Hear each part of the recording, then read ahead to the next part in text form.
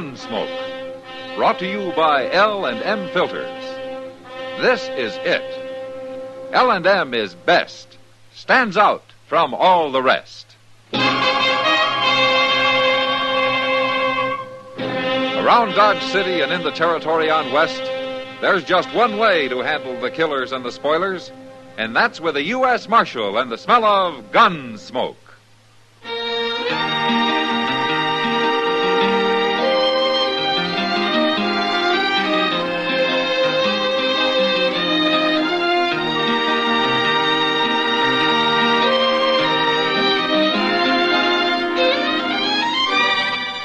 Gunsmoke, starring William Conrad. The transcribed story of the violence that moved west with young America. And the story of a man who moved with it. I'm that man. Matt Dillon, United States Marshal. The first man they look for and the last they want to meet. It's a chancy job, and it makes a man watchful. And a little lonely.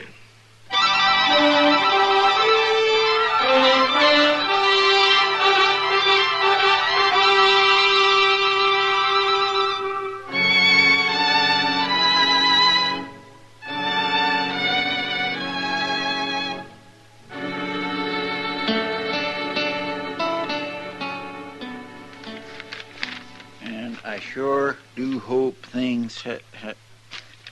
Mr. Dillon, are you listening to this? What? Oh, yeah, sure. Go on, Chester. Go on. And I sure do hope things has been good with you like they has been with me. Take care of yourself. Maybe I will come up to see you one day soon. Your loving brother Magnus. And then down at the bottom he says... Your Uncle Will got tromped on by a cow last week. Well, now, ain't that nice, Mr. Dillon? What do you mean about Uncle Will? No, I mean getting this letter from Magnus. It's real thoughty of him. That's the first one I remember you getting. It's the first one he's wrote. To me, at least. Sure is funny, though. I never knew that boy could write a lick. Well, maybe he's learned since you saw him last. No, I don't think so, because Magnus don't hold with schooling. Uh-huh. No, sir, none of my kinfolk does. What my ma says all a body needs to know is how to cook, care for your own, and get to the church. She must have made your pa a very good wife. I don't know as he ever said. He run off when I was only 4. Him and Ma never talked to each other much from what I... Mister? Yes, ma'am, that's right. I'm Nancy Creed. Well, come in, please. This Chester Proudfoot, Miss Creed. How you doing, Miss Creed? Marshal, I come to see you because my pa's going to shoot somebody dead. What? I want you should stop him. Well, who's your pa going to shoot? Fella that worked for him a spell. Name of Ben Tolliver. And why's your pa after him? Ben run off last night and took one of Pa's studs. Pa says he was just about the best stud Pa ever saw. Where do you and your pa live, Nancy? About 20 miles from here. Out along the Arkansas. And you think this man, this Ben Tolliver, came into Dodge, huh? I don't just think it, Marshal. I know it. So does Pa. Ben always said he was coming here. I see. So I sneaked away this morning after Pa went down the corrals to come tell you. I figure you be the fella to see, being Marshal and all. Nancy, look, if this man stole one of your pa's horses, why doesn't your pa come in here and tell me about it? He could swear out a warrant for Tolliver, and then I could arrest him. Pa don't want to. He says he'll take care of his own troubles. You think you can stop Pa from shooting Ben? Well, I can sure try. Tell me, what does your pa look like? Look like? Uh-huh. Well, I don't know your pa, Nancy, but if I knew what he looked like, then I could watch for him, you see. I never thought about Pa as looking like anything. Except just Pa.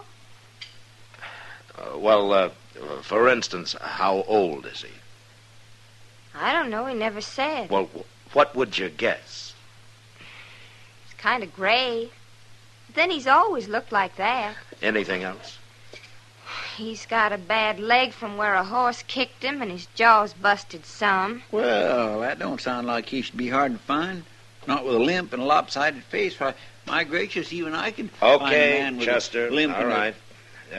Nancy, I'll watch for your Pa, and if he does come into Dodge, I'll have a talk with him. Huh? You do that, and I'll surely thank you, Marshal. Bye. Goodbye. Say, Marshal, Yes. if it helps any, I know where that Ben Tolliver is. Oh, forever. You do? Right there at the Long Branch Saloon having a beer. You know where I mean. Yes. I yeah. seen his horse tied outside, so I went up and looked through the window, and he's there right now. Well, why didn't you tell me this before, Nancy? Never thought of it.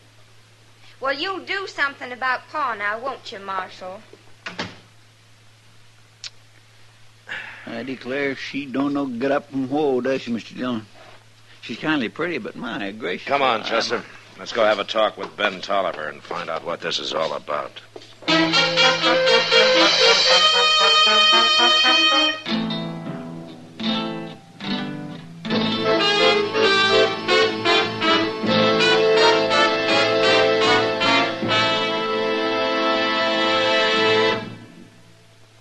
This is it, L&M filters. It stands out from all the rest.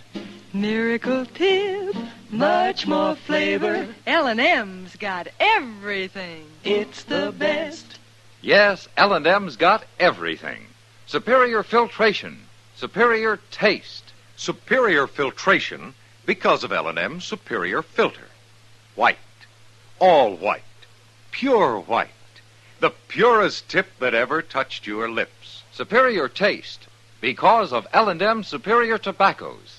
Tasty, full of flavor, light and mild. No doubt about it. L&M is America's best filter tip cigarette. This is it, L&M filters. L&M's got everything. It's the best.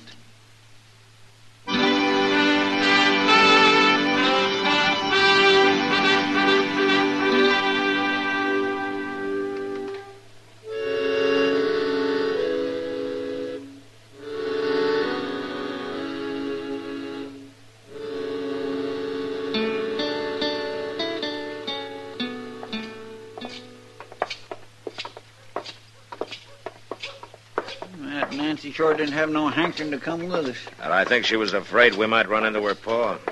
She sure lit out for home fast enough. She just ain't very bright, is she, Mr. Dillon?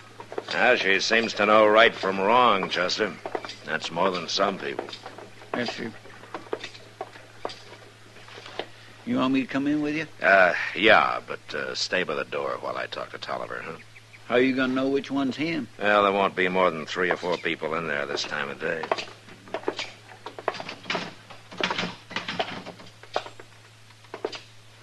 You reckon that's him sitting at the table over there? Well, it could be.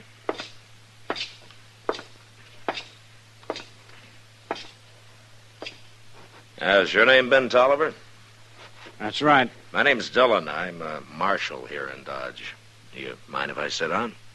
Please yourself. Yeah, thank you.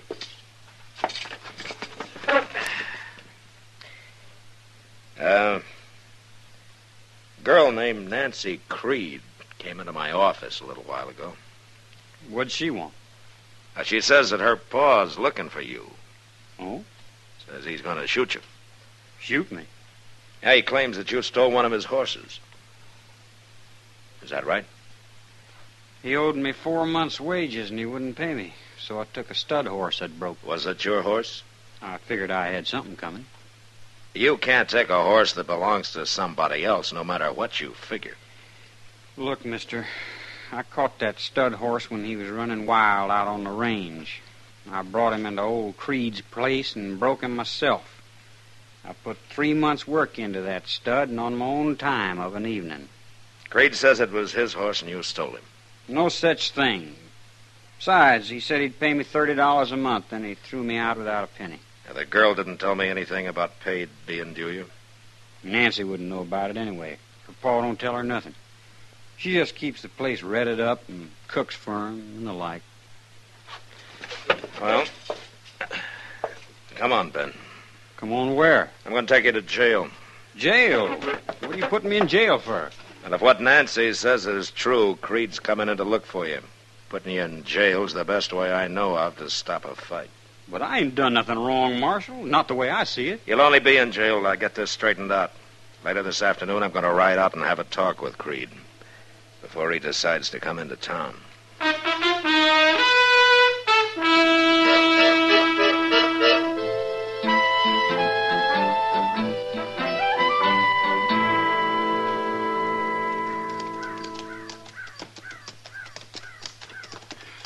Oh, it sure is hot out here, ain't it? There ain't a speck of shade for miles around. Well, if he's breaking wild horses out here, he doesn't have time to worry about the heat. I wonder if that fellow Ben Tolliver was telling the truth. Yeah, there's no way of knowing until we talk to the old man. No, sir, I guess they ain't. Say, he's got some pretty good-looking stock down them pens, ain't he? Yeah, there's good stock running wild on the prairie. If a man knows how to catch him, he can make out fine. Well, we better leave our horses here, Chester. All right, sir.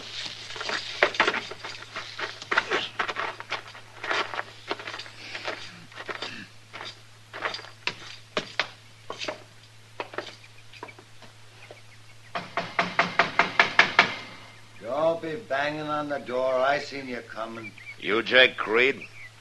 That's right. Well, I want to talk to you, Creed. Who are you, mister? Marshal Dillon from Dodge. It's cooler out there than in the house. I'll come out.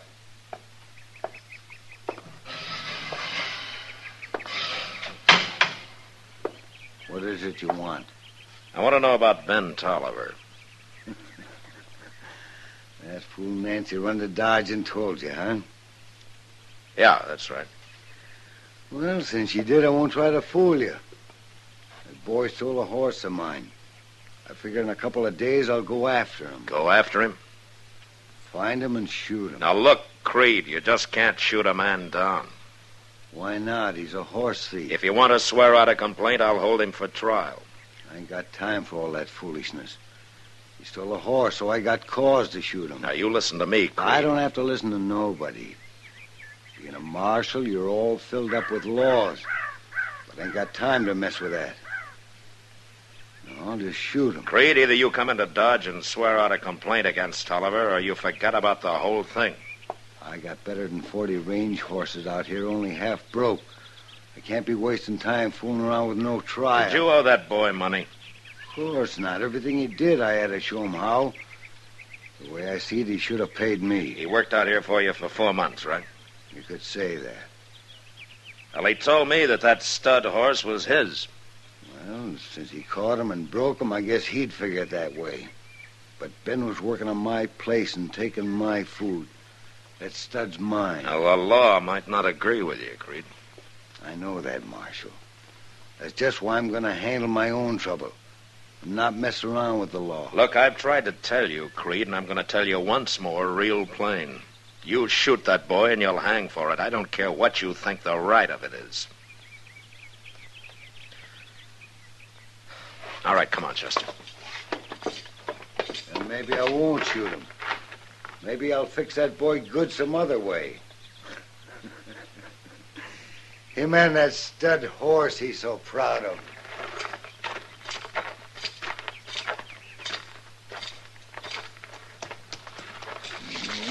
Miserable old buffalo's as mean as an acre of snakes, ain't he? Yeah. What are you going to do, Mr. Dillon? Well, I can't keep Ben Tolliver in jail forever if Creed won't swear out a complaint. No, sir. I'll just have to turn him loose in the morning and hope they don't run into each other. Maybe you could run Tolliver out of town. It wouldn't do any good. We'll just have to wait and see what happens. Well, let's move along. We got a lot of ground to cover. Come on.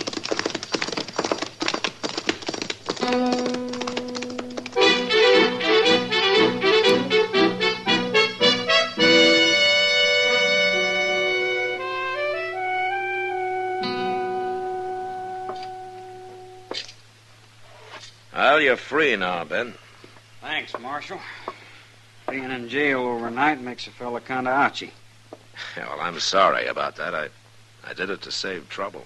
I know, Marshal. I don't blame you none. What you going to do now, Ben? Well, Chester, I thought maybe I could find myself a job of work somewhere. Yeah, what kind of work? All I know is horses. There ought to be some spread near here that could use a hand. Well, if there's anybody looking for a hired hand, Sam down at the Long Branch would know about it. He's the bartender there. I'll tell you what, I'll walk down with you if you like, Ben. Oh, thanks, Marshal. Mr. Dillon? Yeah, what is it, Chester? You could just have a beer while you're down there talking. Yeah. Okay, Chester, you can come along, too. Come on. Oh, thank you. Say, Mr. Dillon, that was a good idea. I'm glad you thought of it. Well, thank you, Chester. Where are you from, Ben? California. California? What are you doing in Kansas? This is the cow country, Marshal. California just don't have the spreads. Yeah, but all that gold out there. The gold rush was 20 years ago, Chester. Well, I know that, but there might just be a little left laying around. I sure didn't find any, Chester. Oh, maybe you didn't know where to look. All I want is to have my own piece of land, raise good stock, maybe get me a wife. I might even go on up to Wyoming sometime. I hear that's good cattle country, too.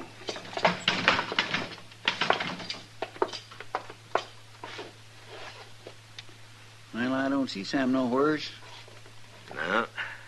But here comes Miss Kitty. Oh, Matt. Chester. Ah, hello, Kitty. Kitty, this is Ben Tolliver. Pleased to meet you, Kitty. We came down to talk to Sam. And have some beer. Well, I can get you the beer, Chester, but Sam's down at the depot with a wagon. No? Shipment of rye whiskey's coming in on the Santa Fe this morning. Oh, I see. You're up kind of early, aren't you? Sam asked me to take care of things till I got back. I can sleep this afternoon. Come over to the bar. I'll get you some beer. Okay. My, you make a pretty fancy bartender, Miss Kitty. Well, a girl's got to have an ace up her sleeve, Chester. Yeah, but... What? Never mind, Chester. Well, What are you doing in the saloon this early? Well, we come down to ask Sam if he'd heard about anybody needing a hand. Yeah, you see, Ben here is looking for a job. Oh, what sort of job, Ben? On a ranch somewhere, Miss Kitty. You work around stock much? All my life, just about. Yeah, you see, he was working for Jake Creed up until yesterday. Jake Creed. Yeah. You know him? I know about him. Only a few months back, some cowboy was giving me a half a dozen reasons why I ought to kill him. He must have been the fellow Jake threw out just before I come along. You probably stayed with him about 3-4 months. Is that right? Yes, sir. Then he started some argument. You had a fight, and he threw you out? That's about the right of it. And no pay into the bargain. Honestly, Matt, I don't know how Creed gets away with it. Well, I guess there's always somebody new drifting by who doesn't know his reputation. What did you argue about, Ben? Oh, a little bit of everything, Miss Kitty. But mostly on how to rope. How to rope? Yeah. He says when you're working stock, the only way is to tie hard and fast and not dally. Well, I sure couldn't argue that.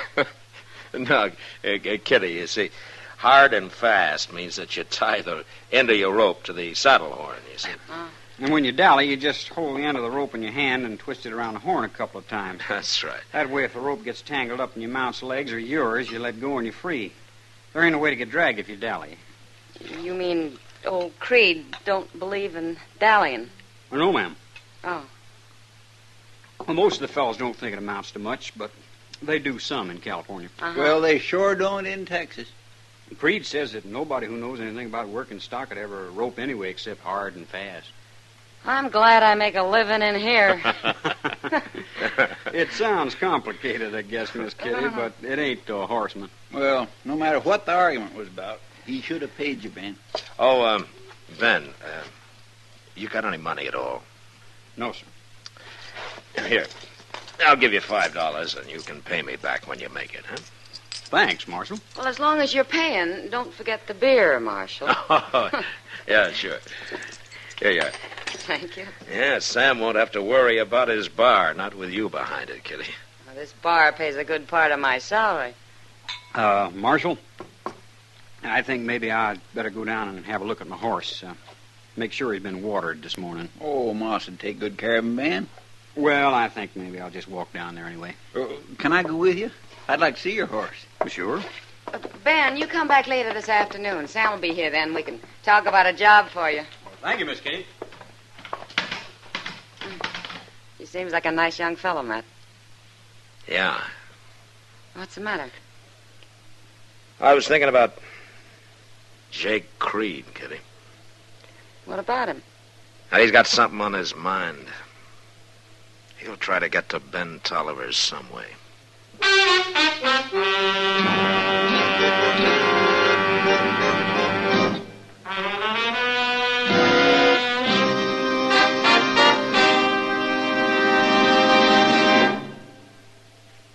To you, to the thousands of smokers who are changing to L&M every day, to the millions who now smoke L&M, here is your assurance. L&M gives superior filtration because of its superior filter. Superior taste because of L&M's superior tobaccos. Yes, L&M tobaccos are tasty, full of flavor, yet light and mild. And L&M's superior filter is the purest tip that ever touched your lips. It's white, all white.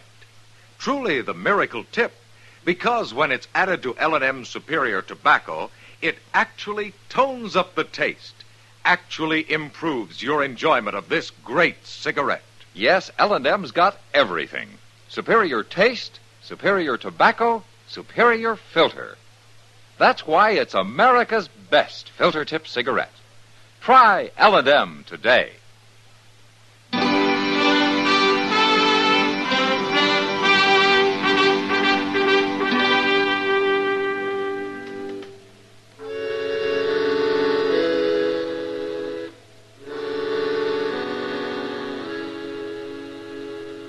In the next 3 or 4 days, there was no sign of Jake Creed around town, and I began to breathe easier. Ben came in one morning and said that he'd found a job out at the Walker place and that he was going to start the next day. And I was glad for him. But then trouble came. Mr. Dillon? Yeah, what is it, Chester? Mr. Dillon, he's gone. Well, who's gone? Ben Tolliver. He took a horse from Moss Grimace and he's headed out for the Creed place. He says he's going to kill him. Oh, what for? What's it all about? Well, this morning I walked down to the stable with Ben to kind of say goodbye like, and that's when we saw it. Oh, doggone it, that poor old stud. Well, so what, Chester? Moss told us he'd seen old man Creed out and back by the corrals, but he didn't think too much of it. Chester, what happened? That mean old devil hamstrung Ben Stud, Mr. Dillon. Hamstrung him? He cut both hind legs. Oh, that horse couldn't budge an inch out of his tracks. Ben just stood there real stony-like, looking at the stud, and then he shot him.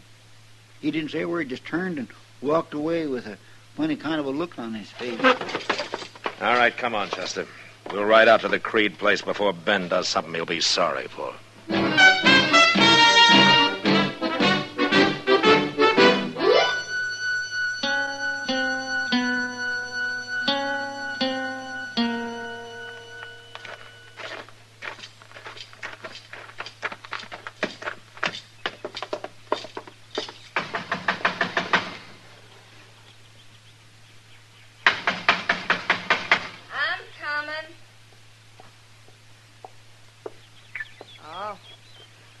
Hello, Marshal. Is your pa here, Nancy? No, he's down the catch pens. It ain't time to eat, so he's working. Uh-huh.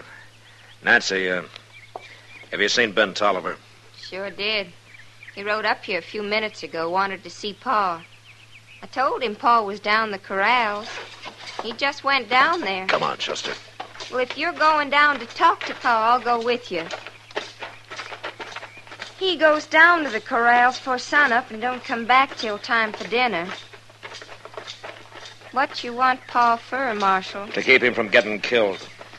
Who'd kill Pa? You don't... That came from the corrals. Come on, let's go.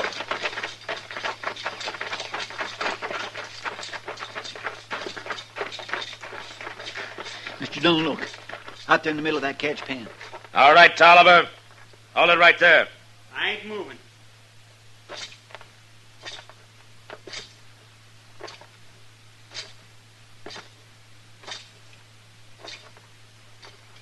All right, give me your gun. What for? You're under arrest, and this time you'll stay in jail. Ben, why'd you shoot my pa? I didn't, Nancy. Well, then who did shoot him? Nobody shot him, Marshal. I'm trying to tell you. Jake was already dead when I got here. It was the horse I shot. What? See for yourself.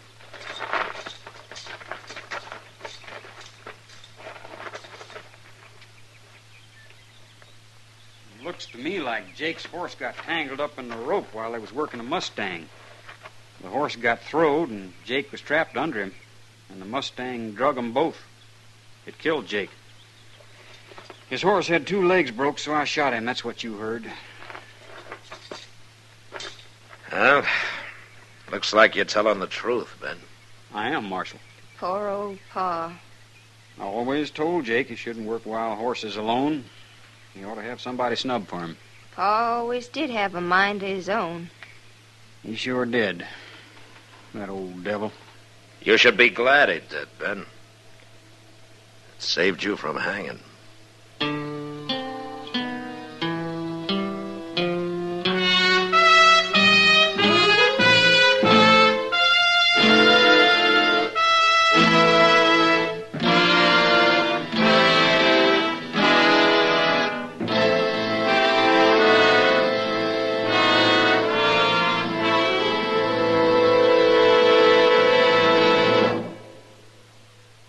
And now our star, William Conrad. Thank you, George. You know what I like about L&M's is they're mild and mighty easy on the draw. When you get right down to it, no filter stacks up with L&M's pure white miracle tip for quality or effectiveness. Darn good smoke. See for yourself. L&M stands out from all the rest.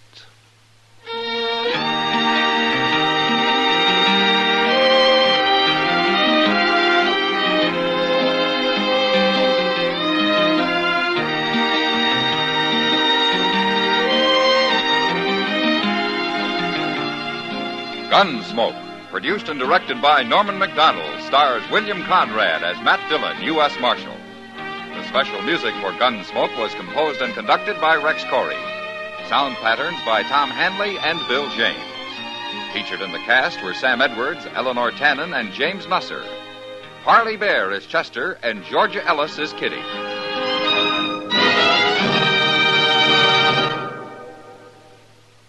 Put a smile in your smoking.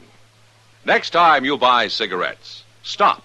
Remember, only Chesterfield is made the modern way with Accuray. This amazing quality detective electronically checks and controls the making of your Chesterfield, giving a uniformity and smoking quality never possible before. For the first time, you get a perfect smoke column from end to end. From the first puff to the last puff, Chesterfield smokes smoother. Chesterfield smokes cooler. Chesterfield is best for you. Next time you buy cigarettes, stop. Remember, Chesterfield is made the modern way with Accuray. Put a smile in your smoking, just give 'em a try. Light up a Chesterfield, they satisfy.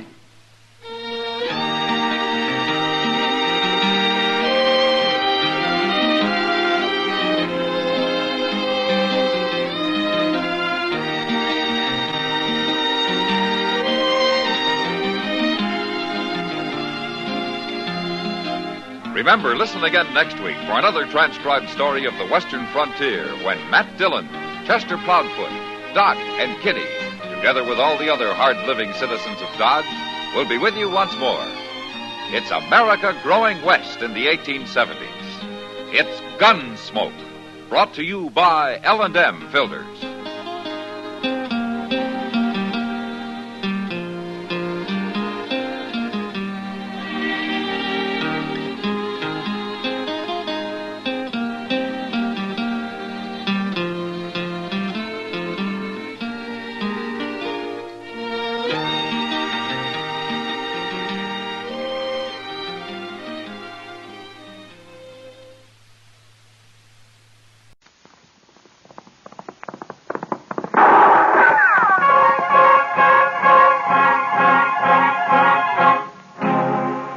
Around Dodge City and in the territory on west, there's just one way to handle the killers and the spoilers, and that's with a U.S. Marshal and the smell of Gunsmoke.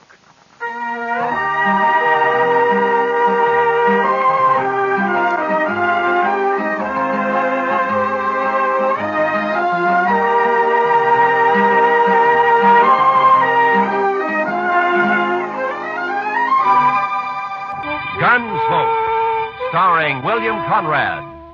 The story of the violence that moved west with young America. The story of a man who moved with it. Matt Dillon, United States Marshal.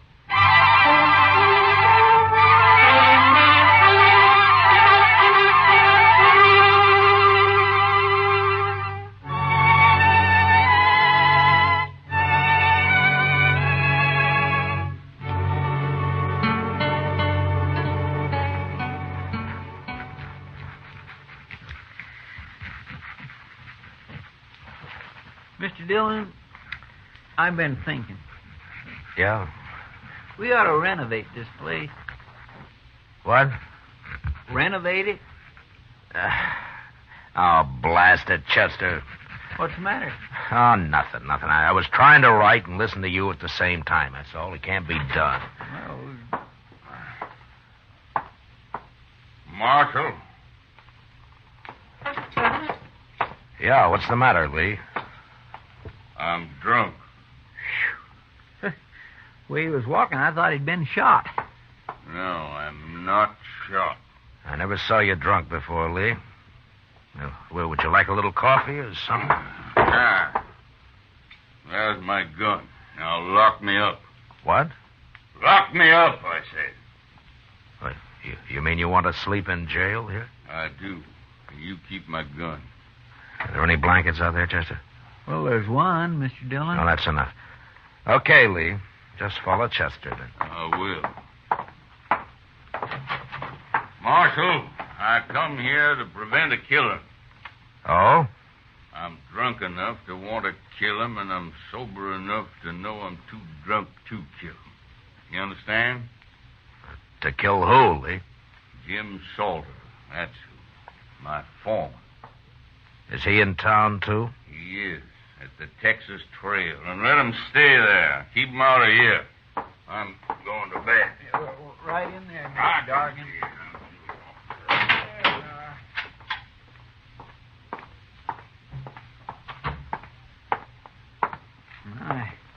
I never saw Mr. Dargan like that before, Mr. Dillon. No. I wonder what he was fighting with Salter about. Maybe Salter started it. Maybe he's drunk, too. Well, if he is, knowing him, he'll be after someone else to fight with now. I think I'll go take a look, Chester. All right, sir. Oh, Chester, if Lee wakes up, just give him another drink, huh? Yes, sir.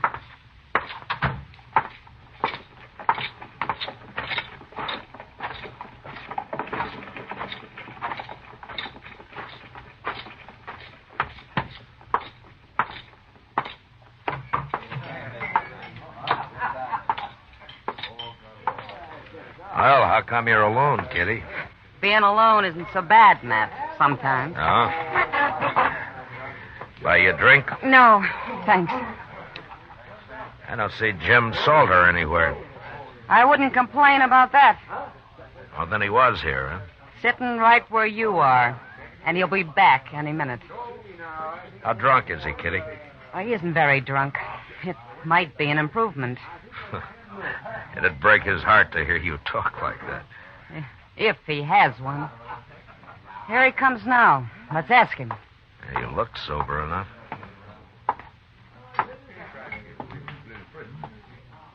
You move in fast, Marshal. Sit down, Salter. Sit down. Seeing as how it's my table, I will. I ran into Lee Dorgan. He was pretty mad about something. That so? Yeah. But it's all right as long as you're not looking for trouble. Me, Marshal? I never look for trouble. Neither does Lee. Now, you know those Southerners, Marshal. They're always getting insulted about something. You've been foreman on Lee's ranch for over a year now, Salter. This the first time he's wanted to kill you? Is that what he said? That's what I heard him say. Oh, yeah. Well, Marshal Lee's had a little bad luck with his cattle, that's all. When he's had a drink or two, he needs someone to blame it on. You know how it is with these greenhorns. No. How is it? If it weren't for me, he wouldn't have as many cows as he's got. Now he's lost a few strays, he's all upset. Well, as long as it doesn't end in gunplay. Oh, me and Lee get along fine when he's sober. Yeah. You have to leave, Matt? I'm afraid so, Kitty. Then I'm going to bed. Hey, wait a minute. You can't do that. Who says I can't, mister? Good night, Matt. Good night, Kitty. Well, I'll be.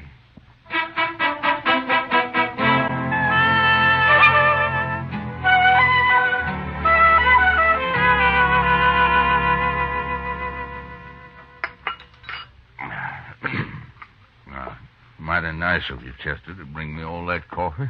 Oh, don't mention it, Mr. Dargan. I had a hangover once myself. Well, here's your gun, Lee. Thank you, Marshal. You, still feel like killing Jim Salter? I'll kill any man that cheats me. That's how I was brought up, and that's how I am. So? I guess it's just instinct that tells me I'm being robbed by him, Marshal. I got no proof at all. None whatsoever. What is it, Lee? Don't your cattle tally up right? Look. I came out here from Alabama 18 months ago. I bought a ranch. I'm trying to raise beef. I've learned a little, but I can see it takes years to be a cattleman. Meantime, I'm green and I'm an easy mark, but I'm not so dumb I can't count. Marshal, I branded over 300 calves last spring and fall, and more than half of them are missing right now. Stolen? I don't know, Marshal. I've asked every rancher and every buyer around here to be on the lookout for my brand that hasn't turned up once. Well, why do you think Salter has anything to do with it? Instinct, I told you. I just don't trust him. Nothing more, but it's enough. Well, then why don't you fire him? Pride, I suppose. I want to beat him at his own game, whatever it is. Well, good luck at it, Lee. Well, I need more than luck, Marshal. I need a little help. I just don't know enough about this business. You're asking me to help you? I am. But how? Come out to the ranch. Just take a look around. Maybe you see something I can't see. Well, I don't know. We're branding again tomorrow, Marshal. Come out then. You got to help me. I'll be ruined if this goes on anymore. All right, Lee, I'll come. But, will you promise me one thing? What's that? If Salter does prove to be guilty, you won't try to kill him? No, I can't promise that. I respect the law, Marshal, but I got my own code, too. Thanks, just... Now, wait a minute, Lee. You're stubborn, but I don't think you deserve being ruined.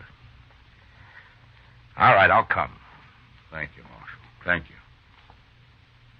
You know, the reason I got drunk last night was because I just felt so almighty helpless. Mad and helpless. Yeah. I know the feeling. See you tomorrow.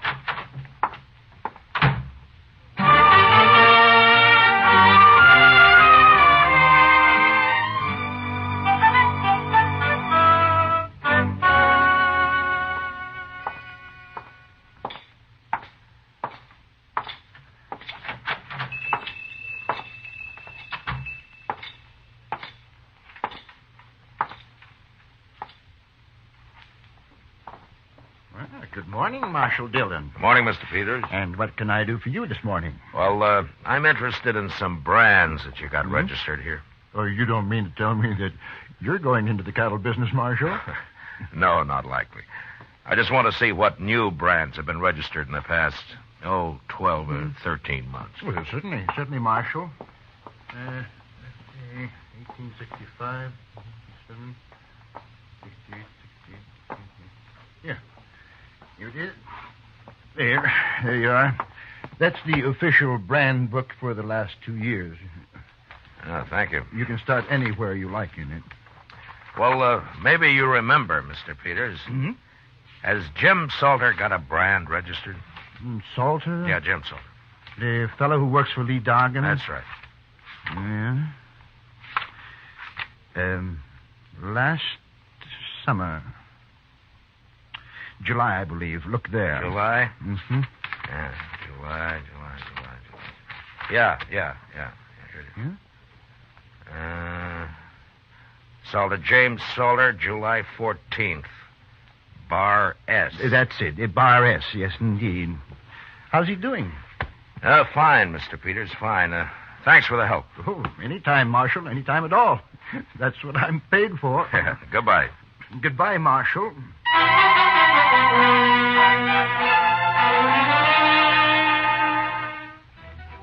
When we weren't working, most of the cattle buyers in town spent their time drinking toddy and telling lies at the Dodge House. And there I learned that a number of Bar S calves had been sold in the fall and some more of them in the spring. They remembered because it wasn't often a man sold only calves, and also because the brands were newly burned on. But they said the brands were clean, and there was no question of any previous marking having been altered. I figured Salter was a whole lot smarter than the ordinary rustler. And the next day I found out just how smart.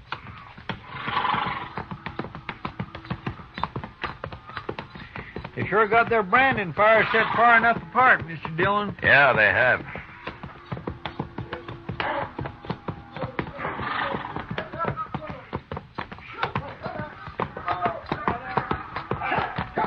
Here's Jim Salter now at this first fire.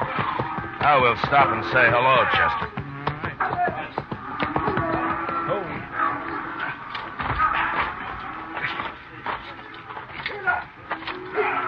All right, let him go, boys. That's interesting. What is? I'll tell you later.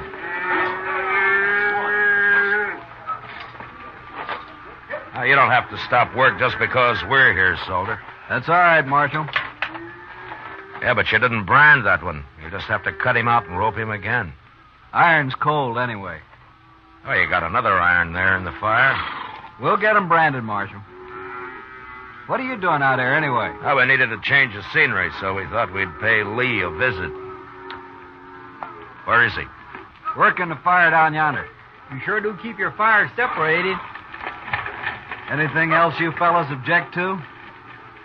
Well, no, I wasn't objecting. I was just making an entirely impersonal observation, that's all. Well, go do your observing on Lee. You came to see him. Salter, I'd starve plumb to death before I'd ever work around you. You sure would, Chester. On, Jim. Wasting time. See you later, Marshal. Yeah. Okay, Adams, bring another one out. Okay. Yeah.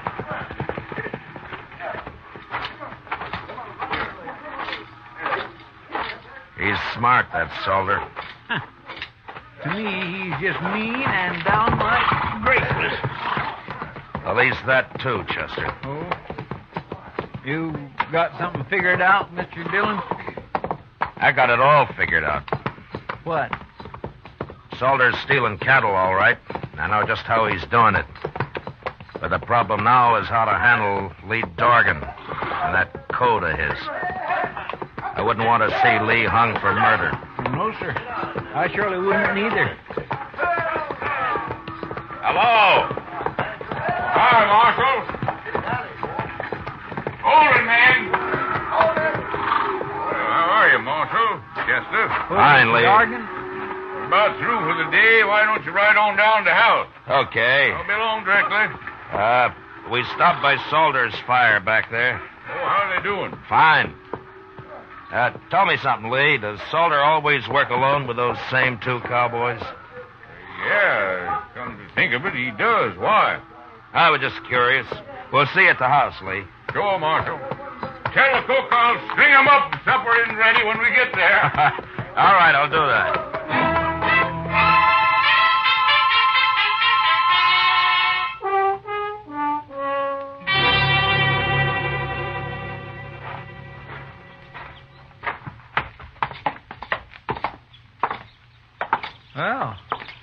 Not a bad house Mr. Dargan's got here, Mr. Dillon. That's fine. Let's sit on the porch here, Chester. They'll be along soon. Yes, sir.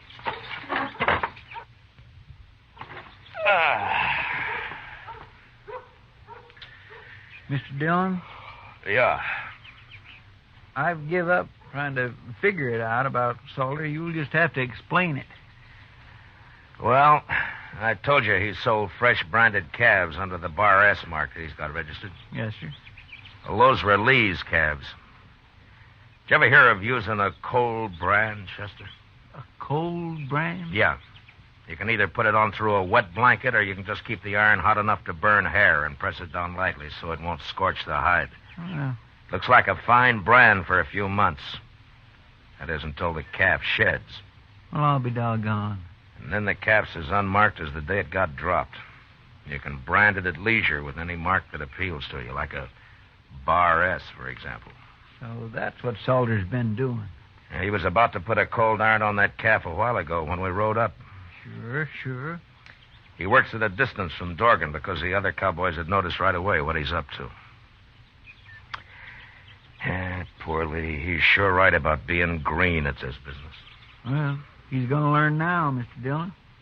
No, Chester, I can't tell him. Well, why not? Lee meant it when he said he'd kill Salter if he had any proof. And if he did that, he'd be worse off than he is now. Well, then why don't you just arrest that man? Yeah, Judge would let him off, I'm afraid.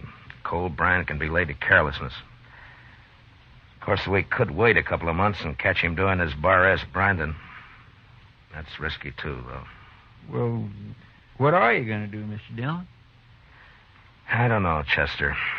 But I'll have to figure something out by morning.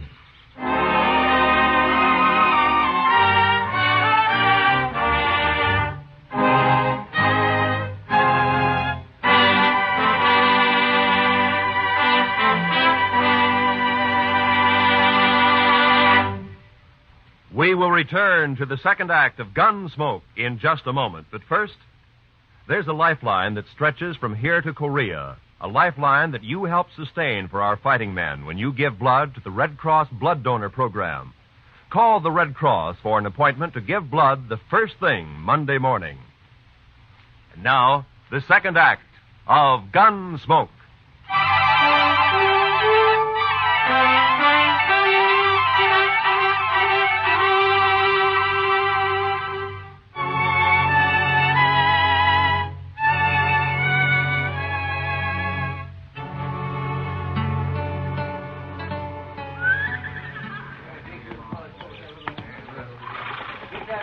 I don't understand it, Marshal. It just doesn't make any sense to me, but I asked for help, so all right, I'll do as you say. Then call Salter over here and tell him. Okay, Marshal. Salter? Salter! Yeah? Come over here. What do you want, Lee? We're already late this morning. I'm going to make a change in our branding setup, Salter. What? I've decided it'll be faster from now on. We all work from one fire instead of two. What for? You and Adams and Smith will work alongside the rest of us, that's all. Whose idea is this, anyway? Those are my orders. Oh? You still talk like a Confederate colonel, don't you? That'll do, Salter. Sure. This is for you, Marshal. I never did like you anyway.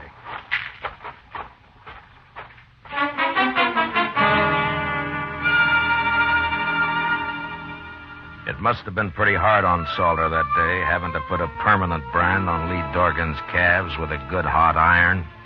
But he had no choice, and he did it. About noon, Chester and I said goodbye and rode back to Dodge. I figured that'd be the end of Lee's trouble. But 2 nights later, while Doc and I were taking our ease at the Alafraganza, I found out I was wrong. Yeah, it's like that ignorant cowboy got a letter from his sweet girlfriend in St. Louis, Matt. Well, all right, Doc, what did the letter say? Oh, well, she mentioned that she'd found a nice room with running water. Yeah. Running water. And so this uncivilized son of the prairie wrote her back to get rid of that Indian at once, or our engagement is off. He thought that, you understand that now, don't you, Matt? Because, For that, the next drink's on you, Doc. Sure, Matt, sure. And will you get it? Ask the bartender for a couple of good cigars. As soon as I finish, say, that was a fun. Say, I thought you left Lee Dargan out at his ranch. What? Just came in the door. Must be looking for you. He's coming this way, man. Yeah. What's that under his arm? Oh, looks like a blanket. Hello, Lee. Sit down. Marshal, Doc. Oh, how are you, Lee? What are you doing in town? You all through, Brandon? Yeah, we're through. Well, how'd it go? Yeah. Take a look at this blanket, Marshal. Huh?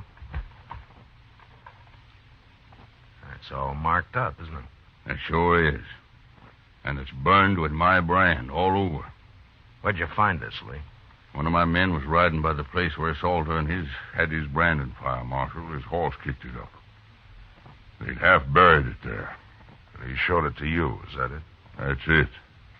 And he explained all about cold branding to me at the same time. I see. Where's Salter now, Lee? And he got wind I was on to him and left, Marshal. I think he's in Dodge with those two who worked with him, Adams and Smith. And, you're looking for him? And I'm looking for him. But I'm telling you so that you can look, too. That blanket's enough evidence even for the law, I figure. Along with the witnesses that'd convict him. But, I'll find him, Lee. Better hurry, Marshal. I might find him first. Lee, you'll stand trial if you kill him. I'm not worried about that. So long, Marshal.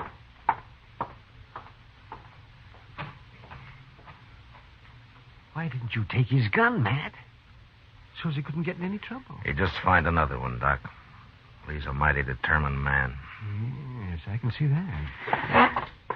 I'll take that drink another time, Doc. I got work to do. Sure, Matt. Oh, do me a favor. Will you drop this blanket off at the office for me? Oh, you bet you're laughing. Well, good luck. Yeah, thanks.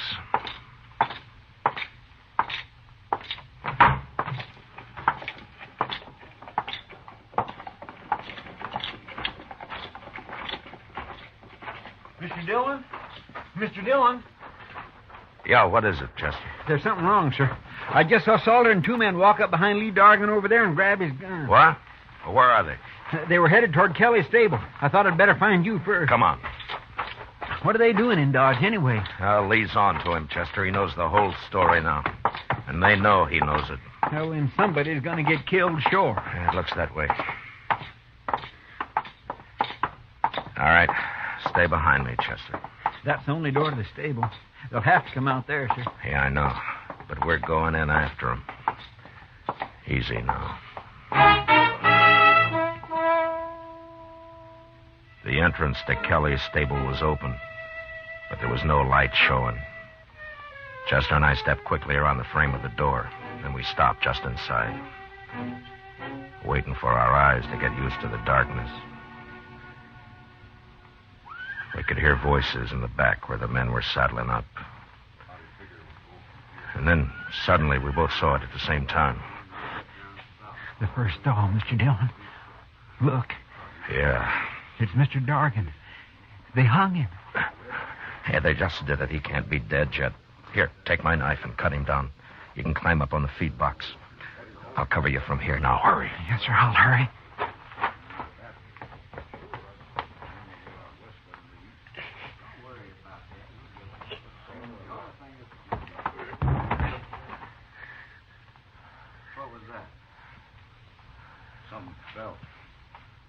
Maybe Dargan got loose somehow.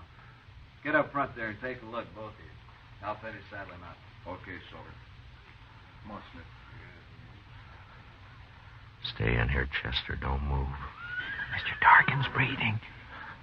When they come up, we'll jump them. I'll take Adams. Now, quiet now.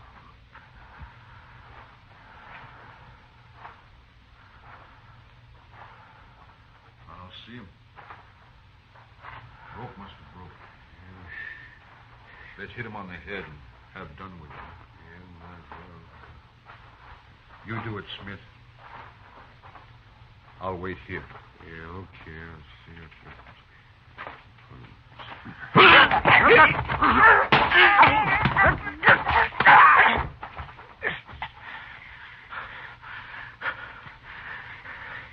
see. You all right, Chester? Yes, sir. Good. Now keep low. What's going on up there? Adams? Smith? Mr. Dargan's coming to now. He's breathing easier. Keep him quiet. Hold him down if he tries to get up. Salter will be along in a minute. Yes, sir. What are you two doing? Answer me, blast you! Who's in there? Throw down your gun, Salter. Who's that? It's Matt Dillon. Now do as I say.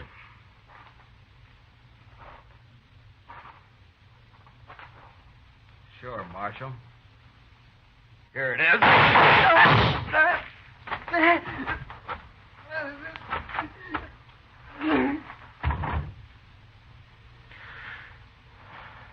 All right, Chester. Get the guns off of Adams and Smith. We don't have to worry about Salter. All right, sir.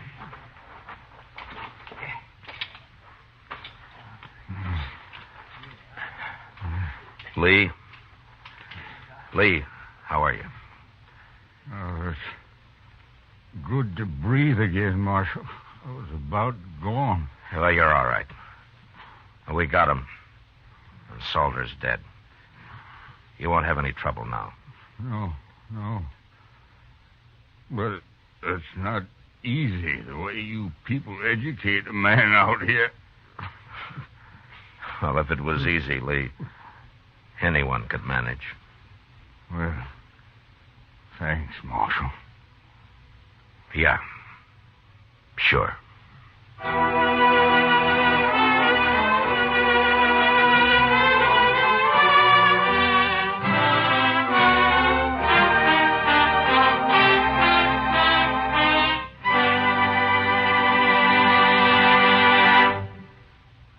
Gunsmoke, under the direction of Norman MacDonald, stars William Conrad as Matt Dillon, U.S. Marshal. Tonight's story was specially written for Gunsmoke by John Meston, with music composed and conducted by Rex Corey. Featured in the cast were John McIntyre as Lee, Harry Bartell as Salter, and John Daner as Peters. Parley Bear as Chester, Georgia Ellis as Kitty, and Howard McNair as Doc.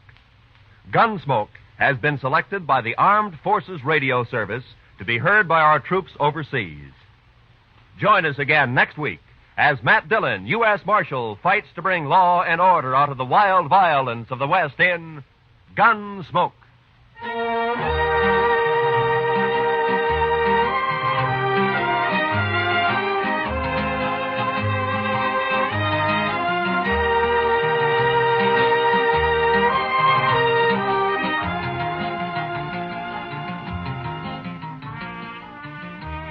A flirtation that leads to a killing interests Mr. and Mrs. North this coming Tuesday night on CBS Radio.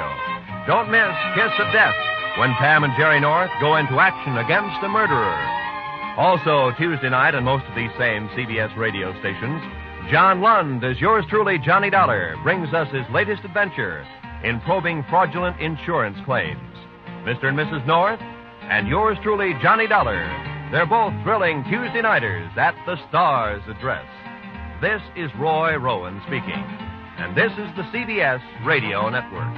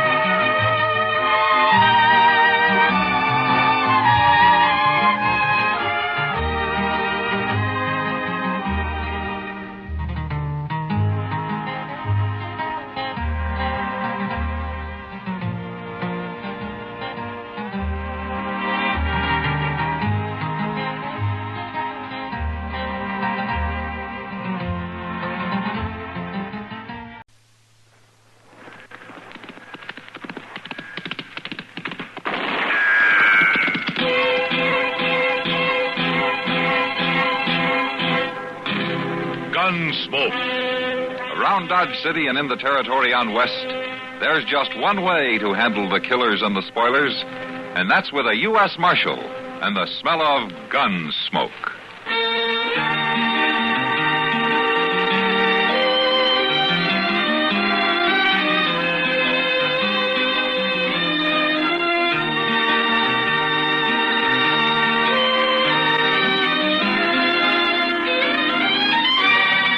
Gunsmoke, starring William Conrad. The story of the violence that moved west with young America. And the story of a man who moved with it. I'm that man. Matt Dillon, United States Marshal. The first man they look for and the last they want to meet. It's a chancy job, and it makes a man watchful. And a little lonely.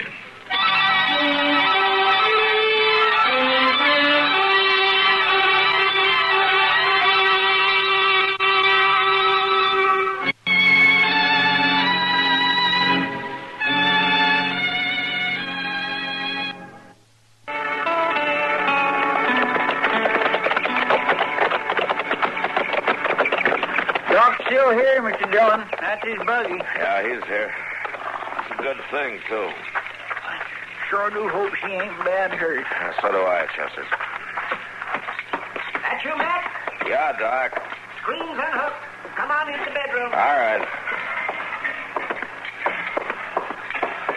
In here, Matt. Ah, good. See if you can talk some sense into this cantankerous old lady. Well, I've known her for some years, and I've never been able to yet. How do you feel, Miss Larkin? Good enough to get up and get on with my chores, but this broken-winded old veterinary claims I got to stay in bed for a week. Well, Doc's right sometimes, just by the law of averages. Oh, Mrs. Larkin. What have you been up to, Miss Larkin? Going in for bulldogging steers at your age? Oh, just a piddling little old accident. And the way you and Doc and Chester come running out here, you'd think you was all in my will. Well, you mean we ain't in it, man? Chester, it wouldn't do you no good if you was. I ain't going no place. I've got another good 20 years in me yet. Well, if you go around rustling steers, you haven't. How'd it happen? Oh, that confounded breeding bull I bought last fall. Why, he's meaner than an acre of snakes.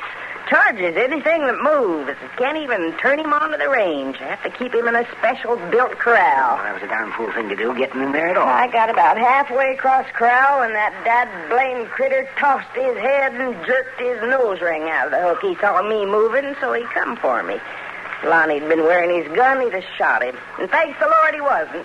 I got a lot of money tied up in that bull. Your life ought to be worth a little something, you know. Well, I still got it.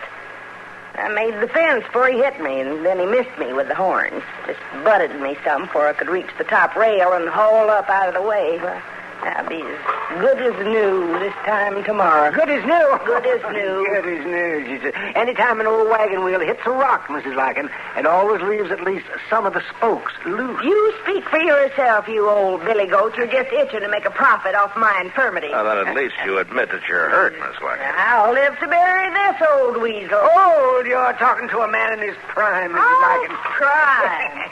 Well, I'm going to fetch some liniment out of the buggy. Now, don't you wallow around and loosen those bandages. You got a busted rib, young lady. It's cracked some, maybe, but it ain't busted. Oh, he's a good doctor, confound him. But I sure enjoy plaguing him. Oh, Doc does some of that himself, Miss Larkin. Tell me how things been going around the place. Oh, they couldn't be better, Marshal. Except for this morning, of course, and that other little accident a couple of weeks ago. No, what other accident? Oh, his saddle girth broke on me, and I got sewed up in the North Meadow. No? Wasn't nothing, really. Way it turned out, I lit on my feet, as usual. I'm pretty spry for an old woman. You're pretty lucky, too. I am lucky, Marshal. Things seem to work out for me, like Lonnie Wells riding in here and asking for a job. Oh, the day he come, I was just about at the end of my rope. How long's Lonnie been with you now? 5.5 months. And he's made it seem like a different world. After Ed died, I could go on because I still had my son. But 3 years ago, you remember, he was took from me, too. Yeah, I remember. Without little Dan, I just didn't have no heart to go on living. Then Lonnie come. He straighter took his place. Miss Larkin, where'd Lonnie come from? Oh, Texas, somewhere. Oh, he's a fine boy, Marshal. Just the age little Dan has been. Oh, he's like another son to me. Not just a hard hand. He's... Miss Larkin, you sure you're feeling all right? Yeah. I reckon I'm shook up more than I knew. Marshal, there's hot water on the stove, a box of tea on the shelf. Oh, I'll fix you some. No, you just lie back there and take it easy. I'll give you a hand. I'm much obliged to you both. You still of the same mind, Mr. Dillon? Yeah. Well, that young Lonnie Welch is a shifty-eyed cuss if there ever was one. It's worse than just being shifty-eyed, Chester.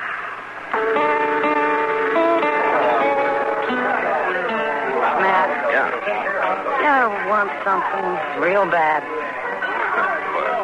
Sure, lots of time. What do you want? That's the crazy part. I don't even know. No? Just something. Something I don't have, I guess. Couldn't be spring fever, could it? It might. Except I felt the same way in the fall. Sometimes I think it's this country out here, Matt. The prairie. So what do you mean? It's just so darn big. It's empty. You know what I mean? Yeah, I think so. You feel so alone. Like something's lacking in you. So you try to fit things in. Things or people or something. Yeah, I know. Matter of fact, I know an old woman who's doing that right now. She's trying to find a substitute for her dead son. Who's that? Liz Larkin, out west of town. Oh, with Lonnie Welch, you mean? Uh-huh. Well, he's sitting over there in that poker game right now. Yeah, I've been watching him. He throws money around pretty free for a hired ranch hand, doesn't he? The way I hear it, she gives him all the money he wants. Yeah, but maybe not as fast as he wants. What do you mean, Matt? Well, early last month, Mr. Bodkin over at the bank came and told me that Ms. Larkin had been in and made a will. She's leaving everything she's got to Lonnie. Oh, no. Yeah, I felt the same way. Even more so after she'd had a couple of close calls. Accidents, supposedly. Oh, well, Matt, something ought to be done. Well, you can't hang a man on a hunch, especially when he hasn't done it yet. Well, yeah, but there's got to be something. Well, I've been figuring on talking to him. Matter of fact, I think I'll do it right now. Yeah. I'll see you a little later, Kitty. Yeah, sure, Matt. A man's luck can't run bad forever. I reckon I'll stay in and raise another $5. You mind holding up this hand for a couple of minutes, boys? Oh, what's up, Marshal? What's the trouble, Marshal? Poker against the law now in Dodge? No. I just want to talk to you for a minute, Lonnie. You asking or ordering? Come on, let's take a walk, huh? Sure, why not? A man's a mind for talk, I'll oblige him. Just leave everything laid, gents, right there on the table. Getting this kind of personal attention is liable to flatter a man some, Marshal. Yeah, sure. We're right handy to the bar. I'll be glad to buy you a drink. Lonnie, where did you come from before you hit Dodge? Oh, here and there. Why? Ever been to Virginia City? Not as far as I recollect. I think you better think again. I put out some bulletins a while back, and the only answer I got's from Virginia City. That's so? Seems you were working a silver claim with a partner named Pete Ryder until he turned up murdered one day. They must have mentioned something about the jury acquitting me on that, didn't they? Yeah. Lack of evidence. Well, in that case, I reckon I'll... Just a minute. You got something else in mind? Yeah, I have. I want you to know that I'd figure it was real suspicious if Ms. Larkin was to die suddenly by accident. Like yesterday with that bull. Now, look, that bull's a born killer, Marshal. You don't think I trained him, do you? No, I think he let Ms. Larkin go out in the middle of the corral and then turned him loose. And you told Mrs. Larkin that, too, didn't you? I did. Yeah, she told me. And she also told me she orders you off the place. She wouldn't listen to such things. Lonnie, if anything happens to her, I'll get you for it, so help me if it takes me the rest of my life. I'll see you around, Marshal. I got a pat hand in this game. You better have, mister. Because you're betting your life on it.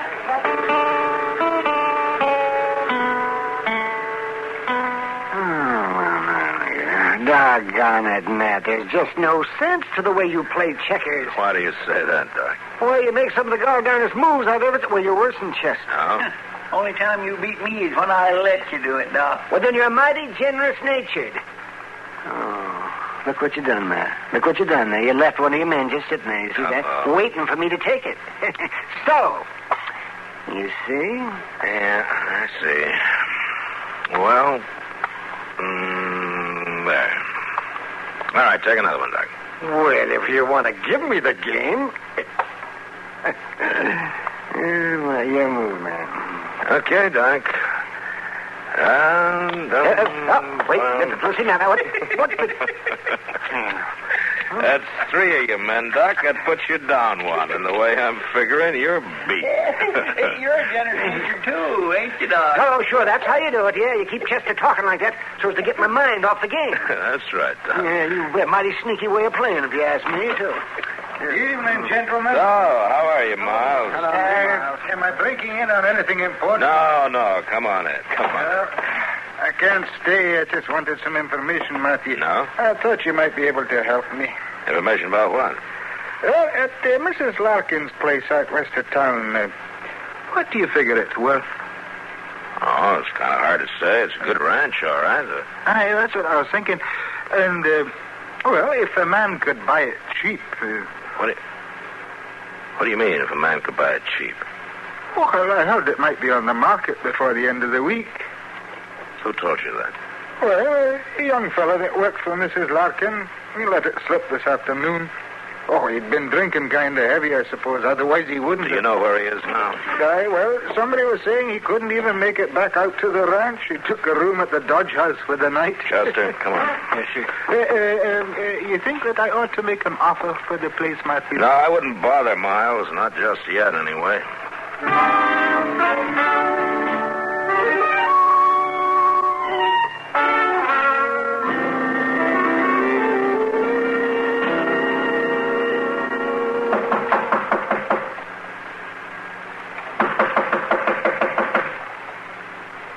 He sure is dead to the world, Mr. Dillon. Yeah. Blind drunk, the clerk said. Didn't want to be disturbed before noon tomorrow. Well, he's gonna be disturbed. Give me that pass key, Chester. Here you are. Thanks. I bet he's going to be mad on a wet hand being dragged out of bed this way. Yeah, I'll bet he is. See if you can find the lamp and get it lit, huh? Yes, sir. Must be over here on the bureau. Mr. Dillon, look, he ain't here. And that bed hasn't even been slept in. And the window's standing wide open. He could have went out of it. Yeah. Well, he's got a good start on us, Chester. Come on, let's get moving.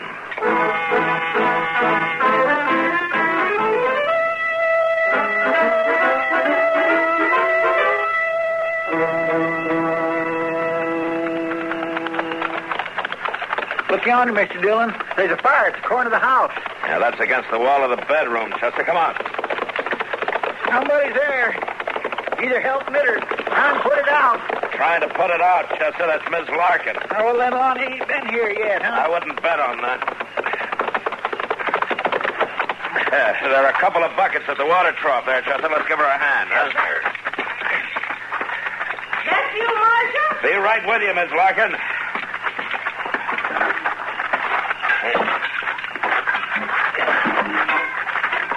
All right, you ready, Chester? Let's go. It don't look near as bad as I thought at first. Oh, she's about got it put out, I think. A little water here against the wall ought to do it. Right. All right, throw the other bucket in the same place, Chester. Yes, sir. Oh, now. Looks like that just about does it. We'll touch and go there for a while. We better watch it for a few minutes. Those embers might flare up again. That didn't do too much harm, looks like. Just burned the outside wall some. Yeah, it was mostly just trash burning. All piled up again in the house that way. It was... What's the matter, Chester? Mr. Dillon, you smell coal oil? Yeah, I do.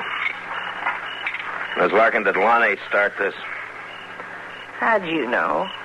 Well, he made a big show of spending the night in town. We went over to the Dodge House, and he wasn't in his room.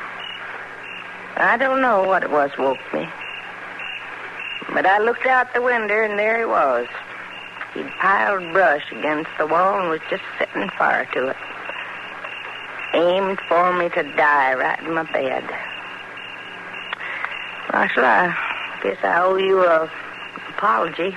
You was right. I was wrong. Well, Lonnie's a smooth talker, Miss Larkin. Anybody might have been taken in. But he won't get far. We'll find him before sunup. I don't reckon that'll be much of a chore, Marshal, finding him. Oh? He seen me at the window, and he picked up a heavy chunk of wood and come into the house. When Lonnie opened the bedroom door and come for me at that club, I shot him. He's laying in there dead. Land's sake. Well, you got nothing to worry about, Miss Larkin. Any jury in the world would call it self-defense. I ain't worrying, Marshal. Not about no jury. But it's going to be mighty lonesome around here again. Without Lonnie on the place. No, I ain't going to like that. Well, maybe not, but being dead might be pretty lonesome, too, Miss Larkin. You just can't tell.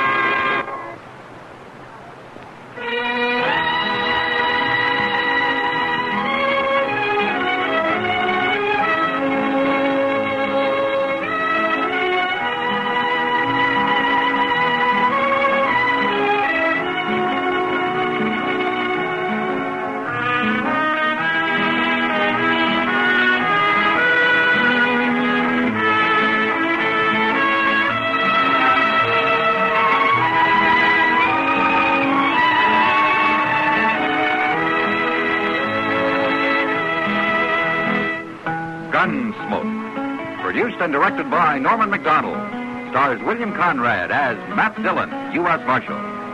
Featured in the cast were Parley Bear as Chester, Howard McNear as Doc, and Georgia Ellis as Kitty. George Walsh speaking.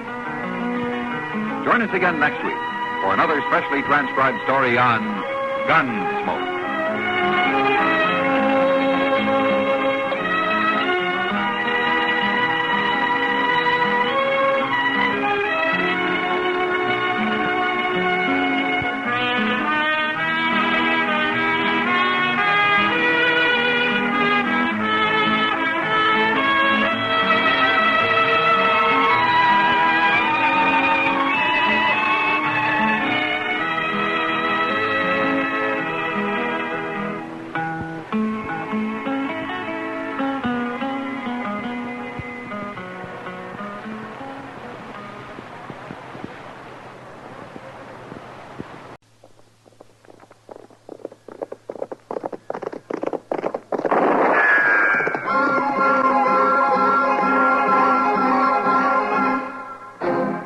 Around Dodge City and in the territory on West, there's just one way to handle the killers and the spoilers, and that's with a U.S. Marshal and the smell of gun smoke.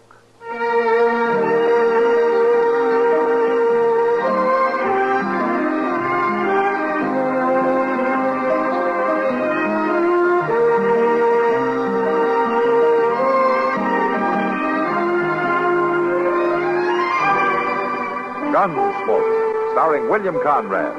The story of the violence that moved west with young America. And the story of a man who moved with it. I'm that man. Matt Dillon, United States Marshal. The first man they look for and the last they want to meet. It's a chancy job, and it makes a man watchful. And a little lonely.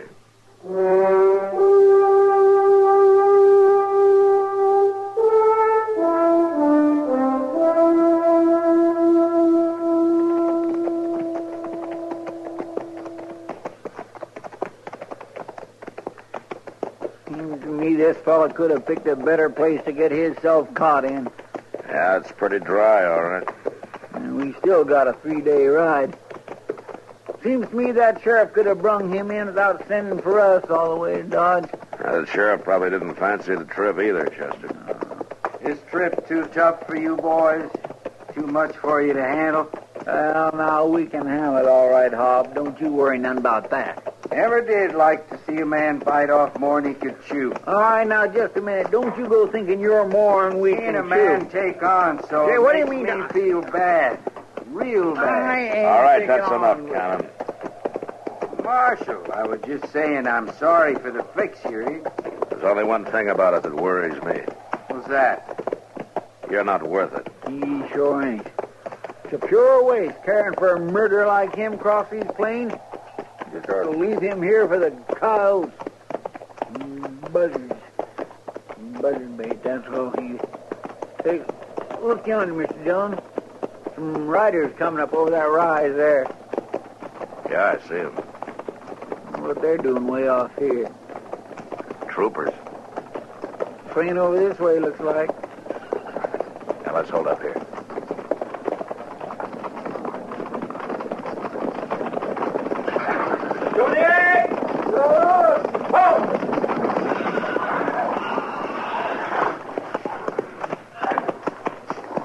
Morning, Lieutenant. Good morning.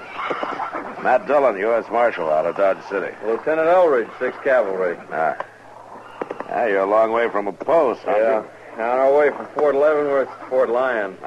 Routine Transfer, but we wouldn't mind catching up with a certain runaway Indian while we're at it. Did he break out of the stockade at the fort? No, the word is he escaped from a reservation down south. He's heading back home to Nebraska. Oh, what'd he do? Do? Did he kill somebody or rob the stores? No, but if it became known that a sub-chief made a successful escape, it'd be hard to keep any of them on the reservations. I see. I'd appreciate it if you'd keep an eye out for him, Marshal. His name's Blue Horse. Blue Horse, huh? Yeah, all right, Lieutenant. I'll keep an eye out. Thank you. Oh, Marshal.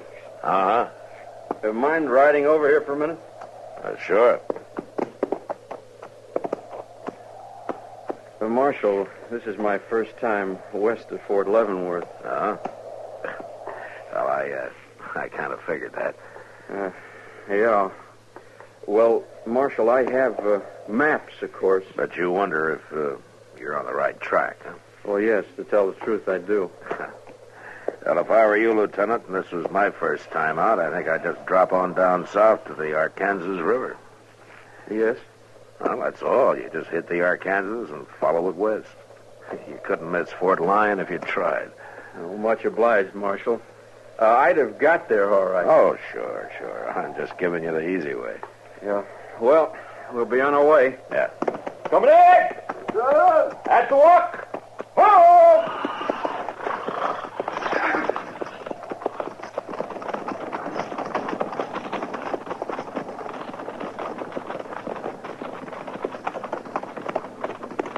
Gracious, Mr. Dillon, he sure is a young one, ain't he? Yeah.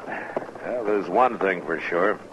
Yes, sir. There's only one way for him to grow, and that's older. Come on. Let's get going.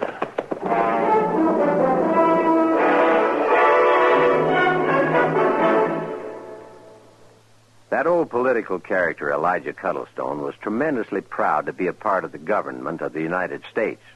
That pride shows through in this excerpt of one of his speeches. And it is my sincere belief, I believe that the United States of America is without doubt, indisputably, the most successful experiment in democracy, that is, in democratic rule, that the world has ever known. Well, democracy, of course, means rule of the people. It's from the Greek demos, people, and kratos, meaning rule, strength, or power. Most forms of government owe their names to the Greek. For instance, anarchy is from the Greek word anarchia, composed of an, meaning no, and archos, ruler. An anarchist wants no king, emperor, or president above him. An oligarchy is a form of government where a restricted few have supreme power. Oligarchy comes from the Greek oligos, meaning few, and archo, which means rule, ruled by a few. The Greek word hieros meant holy, and the word hierarchy once meant a government by officers of the church. Hierarchy now represents a system of graded authority. And the strange word ochlocracy means mob rule. In Greek, oklos means crowd or mob. Words like these literally make politics Greek to most of us.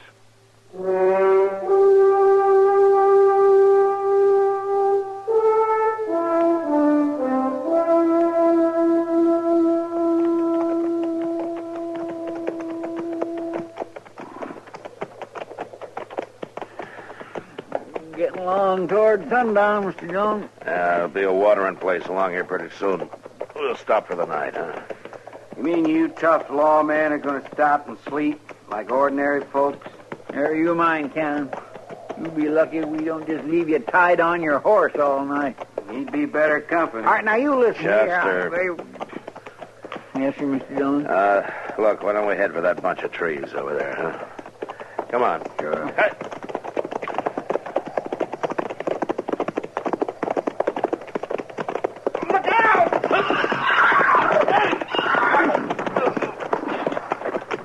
Wait there, Mr. Dillon. I'll help you.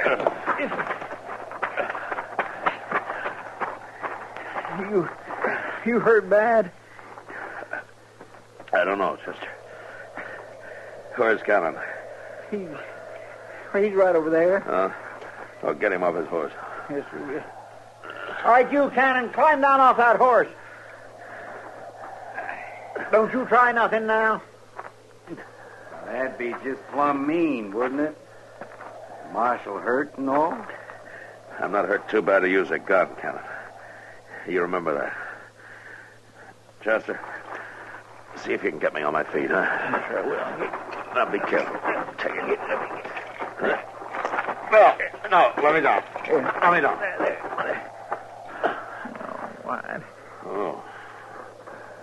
Well, I guess it's no use. The leg just won't hold me. All right, help me get my boot off then, huh? Yes, sir. Now, take it easy.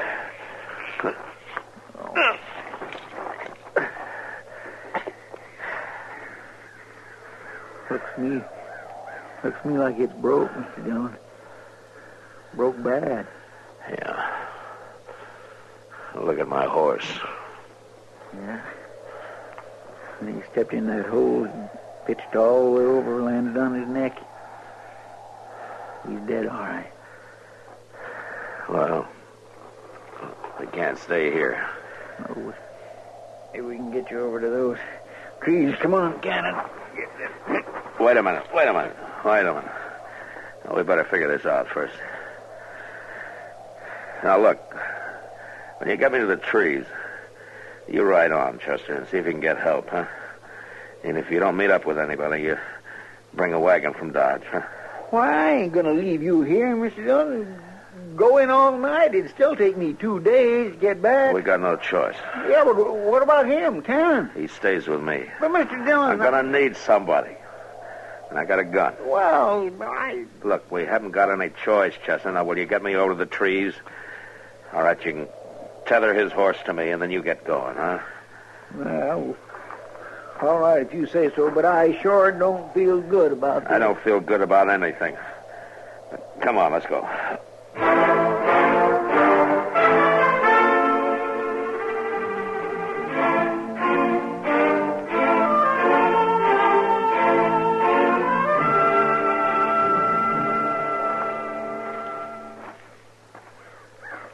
Next time you stay inside all the way, Cain. Just filling your canteen at the creek, Marshal. You just stay in sight, that's all. Marshal, a man with a leg like yours, with a fever coming up, he ought to be glad of water no matter how it comes. I just want to be sure it does come. And I'm still watching. Here, Marshal. Have a sweet.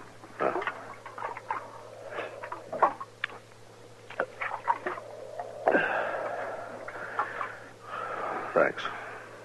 That leg didn't improve none overnight, did it? Not much.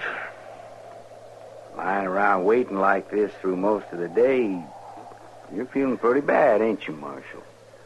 Don't you worry about it. No, I ain't worrying, Marshal. I got time. I got plenty of time. Don't you count on me passing on before Chester gets back. Because you might get hurt if you do. I ain't counting on a thing, Marshal. I'm just waiting. That's all. Just waiting.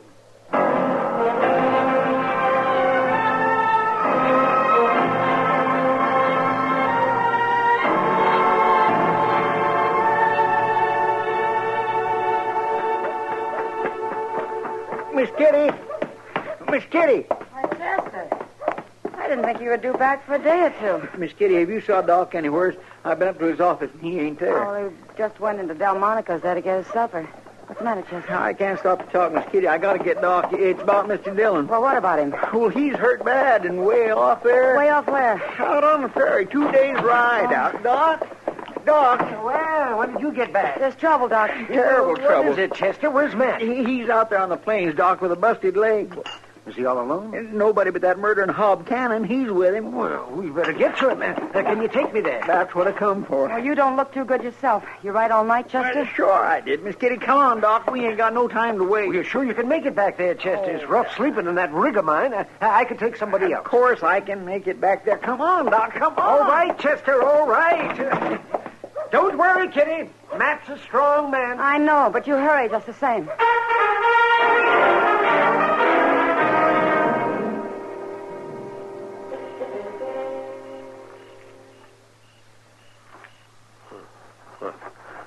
Cannon, is that your mood? Cannon! Here I am, Marshal. I'm right here. What are you doing over here? You get on back to the fire. Just thought I'd have a look at your leg, Marshal. Never mind my leg. All right. Mighty dark, though. I can't...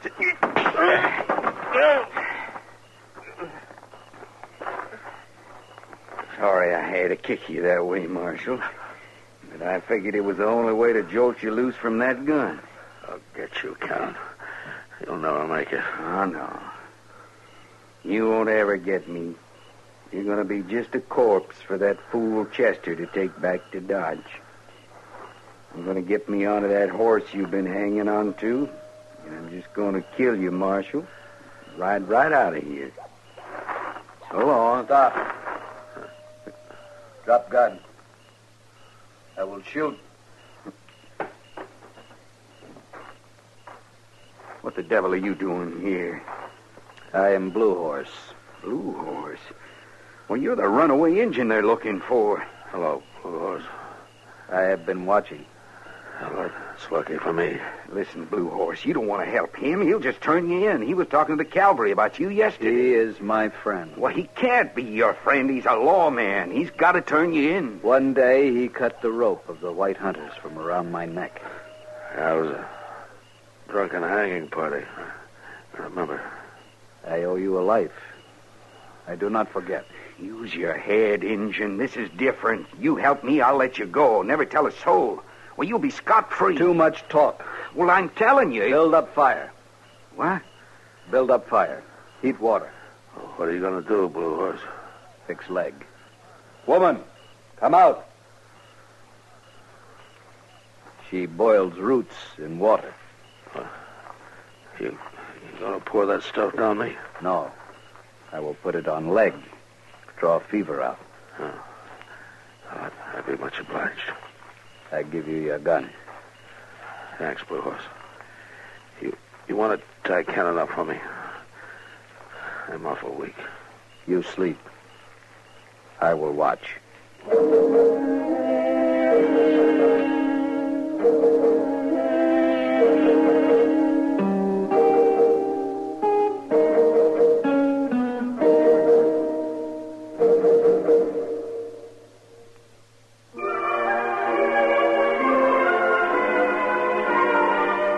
Hometowns in America have a lot in common, and yet they're each one of a kind. Take, for example, Kansas City, Missouri. The pungent odor of the slaughterhouses is in the air, but that means fresh meat and the best steak town in the USA.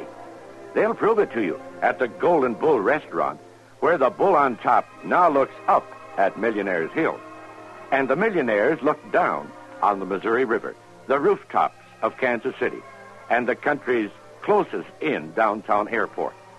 Cat's drugstores have that homey atmosphere, and the French fries are good there after school.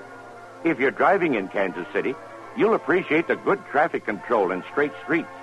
You can start at 4th or 5th downtown, cover Troost and Wyandotte Avenues, and reach the plaza up in the 60s where the bachelor guys and gals are and where the action is.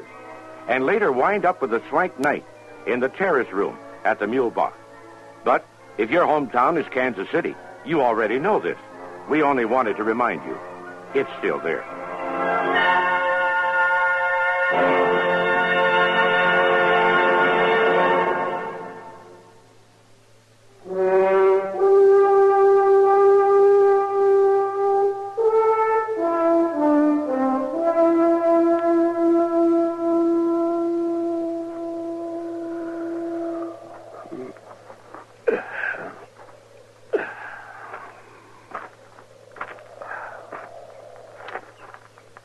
You sleep well.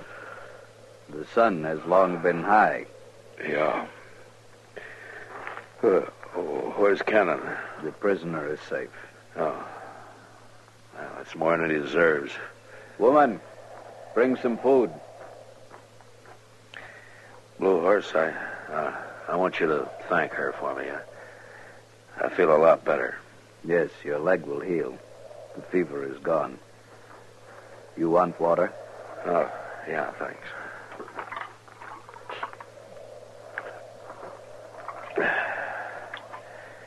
Yeah, thanks, Blue Horse. Tell me, what are you doing here? Why did you break out? Blue Horse is going back to the land of his people. Well, the Army doesn't seem to want you to. I cannot live on the hard land with the dry wind. Blue Horse comes from the hunting people, the Pawnee. So you just picked up your wife and left, huh? It is for us to live under the northern stars. It's too bad the Army doesn't see it that way. The government of the white man does not care that all Indians cannot live alike. The South is no good for the Pawnee. I work for the government, Blue Horse. A wagon coming across the distance. Uh-huh. Yeah, they're coming for me. I am glad the marshal will be safe. Mr. Dillon? Mr. Dillon? Yeah, over here, Chester. Hello, Doc. Oh, well, hi, Matt. Now, let me take a look at that leg. All right. Ouch. Doc. Well, looks like you've had some help, Mr. Dillon. Glad to see Cannon good and hog-tied over there. Thanks to Blue Horse and the squaw, I wouldn't be here without them. Blue Horse? Well, Mr. Dillon, the Army's looking for him. Yeah, I know. Hey, take it easy, Doc. Oh, sorry, Matt. Say, your leg looks pretty good, Matt. Surprisingly good. I don't think you're going to have any trouble. Blue Horse and his woman said it. Just had some good nursing. I can see that. Blue Horse? I am here. You understand that I'm a man of the law. I understand. Well, I want you to do just what I say. We'll be leaving soon. You and your squaw get on your horses. You are taking us with you? No. No, I'm sending you back. I want you to ride right out there. That way. Now, will you give me your word? You have the word of Blue Horse. All right, get going then. We will ride. Goodbye, Marshal.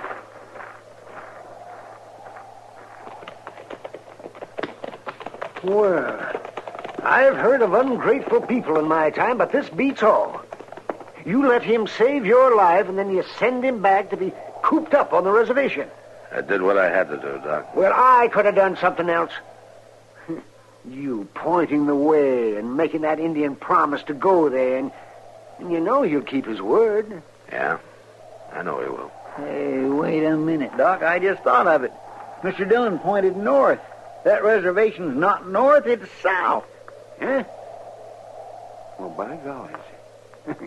Yeah, that's right. Well, you made a mistake, Mr. Dillon. Yeah, I guess I did, Chester.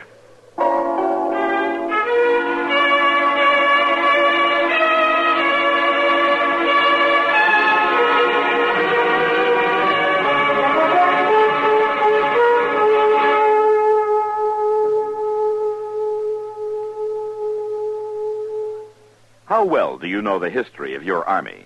For example, do you know who the first chaplain was? He was the Reverend John Hurt. During the early days of the American Revolution, he served as chaplain of the 6th Virginia Infantry. Later, he became brigade chaplain, and finally, in 1790, he was appointed first chaplain of the United States Army.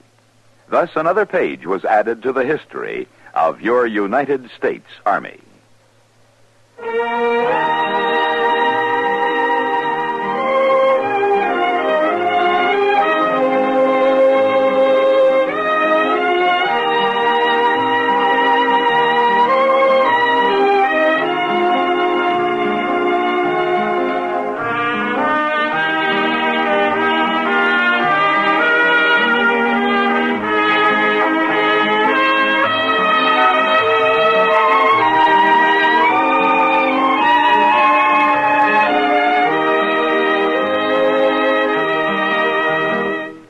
Gunsmoke, produced and directed by Norman McDonald, stars William Conrad as Matt Dillon, U.S. Marshal.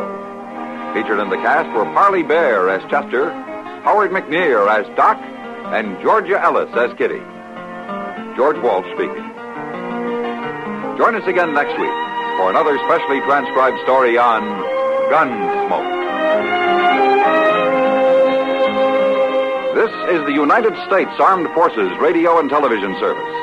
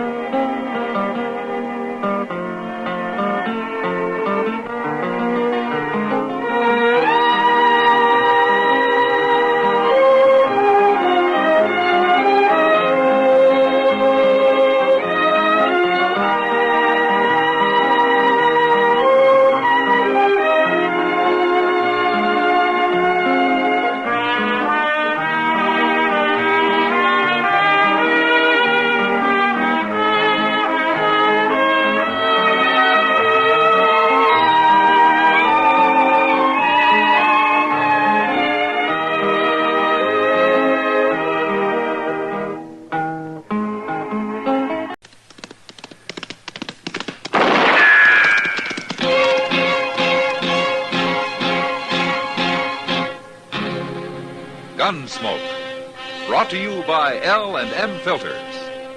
This is it. L&M is best, stands out from all the rest. Around Dodge City and in the territory on West, there's just one way to handle the killers and the spoilers, and that's with a U.S. Marshal and the smell of Gunsmoke.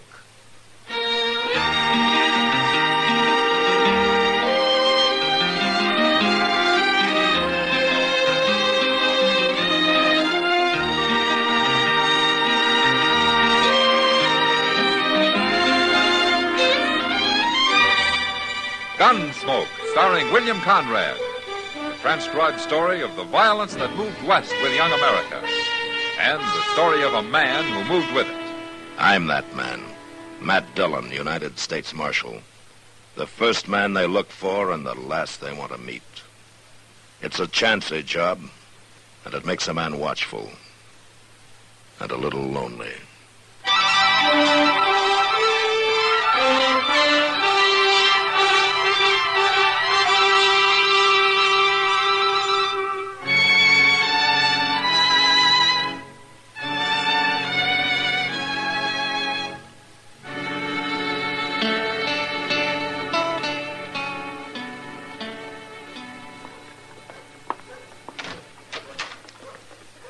Oh, hello, Chester.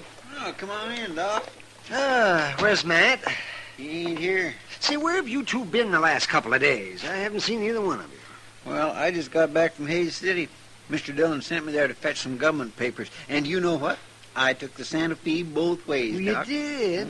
Oh, well, that beats riding. But where's Matt, you say? He left a note, but he didn't say exactly where he was at. Well, you mean he's out of town? That's what the note said. It seems somebody told him where he could find Jack Brand. Jack Brand? Well, what's he doing around here? I don't know. I guess Missouri got too rough for him. Why don't they handle their own outlaws instead of chasing them into Kansas for Matt to catch? Mr. Dillon says Brand's got 3 of his gang with him. You mean Matt's gone out alone after 4 men? Well, if I knew where he was, I'd go help him, Doc. Oh, well, there's nothing you can do about it, Chester. It worries me, though. That last holdup the gang pulled, they say 4 men got shot down. Well, maybe they've quit. Maybe that's why they came to Kansas. Now, when did you ever hear of a bunch of outlaws quitting? No, I guess not. I guess I was just talking to myself, Chester. Chester! Oh. Chester! Oh, that's Mr. Dillon, Doc. Where is he? Well, there he is, sitting on that wagon. Oh, yes. Well, who's that with him? Some fella give him a ride, I guess. Hello, Mr. Dillon. Hello, Chester. Doc. Hey, you lose your horse, Matt? We left our horses out at Bauer's Ranch and borrowed this wagon. One of his riders will bring him in tomorrow. Who's this with you, Mr. Dillon? You've seen his picture, Chester. Oh, my goodness. It's Jack Brand. Let's get on, Brandon. You first. Sure. How come you let him drive the wagon, Mr. Dillon? To keep his hands full, Chester. Here, take my shotgun and lock him up. Yes, sir. Where's the others? I thought he had 3 men with him. Well, tell him, Marshal. Tell him where they are. They're in the wagon, Chester. Under that canvas. Well, are they all dead, Matt? All 3 of them? They're all dead, Doc. Bloodiest marshal I ever saw. It's just a wagon load of meat to him. That's enough, Brandon. It ain't hardly enough. I never seen such killing. What happened, Mr. Dillon? It doesn't matter. They put up a fight and I had to take them. Well, I'll tell him what happened. You're a lawman here. Hid himself in the grass and just waited for us to come out of that cabin. And then he yelled, so naturally we headed for cover. Who wouldn't? He just laid there and he cut loose of the shotgun. Tore up 2 of the boys that way. Then he stood up and he cut down Hank Smith with a 6-shooter. How come you got out of it, Brand? I jumped back in the cabin and I give up. We weren't putting up a fight. He spooked us yelling like that. Make any man jump. Oh, I suppose you're trying to say that you wouldn't have shot him. We tried to shoot him. Who wouldn't? Any man's got a right to defend himself. Oh, well, I never heard of resisting arrest called self-defense. I never heard of no marshal shooting down everybody on the landscape. Lock him up, Chester. Get going, Brand. Well, he actually think he was killing hogs, not men. Shut up and keep bloodiest marshal ever. See, how come you brought the bodies back, Matt? Why didn't you just bury them out there? I wanted more witnesses than me to identify him, Doc. Might save trouble when Brand goes to trial. You say you were mighty lucky, taking 4 outlaws that way, man. Yeah. And you killed 3 out of... Oh, say, wait till people around here hear about this. Brand's right, Doc. It's a lot of killing. An awful lot. Oh, no, you don't. Don't get to thinking about it too much, now, man. It's your job. You did it, and so it's over. It's over? Wait till tomorrow or the next day. There'll be somebody else. There's always another man to kill. Oh, no, that's not the way to look at it, man. I've never heard of you shooting anybody you didn't have to. No, I never did. But sometimes that doesn't help much. Say, you look tired, man. Well, I haven't slept since I rode out of here 2 days ago. Well, now you get some rest. You'll feel better. Sure. Brand's snug in jail, Mr. Dillon. He don't like it much, but I told him not to try kicking his way out, that I'd be sleeping in the office. We'll both be sleeping in the office, Chester. I'm too tired to walk to my room. Take care of this wagon. And what's in it, will you? Mm-hmm. You and Doc can identify those men. We'll write it out on paper in the morning. All right, sir. I'll be coming to bed about midnight, but I'll be real quiet. Nothing could wake me, Chester. Not tonight.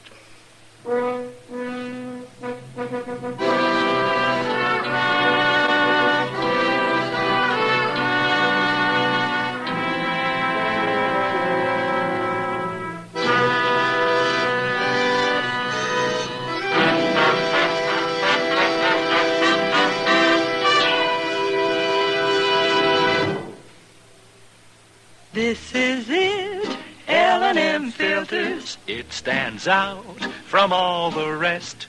Miracle tip, much more flavor. L&M's got everything. It's the best.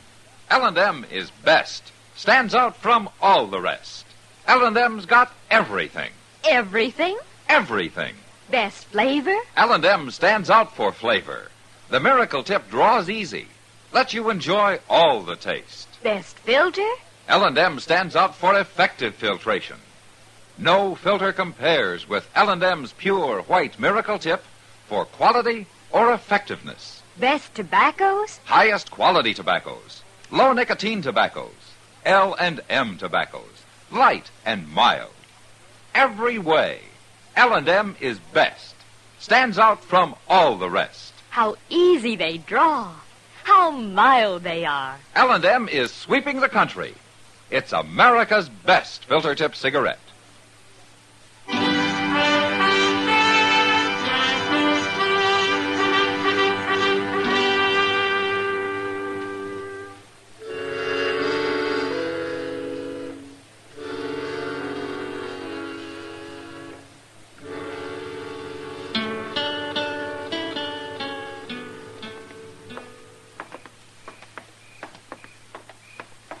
Gosh, Doc, you sure I shouldn't wake him up and tell him?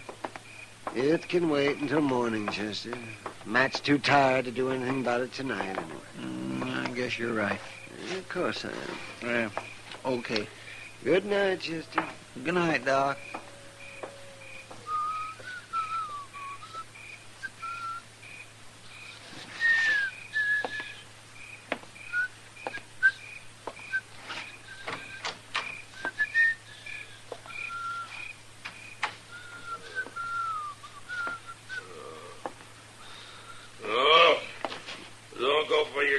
Don't go for my... No, What? don't do it. I tell you to leave the gun alone. Okay, Mr. Dillon?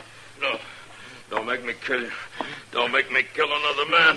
Mr. Dillon, No, I've spilled enough blood. I don't want to kill you. No. Mr. Dillon, wait. No! It's me, Mr. Dillon. It's Chester. There ain't nobody here.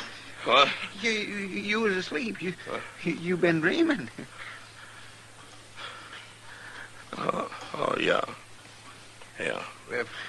I'll light the lamp. No. It's all right, Chester. My gracious, I come in and I heard you talking, and I thought somebody was here. That moonlight ain't too bright. I couldn't see good at first. Sure. I had to yell at you a couple of times before you woke up. You was dreaming you was in a fight, I guess. Yeah. Yeah, that's what I was dreaming. Nightmares like that, they're just terrible, ain't they? There's a bottle in the desk drawer over there. Chester, get it for me, will you? Yes, sir, I know where it is. I used to have nightmares sometimes when I was a boy, but I don't get them much no more.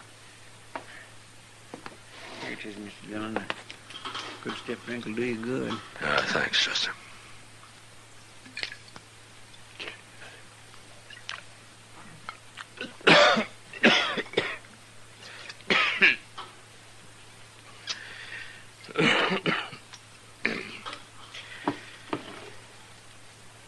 What time is it? A little past midnight. Jack Brand awake? No, he'd be bellering if he was. But Mr. Dillon, now that you're awake, there's something I ought to tell you. Oh, what? Well, me and Doc was having a drink over at the Alfregans, and a fella come in there and started talking real loud. Talking about what? Well, sir, mostly about how he's going to tree Dodge and how he's going to tell you, too. Oh? He says he's a friend of Jack Brand's, and he's heard about how you caught him and all. What's his name? Stanger. Joe Stanger. Yeah, I know him. Well, do you think he'll cause trouble? Probably. But I'm not going to worry about him tonight. Yeah, so that's what me and Doc figured. He won't try nothing tonight. All the same, keep your gun handy, Chester. Now let's try to get some sleep.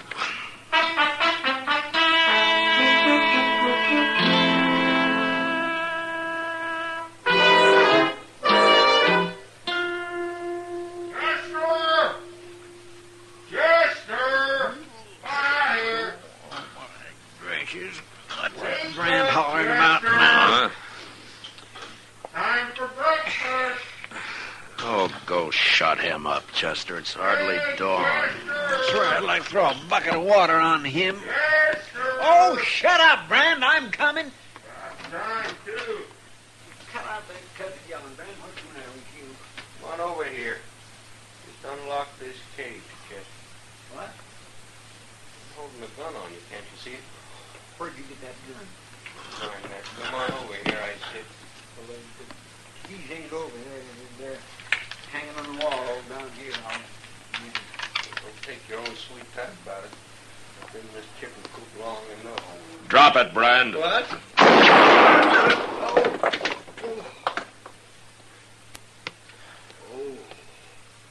You're not hurt. I hit the gun. I got the keys, Mr. Dillon.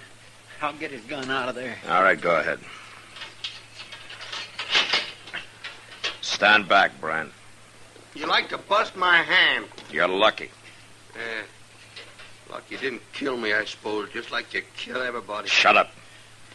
I got it, Mr. Dillon. It ain't no good anyway. Not now. Where'd you get that gun, Brand? I made it, Marshal. Don't be smart. Oh. Wait a minute.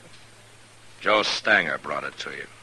He tossed it to you right through those bars on the window. I didn't know Stanger was in town. Didn't you? Chester, get some boards and nail them over the window so nothing can get through it. I'll fix it, Mr. Dillon. Oh, wait a minute, Marshal. That's the only window in here. You can't board it up. You'll get enough here. Nobody'll be dark. I don't like it dark. Don't you?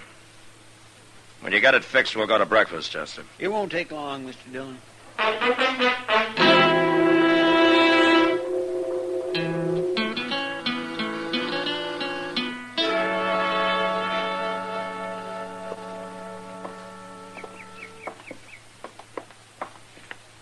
Well, it's been some time since I've been out on the plaza this early in the morning, Mr. Dillon. Oh, weren't you up gambling all night last Saturday, Chester? Oh, well, that's different. Oh, how? Well, I've been asleep all night this time. Things looks different when you had a good night's sleep. Yeah, they sure do. You didn't have no more nightmares last night, did you? No, but I didn't sleep well. Yeah, you ought to take some time off. Go out buffalo hunting or something. Yeah, maybe I ought to take a lot of time off. Wait a minute, Chester. What? That's Joe Stanger coming there. Say, by golly, it is. What's he doing up so early? Maybe he wants to find out why Jack Brand hasn't shot his way out of jail yet. Well, he won't throw him no more guns, not the way I got that place boarded up now. Get out of the way, Chester. Yes, sir.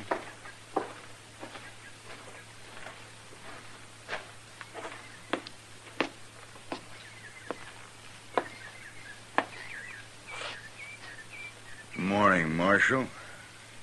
You're up early, Stanger. Train leaves for Abilene in about an hour. Going to Abilene? I'll be back next week. Jack Brand will still be in jail. I heard you caught him. Good friend of yours, isn't he? Sure. But I ain't part of his gang. I never was. Yeah, I know. Of course, there ain't much gang left now. No. You're a pretty rough man, Marshal. When I have to be. Don't it ever bother you, killing people the way you do? Stanger, I shot a gun out of Jack Brand's hand this morning. You come by the office later and I'll give it back to you. Now, what would I want of a smashed-up six-shooter? It's yours, isn't it? I'm wearing mine. I ought to throw you in jail, too. What for? To get you out of sight, if nothing else. I wouldn't go to jail, Marshal. Not without a fight, I wouldn't. I ain't afraid of you. You want to try it? Go ahead. Go ahead, draw. No. What's the matter, Marshal? I thought you liked killing men. What's holding you back? You're gonna have to fight me sooner or later. Get out of here, Stanger. Go get on your train. Wait till I tell everybody about Matt Dillon. How he's lost his nerve. Get out, I said. Well, I don't want to shoot down a man that won't draw. Not today, anyway. But I'll be back, Marshal. Next week.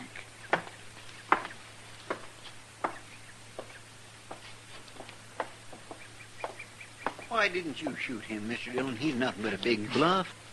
Chester, you go on to breakfast. I'm going back to the office. What? Why, you told me... You heard me. Well, yes, sir. Okay, Mr. Dillon.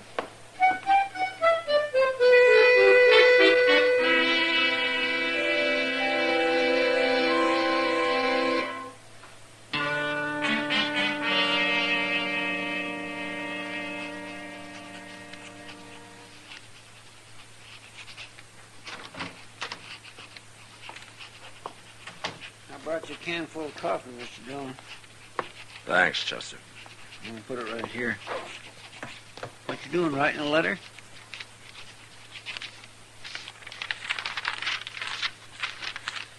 It's a telegram. Here, Chester. Take this down to the depot, will you? Sure. I want it to go out right away. U.S. War Department. What are you telegraphing Washington about? That's my resignation, Chester. What? I'm quitting right now. Why, you can't do that. I've done it. Oh, I don't believe it. You're funny. A man can quit a job, Chester. I've quit jobs before. Well, I know, but this is different. What's different about it? The government doesn't own me. But think what'll happen if you ain't marshal here. There are other men can be marshal. Mr. Dillon. What? You ain't doing this because of, well, what Joe Stanger said.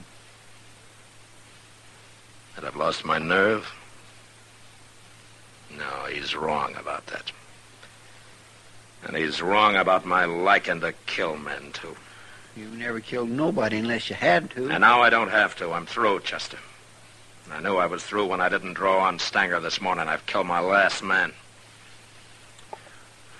I just don't know what to say, Mr. Dillon. I've hated this job since the day I took it.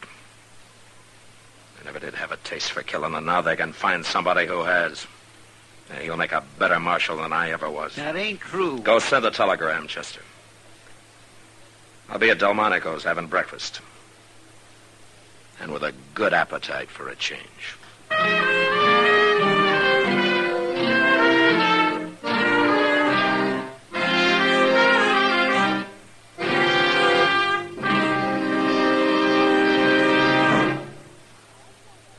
I've got L&M.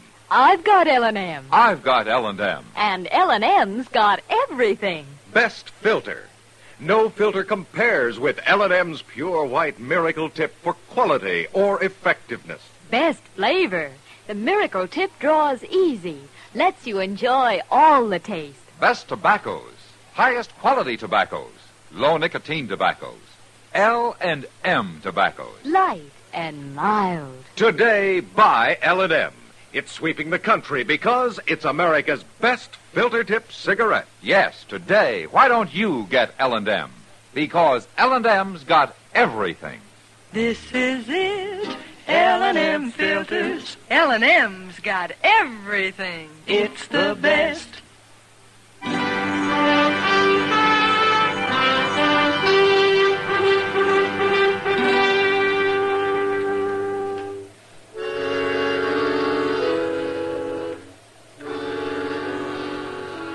After breakfast, I went to my room and got some of the sleep I'd missed the night before. And I slept good. It was as though what was past, and none of it bothered me now. I didn't have to face it happening over and over again. And when I woke up, I felt better than I had in years. I even felt a little cleaner somehow. There wasn't going to be any more blood on my hands. Washington, as usual, was pretty slow answering my telegram. A week later, I still hadn't had an answer. But I didn't care. I'd quit, and that was that. I even began to enjoy myself for a change. Like the day I finally took Kitty fishing. Matt? Hey, Matt! Look, I got another one. Well, throw him back, Kitty. We got more than we can carry now. I will not throw him back. Hold still, you. Come on over here in the shade. You've done enough fishing. Okay. Hey, look at him, Matt. Isn't he a beauty? Yeah, he's bigger than any I caught. Why don't you throw him in the sack and then sit down here, huh? Say, you're right. I didn't know we'd caught that many. Yeah. Maybe we'll have a fish fry tonight, huh? Well, we can feed half a Dodge with all those.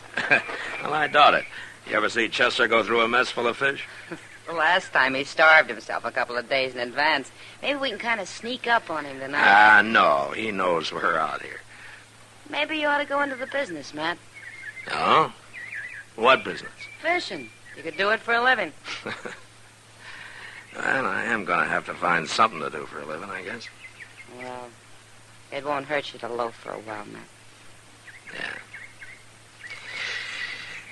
Yeah. I'm enjoying it. You know something, Matt? What?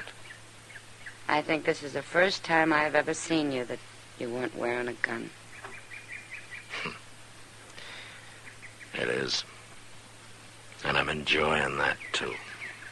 Someday maybe nobody will wear guns. Yeah, maybe.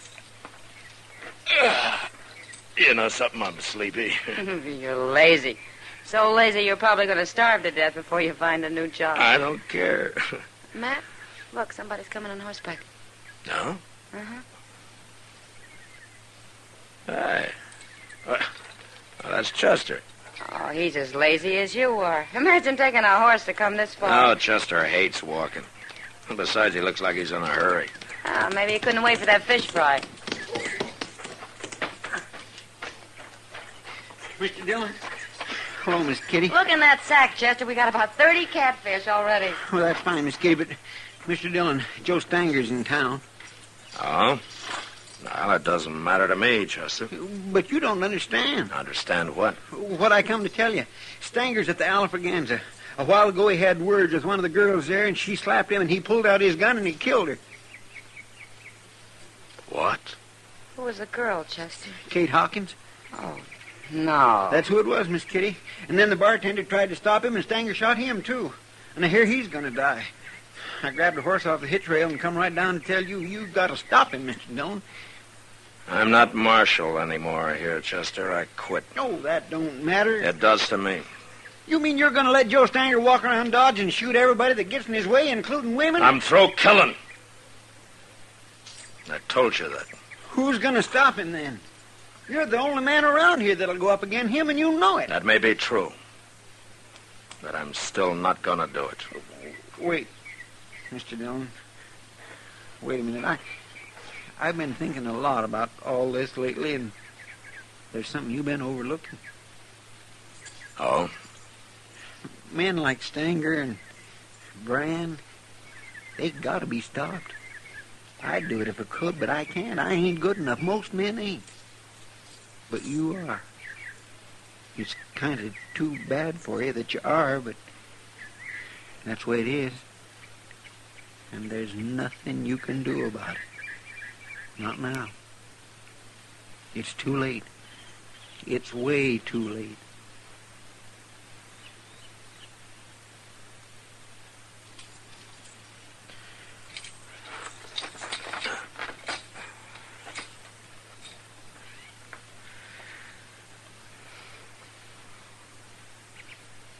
Give me your gun, Chester. Chester. Want my holster? I'll carry it in my belt.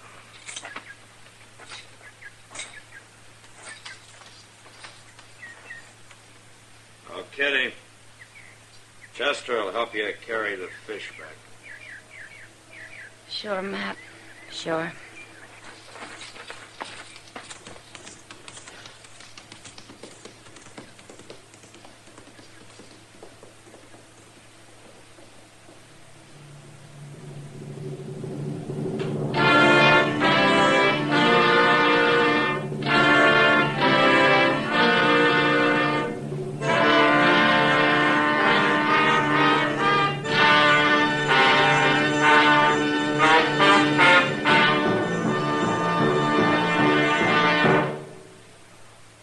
And now our star, William Conrad. Thank you, George. Mild and plenty quick on the draw. That's L&M for you. And the pure white miracle tip on the business end of every L&M filters out everything but the taste of the world's finest tobaccos. All you have to do is pick up a carton of L&Ms and you'll see what I mean. L&M stands out from all the rest.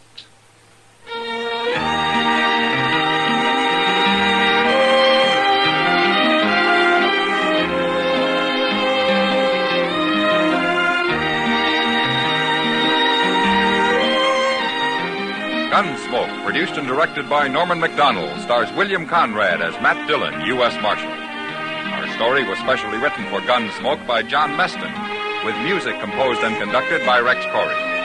Sound patterns by Tom Hanley and Ray Kemper. Featured in the cast were John Daner and Lawrence Dobkin. Harley Bear is Chester, Howard McNear is Doc, and Georgia Ellis is Kitty.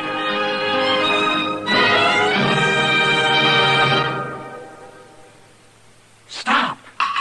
Start smoking with a smile with Chesterfield. Smiling all the while with Chesterfield. Put a smile in your smoking, just give 'em a try. Light up a Chesterfield, they satisfy. Put a smile in your smoking. Buy Chesterfield. So smooth, so satisfying. Chesterfield. You'll also enjoy Chesterfield's great radio shows. Perry Como sings all the top tunes on CBS Radio every Monday, Wednesday, and Friday. Jack Webb stars in Dragnet on Tuesday nights. Check your local listings. Listen to Gunsmoke again next week, transcribed for L&M Filters.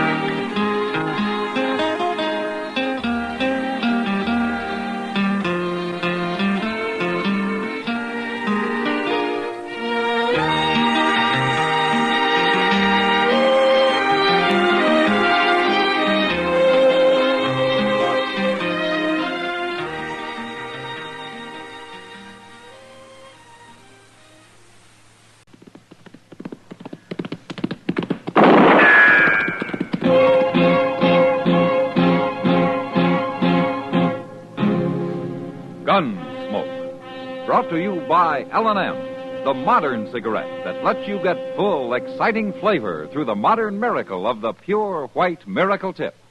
Live modern. Smoke L&M.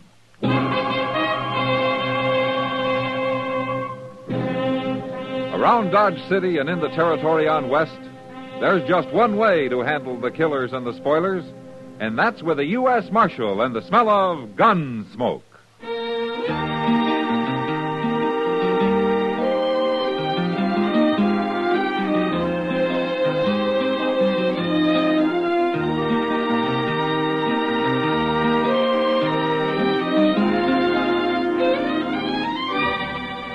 Gunsmoke, starring William Conrad. The transcribed story of the violence that moved west with young America. And the story of a man who moved with it. I'm that man, Matt Dillon, United States Marshal. The first man they look for and the last they want to meet. It's a chancy job, and it makes a man watchful and a little lonely.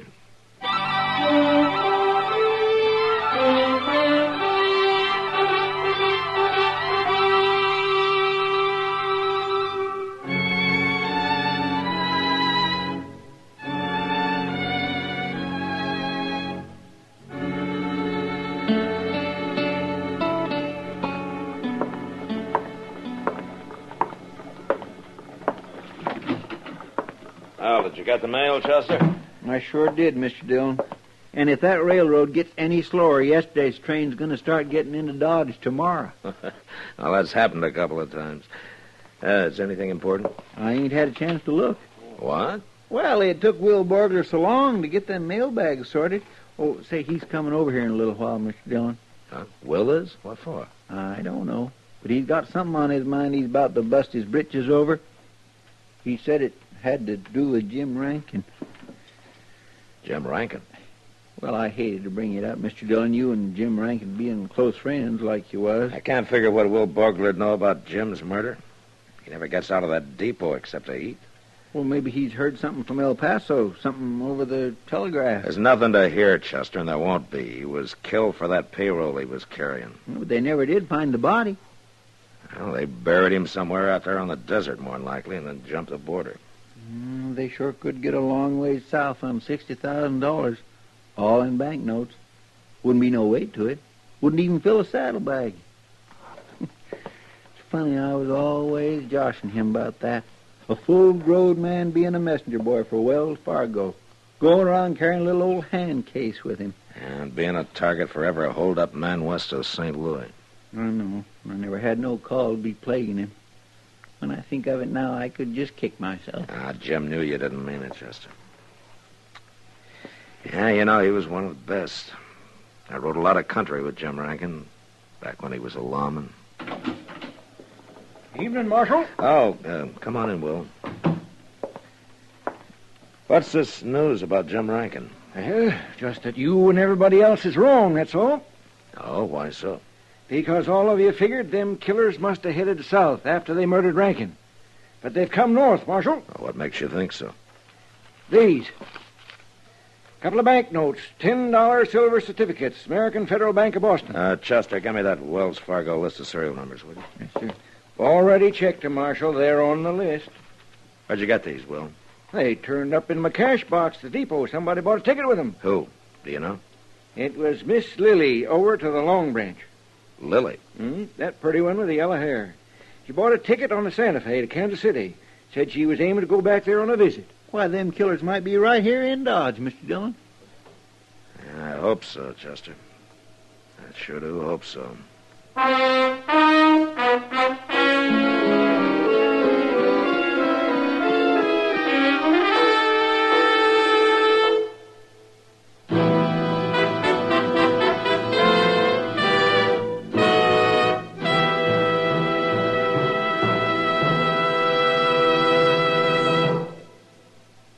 Why don't you live modern? Live modern. Live modern. Change to L&M. Only with L&M can you enjoy the full, exciting flavor of today's finest tobaccos through the modern miracle of the L&M Miracle Tip.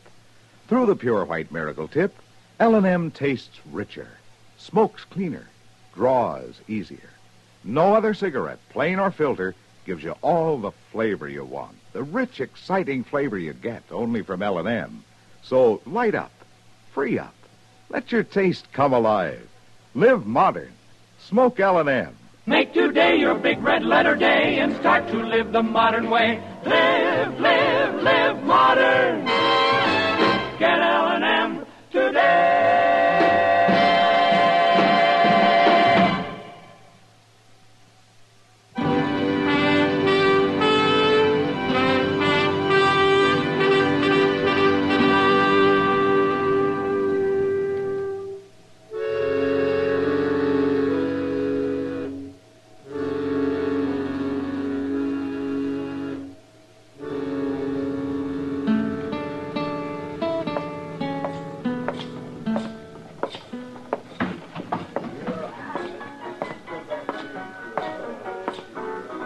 Kitty. Well, good to see you, Matt. You've been a real stranger the last month. Ever since well, Since Jim Rankin was murdered, huh? I didn't mean to rub salt in. No, it's all right, Kitty. In fact, that's the reason I'm here now. Huh? Is Lily around somewhere? Well, she's upstairs, I suppose. I'm kind of surprised. Oh, at what? You? A marshal's pay won't get you far in that club, Matt. The dues are pretty high, you know. This wouldn't be just a case of one pretty woman talking about another pretty woman, would it? No, seriously, Matt. Didn't Jim ever tell you about it? Jim? Jim Rankin. You didn't know about it? About what? I thought you knew he was spending all his time with Lily. No, I didn't. I'll see you later, Kitty.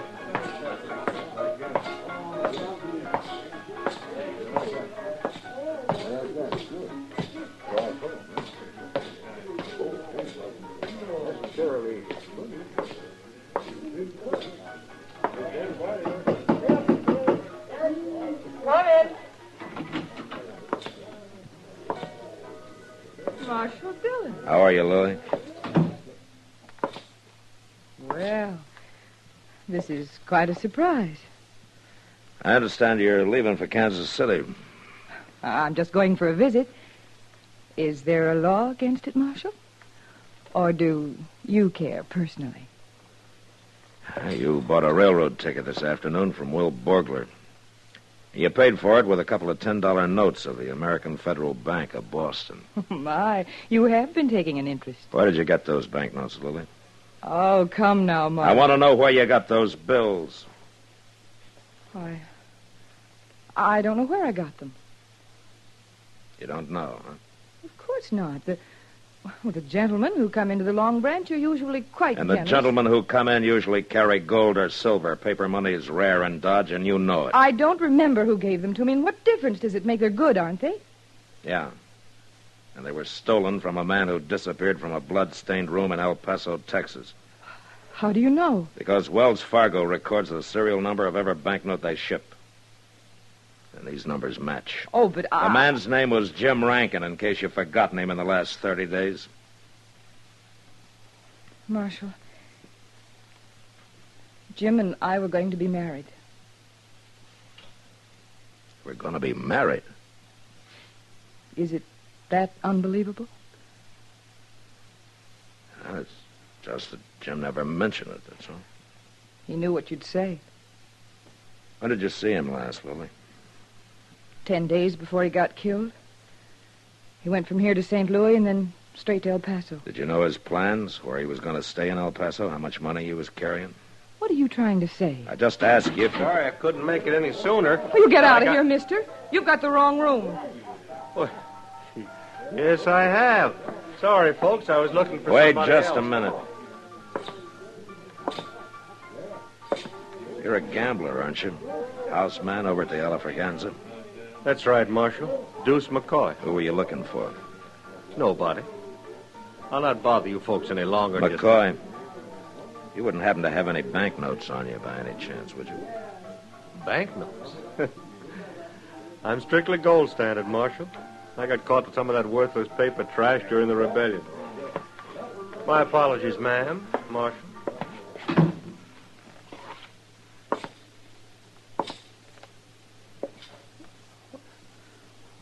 Why are you looking at me that way? I never saw him before in my life. Lily, if you're in the clear, then I'm sorry for misjudging you. You should be. But if you're not, if you did have anything to do with Jim's murder, I'll bring you in for it if it takes me the rest of my life.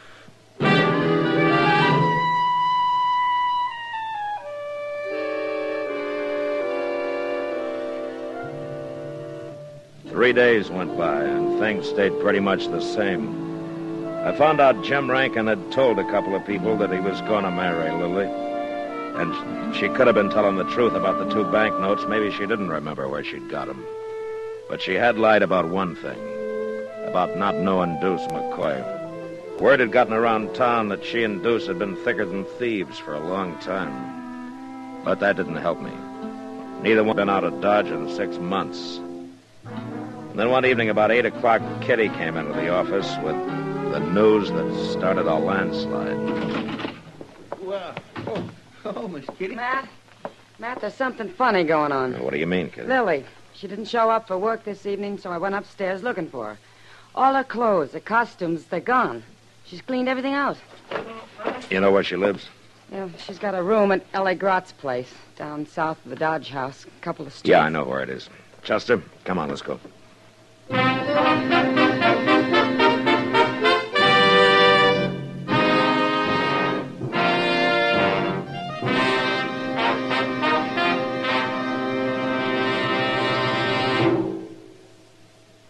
Why don't you live modern? Live modern. Live modern. Change to L&M. Yes, have an L&M. Enjoy a really modern cigarette. A cigarette that gives you all the full, exciting flavor of today's finest tobaccos. No other cigarette, plain or filter, gives you the flavor you get through the modern miracle of the L&M Miracle Tip. Through the pure white Miracle Tip, L&M tastes richer, smokes cleaner, draws easier. So light up, free up, let your taste come alive. Live modern, smoke L&M. Make today your big red letter day and start to live the modern way. Live modern. Get L&M today.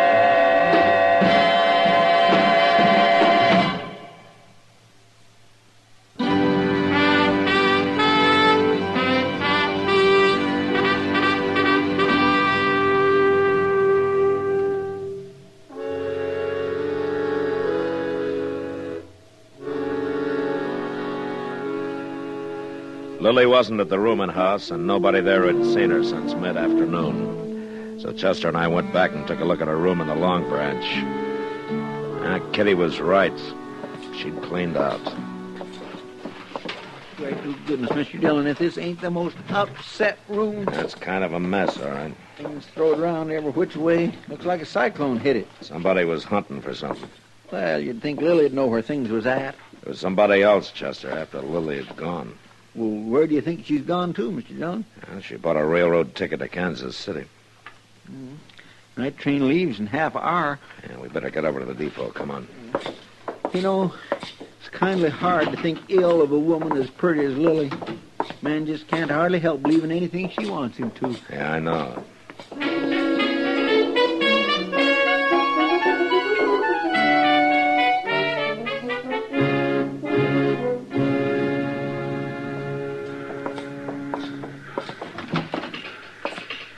Marshal, hey, I'm glad you're here. I was just aiming to send a boy over to tell you. Tell me what, Will? Well, about them two. They're here. Miss Lily and that there gambler feller, Deuce McCoy. Oh? Yeah, he's the one that brought the trunks in, but part of them's hers. He wasn't fooling me none. Are they both leaving? Is he going with her? Well, I reckon so. Bought himself a ticket to Kansas City, same as hers. They didn't pay for it with no banknotes, though. He used gold. Uh-huh. Where are they now, Will? Well, they've been hanging around down there at the end of the platform. Stayed clear of the light, I figured. Maybe you don't want to draw no attention to themselves. It ain't like Miss Lillian, either. Ordinarily, she'd have herself rigged out fit to kill. Be a strutting around here bold as grass. But that was down the platform. Yeah, come on, Chester. Straight ahead, Marshal. There at the end. Yeah, I see. Look, Mr. Dillon, somebody jumped on a horse. Yeah. Hold it there! He's getting away. Couldn't have been nothing but plain luck in the dark like this, Mr. Dillon. I'd have sworn I had him in my sights. So. Marshal! Yeah.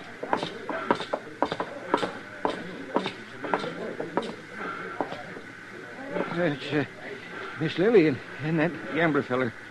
They shot both of them. He's dead.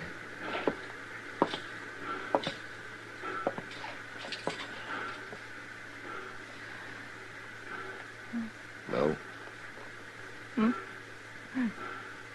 Who was it, Lily? Who shot you? He came back. Who? Jim. Jim? I never thought he...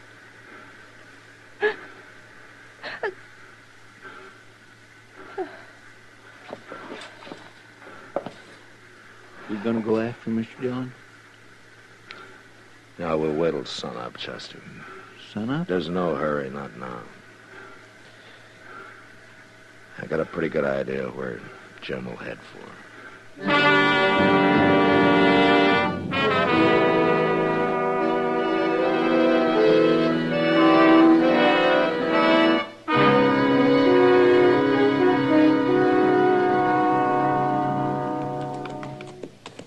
Mr. Dillon, how can you be so doggone certain he's out here somewhere? Because I know how he thinks, Chester. Sir, I never see such a country. Rim rock, gullies, mesquite, plum thickets. We couldn't find him in this stuff in a month of Sundays. I think he'll find us. Oh, dear, I just believe you wouldn't talk that way. Mr. Dillon gives a man the willies, knowing all the time there might be a gun sight leveled on him and not knowing just when the shot... Well, you know now, Chester. Hold it. Right where you are. He's just by that point of rim rock. Oh, forget it. He's got perfect cover. Is that you, Matt? Yeah, it's me, Jim. Leave your gun. Come up here. Come alone. Stay here with the horses, Chester. Don't do it, Mr. Dillon. You don't know what he's up to. There's only one way to find out. Here, take my gun. Well, I just don't like this. I don't like this. Over this way, Matt.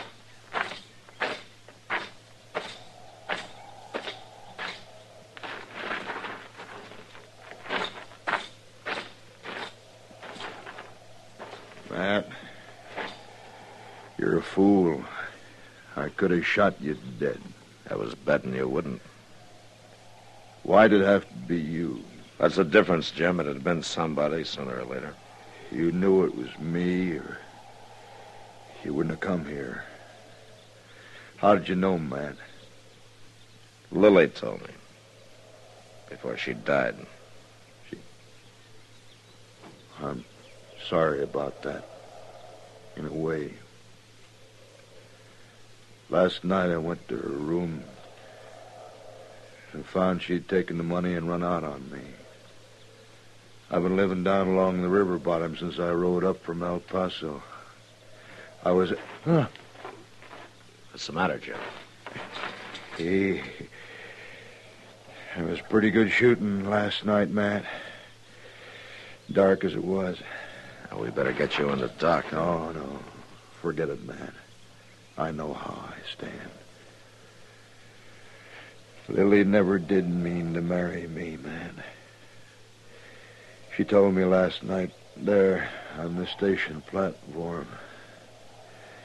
And then she laughed. Take it easy, Jim. She helped me plan that fake robbery in El Paso. She was all for it, I thought. But she was all for the money, not for me. Never known a woman like Lily. All fire and diamonds and soft as a kitten. Yeah. You're funny. I know I'd do the same thing again. If she asked me to, what do you think of that? I'm not your judge, Jim. Matt, remember the time we rode out of San Antonio and we rode from San Antonio? Yeah, I remember, Jim. We were planning to ride down to Laredo and see if we could.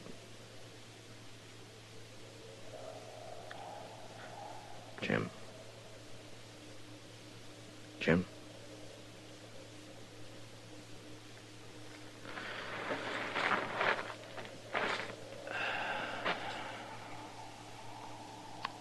Yeah, Jim.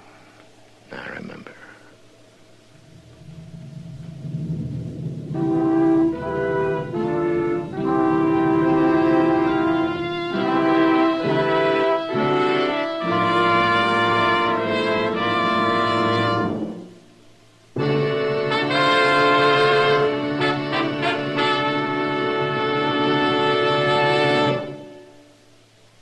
In a moment, our star, William Conrad. When you're at home and use a match to light a cigarette or the stove, what do you do with that match when you're through with it? You make sure it's out, of course. After all, you don't want to have the house burned down. For the same reason, you wouldn't think of leaving the kitchen stove blazing away when you left home. But some of us forget these precautions when we're in the woods. Some folks will stroll through heavily wooded country, light a cigarette, and casually toss the match away without bothering to see if it's out. They'll also toss the cigarette butt away, still burning. And if they've been using a campfire, they may even leave that to smolder. From now on, make yourself a committee of one to help prevent forest fires, because forest fires are usually started by just such carelessness. Whenever you're in the woods or driving past a wooded area, break all matches in two before discarding them. Make sure all smokes are completely out, and drown all campfires. Don't leave any sparks behind. They can cost our country millions of dollars in lost timberland. Remember, only you can prevent forest fires. And now, William Conrad. You know, there were rifles of all makes out on the frontier. Springfields, Henrys, Spencers, Colts, Maynards, Enfields, Sharps, even old flintlocks. And next week, a man discovers it doesn't matter what it's fired from. A bullet kills a man awful fast. And that was the West. Gunsmoke, produced and directed by Norman McDonald, stars William Conrad as Matt Dillon, U.S. Marshal. The script was specially written for Gunsmoke by Les Crutchfield, with editorial supervision by John Meston. The music was composed and conducted by Rex Corey. Sound patterns by Ray Kemper and Bill James. Featured in the cast were Lynn Allen, Tim Graham, Lawrence Dobkin, and John Daner. Parley Bear is Chester, Howard McNear is Doc, and Georgia Ellis is Kitty. Join us again next week for another specially transcribed story on Gunsmoke.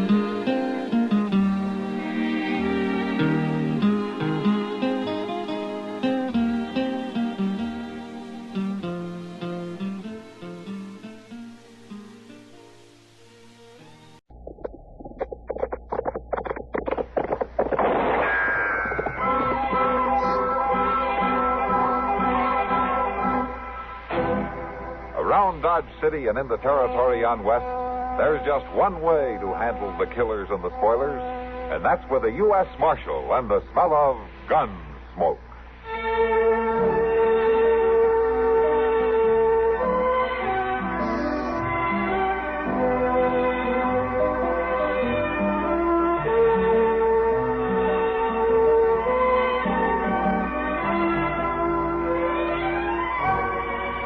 Gunsmoke, starring William Conrad, the story of the violence that moved west with young America, and the story of a man who moved with it.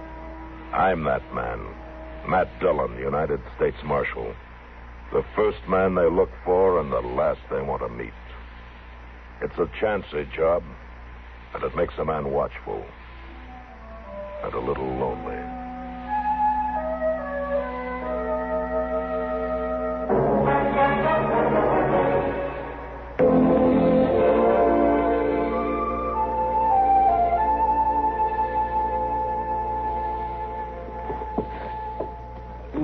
See now. All right, Sam. Stand still. No, it ain't nothing worth your trouble, Miss Kitty. Well, it will be if it gets any worse. Lean over. All right. I'll thank you to have a sure hand with that needle. Now, don't worry, Sam. I'm not much of a seamstress, but I ought to be able to catch up a rip in a pair of breeches without doing much damage. There. That ought to hold it. Thank you, Miss Kitty. Well, you're welcome, Sam. I just hated to see you start the day with a hole in your britches. With that trail herd doing town, it's going to be hard enough. Yes, ma'am. Well, what in the world's that? Hey, look at him go there. He's heading for them swinging doors. Just maybe he can play his drum in there. I gotta hide someplace, Miss Kitty. I ain't hurting nobody. Now, look here, Well, Rabbit. I'll handle this, Sam. All right, you two, settle down. Why, old Ratty Raffy's got a friend. You two go along. He's hiding behind a gal. Play your drum for her, Raffy. I said get along. Big, strong man, aren't you, picking on the likes of Raffy? Now, you get out of here. And don't come back. Well, what do you think about that? It's all right now, Raffy. They've gone. I wasn't doing nothing wrong, Miss Kitty. No, of course you weren't. Come on over and sit down, huh? You know, it's a drum, Miss Kitty. They give me misery on account of the drum. Yeah, I know, Raffy. Ain't nothing wrong about wearing the drum. No, of course there isn't. He give it to me, that captain, for Antietam. He told me to wear it proud. I always done that, Miss Kitty. I know you have, Raffy. I don't hardly play the drum calls no more. Don't seem much need. Well, no. With the war over and all. But I always wear it. Like the captain said, I wear it proud. And folks give me misery. Well, I got no right to do it. You can always come in here when they do, Raffy. You don't have to be afraid. You're a true good lady, Miss Kitty. Oh, I don't know about that. Yes, ma'am, you are. You're a true good lady. Raffy, are you hungry? Well, I ain't weak with it, Miss Kitty, but it's a fact I ain't ate yet. Well, we'd better fix that. Well, I ain't taking no more handouts. But if you're hungry, Raffy... I can work, Miss Kitty, if folks would just let me. If they'd just stop plaguing me and let me work, I could make out fine. All right, then, Raffy. Sam? Yes, Miss Kitty? Come here a minute, will you? Sure thing. Take Raffy out to the woodshed, will you, Sam? Set him to chopping that wood out there. He wants to work. Well, sure. Come along, boy. I'm obliged to you, ma'am. Oh, Miss Kitty? What is it, Raffy? Will you watch after the drum for me? I wouldn't want nothing to happen to it after the captain trusted it to me like he did. Sure, Raffy, sure. I'll watch after it.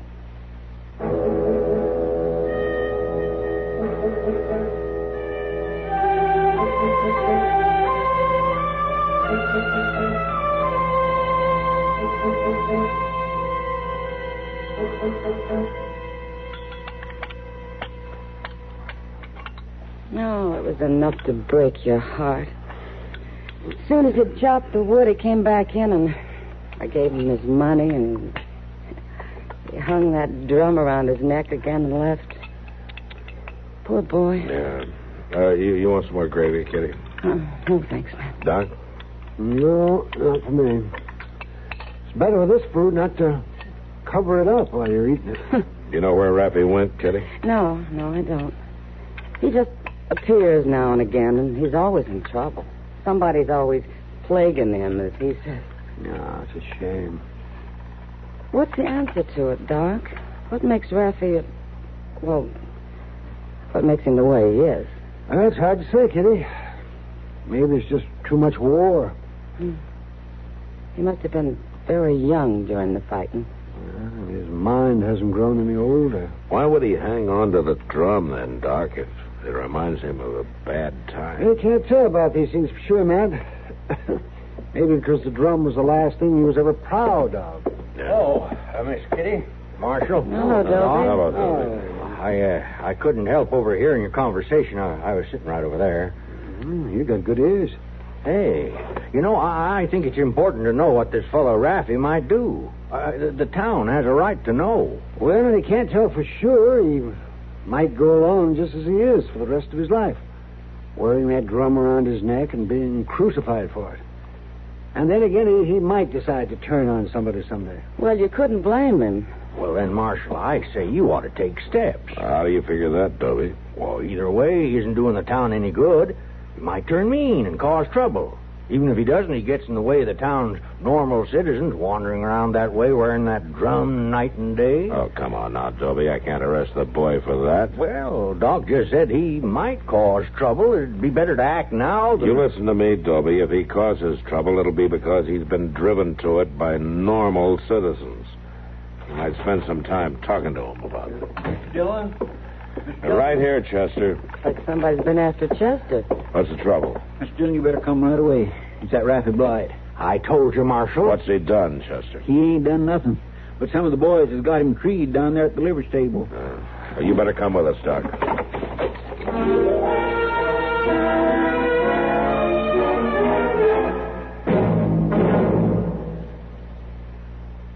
Are you one of those people who are always on the go?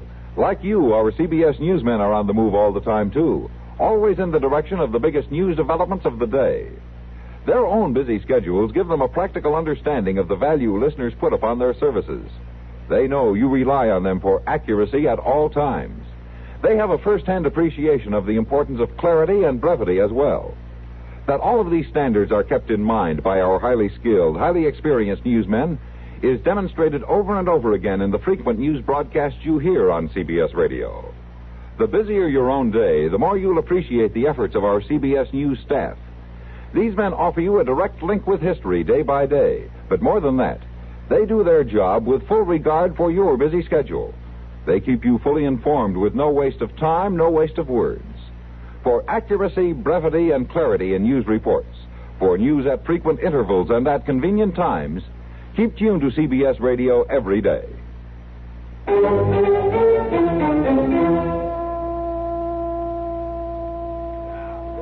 No, please.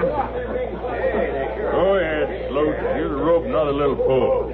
Swing the drum out there. No. Sure, Bull. If you want it, Rappy, you'll have to crawl out on that branch. My drum. You give me my drum. Crawl on out there. But it's too far. Oh, you can do it, sure. Hey, he looks just like a monkey up there, don't he? You don't even have to be up no tree to look like a monkey. Swing the drum out more, Sloat. Down the end of that limb there. Well, it's getting kind of thin down there, Bull. I said swing that drum. All right, Bull, all right. Go ahead, kid. Let's see you get your full drum. Crawl out there. No. Go ahead, crawl. Please, mister. Oh, come on now. If you want it, go get it. It's too far. If you don't crawl out and get it, Rappy, I'm going to shoot it full of holes like this. Please, don't shoot it. I'll get it. Go on, then. That's right. Let me pull in the drum, Bull. He's going to fall sure. Leave it be.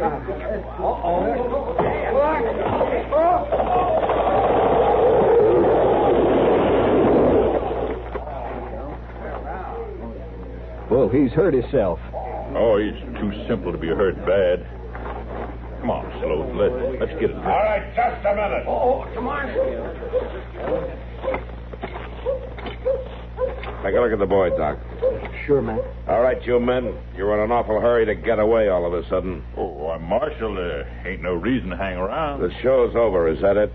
I don't know what you're talking about, Marshal. This boy just fell out in the tree. You know what I'm talking about, all right, and so do the rest of you men. Well, now, Marshal... A bunch of real live two-legged coyotes. Now, listen here. Well, you listen to me. If I catch you, any one of you, deviling this boy again, falling out of a tree will seem easy to you. Now, go on and get out of here.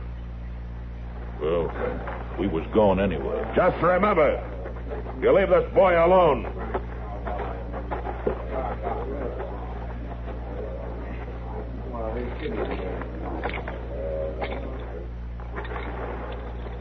How is he, Doc? Well, can't tell yet, man. He's unconscious. I'll have to get him to the office. All right. A couple of you men give us a hand here. Get him to Doc's.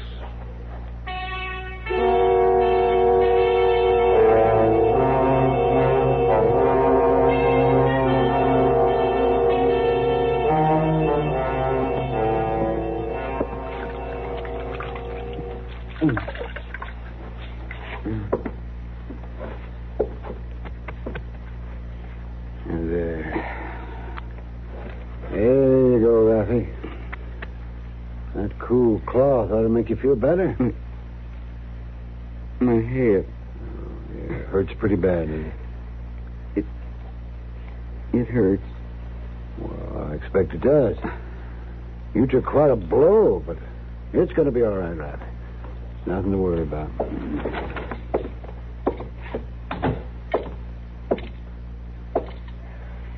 Does he come to, Doc? Yes, Matt. He's conscious. You gonna be all right? I think so, Matt. Yeah, there's no signs of a fracture or concussion. No, that's good. Well, Raffy, you feeling better? My drum. You got my drum? Yeah, I got it. It's down in my office. Well, nothing happened to it. No, I think it's safe enough. That's good. I sure do thank you, Marshal. It's all right. You come get it when you're feeling better, huh? Yes, sir. I gotta do that. You know, it seems like folks don't like me to wear it. Why don't they, Marshal? Well, maybe it's because they just don't know any better. I ain't never hurt nobody. They ain't got no call to hurt me. That's right. Them folks who hurt me, they ought to learn different, Marshal. Yeah. That's what I came to tell you. I'm going to see that they do. I can see it real clear, Marshal. Real clear. Them folks need to learn it real good. Them folks that hurt me, they gotta be taught different.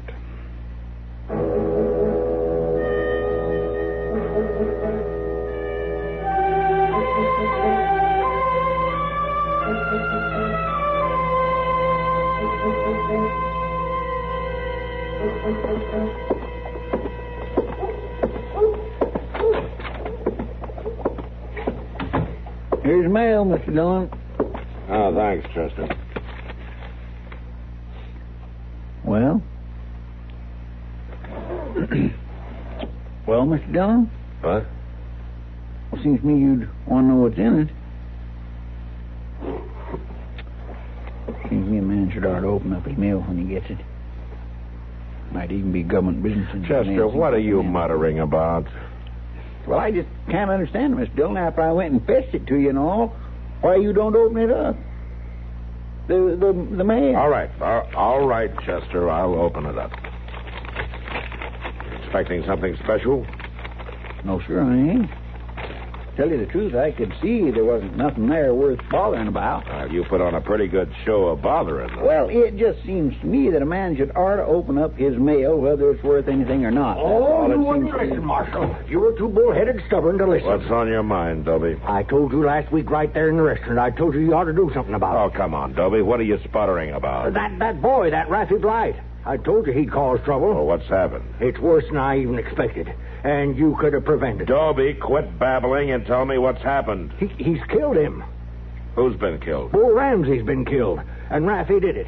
They found a drumstick by the body. And now we got a lynching on our hands. Where are they? They're taking him to hang him. And it should never happen. Dobie, where are they? They're taking him out west of town.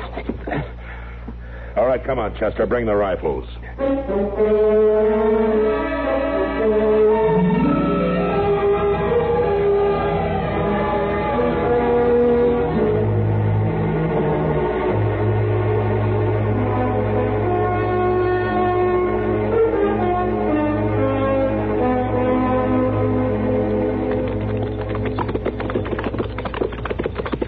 There they are, Mr. Dillon, in that clump of trees. Yeah. They got him up on a horse. But it don't look like they've got the rope on him yet. Oh, they're lucky.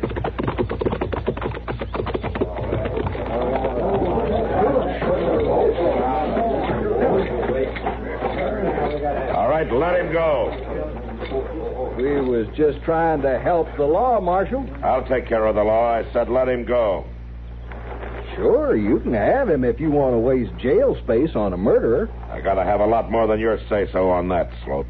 Why, it's plain as plain. Everybody knows he had it in for Bull. Never mind, Sloat. If he needs to be tried, he'll be tried by a judge, not by you. And that drumstick... I said never mind. Chester. Yes, sir. Untie Rappy's hands and take that gag out of his mouth. Yes, sir. Then lead his horse over here. That's my horse he's on, Marshal. You ain't going to take it. He's riding it back to town, Sloat, and I wouldn't argue about it if I were you.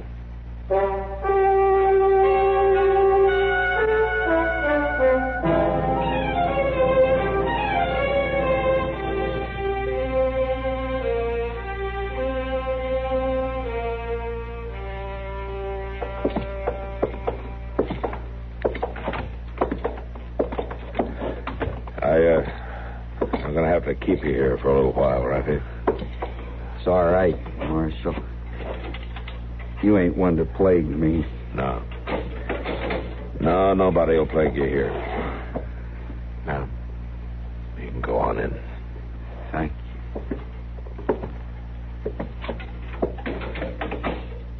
you. Marshal? What they're saying about me killing that Bull Ramsey. Yeah? Well, I don't think I ever killed nobody, Marshal. Well, I hope you're right about that, Raffy. I don't recollect too good about last night. My head was hurting real bad, and I just don't recollect too good. Well, don't worry about it. We'll find out. I know I was out there some. I was trying to cool my head in the night. Now. All right, Raffy. I'll see you later. Oh, Marshal? Yeah? What's that? My drum, Marshal. Have you got my drum? Chester found it, yeah. We'll take care of it for you. I thank you for that. Oh, and here, Marshal, you might as well take care of these two. What? What have you got there? Well, my drumsticks, Marshal. I always keep them right here in my shirt. I only got one set, you know. Are they both there? Oh, sure, they're both here. You take care of them for me, Marshal? Yeah, I'll do that.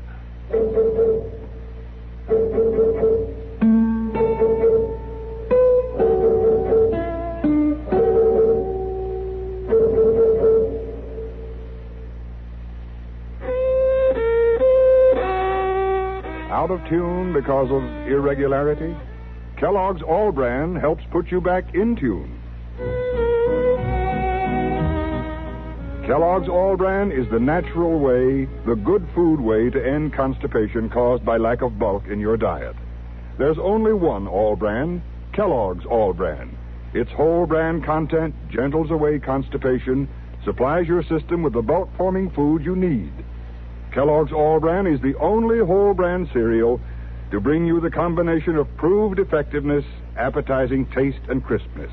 It never gets mushy in milk. So get back in tune and stay in tune. It's easy with the one and only Kellogg's All Bran, ALL-BRAN. Safe, reliable, pleasant. Millions enjoy it every day. They know they can count on Kellogg's All Bran to relieve irregularity.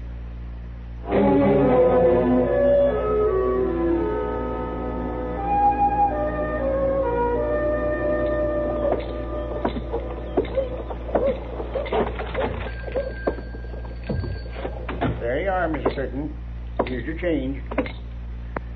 And here's your parcel.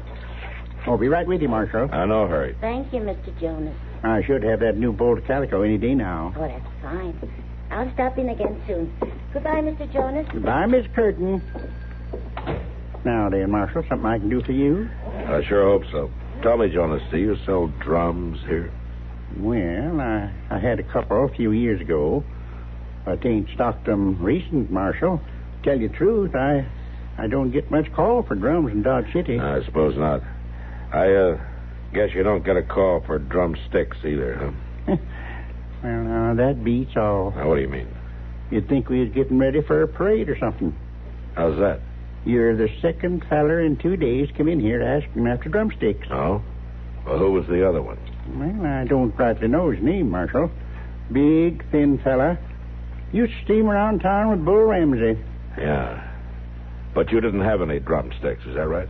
Oh, I found a pair, Marshal. But I didn't really need it. Oh, what do you mean? Well, this fella only wanted one. I made him buy the two, though. Now, what in tarnation would a fella want with just one drumstick, Marshal? I'll see you later, Jonas.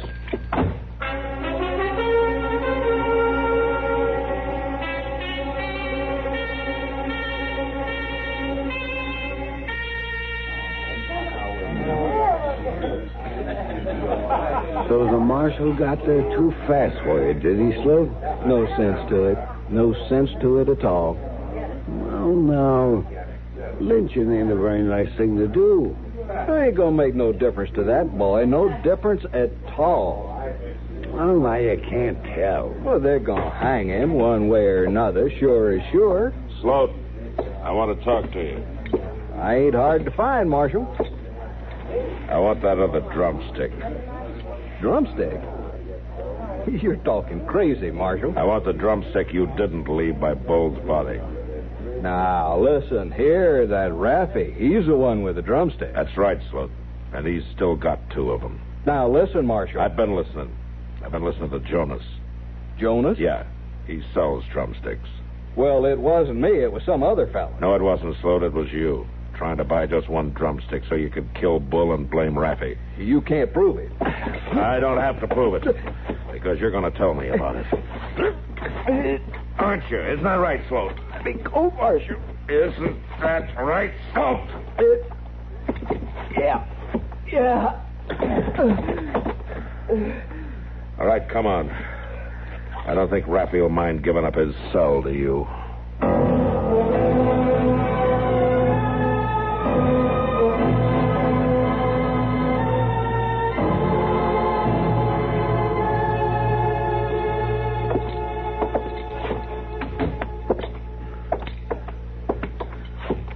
Raffy, here's your drum.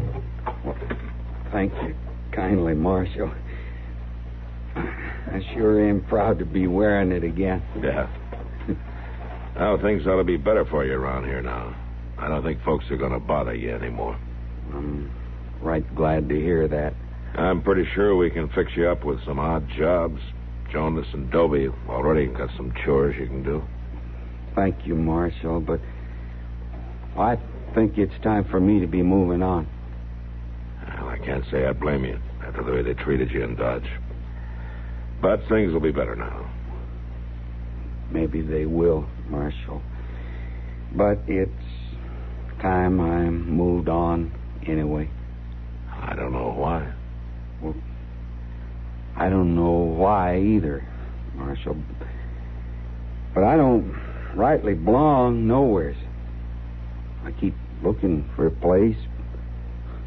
I ain't never found it yet. I just gotta keep moving on. Well, that's up to you. Funny, ain't it, Marshal, for a drummer boy like me to be always out of step? There are a lot of folks more out of step than you are, Raffy. I see them all the time.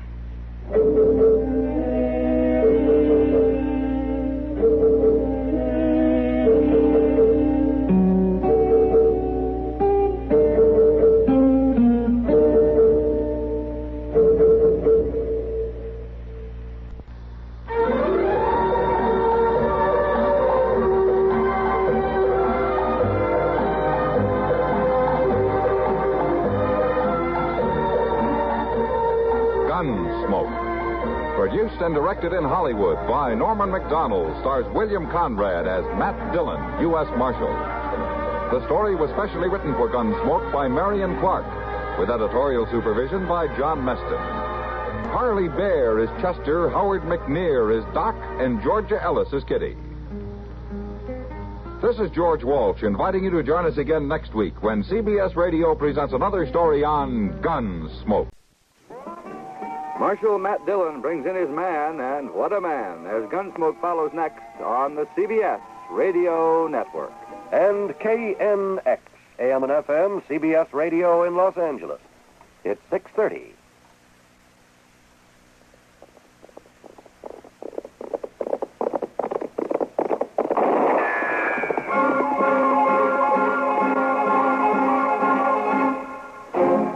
Around Dodge City and in the territory on West, there's just one way to handle the killers and the spoilers, and that's with a U.S. Marshal and the smell of gun smoke.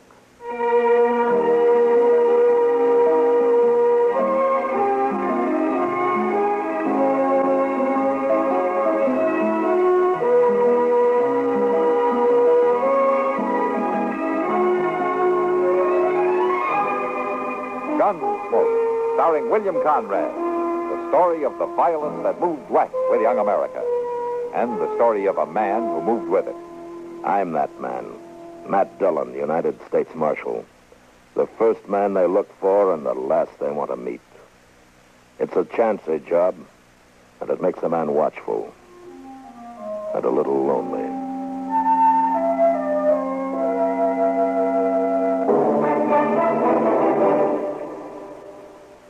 Bert Parks is a man of many talents, not the least of which is his ability to ride herd on 3 highly offbeat CBS radio personalities. When Hermione Gingold, Kenny Delmar, and Parker Fenley focus on a subject, there's no telling what direction the funny business will take. Each Monday through Friday, this merry threesome approaches incredibly trivial matters and inflates them to hilarious proportions. If you're not fundamentally opposed to laughing, sample radio's freshest new daytime comedy panel, Funny Side Up, tomorrow on CBS Radio. Another feature in the distinctively different pattern of programming you always enjoy when your dial is set where it is now.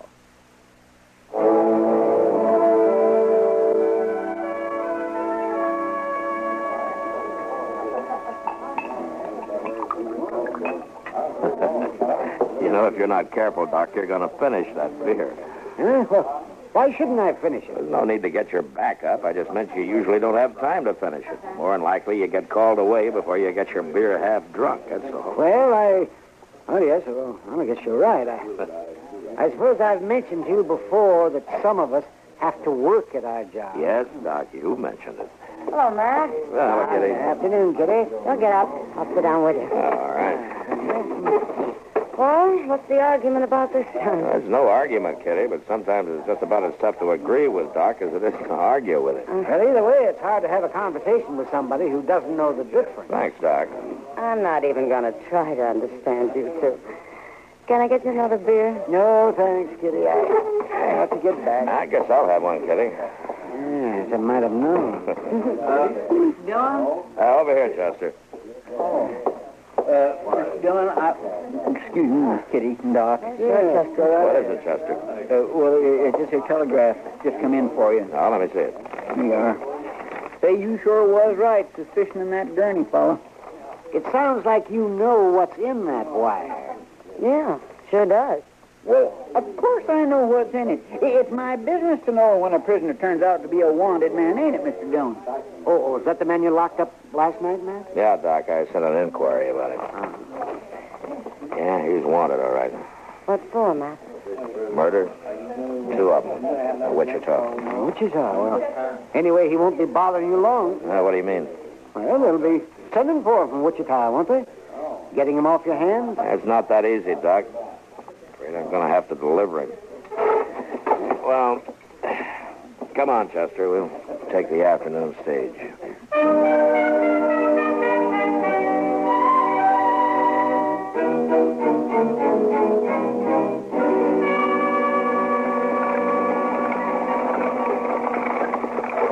Looks to me as though that team could just about get there by itself, Jim, without you to drive it. I expect them horses could do it all right, Marshal. They made the run often enough. Well, the ruts in the road ought to be enough to guide them, even if nothing else does. Yep. It don't get no smoother, does it? No, I'll say not. Long time since you rode with me, Marshal. Well, I'd just as soon not be making the trip this time, either. That Gurney fella giving you trouble? Nah, no more than usual.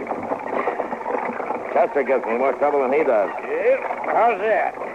Well, he doesn't cotton to being shackled to a prisoner when there's a pretty schoolmarm riding across the coach from him. That kid says I blame him. I told him he'd have to go slow anyway, with a preacher riding right along there, too. I guess you're right about that. Yeah. Get up, boy. Come on. Well, I'll tell you true, Marshal. I'm kind of glad to have you riding shotgun this trip. Huh? Are you worried about the gold? Well, there's a lot of money under this seat. I ain't riding easy until I get rid of it. Yeah. We're stopping here at Hat Creek Station, aren't we? That's right, Marshal. Gonna change horses. Good. I'll be glad to stretch my legs. I guess I'll cut Chester loose for a while. You better warn the school, Marshal. Yeah. Whoa there, boy. Whoa.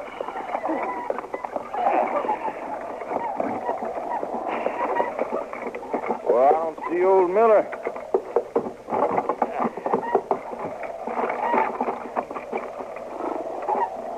Help him get out, will you, Marshal? I'm going to have to unhitch the team myself. Sure, Jim. You going to be stopped here for a spell, Mr. Dillon? Yeah, Chester, come on out. Well, come on out. Well, I can't exactly make it alone. Well, why don't you bring Gurney with you, then? Well, sure, I'll be... Oh, excuse me. After you, man. Thank you. Oh, here you are, ma'am. Let me give you a hand down. There we go. Kindly, Marshal.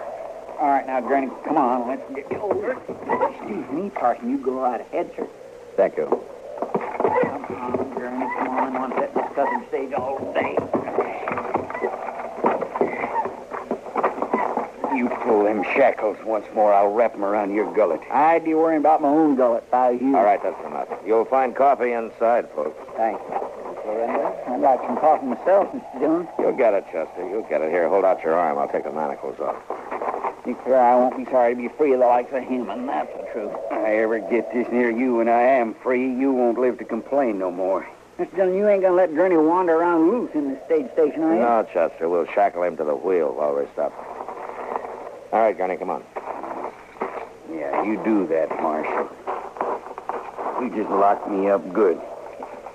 Why, the two of you together ain't man enough to hold me. Well, don't you worry about it. There. Pardon me, Marshal. Yes, ma'am? I couldn't help noticing what you're doing to this man. What do you mean? Chaining him to the wheel. Well, he's a prisoner, man. And he just ain't no good at all, Mr. Randall. Why, he's the worst kind of a thief and murderer. Never mind, Chester. I know you have to guard him, Marshal, but he's a human being. Well, he's wanted for 2 murders.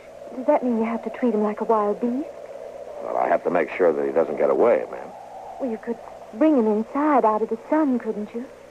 And I have to think of the safety of the other passengers. And besides, it's not going to hurt him. Marshal Dillon, I believe in the dignity of man. Well, so do I, ma'am. The trouble is, Gurney here doesn't.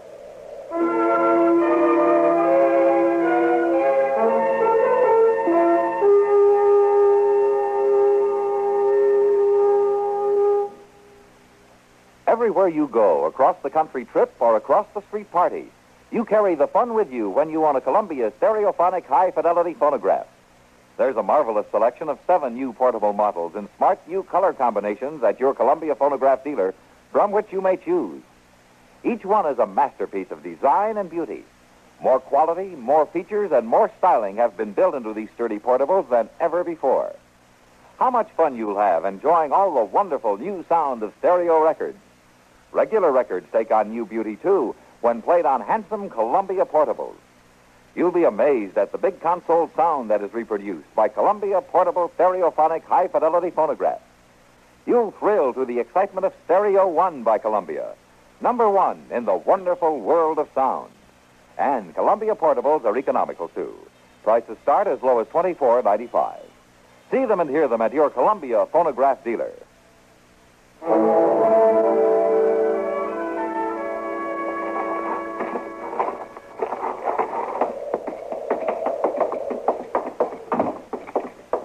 It isn't exactly as you presented the case, Marshal. How's that, Reverend? There's nobody here. There's no coffee. No coffee?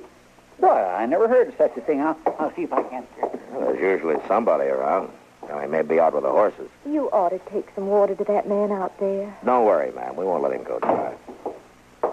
There don't seem to be nobody around at all. I don't know where that old man's gone off to. Well, he was here the last time he came through, wasn't he, Jim? Sure he was. He was always out front waiting. Old man Miller never saw nobody between stages, and he made up for it all at once, like to talk your arm off. He wouldn't be likely to miss a stop on purpose, would he? Not him, Wyatt. Well, I declare it's the truth, Mr. Jim. There ain't no coffee. Just a little bit in the pot that must have been left over from breakfast, and that is stone cold. Did you look outside for the old man who runs the place, Chester? Well, no, sir, I didn't. He might could be out back a ways, though. I didn't go out there. I was mostly interested in the coffee. Well, I looked out there some, didn't see nothing. Yeah, looks like we're stuck for it. All right, come on, Jim. I'll help you round up some fresh horses in the corral. That's about the worst of it, Marshal. Huh? Well, how's that? When I took our team around back to exchange them, there weren't no other horses. Well, I think we better take a real look around then. Chester, yes, you keep an eye on Gurney here. Jim, you come with me, huh? All right, Marshal. Mr. Jones, look, the stage horses. Somebody's running them out of the corral. The gold. Oh, wait a minute, Jim. Where do we get... Jim, come back! Chester, cover me. I'm going after him. Yes, sir. Stay low, Jim!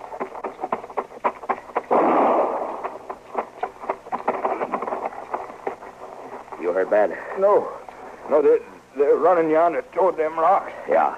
One of them run off the horses, and the other two was after the gold on the stage. Yeah, they almost got it, too. I got to get it down off the box. Now, you stay right there. I'll get it. They'll cut you down. Now, you stay down. I'm going to run for it.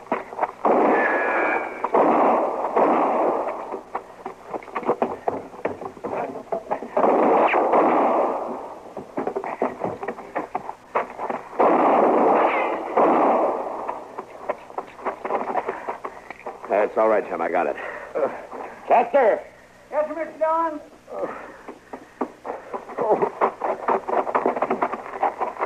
Yeah, you stay here with Jim while I unlock Gurney from that wheel. He ain't worth taking a chance for. Maybe not, Chester, but like the lady reminded us, he's still a human being.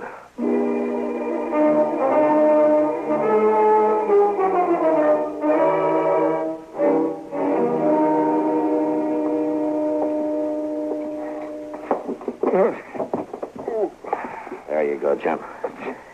You'll be all right here. Thanks, Marshal. Chester. Yes, sir? As soon as you get Gurney tied, heat some water, will you? Yes, sir, I'll do that. I saw a good many wounded in the war, Marshal. May I offer my help? I'm glad to have it, Reverend. He caught one on the side. Well, let's get his shirt off. Yes, I see. And the bullet will have to be extracted. Yeah. You any good at this, Reverend? I've never actually operated, Marshal. Still, if you need me to do it. No, I'll do it. I guess I'm a little more familiar with bullets than you are. Just tell me how I can assist. Well, it might just help to have somebody in your line of work standing by. Very well. Chester, you getting some hot water? Yes, sir, I am. I'm trying to, but there sure ain't much water there in the bucket. Well, you bring me what you got, then. Yes, sir. I'll sure get thirsty if we have to stay here for long. Well, those gunmen out there, we'll have time to worry about that later.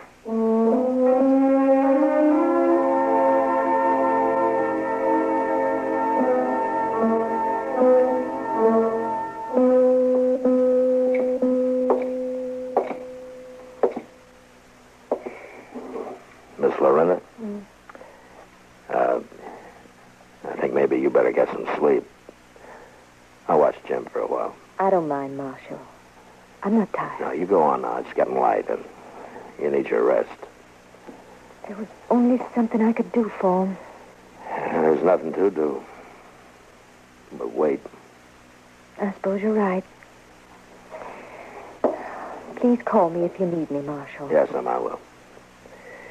You try to get some rest, huh? I think I'd best get us some breakfast first. If you're thinking about breakfast, Mr. Randy, you got another food coming.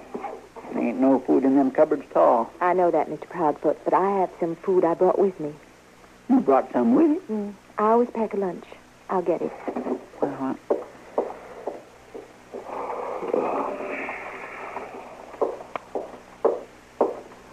Now, let me see. I'll divide it. I'll save some for Mr. Buck. That ain't gonna leave you too much. No, but it's better than nothing. Now, let's see. There's the Reverend and the Marshal and you and Mr. Buck and the prisoner. Are you planning on dividing up this little bit of food with him? Well, he's as hungry as any of us. Well, yes, ma'am, but he ain't... Well, I mean, he... I'll take the prisoners first.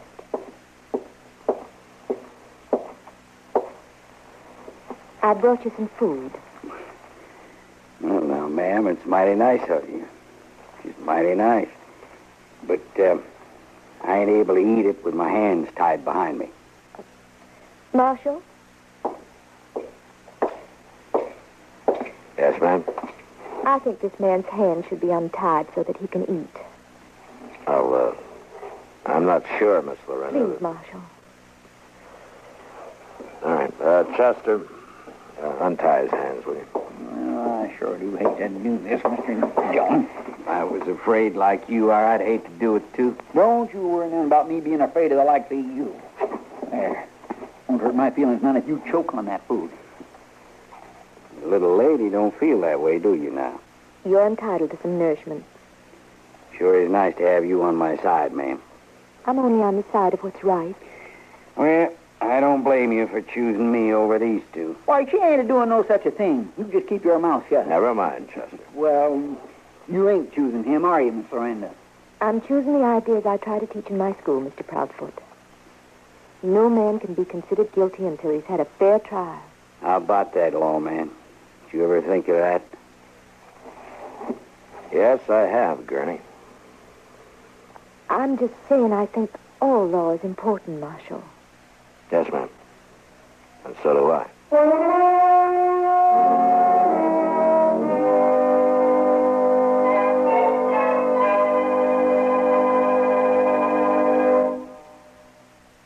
Money can evaporate with astonishing speed. That's not too surprising, of course. We like our families to enjoy a fair share of the good things of life. But it's also important to save, to ensure a secure future. This is seldom easy to do, this saving. There just seems to be too many immediate demands on our resources. But there are at least two proven ways to make your savings mount at a steady pace. One is called the Payroll Savings Plan. Under this plan, you accumulate dependable United States savings bonds where you work automatically. The other is the Bond-a-Month Plan, available where you bank. This, too, will pile up safe, secure United States savings bonds for you. The Payroll Savings Plan where you work, the Bond-a-Month Plan where you bank. Pick the plan most convenient to you and sign up tomorrow for your future's sake.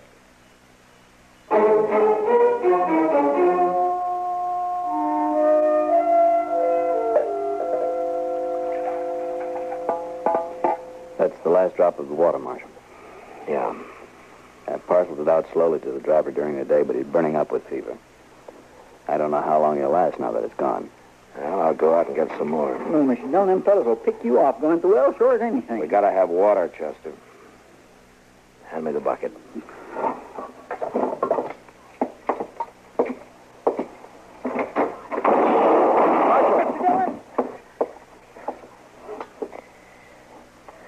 I guess you were right, Chester. Nobody's going to make it to that well. At least not in the daylight. Are you all right? Yeah, I'm all right. I'll get the water, Marshal. They'll blow you to kingdom come, Reverend. I'm a man of the cloth. They won't shoot at me. Why, them fellas would shoot their own mothers to get at that gold. I wouldn't count on being safe, Reverend. We better wait for dark. Jim Buck may not have that much time. Hand me that other bucket there. Seems to be a hole in the one you carried, Marshal. It's not worth the chance, Reverend. A man's life is worth any chance. Please stand away from the door. Okay. Thank you.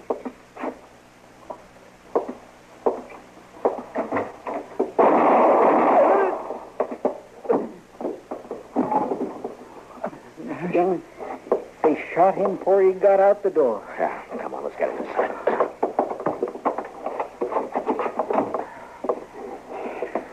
there's 2 wounded in bad need of water.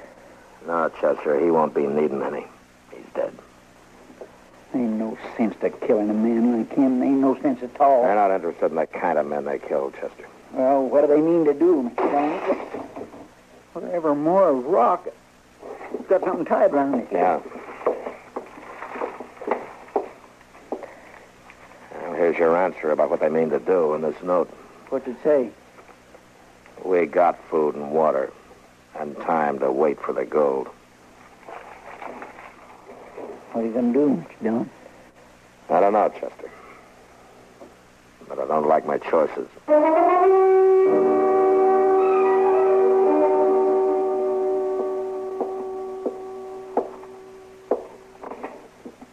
Here's your share, the last bit of the food, Marshal.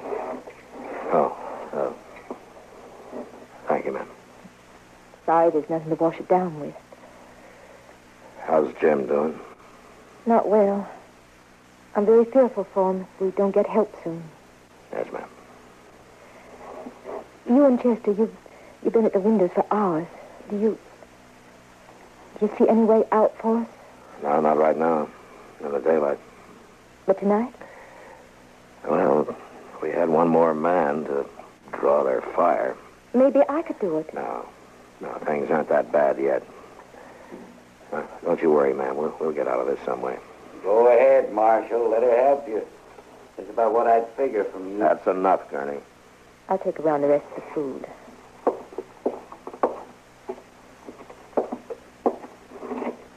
Chester? Thank you.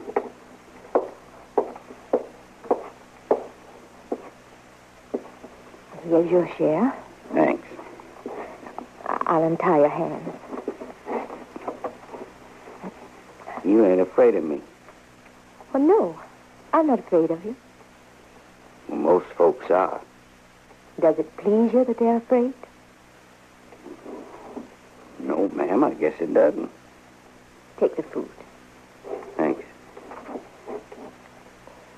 You really meant it when you said you'd walk out there to help the marshal. You really meant that. Certainly I meant it. What makes you figure it'd be worth it? Why, because there's a need, Mr. Gurney. There's a badly wounded man. We have to get him out some way. That ain't much of a reason to risk your life. I think it is, Mr. Gurney. Why? I think it's important to be needed. Don't you? I don't know I ever gave it much thought.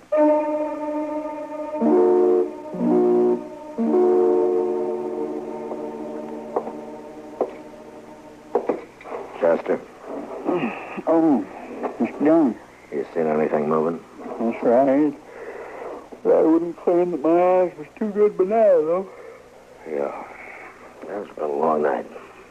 Mr. Dillon, you think them fellas out there are getting any sleep? I'm not worried about whether they're getting any sleep or not, Chester. Seems like the night's the only chance we got to make a move. Yeah. Mr. Dillon, we've got to get water. I know I can get out to the well and back. Let's understand each other, Marshal, ma'am. this man is dying. I know that, ma'am. But getting somebody else killed isn't going to help any. Is the gold this important? Couldn't we give them the gold to save a man's life? This man risked his life for it once. It's up to us to see that he didn't do it for nothing. I'm not going to wait. I'm going out there. Now, you listen to me, ma'am. Nobody's going to get anywhere running out there alone. For any of us to have a chance, we're going to have to know exactly where those men are. We'll have just one shot at them if we're lucky. Mr. Dillon, this Gurney making a break for it. I'll go after him. No, they'd get you too. Up in the trees, Chester. Get him.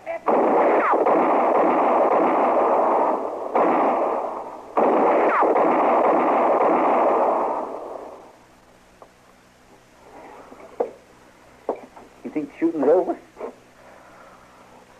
I gotta think so, Chester. Now, you keep an eye on those trees. I'm going out to where Gurney fell. Yeah.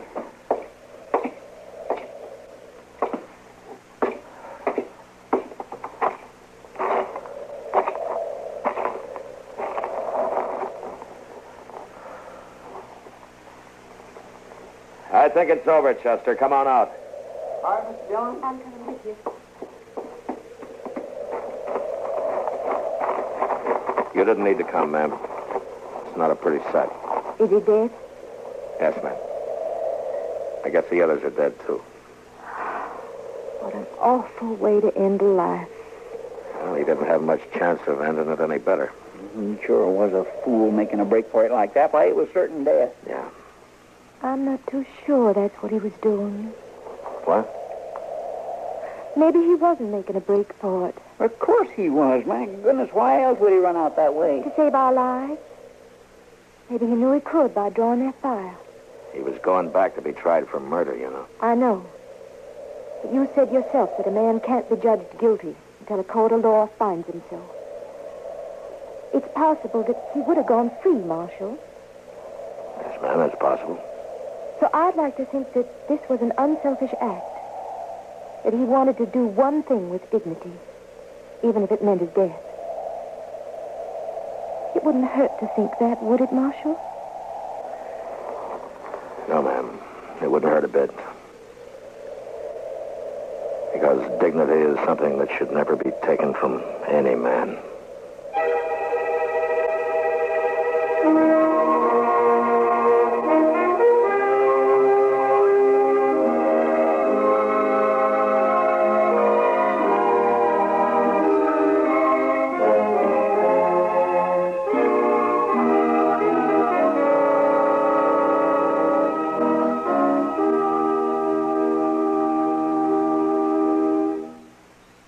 Car owners, I have news of a product so new, it's amazing it's here today at all. It's new K-Site Smooth Seal. You say it's new? You say it's new? So it's new. What does it do? Well, it's a fluid you add to your automatic transmission.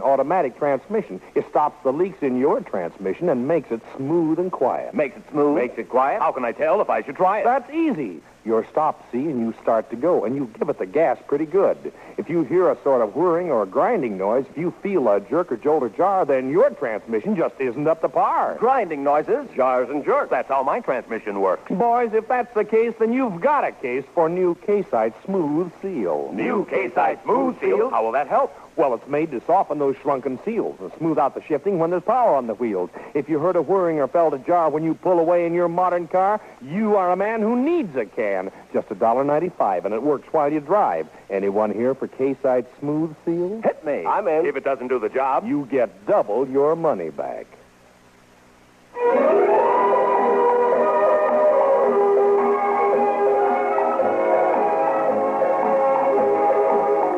Gunsmoke.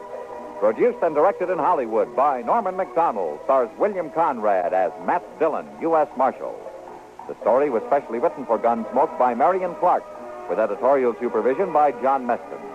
Featured in the cast were Gene Bates, Vic Perrin, Harry Bartell, and Barney Phillips. Harley Bear is Chester, Howard McNear is Doc, and Georgia Ellis is Kitty. KMOX Radio, the voice of St. Louis, speaks now from the nation's most modern radio studios, featuring the latest electronic miracles. A pace-setting building for a pace-setting radio station. This is George Walsh inviting you to join us again next week when CBS Radio presents another story on Gunsmoke.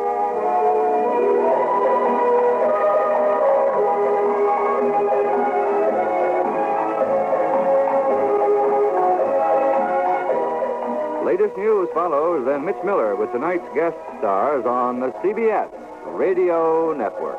And KNX, AM and FM, CBS Radio in Los Angeles. Ting-a-ling, ting-a-ling, ting-a-ling, ting-a-ling.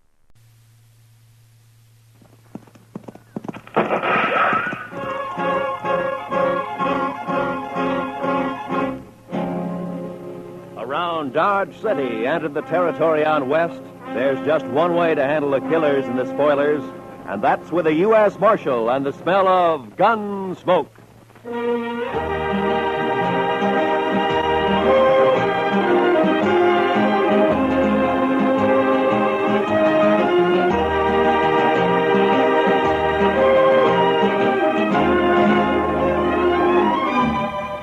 Gunsmoke, starring William Conrad.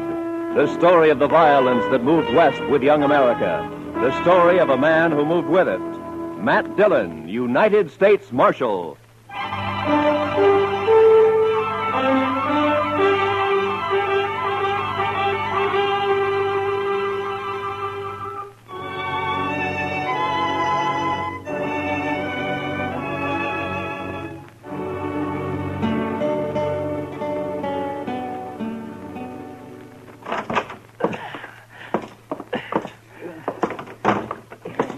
Is he heavy, Matt? Oh, somehow it was easier carrying him up to your office and back down, Doc. Where are you going to put me, Mr. Dillon? Yeah, well, on the couch here, I guess.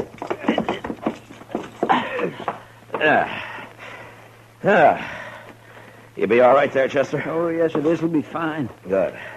I'm sure sorry I'm so much trouble. Chester, next time, try to land on just one foot. Even if you break a leg. I know. A man's in a terrible fix when he sprains both ankles. He sure is, Doc. I don't know what I'm going to do. I know what you're going to do. You're going to stay right there on that couch, and you're going to sleep there, too. Maybe Doc and I'll bring you in something to eat every day or two. Oh, no. It's better than you deserve. I know. I've been saying over and over to myself, Chester, you fool, you. Well, the wages of sin, Chester. You were lucky to get off as easy as you did. The way I heard it. Come on, Chester. Tell us what really happened, huh? But I did tell you. I was looking out this second-story window, admiring the view, so to speak. And the next thing I knew, I fell. That's all right onto the street. He didn't say whose window, Chester? In Texas, Doctor, a gentleman don't mention such things. You ain't in Texas. Well, sometimes I wish I'd never left. Like now? Yes, like now. Many a reputation's been ruined by just such loose talk that you're making, Doc. Never mind Doc, Chester. He's jealous, that's all. Oh, jealous? Putting tracks in a man's yard? Not me. Not by a long shot. Why, no, sirree. Oh. Good morning, Marshal. Well, good morning, gentlemen. What can I do for you, gentlemen? Oh, there's Chester. Heard about you, Chester. I heard... Never mind what you heard, Torp. Chester just got thrown from a horse, that's all. Yeah. All right. What is it you want here, gentlemen? Yeah. All right, you tell him, Summers. Well, Marshal, it's about tomorrow night. Oh? So what about tomorrow night? Well, you know, it's the roundup. The sale season's over. There'll be 1,000 cowboys celebrating in Dodge. Well, they always do at the end of the season. What about it? Well, there's going to be more of them this year, and there'll be a lot of homesteaders in town, too. It's going to be worse than ever. Well, I expect that. There could be a lot of trouble, Marshal. Yeah, there could be, Summers. Just what is it you want? Well, we've talked it over, and we want you to get a lot of good, tough men together, maybe about 20 of them, and deputize them. That way, there won't be any trouble. Yeah. That's what you want, is it? Yes, we do. Look, Summers, my job's to keep the peace around here, and I'm going to do it, but I'll do it in my own way. Oh, I know, Marshal. Now, you turn 20 deputies loose in that crowd looking for trouble, and they're going to find it. As soon as the wild ones heard about it, they'd bunch up and shoot it out with every one of them. Why, it'd turn into the worst slaughter Dodge's ever seen. I think that's about the most fool idea I ever heard of. Yeah, no reason for you to talk like that, Marshal. I think it's a good idea. I sure don't want my place wrecked just 'cause you're mule-headed. You're a gambler, Torp. So you can take your chances along with everybody else. Now, if you don't want that, then close your place up tomorrow night. Lose all that Texas money? That's not likely. Now, we're not all gamblers, Marshal. They can wreck my dry goods store just as fast as a gambling house once they get started. And it's up to you. That's right. It is up to me. And we're going to leave it that way. Then you won't do anything. I'll do everything I can. I don't know, Marshal. Look, Summers, I know you've got your doubts about me. That's natural. Some people think I'm too lax with Front Street. Some think I'm too severe. But that's the way of it in any town. If a peace officer does his job well, he pleases nobody. Marshal, we didn't come here for a lecture. What did you come for, Torp? Maybe you had in mind to help me pick out those deputies. Is that it? A matter of fact, I could, Marshal. Yeah, sure. In a couple of hours, yours would be the only tables open for play. No, that's not what It's been done before, Torp. Is that true, Torp? We're not going to take his word for anything, are you? I don't know. But anyway, he won't listen to us, so it's his responsibility. Come on, men, let's get out of here. I hope you can handle it, Marshal. Goodbye, gentlemen.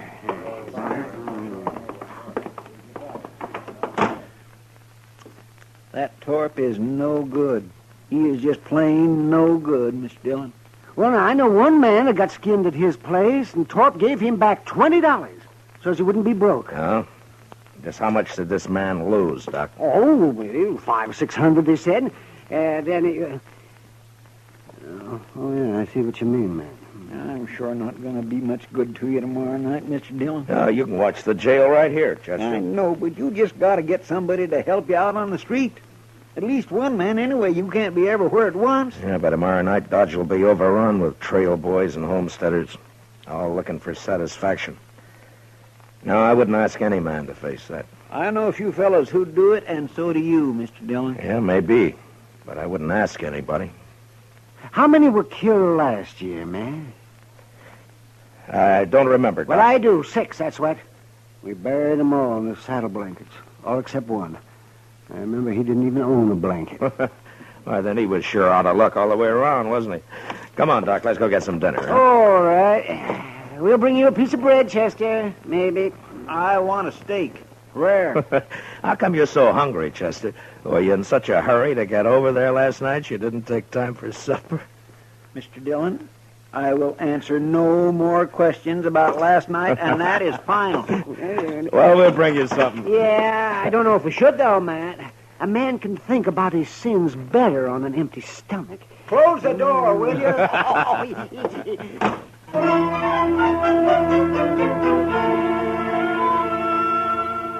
The next morning, I had Mr. Hightower print up some signs for me, with a few rules that I made up for the roundup. They were fair and reasonable, and I hoped they'd be accepted without question. The principal restrictions were that there was to be no shooting and no reckless riding in the streets. That afternoon, I went from saloon to saloon and left a sign at each one. The Texas Trail was my last stop, and there I sat down with Kitty for a short beer. Town's beginning to fill up, Matt. Yeah, it'll be swamped to the dashboard by dark. You, expect trouble tonight? I always expect trouble, Kitty. Yeah, I know. Matt, I heard something. Yeah? I heard Torp and a few of his men cut cards last night. So? I don't know who it came out for, but Low Man is supposed to kill you. Oh. When? Tonight, I suppose. Why's Torp after you, Matt? Torp says he wants an open town, Kitty. But what he's really after is somebody who'll close down every game but his. Who's this, Matt? What? Rough-looking traveler headed this way. What? Well, I'll be. Why, it's Zell Matlock. Zell! You old badger. How are you? Zell, it's been a long time. A long time. Here, come on over here. Sit down. Sure. I'd like for you to meet Kitty. Kitty, this is Zell Matlock. This is Kitty. Glad to know you, ma'am. Just rode into Dodge an hour ago. Yeah, it's your first time in it, Zell. Hey, would you like a beer? Huh? Don't mind. Good. I aimed to get drunk tonight, but before I got started, I thought I'd look up their peace officer and shoot him. I'd be sure to tangle with him before the night's out. I always figure it's safer to do it sober. So he half means that, kid. So I asked around and found out the man's name is Matt Dillon, United States Marshal. I've seen it all now. Well, I hope you're not disappointed. I'll tell you, Miss Kitty, I knew Matt Dillon before he got civilized. Why, we had to tie his leg up to give him a haircut when he came to town. Don't you believe a word that he says, kid. Yeah, the wilder the colt, the better the horse, Matt. Mm-hmm. But you was all right. The only trouble with you was that fool honest streak you always had. Are you rich now, Zell? Nobody's rich on the Mexican border. Land of sunshine and pinto beans. I hired out to a general over in Chihuahua 3 years ago. I lost 20 pounds and was lucky to get back at all. Well, haven't you learned to stay out of Mexico yet? No, I met the man he wanted me to shoot and turned out to be a better fellow than the general. So I told him I'd been hired to kill him and then rode for the border. The general lost 3 soldiers who tried to stop me from swimming the Rio Bravo. You must be pretty handy with a gun, Zell. Yeah, just fair, ma'am. But when I take my gun out, I go right ahead and use it. Some people stop and think for half a second. There's a roundup in Dodge tonight. Matt's handling it alone. Kitty, what? Yeah, no, hold it, man. I heard about it. I heard all about it, and that's why I'm here.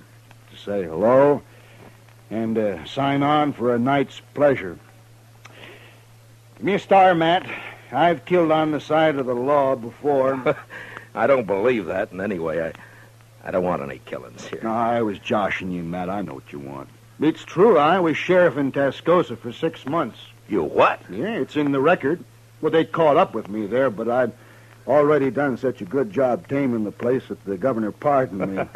I won't kill anybody tonight that don't need killing. All right, I believe you so. But I won't ask any man to come in when it's as rough as this roundup may be. Well, you didn't ask me. Any other objection? Well, the men don't know you around here, Zell. No telling how they'd take to a stranger. First night I ran Tascosa, nobody knew me either. I'm not green at this business. Yeah, but man. It's my job. Why should you get mixed up in it? Well, I also heard somebody's planning a party for you tonight. Oh, you did, huh? I've owed you something for a long time, Matt. Oh, that's got nothing to do with it. It has. You got no right not to let me pay it back a little. Now, there's a chance to. Yeah, you're just as crazy as you ever were. That's better. Well, come on, let's go find me a badge before it gets dark. Sure nice to have met you, Miss Kitty. Well, good luck, Zell. I'll see you later, Matt. Yeah, sure. So long, Kitty.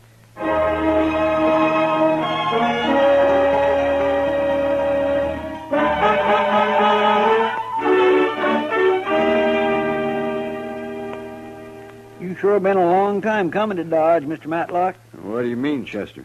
Well, I've heard Mr. Dillon mention you a lot, but the way he talked, I wasn't never sure you were still alive. Oh, well, I was never sure either, Chester. You know, Zell isn't the most cautious man I ever knew. You think being a U.S. Marshal isn't asking for an early grave, man? Oh, maybe. But at least it's a way to do some good before you die. Whether folks think so or not. No, men like Torp, that's all. Oh, no, Chester. Even good men have got a strange twist that makes them suspect any man paid to handle the bad element. Hey, you just can't help thinking that some of its dirt is rubbed off on him. And I never thought about that before, Matt. Sure how it was in Tascosa. They wanted me there all right, but they wanted me to keep my distance, too. It makes a man kind of lonely. Yeah. They just don't know what's good for him, that's all.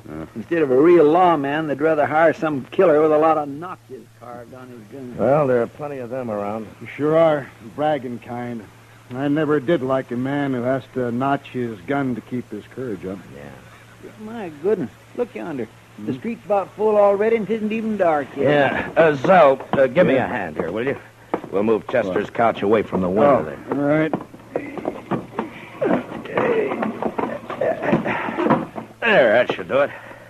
Yeah, you'll be safer here, Chester, in case somebody gets it in mind to shoot up the jail. Thank you, Mr. Dillon. I can watch both doors from here. Just hand me my gun belt, if you will. Oh, yeah. There you are. Well, come on, Zell. Chester, I'll get somebody at the Dodge House to fetch you up some supper, huh? Thank you, sir. And good luck, both of you. So long, I see you, Chester. Well, how will we work it, Matt? I tell you, Zell, you take this side of the street. I'm going up to the Dodge House, and then I'll be on the other side somewhere. All right. Oh, say, you mind if I go back later and get that Spencer carbine of yours? Make a mighty handy club if I don't have to use it any other way. Sure, Zell. Who they got there? That fella on their shoulders. Oh, that's Mr. Hightower. He runs the printing press here. Shall we stop it? Oh, no. They're just carrying him into the Longhorn to make him stand some drinks. Oh. They like Hightower. They won't hurt him. Well, I guess that sort of officially opens this here roundup, huh? Yeah, I guess it does. Well, I'll leave you here, Zell. Yeah, sure, man. And, Zell, I want to thank you for what you're doing tonight. I ain't done nothing yet, but I'll do plenty if someone shoots you in the back. I can promise that. Yeah. Well, I'll see you later. Sure, Matt.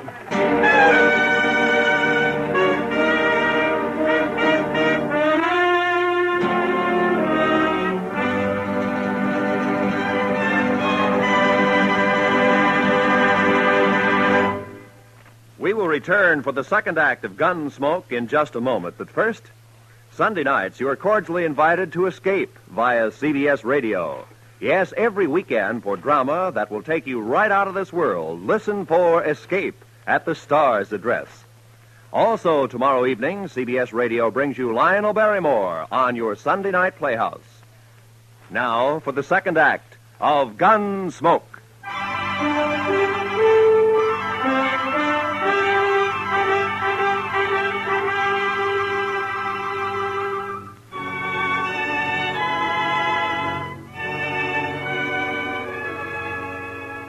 When I came out of the Dodge House, Front Street was so full that if anybody had been shot, the crowd would have carried him along like one of the living. I had a feeling that the word was out about Torp and his bunch cutting cards to see who'd make a try for me, and that the crowd knew it and was waiting for it. I stood for a while with my back against Summers' dry goods store. Then I left the street and cut down an alley, thinking to change my position with as much irregularity as possible. I was passing the back door of the Texas Trail when I heard the first shot of the night. I entered the saloon from the rear and made my way into the crowd. It's all right, Marshal. There's no fight. It's not all right, Sam. I made a rule that there'd be no shooting for any reason. All right. Who fired that shot? Oh, it's outside. It was Torp, Marshal. He just took a shot at the moon, that's all. Yeah.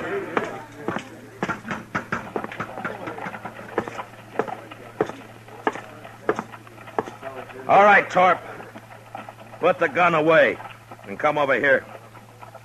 I'm bothering nobody, Marshal, excepting maybe you. Stand back, everybody. I said that's enough, Torp. No, it ain't, Dillon. This time I got the jump on you. You ain't pushing me no more. Torp's bullet just grazed my arm. Then I put one in his head and another in his chest. And at the same time, out of the corner of my eye, I saw a figure with a gun in each hand move out of the shadow of the alley and turn toward me on the boardwalk. And without really looking, I dropped him with one shot. And then I faced the crowd and waited for the next move. But for some reason, none came. Marshal? Yes, Summers. That man you just shot, Marshal. Torp got what he deserved. Yes, I know. It's the other one that So did he. Marshal, you'd better go take a look at that man. He's dying. Who is he? I don't know him, Marshal, but you do. What? He's wearing a star. No. No.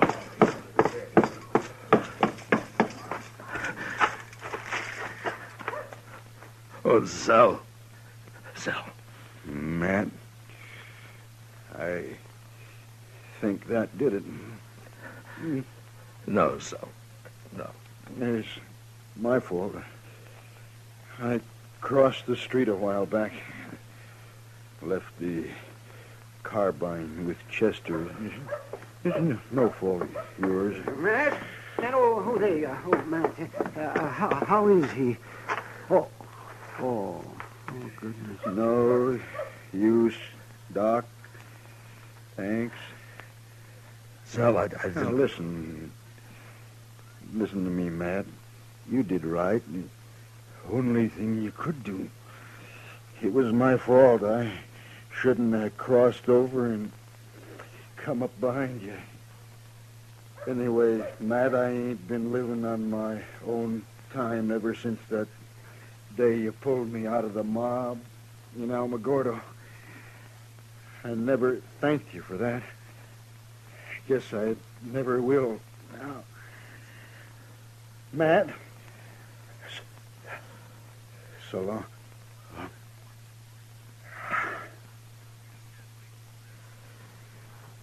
Well, I'll find someone to carry him over to your office, Matt. No. I'll carry him.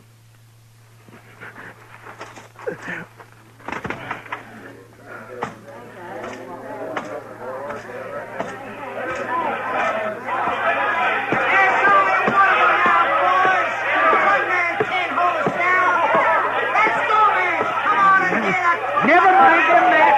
They're just windbags.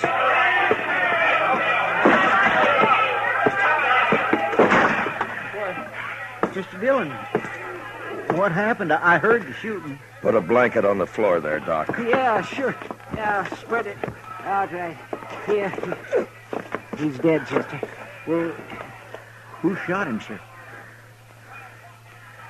I shot him, Chester. I didn't know it was him. I'm sorry, Mr. Dillon. It sounds like they're going to hoorah the town after all, Matt. Sure does. No, they're not. It's going to be kind of hard to stop now, isn't it, Matt? Maybe. You taking a shotgun, Mr. Dillon? Matt, why don't you just let them fight each other? What are you going to do? I'm going to close Front Street. You're going to close... Oh, no, what? The party's over in Dodge. Mr. Dillon, you can't do that. There'll be trouble if I don't. The mob's tasted blood now. They'll shoot you sure as I'm laying here. Will they? All right, I can't stop you, but I sure do wish I could go with you. Yeah, Matt, I'll go. Maybe if they see me, they won't be so quick. Thanks, but this isn't your job, either one of you, but thanks.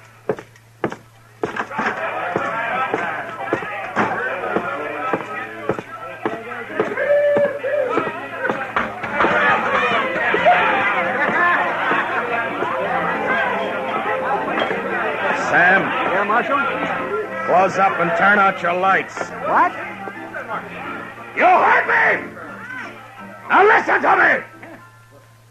Front Street's closed. Now get out of here and go home, all of you. My home is in Texas, mister. If you ever had one. I ain't going home tonight.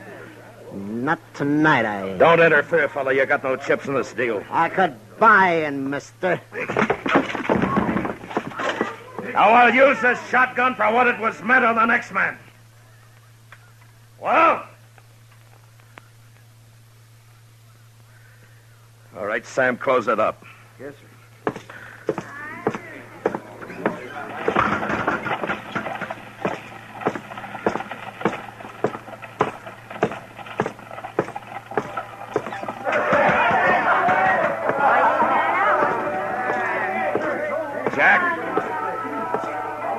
Jack. What do you want, Marshal? The street's closed. Put out your lights. Huh? You heard me. Lock the place up. No, I ain't going to do it. Now, don't tell me what you're going to do. All right, boys. We're closing up.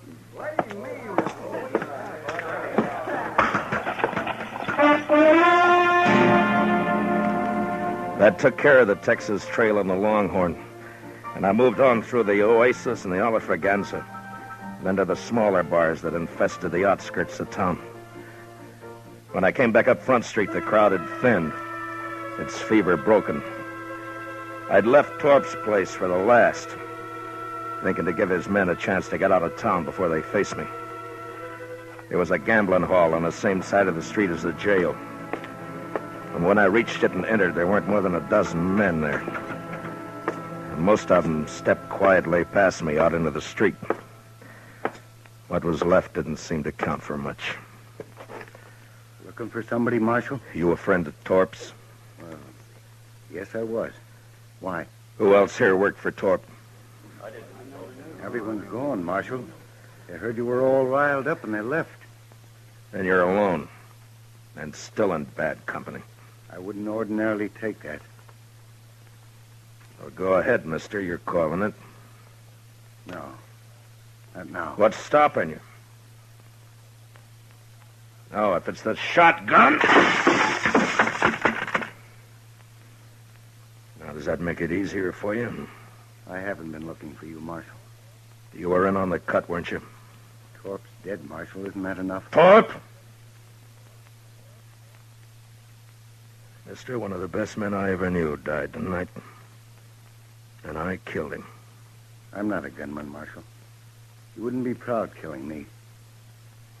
What does a man like you know about pride? Now, you get out of Dodge, and you get out fast. But I don't... You want to die in this place right now? No. No, I'm leaving. All right, hurry.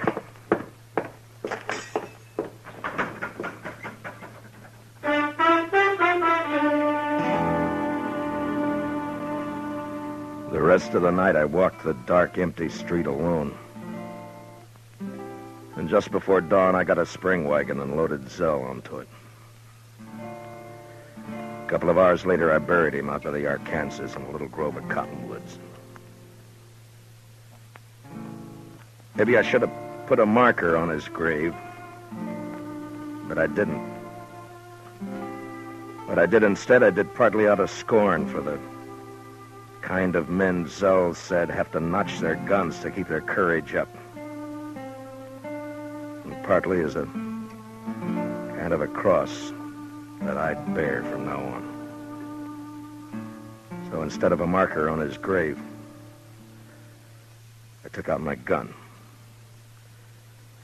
And I cut a single notch on it.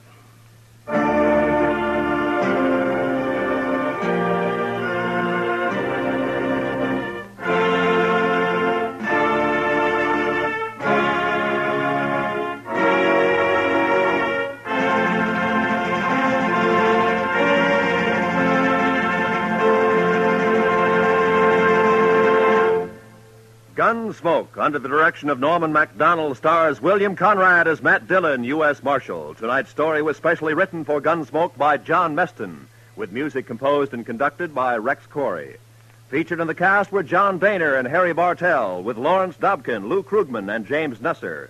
Parley Bear is Chester, Howard McNear is Doc, and Georgia Ellis is Kitty. Gunsmoke is heard by our troops overseas through the facilities of the Armed Forces Radio Service. Join us again next week as Matt Dillon, U.S. Marshal, fights to bring law and order out of the wild violence of the West in Gunsmoke. Listen to CBS Radio for Spring Byington as December Bride. And say, after you hear December Bride tomorrow night, listen for the important announcement about its new night and time on CBS Radio. This is Roy Rowan speaking. And remember, Amos and Andy are here every Sunday on the CBS Radio Network.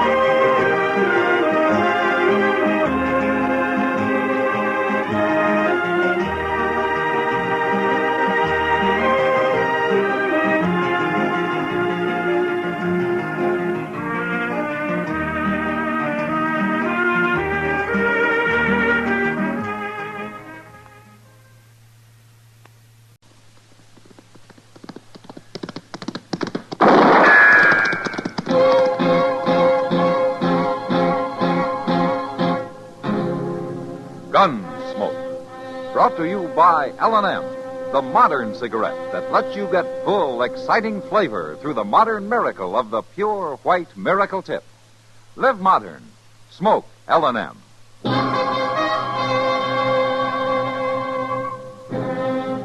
Around Dodge City and in the territory on West, there's just one way to handle the killers and the spoilers, and that's with a U.S. Marshal and the smell of Gunsmoke.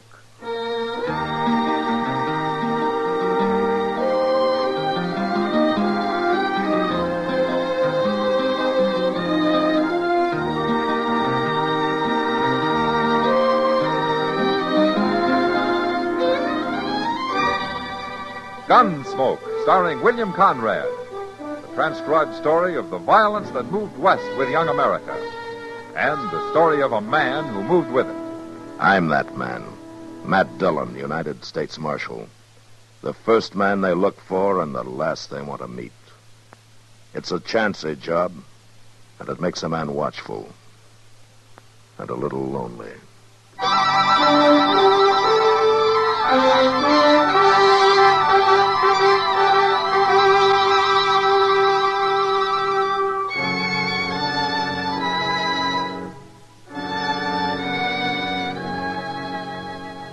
Her name was Rose, and she was pretty. And that's all anybody in Dodge knew about the girl. She'd come in on the stage from the South a month before and opened a blackjack table in the Long Branch, working on a 50-50 split with the house. The game got a big play, of course. A woman gambler was a new thing in Dodge. And some of the smartest and crookedest cardmen in town started coming around to try their luck.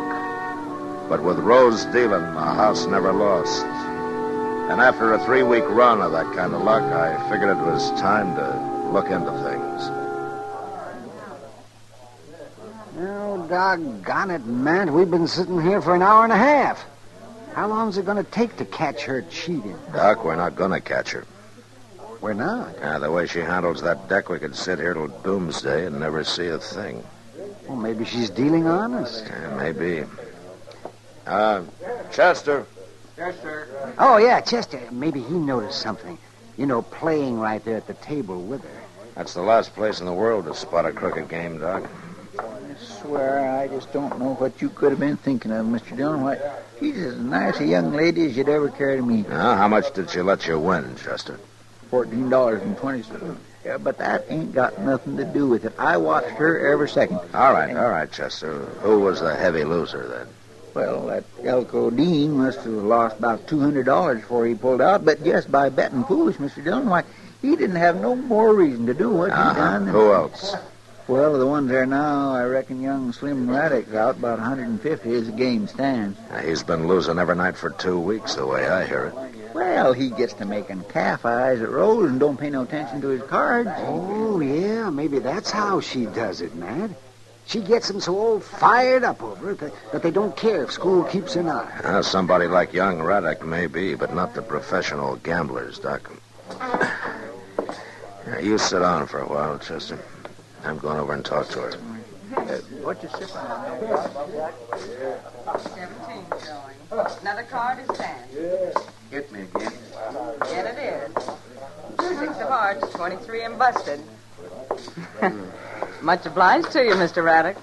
You doggone sure ought to be. Seems all I do. Oh, evening, Marshal. Hello, Slim. Your luck turning on you? It ain't turning, no way. It's been against me right along. Then maybe you won't mind if I interrupt the game for a while. That is, with your permission, ma'am. I'd like to talk to you. Why not?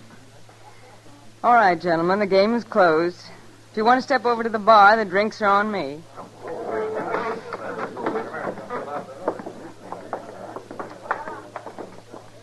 Well, how about it, Marshal? Do I get a clean bill of health? Along what lines, Rose? Running a square game. You've been watching me like a hawk for the last hour and a half. Every deal, every move I made. You see anything off color? Well, I saw Elko Dean slip a cold deck in on you. So did I. But I'll give you 10 to 1. You didn't see me slip it right back out. No, as a matter of fact, I didn't. Neither did Elko. And that mistake cost him $230. More eventually, because he'll be back here tomorrow night trying to get even. So the game is crooked, huh? Marshal, the man who taught me how to handle cards used to say, you can't cheat an honest man, Rose, so don't bother to try. But a crook is fair game any day. Uh-huh. Tell me something, Rose. How does that fit young Raddick? Slim? Yeah. That's different. Different how? He's been losing steady here at your table. It can't all be bad luck. I've tried to keep him away. I told him over and over again to stay out of it and leave me alone. Stay out of what, Rose? It doesn't matter. Here, Marshal. Take a look. Go on, count it if you want it. That's the money I've taken from Slim. $2,642. And when I leave Dodge, he'll get it all back. Every cent of it. Can I ask you something, Rose? What's a girl like you doing in this business, anyway? Earning a living, for one thing. Now, there are other ways, you know. None that I know as well. Besides, it lets me cover a lot of country. Look people over. Why is that so important? I'll tell you why, Marshal. I've spent 4 years now looking for one certain man. Now, you won't quit till you find him, huh? I found him. Tonight. Oh? What happens now? I'm going to kill him.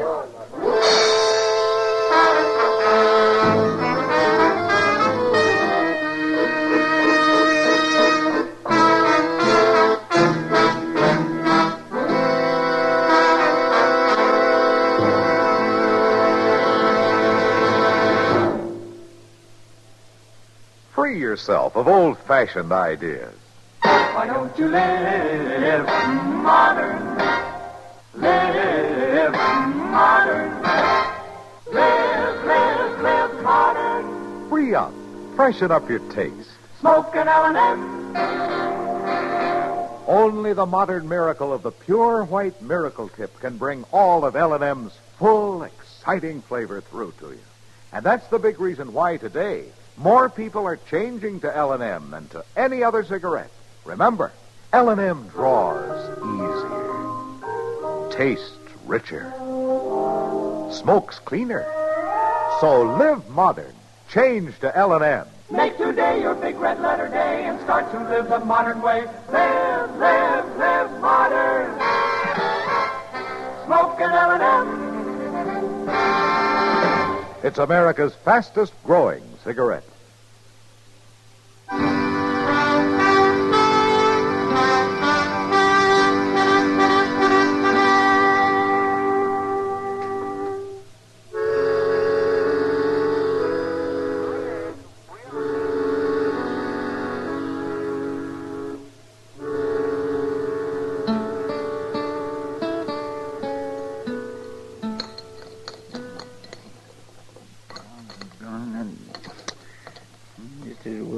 Jerky. You know something, Mr. Dillon? No, what, Chester? The doggone ham you get nowadays ain't nothing like it used to be. Oh, is that so? Well, just look at that. Lamb, they don't even half smoke it anymore. Just put on more salt. That's all they do. Well, it's better than side meat, anyhow. Why, even down in Texas, we used to smoke our meat at least 2 days. How are you, Marshal? Chester? Oh, morning, Slim. Oh, Slim. You had breakfast yet? I'm aiming to right now. I'll pull up a chair and join us, huh? Thanks, Marshal. My, you must have made a night of it. Didn't even get back to the ranch, huh? Oh, ranch will keep. I have some eggs and ham, Jeff. Right away, Slim. Yeah, say, maybe if you ain't tried this ham before, you ought to think twice. I've tried it, Chester. Most every morning out at my place. Jeff here buys all his meat from me. Oh. Well, it sure is a whole lot better than side meat. How's the ranch coming along, Slim? Had a good year? Best one yet. Mm-hmm. First time the place has brung me any hard cash. Feels mighty good to hear a few eagles jingling in your pocket. Might jingle some louder if you stayed clear of that blackjack table. My luck's bound to change. Not with Rose dealing. She's warned you already, I understand. Told you to keep out of the game. I guess I'm a stubborn man, Marshal. Here's some coffee while you're waiting, Slim. Oh. Slim, what are you after? Well, it's like this. Been 5 years now since I took that leased land up there on Bitter Creek. I spent 5 winters out there all alone. That ain't good for a man. I need me a wife on the place. Huh? When'd you decide that? 3 weeks ago. First time I seen Rose. Oh. How'd she feel about it? Hard to say. She got something on her mind that won't let her think of nothing else. Yeah, I know, Slim. She told me that she aims to kill a man. That's so. You wouldn't know her last name, would you? I never asked her. You know where she comes from? Nope. Any idea who the man might be? Marshal, if I did, I reckon I'd up and kill him myself. Just to make Rose happy.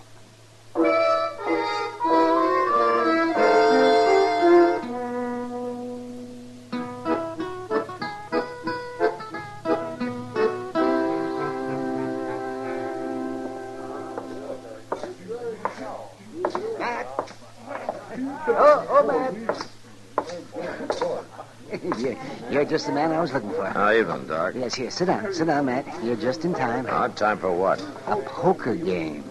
We got these 2 drummers here, fresh off the Santa Fe from St. Louis. Oh, Matt, they're as green as grass. So help me, Doc. If you'd sweat as hard over healing the sick as you do trying to clip some tenderfoot, well, we'd have This a lot... town's never been healthier, thanks to me. Matt, you got a minute?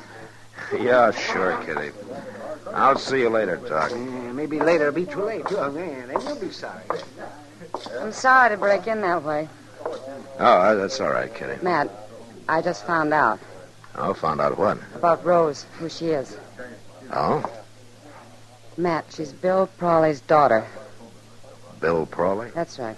The gambler who was killed in Liberal 4 or 5 years ago. Oh, yeah. Yeah, I remember. Rose Prawley, her name is.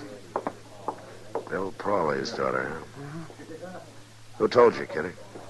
Mule Skinner came in tonight. He saw her dealing a table out in New Mexico last year. Yeah, and I guess that explains a lot of things about her. It explains one thing, Matt. I haven't told anybody, of course, but the word will get around. And once it does, she's through here. Nobody's going to buck a game run by Dirty Bill Prawley's kid.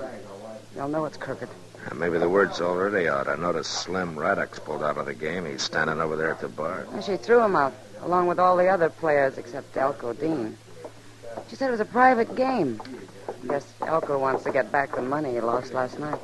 Say, Mr. Dillon. Yeah, what is it, Chester? Oh, something kindly funny happened. You know that sawed-off shotgun Sam keeps behind the bar, the one with the pistol grip? Yeah, what about it? Well, it's gone, and Sam thinks maybe it was Rose that took it. Rose? Yeah, but that don't make sense. Her and Elko were just sitting over there at the blackjack table looking at each other. Neither one of them made... What's the matter, Mr. Dillon? We're about to have a killing on our hands, Chester.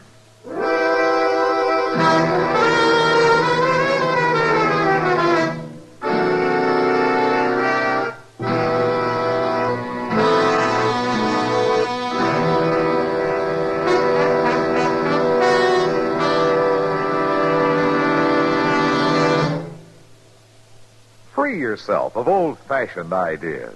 Why don't you live modern? Live modern.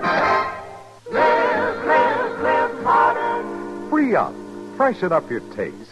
Smoke an L&M. Live modern. Smoke modern. Smoke L&M. Enjoy full, exciting flavor through L&M's Pure White Miracle Tip. L&M draws easier. Tastes richer. Smokes cleaner. That's why today more people are changing to L&M than to any other cigarette. So free up. Freshen up your taste. Live modern. Change to L&M. Make today your big red letter day and start to live the modern way. Live modern. Smoke an L&M. It's America's fastest growing cigarette.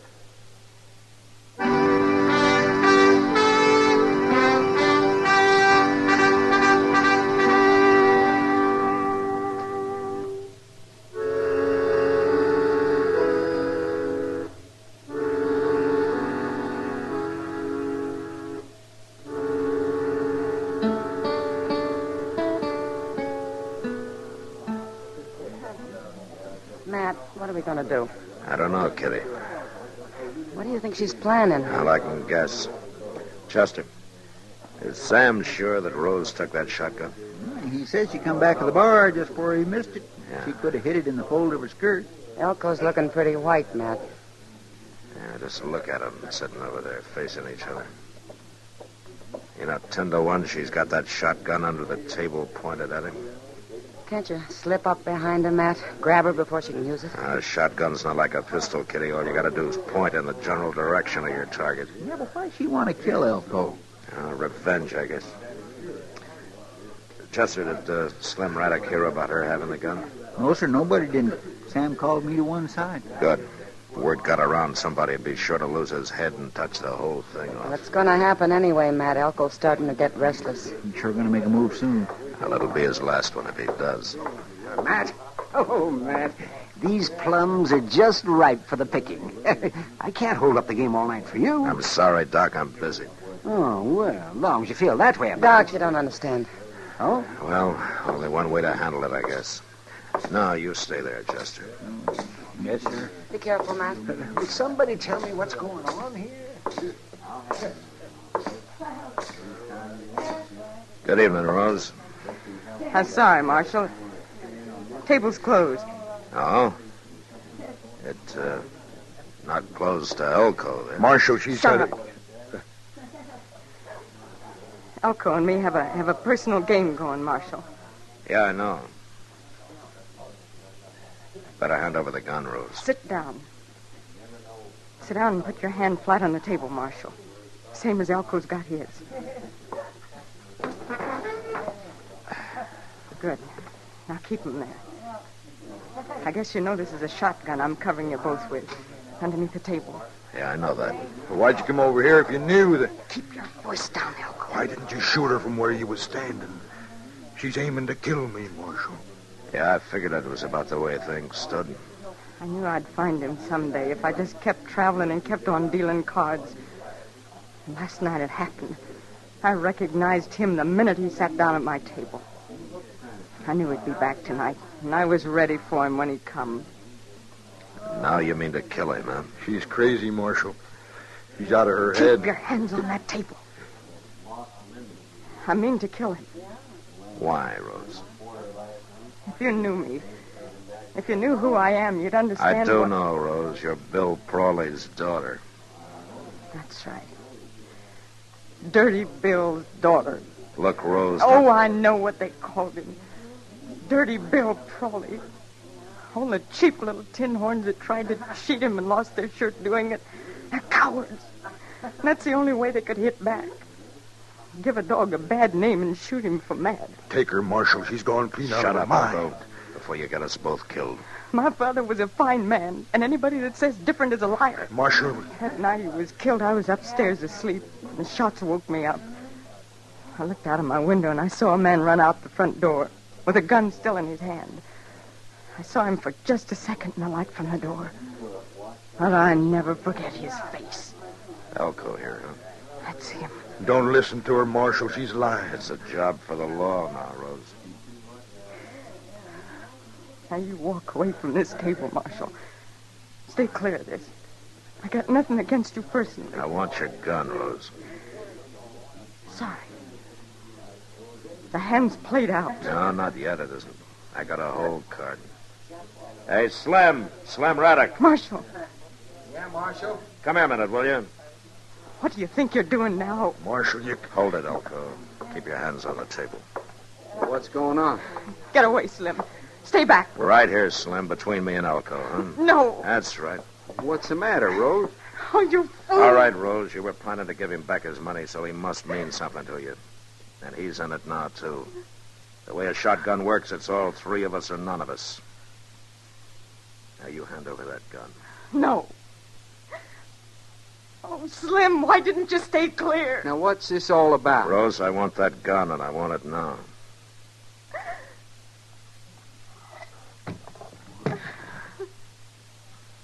You knew I couldn't. You knew I couldn't, not with him in it.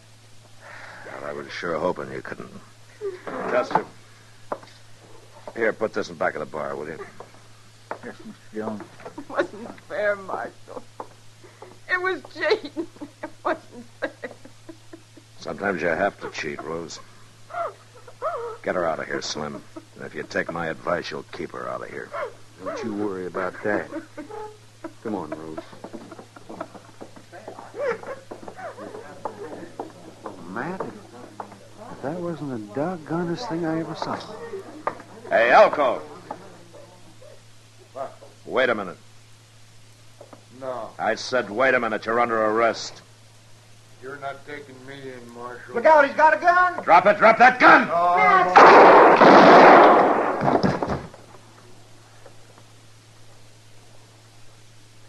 Well, Matt, I guess a man's luck can't last forever.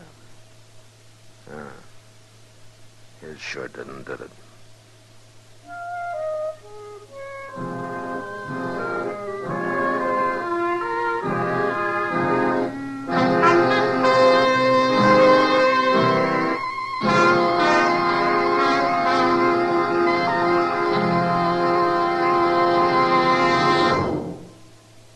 In a moment, our star, William Conrad. Now a public service message from CBS Radio. What is America really like? Thousands of men, women, and young people all over the world want to know the truth. There's proof of it in the flood of mail received by the volunteer group called Letters Abroad, which gets mail from people everywhere in the free world who are eager to be in correspondence with someone in the United States. They want to know all sorts of details about our everyday life. Anyone who is over 15 years of age who would like to write to someone overseas in Europe, the Middle East, or the Far East should send his or her name in a stamped, self-addressed envelope to Letters Abroad, 45 East 65th Street, New York, New York, together with information about age, occupation, and interests, which will make possible selection of a suitable correspondent. That address again is Letters Abroad, 45 East 65th Street, New York, New York. Everyone who does enter into such a correspondence is sure to find it greatly rewarding, a contribution to better understanding among peoples of the free world. And now, William Conrad. You know, when they buried a man out on the high plains, they usually wrapped him in his saddle blanket and forgot about him. But next week, a man dies and leaves a will that keeps the whole of Dodge from forgetting him. And that was the West. Gunsmoke. Produced and directed by Norman McDonald, stars William Conrad as Matt Dillon, U.S. Marshal. The script was specially written for Gunsmoke by Les Crutchfield, with editorial supervision by John Meston. The music was composed and conducted by Rex Corey. Sound patterns by Ray Kemper and Bill James. Featured in the cast were Virginia Christine, Vic Perrin, and John Daner. Harley Bear is Chester, Howard McNear is Doc, and Georgia Ellis is Kitty.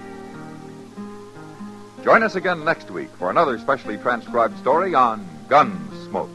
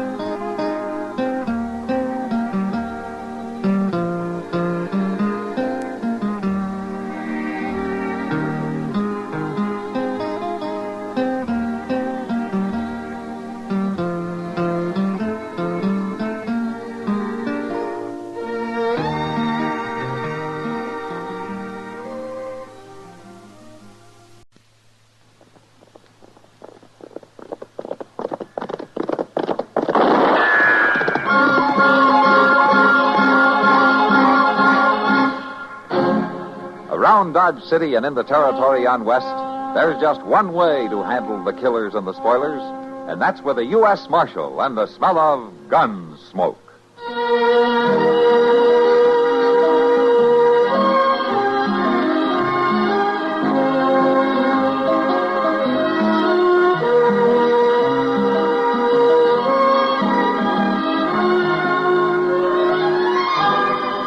Gunsmoke, starring William Conrad, the story of the violence that moved west with young America, and the story of a man who moved with it.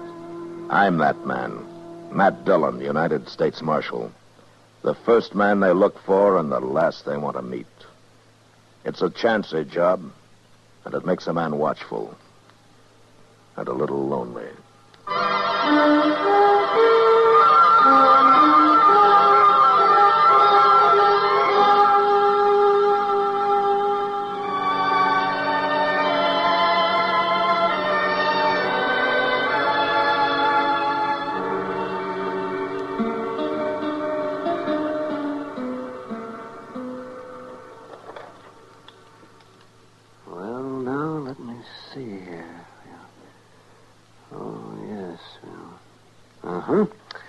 Hand me those forceps, will you, Matt? Is this what you mean, Doc? Yes, that's right. Now, we'll just... Yeah, well, at least we got the bullet out.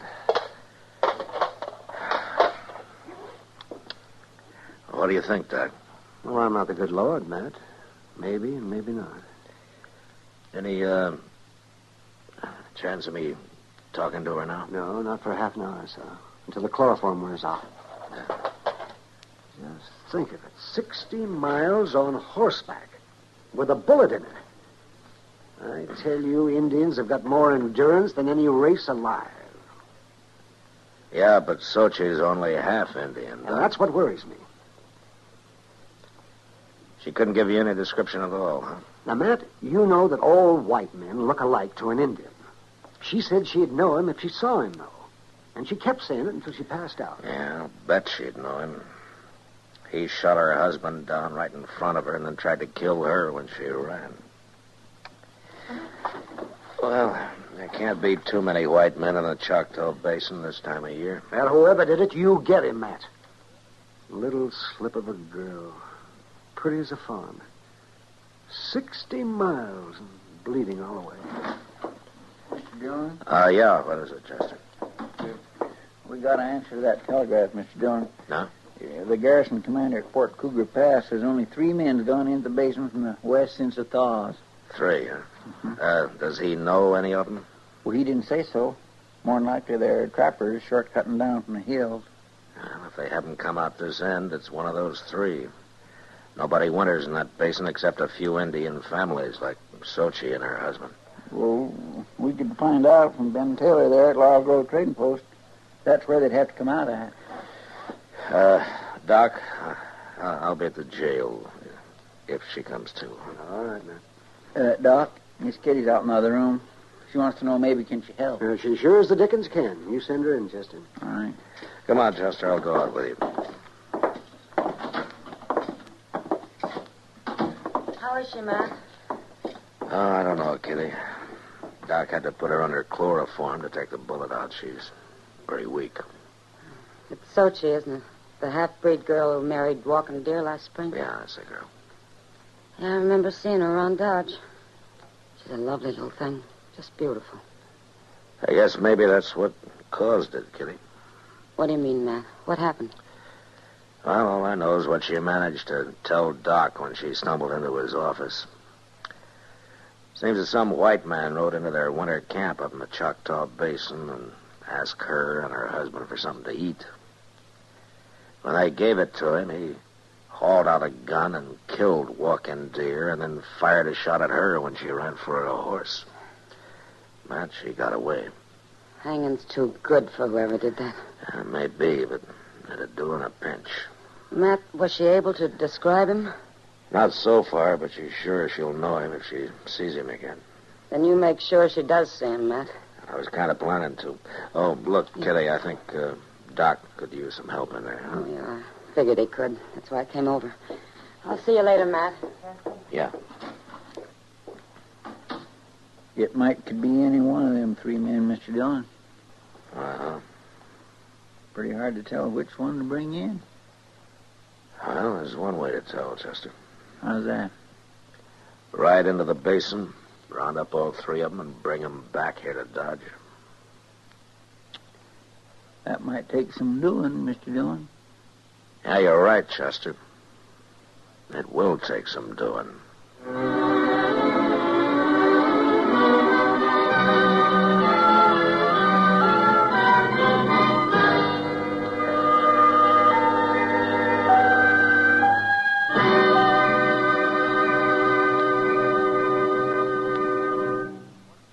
How would you like to improve your position in your unit? Or perhaps you'd like a change in classification. Well, a step in the right direction would be a course with the United States Armed Forces Institute. Yes, a course with USAFI is an indication of your desire to improve yourself. In the past 20 years, USAFI has proved conclusively that men who use their off-duty time constructively are more proficient in their military duties. See your education officer about a USAFI course.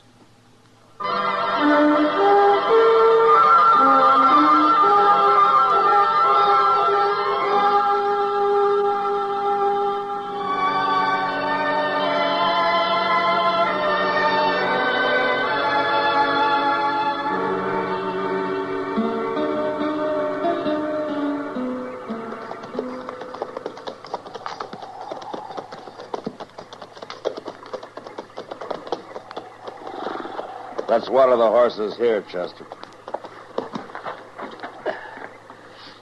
We may have to leave the creek pretty soon to take a look up some of those ravines. All right, sir, Mr. Dillon. Oh. By jing, it's just going to come to one of two things sooner or later. No? Either that saddle is going to have to change to fit me, or I'm going to have to change to fit it. Take a look at yourself from the rear sometime. Well, now, that ain't too easy to do. I guess you'll have to take my word for it. The saddle's not changing. That's about what I figured. Here, now, horse, quit sucking wind in there when you drink. We've got a lot of ground to cover. No, not too much more, maybe. The basin's not over 12 or 14 miles across. Yeah, but they might have rode right on through, Mr. John. One or two of them, anyway. Now, Ben Taylor says no. He might have missed seeing them. Yeah, well, Ben knows when a rabbit passes his place. Yeah, he sure enough seen Sochi come riding out hell-bent for leather. Chester. The horses. Maybe we're in luck, Mr. Dillon. Yeah, I think we are. There they come. 3 of them. All together. By golly, we won't have to round them up after all. No. Just get them to Dodge. That's all.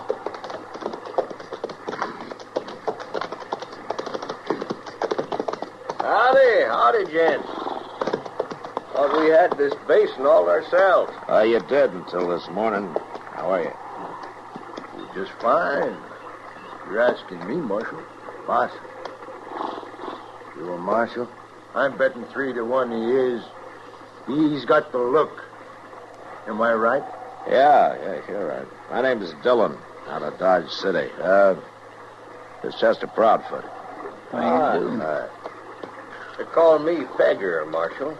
Beggar? Oh, I had a decent Christian name once, but it got lost somewhere along the trail. I see. You up this way on business, Marshal?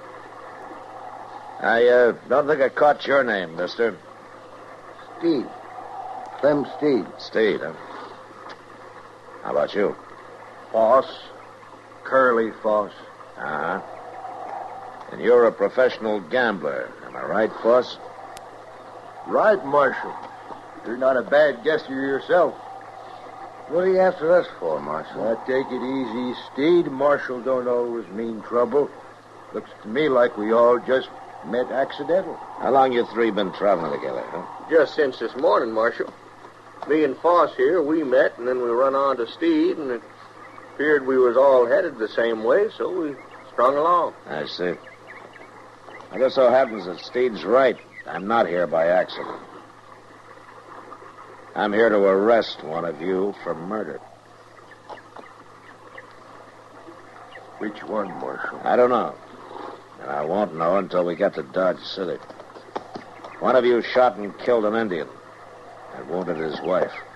You figure she could identify one of us. Is that it? Something like that, yeah. So you gonna take our guns away? Nobody's fool enough to shoot a marshal in front of 3 witnesses. Maybe none of us done it, Marshal. Now, you take me, of course, I ain't got no particular use for Injuns. That is, unless they're young and pretty. Now, this girl is, Beggar. They're all a bunch of sneaking thieves. What's the difference if one gets killed more or less? Is that the way you figured it yesterday morning, Steve? I ain't seen an Indian in the last 2 weeks. Well, you're going to see one tomorrow in Dodge City. Marshal, suppose we was to object to that. Are you objecting, Foss? No, just wondering. Uh-huh.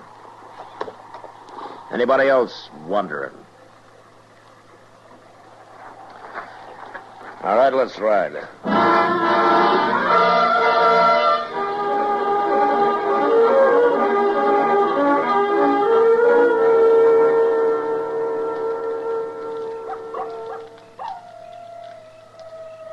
How's the coffee coming, Chester? Oh, I reckon it's boiled about long enough, Mr. Dillon. Give it another half minute, though, just to make sure. Coffee's no good if it ain't strong. Well, then, by golly, it must be strong, Steed.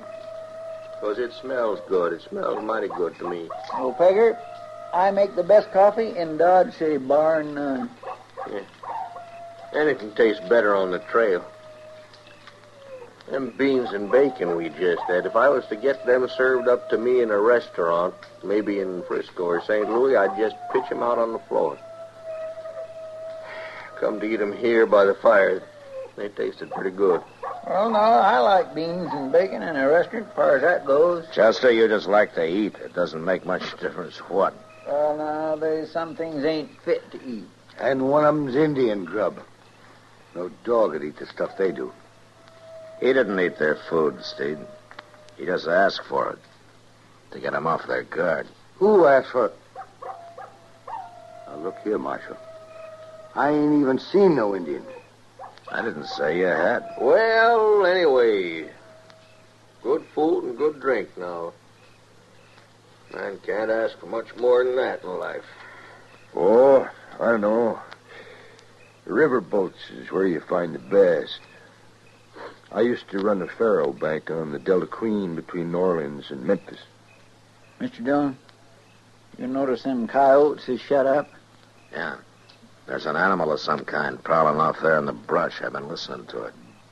Only one or two animals would cause coyotes to shut up. Hey, what the devil's that?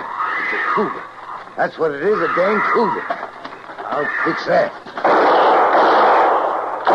Hey, you're wasting bullets, Steve. You can't see anything out there in the dark. Rifle's what you got to use on a cougar. You just let me get one good look. Baker, drop that rifle. Well, sure, Marshal. Drop it. All I did was stumble. That's all. You don't think I went to shoot that close to you, did you? From now on, there'll be no more shooting unless I give the word. That includes you, Steve. I hate cougars. I'll kill them on sight. Feel the same way about Indians, do you? You saying I'm a murderer? I'm saying one of you is. It ain't me. Now, we'll see when we get to Dodge City.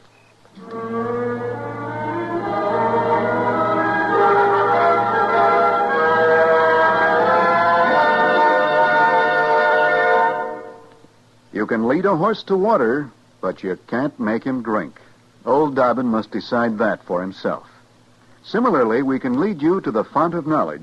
We can tell you how, when, and where, but it's up to you to make the next move. As a member of the United States Armed Forces on active duty, you have the opportunity to continue your education through the United States Armed Forces Institute. The courses are varied and practically unlimited in scope. There is something for everyone. Your education officer has a USAFI catalog available. Sit down and discuss a correspondence or group course with him. It's your opportunity to increase your power through knowledge with USAFI.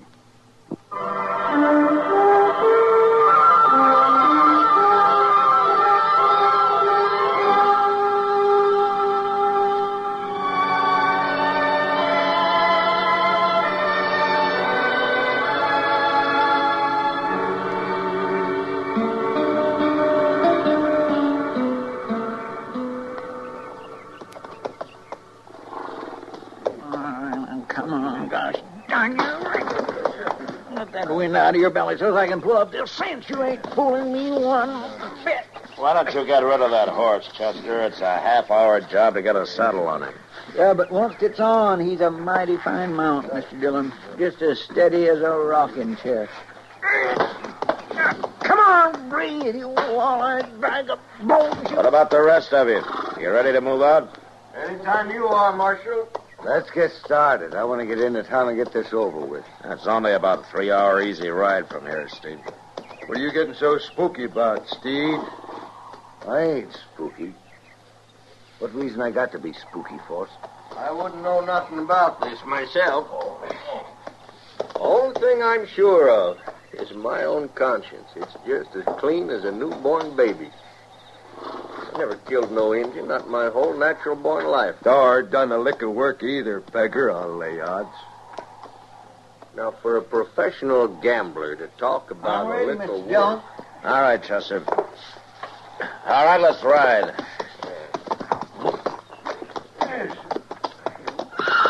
Hey, hold hold on to that brute of yours, Steed. He tried to savage me. Got him trained that way, Force. He always goes for card shots. You wouldn't be asking for a bullet in your guts, would you?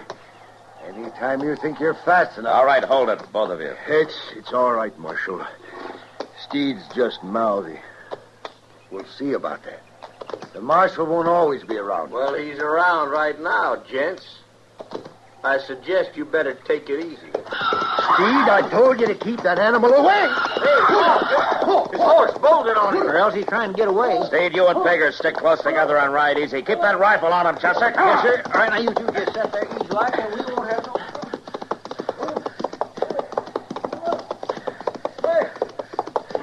Boss! Pull him in! I can't. One bridle rein broke. He's got the bit.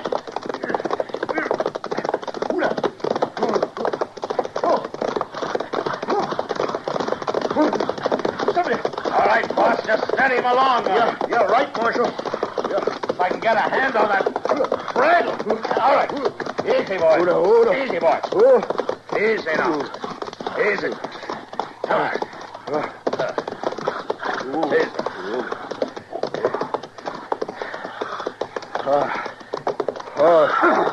Thanks. Where were you heading, Foss? Oh, you ask the horse or Clem Steed. He done that on purpose. Maybe. I guess I'm more used to a stagecoach seat than a saddle. You stayed with him pretty good. Yeah.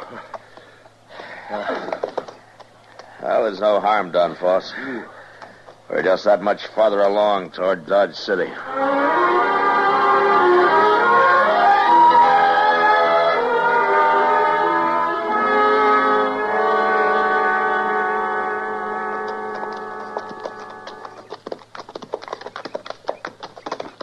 Well, there's that famous Boot Hill, huh? Yeah, that's it. I reckon you put a few men there yourself, Marshal. A few, yeah. That's Dodge City off by the river. 20-minute ride, looks like. It's about that. Down there, one of them shacks, there's an Indian girl waiting for us. Waiting to help you plant one of us there on that hill. All on account of some savage. And you see a white man hung just for that. Murder's murder, Steve. There's some that'd disagree with you, Marshal. They can disagree if they want to, Foss, but they still don't have the right to kill. Now, Marshal, that's not the way I figure it. Hey, Put your hand, Marshal. Get him up. Now, the rest of you. You're thinking of dealing in to help him. Just don't. It ain't my fight. Nor mine. All right. And you know, Marshal, I just hate to miss getting another look at that little Indian filly. Prettiest I ever saw. You admit killing her husband, Pigger? And shooting her? I wouldn't have hurt her if she didn't run. She just lost her head when she seen me kill him. All right, Pigger, you're under arrest. What? That's kind of funny, seeing as how you're under my... Stay back there, Marshal. I'll blast you Give short. me that gun. All right, if that's the way you want it. You... Hey, no. What the... It's no use, Pigger. You can lay a man's head open pistol whipping him like that. That's right, Foss. All right, Chester, get him back on his horse and tie his hands behind him. Yes, sir. It's lucky for you his gun misfired that way, Marshal. It wasn't luck, Foss. I pulled the loads on his cartridges during the night. You knew it was him? No. Chester and I pulled the loads out of all three of your guns. And you deliberately turned your back on us here, hoping that one of us would jump you and give yourself away. It was the only chance I had of tagging the killer. But what about the Indian girl? She could have told you. She died 20 minutes before Chester and I rode out of Dodge. So Pigger will hang for 2 murders, not 1.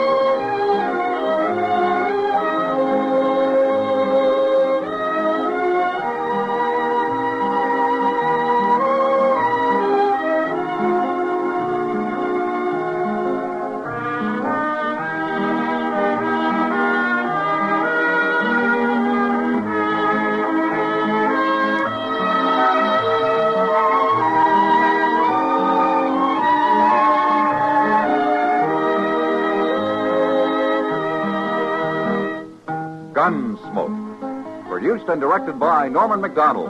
Stars William Conrad as Matt Dillon, U.S. Marshal. Featured in the cast were Parley Bear as Chester, Howard McNear as Doc, and Georgia Ellis as Kitty. George Waltz speaking. Join us again next week for another specially transcribed story on Gunsmoke. This is the United States Armed Forces Radio and Television Service.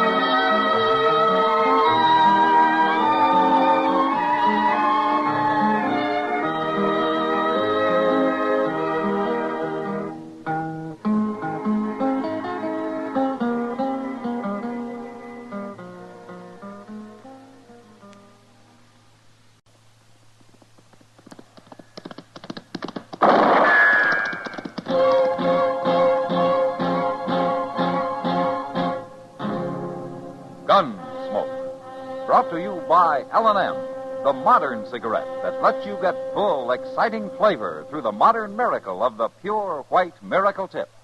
Live modern. Smoke L&M.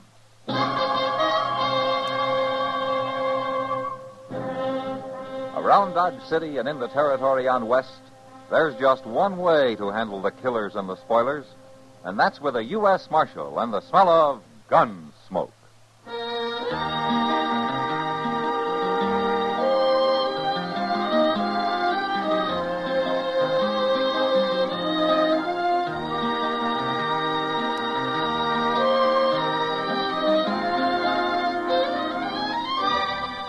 Gunsmoke, starring William Conrad.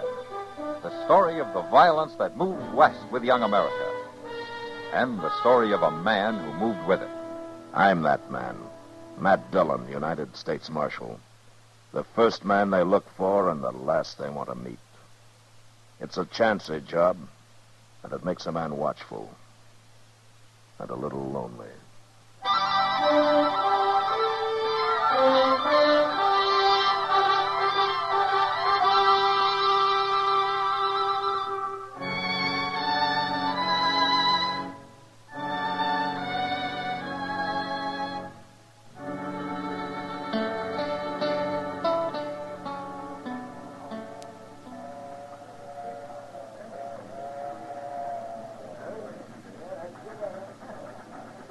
Here comes old Santa Fe, Mr. Dillon. Yeah, and on time, too. What's this dude we're meeting look like, anyway? Well, like any other 20-year-old, I guess, Chester. He's lived back in Philadelphia since he was 5, since his ma and Cleve busted up.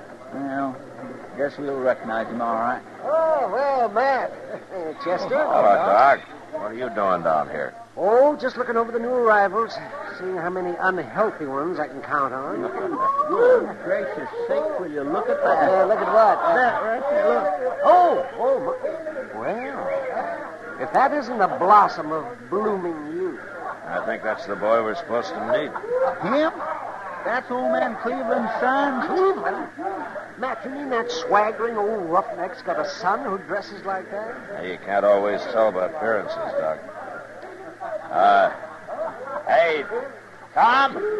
He's sure giving the depot loafer something to choke up over, ain't he? Yes, sir? You are Tom Cleveland, aren't you? Yes, sir, I am. I'm Matt Dillon. I'm Marshal here in Dodge. Pleasure, Marshal Dillon. Your dad couldn't get in today, and he asked me to meet you and get you started out to the ranch. It's very kind of you, Marshal. This is all new to me. Yeah? Well, you'll get used to it. I hope so, but right now everyone seems to be amused at something. Well, the boys around here aren't much used to such style, I guess. In Philadelphia, they told me this was the correct Western attire. Well, it's not quite. At any rate, your father left a saddle horse for you at the livery stable. Saddle horse. Ah. Well, isn't there any means of public conveyance? Well, I'm afraid we don't have any public conveyances in Dodge, Tom. But I don't ride too well, except on a flat saddle. A flat saddle? I never heard of such a thing. Oh, this is Chester Proudfoot, Tom Cleveland. How do you do, sir? How do you... It's my... Your daddy's sure going to have himself a chore with you. Chester. You know, it's strange having a father after all these years. What sort of a man is he, Marshal? Your dad? No, I guess he's just an ordinary frontier cattleman. Well, I guess we'll get on all right. Yeah, well, I hope you will, Tom.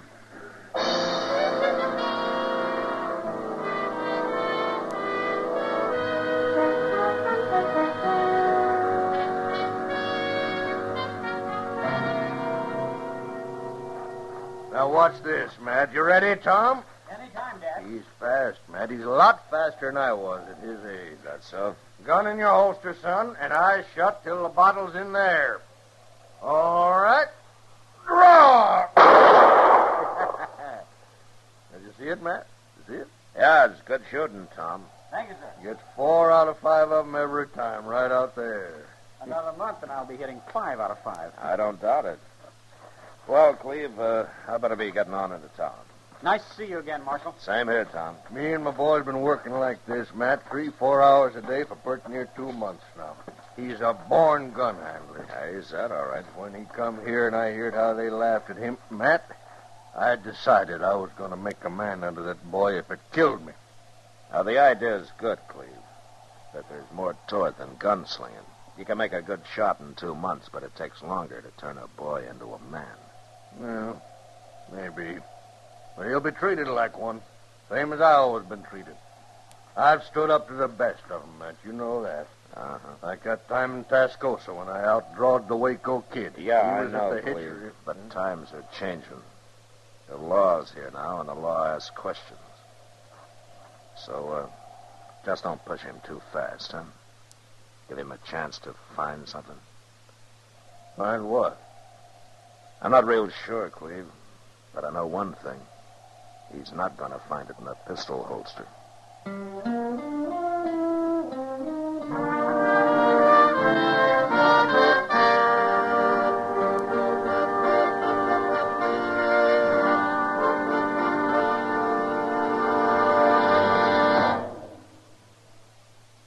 Free yourself of old-fashioned ideas. Why don't you live modern? Live modern. Live modern. Free up. Freshen up your taste. Smoke an L&M. Today, all over the country, more people are changing to L&M than to any other cigarette.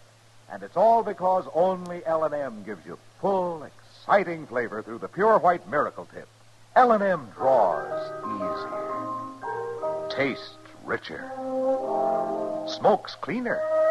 So free up, freshen up your taste, live modern, change to L&M. Make today your big red letter day and start to live the modern way. Live modern. Smoke an L&M.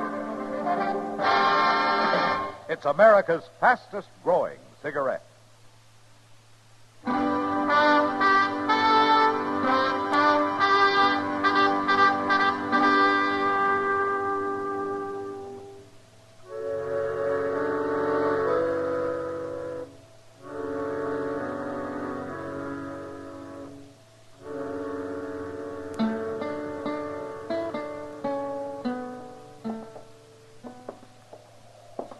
It's a nice night, Mr. Dillon. Of cold and clear as a cake of ice. Yeah, it's going to be a little frosty before morning. I can remember nights like this back in Texas. With the air so gall-darn sharp you could hear a church bell 10 miles away. Uh-huh. A lot of time you ever spent listening to church bells, Chester. Well, I could have heard him if I'd have been a mind to with it. Uh-huh. Well, say, there's Miss Kitty across the street. What? If she don't put a wrap on, she's going to catch her death. Come on, Chester.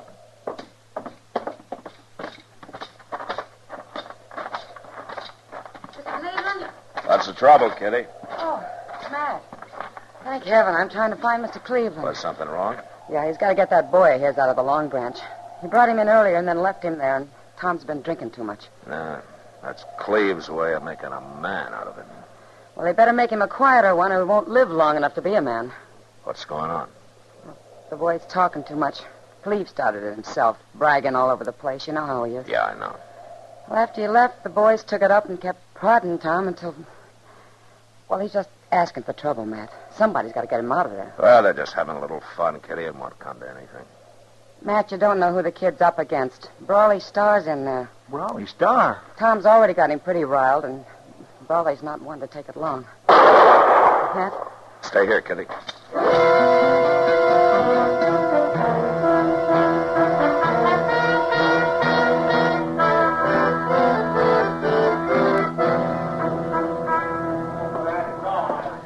One side, please. Let me through here, will you? Beat you to it this time, Matt. How bad is he, Doc? Just a bullet in the arm. Doesn't amount to much. How do you feel, Tom? Sick, Marshal. Ah, here. Let's get over there under the lamp, son. We'll jerk that bullet out and have you fixed up in no time at all. How'd it happen, boy? Who did it? I reckon I'm the guilty party, Marshal. Well, I didn't know you were in town, brother. I just got here this afternoon. Doesn't take you long, does it? Marshal Dillon, I hope you won't take any official action in this. It was a fair draw. You better go on over there and let Doc dig that bullet out, Tom. Come on, boy. It was just an argument, Marshal. He outdrew... Doc's waiting for you. Yes, sir. You're picking kind of easy game, aren't you, Brawley? He picked. I didn't. Got business in Dodge, have you? Maybe. I ain't been here long enough to tell. You're just a half-baked kid, Brawley. Man's got a gun on his hip. He ain't a kid. You saw he was on the prod. You ought to have known enough to give him room. Most folks give me room, Marshal. And I didn't have to shoot him in the arm, you know. No, you didn't. Tom? Tom, you all right? It's nothing, Dad. Who done it, boy? Who done it? Who's a dirty rat shot you in the back? He's kind of mouthy, ain't he? It's a boy's father. Matt? Matt. Where's the sneak that caught my boy with his back turned? I shot him, mister, and his back wasn't turned. You're a filthy liar. All right, hold it, both of you. Now talk soft and keep your hands on the bar. You'll answer to me for this. And you won't be facing up to no half-grown kid. All right, mister. Let's say 11 o'clock in the morning. I'll wait for you at the livery stable. Good enough. Just ask for Brawley Star. Brawley Star? Good night, Marshal. See you in the morning, mister. What have I done, Matt?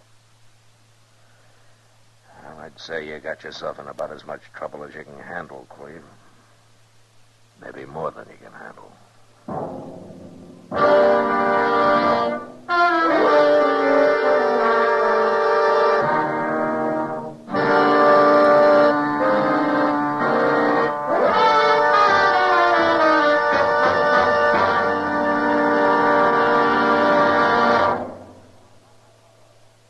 Happy holidays from L&M. And here's how to say it to your friends. Give modern. Give L&M holiday cartons. L&M holiday cartons are gay, handsome. A gift that says both you and your friends know how to... Live modern. Live modern. Live modern. Free up. Freshen up your taste. Smoke an L&M. Remember, when you smoke L&M, you always get full, exciting flavor through the L&M Miracle Tip. L&M draws easier, tastes richer, smokes cleaner. That's why today more people are changing to L&M than to any other cigarette. So smoke L&M, and remember, your friends appreciate your gift of L&M holiday cartons. Live modern. Smoke an L&M.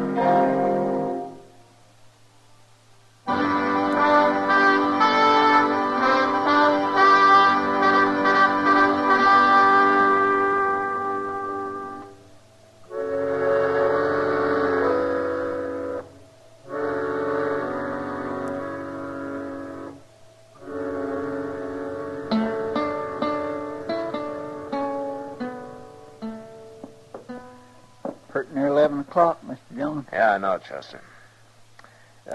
Will you turn that stove damper down? Huh? It's getting kind of hot in here. You just gonna sit here? Yeah, I guess so. But Brawley Starr will kill him. Chester, the one thing the law can't do is keep a fool from being a fool. Well, I know, but... Brawley's up there at the stable, leaning on the hitching rail, minding his own business. I got no reason to bother him. And if Cleve jumps him, it'll be self-defense, and I still got no reason. Yeah, but maybe Cleve won't draw first. He will. Brawley will make sure of that.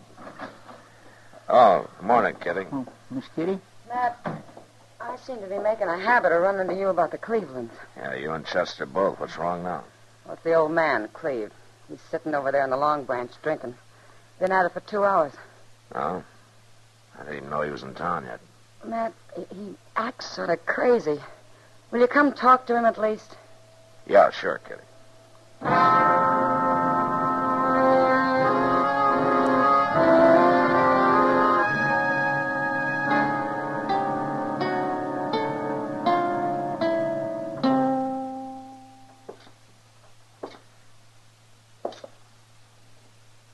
Morning, Cleve.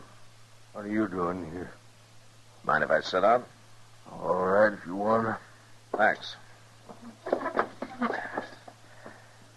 Well, looks like you've taken on a fair-sized load there. What's the difference? It's a bad state to be in for a man about to walk into a gunfight. I'm all right. Don't worry none about me. Brawley's fast, Cleve, as fast as they come. You got a lot of nerve to give him even better odds by getting yourself drunk. It's my business, ain't it? Of course, the man that faced down the Waco kid doesn't have much to worry about, I guess, huh? No, wait. Except that Brawley's the man who killed the kid a few years later in El Paso. You know, you're a fool, Cleve. Why didn't you stay home this morning? I had to come. They laughed at me. Cleve, you've never even seen the Waco kid or any of the others you brag about. No. You've never been in a gunfight in your life. That ain't true. It is true, and you know it. As long as it stayed just harmless talk, it didn't matter much, but you started filling your boy full of it, trying to make him into something you never were. And last night you nearly got him killed by it.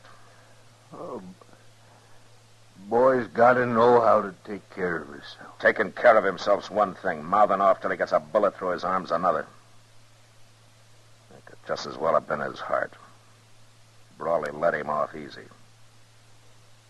And now you're going up there and get yourself killed. No, I ain't. I can't do it. I'm trying to drink myself up to it. And I can't. Matt, I'm a coward. Forget it, Cleve. Every man runs into somebody who can put the Indian sign on him. What's the boy going to Kitty? Yeah, Matt. Take care of him, will you? Get him upstairs. It's something you can do a whole lot better than I can. Yeah, sure. John, Yeah, Chester. you better come quick. Now, what is it? Tom's out there in the street. He's wearing a gun, and he's headed for the livery stable. All right, let's go. Kid must be out of his head. There he is. Tom. Tom Cleveland. Yes, sir. Hold up a minute, will you? Where you going, Tom? You know where I'm going, Marshal. It's my fight. I started it. Dad didn't. I don't know who started it, but I know who's going to stop it. Take his gun, Chester. Now, wait. Shut up. Now, you stay here and don't move. Chester, if he tries to get away, put a bullet through his other arm. I'll be happy to.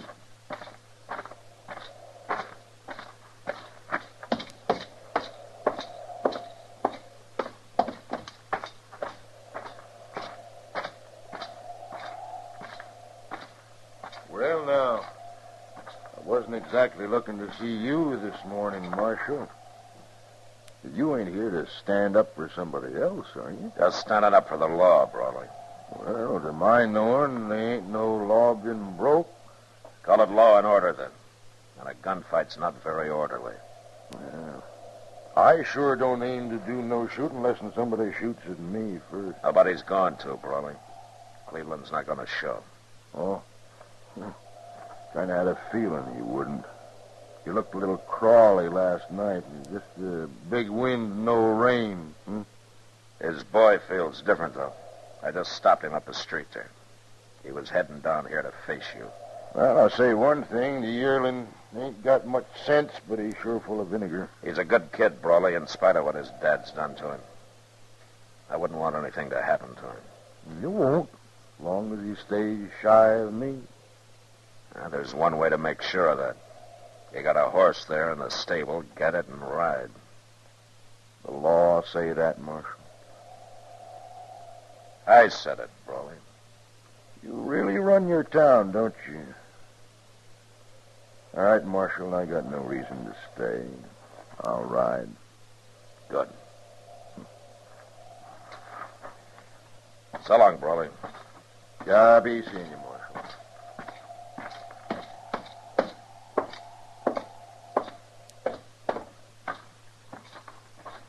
You had me worried stiff, Mr. Dillon. What happened, anyhow? Nothing much. Tom, Brawley's riding out of town. And you better get on back out to the ranch. I have to find my father first. He's in town somewhere. He'll be out later, Tom. He's drunk, isn't he? Well, It's all right, Marshal. I understand him rather well, I think. He's something of a braggart and a liar. And most likely a coward. Now, wait a minute, Oh, don't Tom. worry. I'll never let him find out I know. After all, he's my father. Well, then maybe you can help him grow up, huh? Maybe you can make a man out of him. I hope so, sir.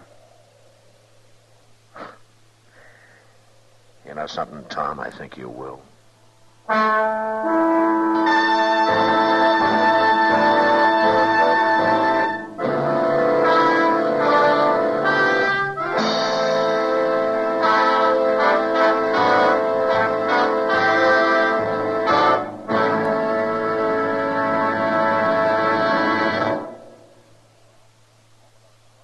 In a moment, our star, William Conrad. In 1900, 20 miles an hour very often was excessive speed. But in 1900, as now, speed is a relative concept. It's relative, for instance, to traffic conditions. An empty highway is safer than a crowded one. It's relative to the time of day. Dusk, dawn, and night driving is more hazardous than daylight. It's relative to weather conditions. Rain, sleet, and snow means slow down, even on highways that are posted for high maximum speed limits. In other words, safe speed is a question of driver's judgment. Police patrols can pick up a few of the most careless drivers, but the policeman that counts the most is the one you carry in your own head. When he tells you to slow down and stop taking chances, listen to him. The life you save may be your own. This has been a CBS Radio public service announcement. And now, William Conrad. You know, on the frontier, if a girl was looking for a husband, they used to say she's throwing a mighty wide loop. Well, next week, a girl catches a husband right enough. but not the one she wants. And that was the West. Gunsmoke. Produced and directed by Norman McDonald, stars William Conrad as Matt Dillon, U.S. Marshal. The story was specially written for Gunsmoke by Les Crutchfield, with editorial supervision by John Meston. The music was composed and conducted by Rex Corey. Sound patterns by Tom Hanley and Bill James. Featured in the cast were Lawrence Dobkin, Sam Edwards, and John Daner. Harley Bear is Chester, Howard McNear is Doc, and Georgia Ellis is Kitty. Join us again next week for another story on Gunsmoke.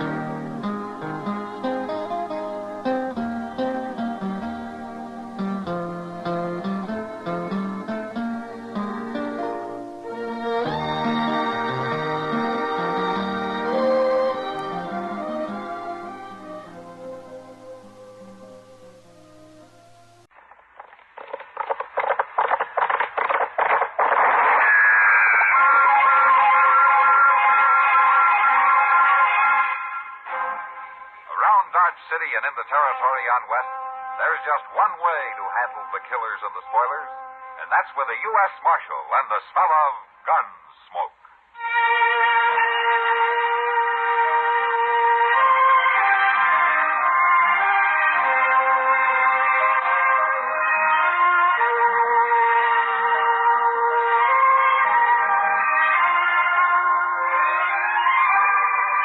Gunsmoke, starring William Conrad. The story of the violence that moved west with young America. And the story of a man who moved with it. I'm that man. Matt Dillon, United States Marshal. The first man they look for and the last they want to meet. It's a chancy job, and it makes a man watchful. And a little lonely.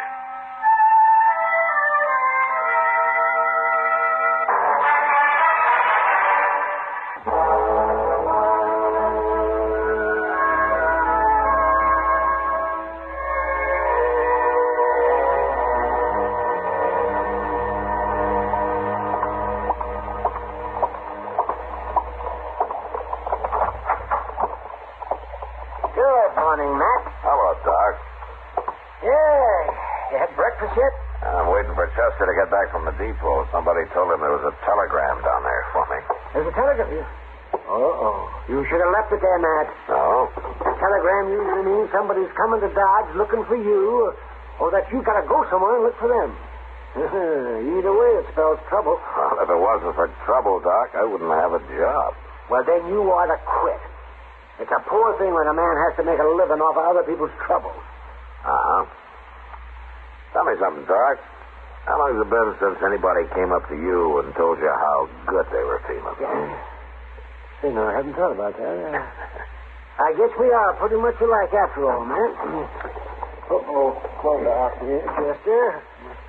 Yeah, I got it, Mr. What are you looking so glum about, Chester? What does it say? You better read it yourself. It's kind of private line. Huh? U.S. Marshal, Dodge City, Kansas. Coming to get married. Noon train. Saturday. Meet me. I'm Mavis McCloud. Oh, Mavis McCloud, eh? Oh, that's a right pretty name, Matt. She pretty, too? Mr. Dillon, you really gonna get married? Oh, you're pretty foxy, Matt, keeping this so quiet. Now, wait a minute, you two. If you're all through talking, I'll tell you something. Oh, now, quiet now, Chester. Don't say anything. This is an important moment. I'm listening. All right. Now, This may be kind of a shock to you, but well, as my two closest friends, I wanted you to be the first to know. Yeah, Mr. Dillon, yeah? Doc? Yes, Chester? I'm not about to get married, and what's more, I never heard of any Mavis McCloud. Well, but she still might be perfect. I don't care if she looks like Lily Langtree. But, Mr. Dillon, ain't you even going to meet her? Yeah, I'm going to meet her, but right now, let's go get some breakfast and talk about something else.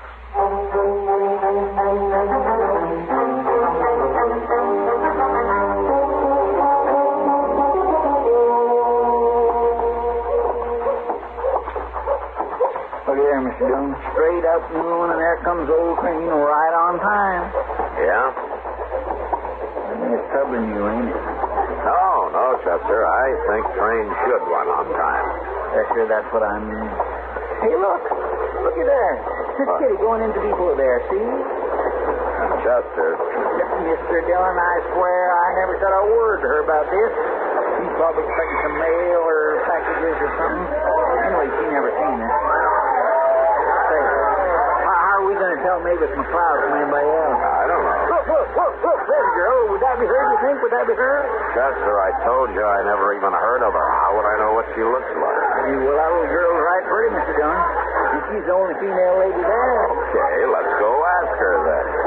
I'd judge her to be about 18, wouldn't you? Yeah, about that. I'd say she's pretty nice. She is pretty. Excuse me, miss. Yes? I'm Matt Dillon. Oh, maybe you can help me. Oh, maybe. I'm looking for the U.S. Marshal here. Do you know him? Well, I'm the marshal, ma'am. Oh, you are? Then you got my telegram. I did. Oh, that's right. You didn't have my name on it, did you? Of course not. How would I know your name? Oh, my goodness. Well, you didn't think I was coming to marry you, did you? Oh, how awful. I mean, how awful for you. Well, I'm still a little confused. This is Chester Prout. Mavis McCloud. How do you do, Chester? Well, I'm proud to know you, ma'am. Yes, miss. Oh, I'm so sorry, Marshal Dillon. I guess I should have explained more in the telegram. Oh, that's all right. Who did you come here to marry? Well, I don't know. You don't know? Well, not yet. I just got here. You two are the only men I've met. Chester. Yes, sir? Go over to the depot there and see if you can find Kitty, will you? Yes, sir. I sure will. Mavis, how old are you? I'll be 19 in December. No? So, where are you from? I won't tell you. Well, why not? Because it isn't polite for a gentleman to ask a lady so many personal questions. All right. Well, why did you send me that telegram? Well, because I thought I'd be safe with the marshal helping me. Well, helping you do what? Get married. Oh, don't look like that. I'm not crazy. They need women out here, don't they? Well, don't they? They need them. And I'll make a good wife, too. But, of course, it'll have to be the right man, Marshal. I won't marry just anybody, you know. And you can stop shaking your head like that. John, I found her. Hello, Matt. Kitty, this is Mavis McCloud. Hello, Mavis. Welcome to Dodge. Oh, well, thank you, Kitty. Kitty. I know, Matt. Chester told me all about it. Don't mind the marshal, Mavis. Sometimes he's a little slow to understand these things. He most certainly is. Why, he's been looking at me as though I were a bug of some kind. Kitty, you take care of her, will you? I'll go try to figure something out. Yeah, she'll be okay. And, Kitty, don't... don't worry. I won't take it to the long branch. Okay. You let me know if you need anything, Mavis. Besides the husband, I mean.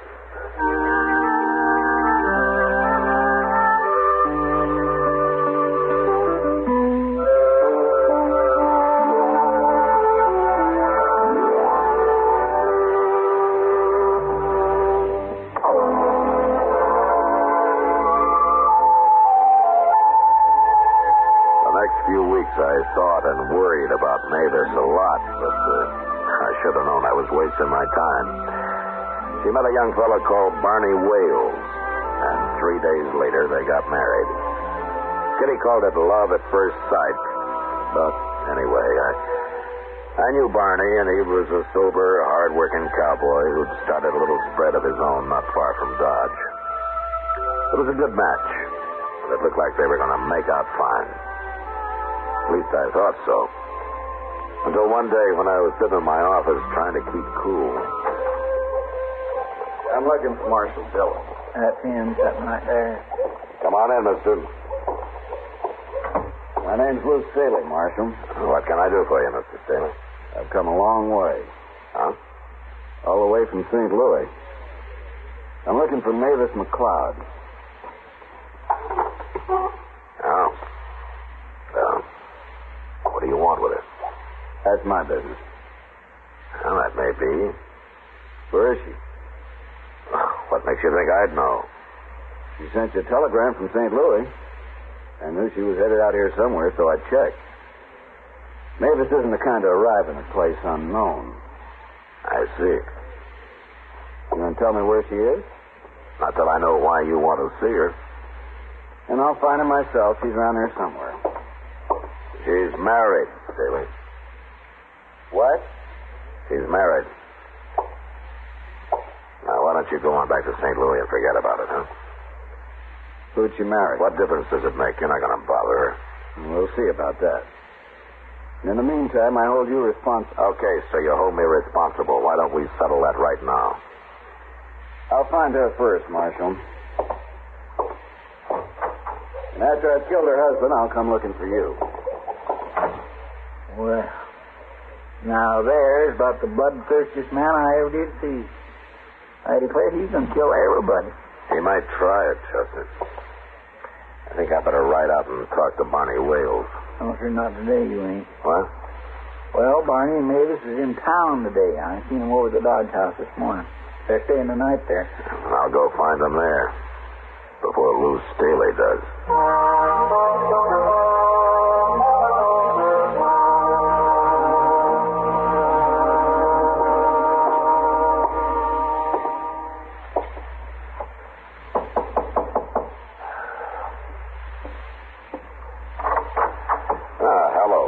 Marshal Dillon. Oh, come on in. Hey, Mavis, it's the Marshal. Hello, Marshal. How are you, Mavis? Oh, I'm fine. I mean, we're fine. Aren't we, Barney? We sure are. You got to ride out and have dinner with us some Sunday, Marshal. Mavis here's the best doggone cook you ever saw. Well, it'd be strange if a girl from St. Louis couldn't cook. Why'd you say that, Marshal? Mavis ain't from St. Louis. At least, why, she never told me she was. It doesn't matter where I'm from, does it, Barney? Of course not. But how'd the Marshal know? There's only one way. Lou told him. Lou? Yes, Lou Staley. Well, who's he, Marshal?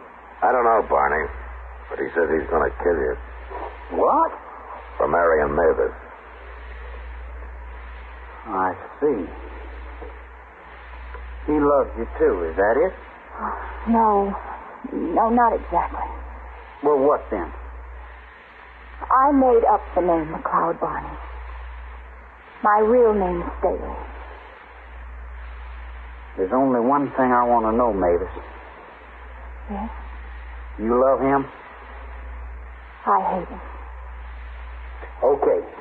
Let him come, Marshal. I'll fight him. No. You go out to your ranch. I'll take care of Staley. I never run from a fight in my life, and I don't aim to start now. Oh, please, Barney. It's no use arguing. If this Staley's looking for me, he can find me. I'll go about my business like always, but I'll sure keep one eye open.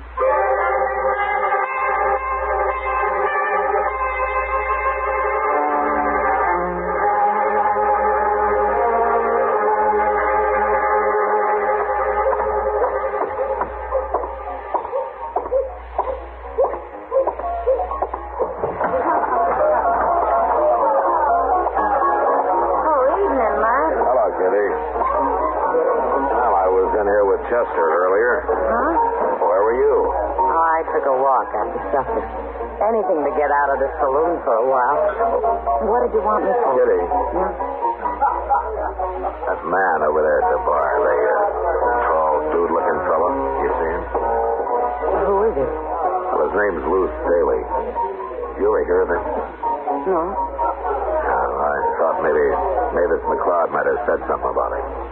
She never mentioned him. But I've hardly seen her since she got married. What's it about? Well, Staley's kind of disappointed over Mavis getting married. Said he's going to kill Barney. And then me. And I don't know who all. Oh, for heaven's sake. He followed her out here from St. Louis. Well, that's it. Jealous lover. No. Mavis' real name is Staley. What? Yeah. Well, I guess Mavis kind of fooled all of us. I can understand Staley wanting to kill Barney. Now, that's not my business how Mavis messes up her life or anybody else's, but murder's wrong, Kitty, no matter what the cause, it's wrong. Matt, look. Yeah, I see her. She's seen us, too. Hello, Marshal. Kitty? You shouldn't be in here, Mavis. I know, Kitty, but I had to come. Where's Barney? He's talking business with some cattle buyers over at the doghouse. He doesn't know I'm here. This is no place for you, you know. Well, it's good enough for Kitty, isn't it? Well, I own the place. I explained all that to you. Well, I didn't come here for fun. I ran into Chester out in the plaza, and he told me I'd find Lou Staley here. I've got to talk to him. It probably won't do any good, but I've got to try. Well, he's over there at the bar. I know, I saw him.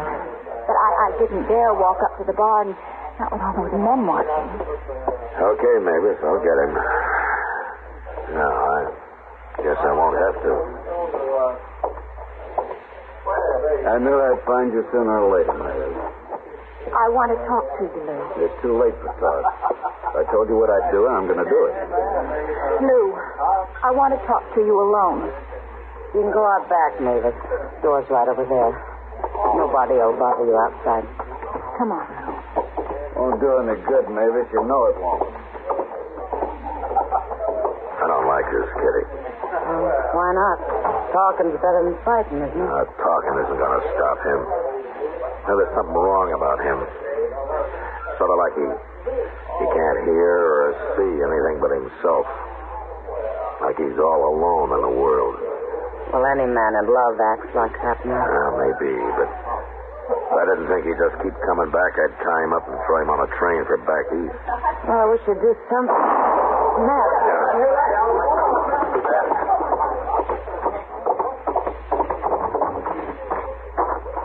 Matt, look, it's Mavis.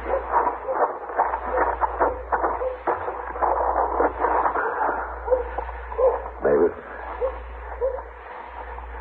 Did he kill her? No, she's still alive. Well, you go after Staley, Matt. I'll take care of her. I'll get Staley, Kitty. And I'm going to carry Mavis over to Doc's first. Hey, you better come along.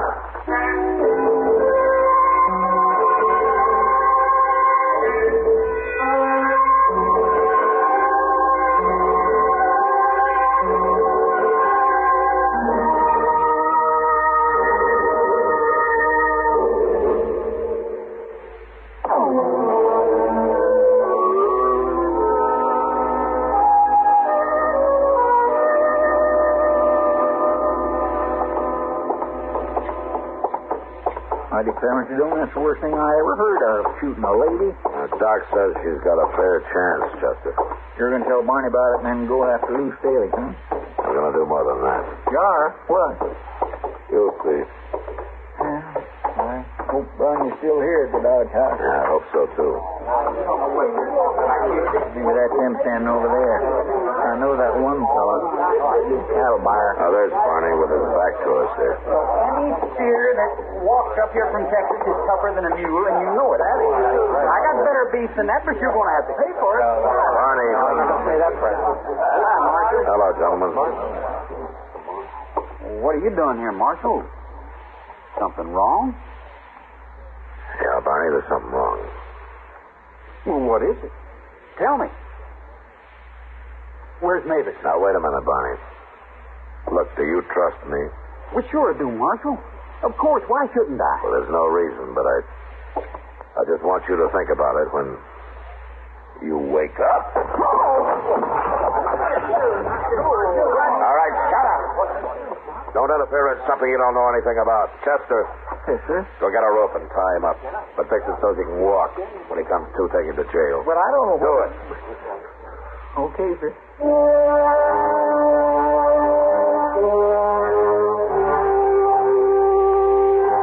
I warned the cattle buyers there not to say a word to anybody about Barney, and then I went out looking for Lou Staley. I tried every saloon and gambling house in Dodge, and I finally gave up. Went over to the jail and got Chester. It was past midnight when we entered the Dodge house once more. Had a talk with the clerk, then went up to Barney and Mavis' room. You reckon Staley's run off, Mr. Jones? No, he won't run until he does what he came here to do.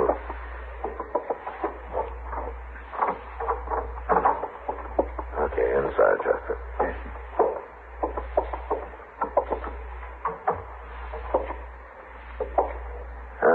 You stand over there, Chester, so you'll be behind the door when it opens. Staley's sure gonna be surprised if he does come here, ain't he? Unless that clerk downstairs bungles it. On my land, all he's got to do is say, Barney come in a while ago and went upstairs. Well, it sounds easy, Chester, but he might get scared and say anything.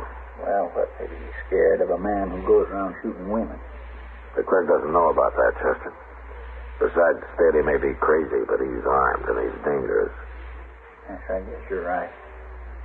Hey, Barney got real wild when he come to and found himself all tied up. I had a terrible time with him with... Quiet, Chester.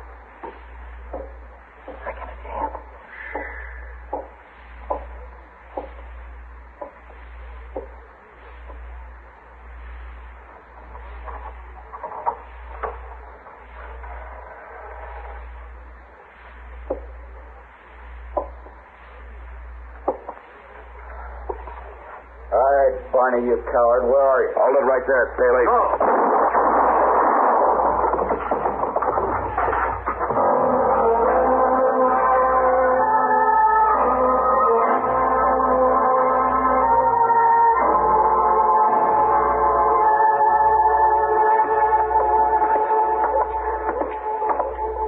That's Doc's office at the top of the stairs, Barney. He says Mavis is going to be okay, huh? She's doing fine. Now, here we are. Wait a minute, Marshal. Yeah. About last night, I'd have found Lou Staley somehow, and I killed him any way I could, Marshal. It might have been murder, Barney. Yeah. I guess this is the first time I ever thanked the man for knocking me out. Let's go on in now.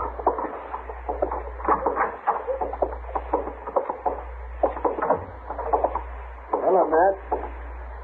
Barney? Where's Mavis, Doc? Well, she's in the back room there. And except for a little fever, she's coming along fine, Barney, just fine. Of course, you'll have to stay quiet for a few days. You can't be moving around. Can I see her now, Doc? Sure, you go ahead.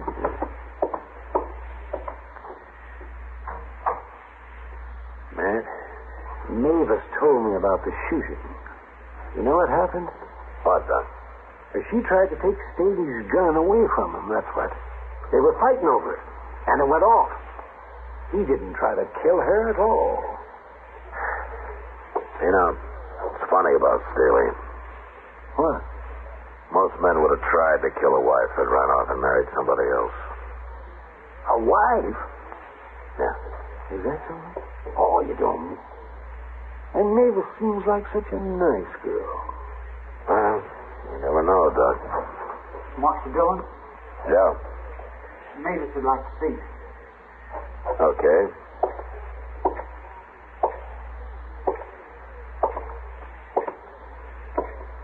Hello, Marshal. Mavis. There's something I want to tell you, Marshal. Okay. Barney already knows. I told him yesterday after you left. Go on. Well, it's about Lou. I know what you think. But I've known him all my life, Marshal. And Lou was crazy. There was something wrong with him. I guess I was ashamed of it, or I'd have told everybody sooner. especially Barney. You're not responsible for his being crazy. No, wait. Lou always did say he'd kill any man I married. That's why I ran away. Mavis, you were asking an awful lot of a husband, crazy or not. Marshal, Lou Staley wasn't my husband. He was my brother. What? You know, Mavis, you've been nothing but trouble to me ever since I got that telegram. And I don't ever want to see you again. Unless it's across your dining room table some Sunday.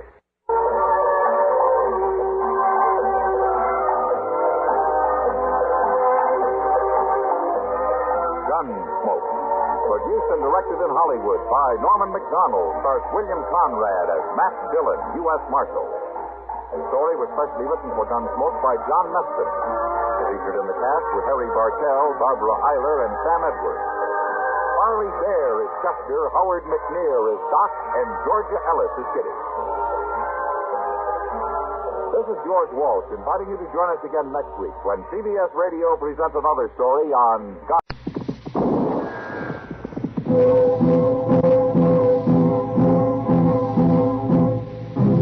Gunsmoke.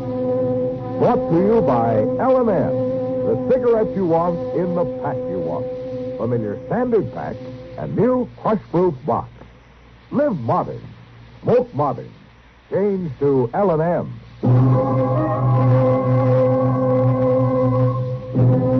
Around Dodge City and in the territory on West, there's just one way to handle the killers and the spoilers, and that's with a U.S. Marshal and the smell of gun smoke.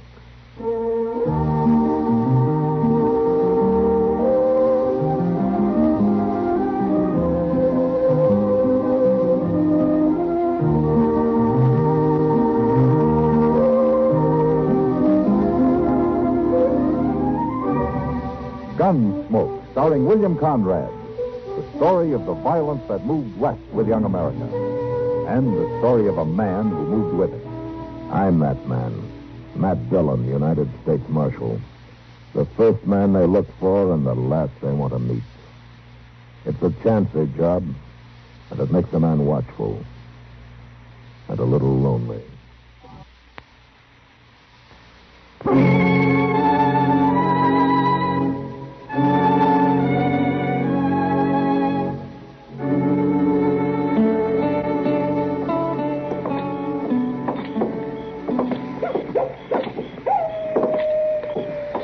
Just listen to that miserable old coyote, Mr. Dillon.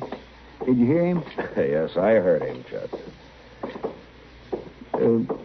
We gonna stop in as long, Bragg? No, there's no reason to. It's late. Looks too quiet for anything to be going on. Well, I was thinking I sure could do with some beer to go to bed on, if anybody was buying. All right. Come on. The place does sound kind of like a morgue tonight, don't it? Well, it won't the end of next month when the trail herds start rolling in. You'll be lucky to get your foot inside. Been waiting for you, Marshal. Get your hands up. Yeah, sure, Red. I won't argue with a shotgun. That's what we figured. Take his gun, Red. Yeah.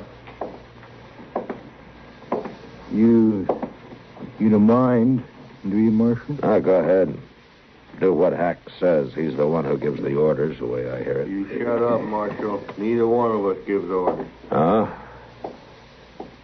I didn't know you boys were in this part of the country. That's far enough right there. Unless you want to see this little lady here get her pretty looks all spoiled. Matt, I tried to think of some way to get word to you. That's all right, Kitty. Just take it easy. Yeah, that's the idea, Marshal. You too, just take it easy. Everything will be all right. You got what you came after, Hack, or are you still trying to get it? We got it. We've been through all the boys' pockets, along with the safe and the cash box. Just fixing to leave when you stumbled in. We didn't have a chance, Matt. They walked in with the shotguns and said Kitty'd be the first one to go. Forget it, Doc. These boys, Tollett and Slade, are wanted in a half a dozen states for bank robbery, stage holdup, How murder. come you were so quick to recognize us, Marshal? We ain't been around here before. No, but your pictures have. You must have slipped into Dodge pretty quiet, huh? That's right, Marshal. And going to slip out the same way. I suppose you line up over there with the rest of the targets. Go. Kind of expected more out of you, Marshal, from what I heard about you. Is that so? Reputation's mighty easy to come by sometimes. All right, all of you. We're riding out of here now. We don't aim to get followed. Red, take her arm there. Here, what are you doing? Figure you boys won't be so likely to try nothing if you go along with us away. Matt? Do as they tell you, Kitty. You'll be all right. Anybody pokes his head out this door next few minutes gets it shot off. Same thing will happen to the lady. You keep the boys in line, Marshal. We've got a nice little town here. Been a pleasure to visit it. Let's go, Rick. What are we going to do, Mr. Jones? Nothing, Chester. Oh, dang it, Matt. Let's get a posse going. Get some organized here. They took $14 off of me. You just got to stand there. Hold it, Doc. And the rest of you, shut up. Simmer down now. Take it easy and stay away from that door. Matt, we can't just let them ride out. Doc, they got Kitty with them, and they're killers. One move from us, and they'll do exactly what they said they'd do to her. Well, maybe they will anyway. We'll give her the best chance we're able. That's all we can do.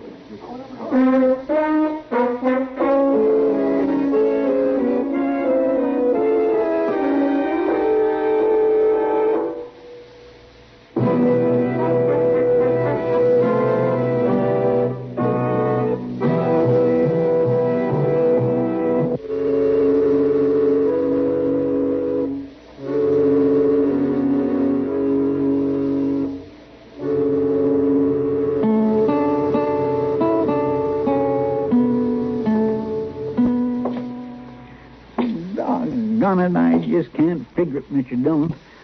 Well, we've spent from midnight last night until noon today checking every trail out of Dodge. Tobeel and his scouts have worked the river bottom for 10 miles each way. Yes, sir, I know. The whole countryside's on the lookout for them. 2 men and a woman. They can't just disappear. Well, they sure done it so far. Yeah, they sure done it so far. Come on, Chester, let's walk up the street and get something to eat, huh? All right. First time in all my recollection, I ain't had no appetite to speak of. Well, it won't help Kitty. You need to starve yourself. I got kind of a bad feeling ain't nothing going to help her, Mr. Dillon. Why not? I figure they've had time now to get far enough away they won't need her no longer. Why don't you shut up? Chester, I'm sorry. I didn't mean to talk to you like that. I reckon I understand. Yeah, I guess we both do. Well, good afternoon, Matt. Chester. Hello, Doc. Did you find any trace of them? No, nothing. You, have a bite to eat with us? Well, I just ate about an hour ago, but I might sit down with you for some pie and some coffee. If Chester can spare a little.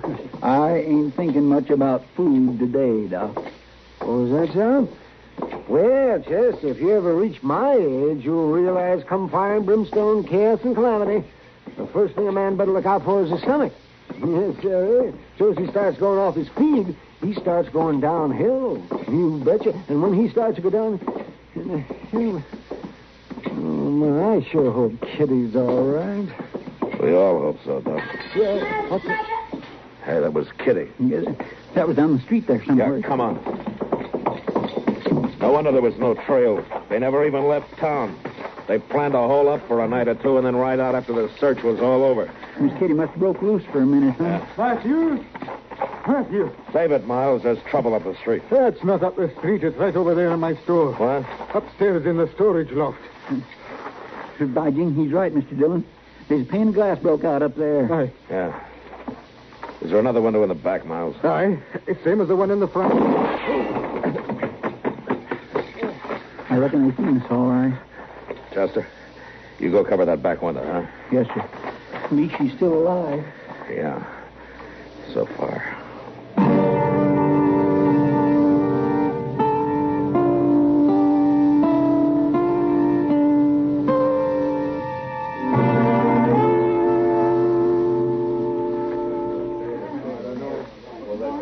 They're certainly mighty quiet up there, Matthew. Nothing to talk about, I guess. Well, they know they can't get out of there. No, Doc, and we can't get in. Matt, suppose we set fire to the building. Oh, no, you're not. You're not setting fire to my store. Not if they stay up there for the next year, you're not. They just didn't have Kitty up there with them, and it'd be easy. Sure, just wait for them to starve out. Or else burn the place down. Will you stop saying that, Doc? Well, it's going to be dark before long, Matt. Yeah, I know. Oh, why don't they give up? They know they haven't got a chance. They have as long as they got Kitty, Doc. I don't know. Maybe they're finally ready to talk. Hey, Red. Hack. Careful, man. You're beat and you know it. Why don't you throw your guns out of that window and come on down? Suppose we throw the lady out instead, Marshal. Look, both of you. If anything happens to her, you know what to expect. And if anything happens to us, she knows what to expect. Why don't you go on home, Marshal? Take that crowd of yokels with you. We can hold out a lot longer than you can up there.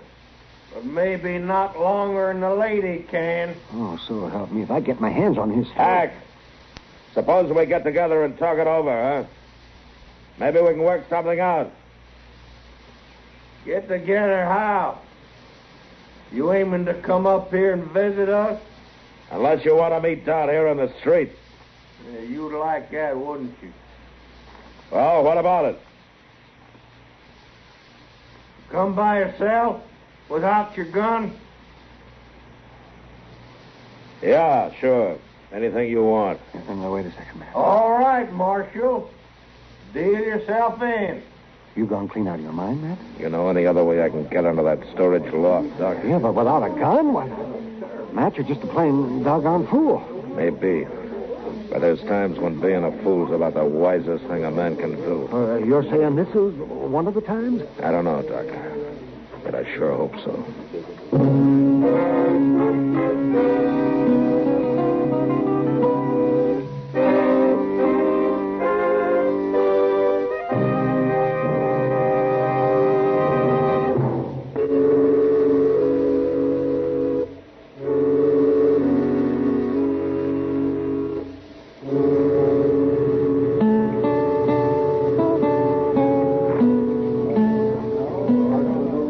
Doc, take care of my gun, will you? You ain't really gonna do it, are you, Mr. Miller? Sure, who's gonna do it? The bull-headed idiot. But them two's killers. Chester, you're supposed to be around there watching that back window. I got Sam Noonan to take over. Well, Mr. Dillon, listen to me now. You just can't do There's it. nothing else to do, Chester. Oh, dang it, Matthew. If it'd do any good, I'd say go ahead and burn the place. The stock up there in that loft isn't worth much anyhow. What is up there, Miles? Oh, odds and ends mostly. Stuff I don't need to get at often. The thing that's worth the most is the 20 sacks of concentrates. What do you mean, concentrates? Oh, black iron pyrites. Powdered. I took them in trade from the Black Hawk mine. Oh? I've been aiming to ship them east to the smelter. They run pretty high in silver. Well, I don't guess Red and Hack will be very interested in sacks of concentrates. Marshal, you lose your nerve? I'll be right with you, Hack. They'll shoot you down before you get halfway across the street. Why, Chester? That's what they're figuring. They can do it a lot easier after I'm there. Mr. Dillon, Yeah, never mind, Chester. Well, good luck, Matt. Thanks, Doc. You make a mighty fine target down there, Marshal. I'll make a better one at 10 feet, Hack, if you can keep your nerve that close. You listen to him, Red. He talks real brave, don't he? The stairs is over there to the side, Marshal. I know that. It's my town, Hack, remember? You don't run it too good, you know.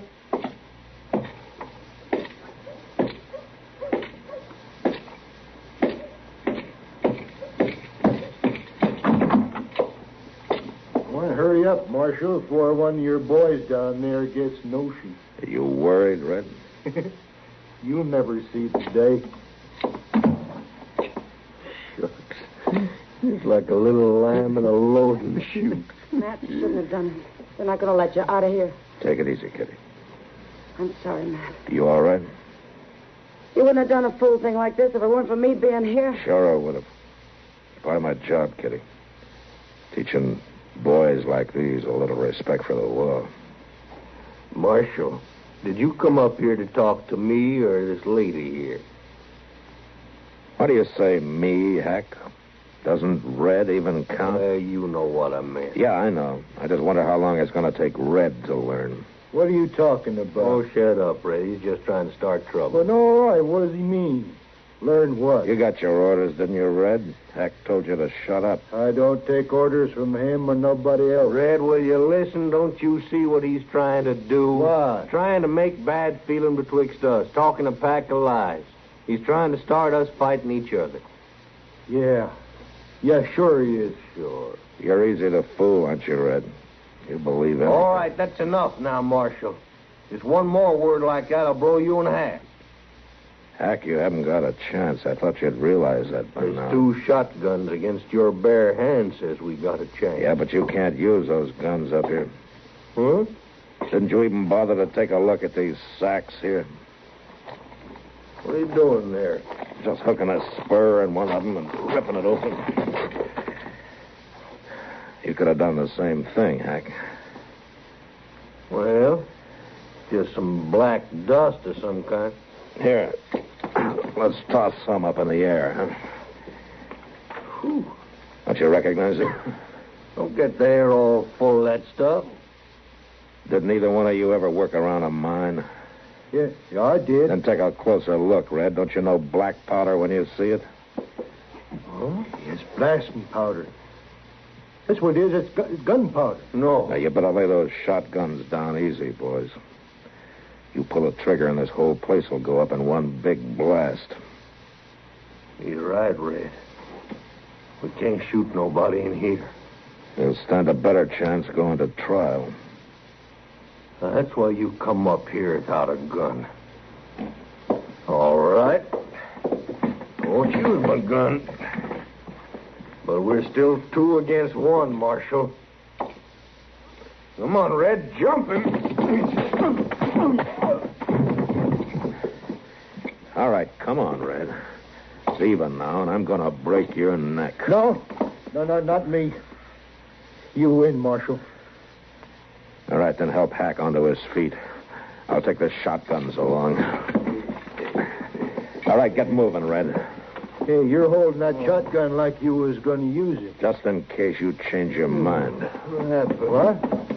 Why didn't you jump him? What's he doing with that gun? Oh, he can't use it no more than we could. Oh, not with all that powder. Well, now, Miles could be wrong. Maybe it is gunpowder. Oh, what are you saying? I know it looks like gunpowder. But if it is, Miles got fooled. He bought it for concentrates. Black iron pyrites. It ain't gunpowder. He fooled us. A liar? How about that? A lawman and cheats for lying. Yeah, I'm a liar, all right. I'll admit it. But it beats being what you are. All right, now get moving. Down those stairs. Go on.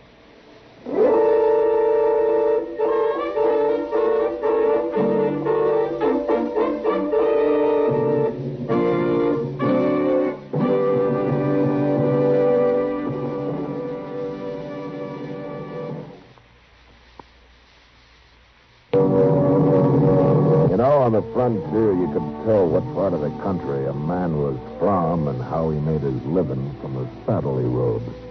Center fire, 3/4 rig, Cheyenne wool, Mexican, California, or McClellan. The only trouble was, you still couldn't know whether he was out to kill you or not. Gunsmoke, produced and directed by Norman McDonald, stars William Conrad as Matt Dillon, U.S. Marshal. The story was specially written for Gunsmoke by Les Crutchfield, with editorial supervision by John Meston. The music was composed and conducted by Rex Corey. Sound patterns by Tom Hanley and Bill James. Featured in the cast were Lawrence Dobkin, Ben Wright, and John Daner. Harley Bear is Chester, Howard McNear is Doc, and Georgia Ellis is Kitty. Join us again next week for another story on Gunsmoke. This is the CBS Radio Network.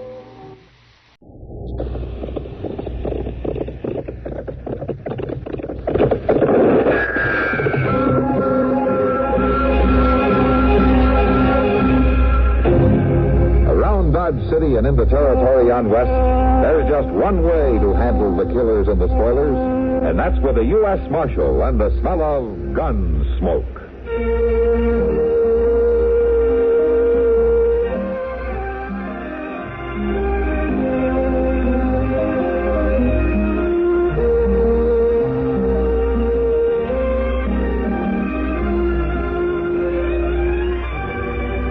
Gunsmoke, starring William Conrad, the story of the violence that moved west with young America, and the story of a man who moved with it. I'm that man, Matt Dillon, United States Marshal. The first man they look for and the last they want to meet. It's a chancy job, and it makes a man watchful and a little lonely.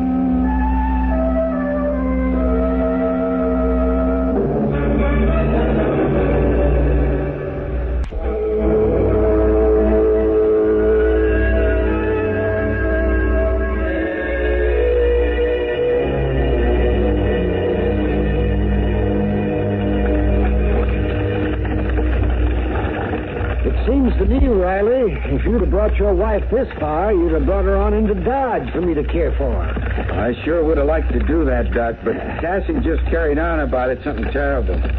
She said she just couldn't stand another turn of them wagon wheels. So I come to get you.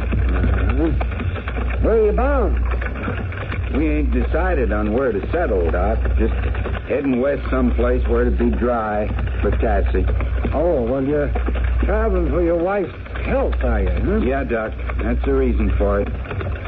You see, Cassie's been ailing for a year or two back home, and finally we just figured to light out yonder and see if it'd help her some. When did she start to sicken? Must be a week now, Doc. First she tried to keep on going, but it just got to be so she couldn't stand it to ride the wagon no more. So we stopped. I see. Well, what are the symptoms? How's that again? What seems to be wrong with your wife? Is she in pain? Can she keep her food down? Well, I ain't much up on what ails women, Doc, but she's coughing an awful lot, for one thing. She's awful weak. Can't hardly move around. I'll examine it. The wagon's around the next bend, Doc, down by the stream. I was beginning to think it was in the next county. Down there, Doc. Turn down there. Now, I'll head in right here. Under this tree. That's good, Doc.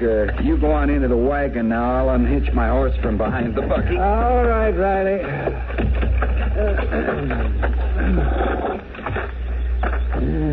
It's kind of a hot day to be under all that canvas.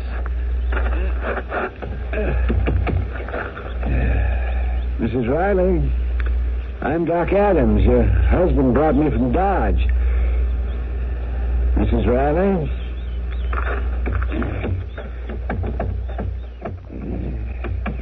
Easy now, Mrs. Riley. I'm going to turn you over this way.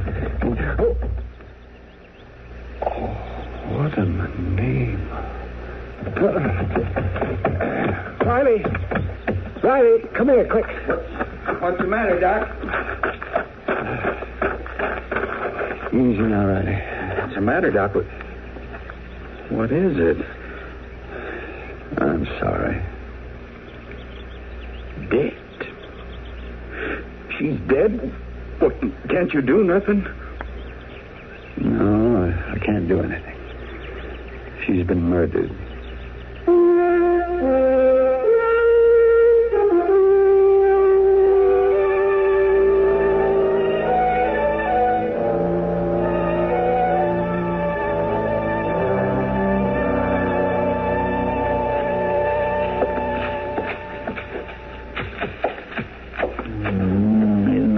the dust gets on me, sort of feel great wet. Won't hurt nobody none to stomp off their boots before he comes in to find them. Where's Matt? Oh, Doc, where you been at? We was looking for you. I haven't time, Chester. I gotta find Matt. Where is he? Well, hold your horses. He's right back there. Hey, you looking for me? Oh, Matt, yes. You'll have to ride out east of town right away. Oh, what's the trouble? There's been a murder. A woman. Name of Tassie Riley. Why, that's terrible. Well, how did you know about it, Doc? Her husband came to Dodge to get me. Wanted me to go out and treat her. They were on their way west in a wagon, and she got sick. When I got out there, she was dead. You say she was murdered? That's right. She'd been beaten to death. Oh, where's the husband? Well, I brought him in with me. He's up in my office. I better have a talk with him. No, it won't do much good. Why not? Well, to tell you the truth, man, I gave him a bottle of whiskey and told him to drink himself to sleep. He was in terrible shape. Well, he still might be able to tell me something. Chester. Yes, sir? Get the horses ready. I'll meet you at the stable in a few minutes. Yes, sir. Come on, Doc. I left everything out there just the way it was, Matt. I didn't move her or anything. That's good. You'll have to bury her, Matt. Yeah. That's one thing I've learned how to do.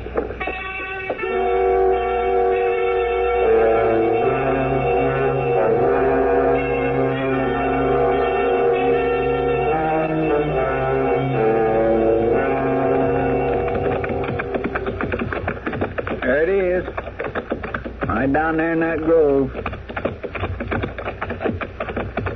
Just don't seem right. Everybody riding off and leaving her laying alone in that wagon down there, Mr. Dillon. Riley's staying wouldn't have done her any good, Chester. Well, he told you about some trapper being around, didn't he? I don't know if he told me or not. He was muttering about a trapper that had made camp with him all night. Well, you're sure going to look for him, ain't you? Yeah, I'm going to look for him.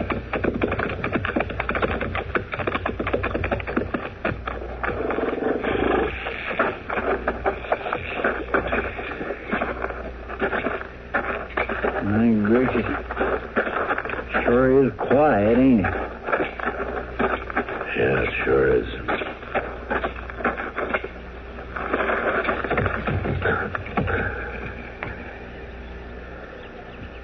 We're going to bury her right here, Mr. Dillon?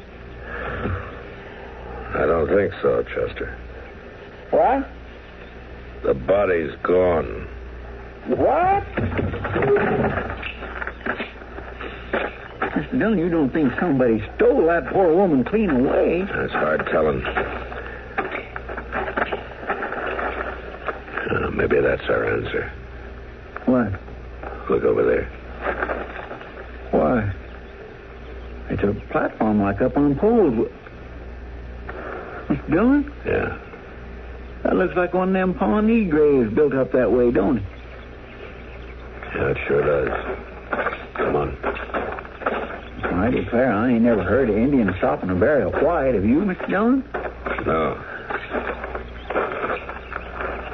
That framework don't look like it's been up there very long, does it? No. Wood's fresh cut. All right, Chester, you hold it steady while I take a look, huh? Sure, Mr. Dillon. What? Behind you. Disturbing graves ain't seemly. Who are you? Them has passed on and got a right to rest. I'm a U.S. Marshal. It's my job to find out who's up there. Well, I can tell you that. Thought you on resting her. But you tell me who you are first, huh? You call me Ben. Don't you have a last name? Not that I never heard, mister. Are you a trapper? Well, I trade some in pelts and skins. Uh-huh. Now tell me who's up there. A girl, woman. Who put her there? I did, mister. An Indian grave? How come you buried her Pawnee style?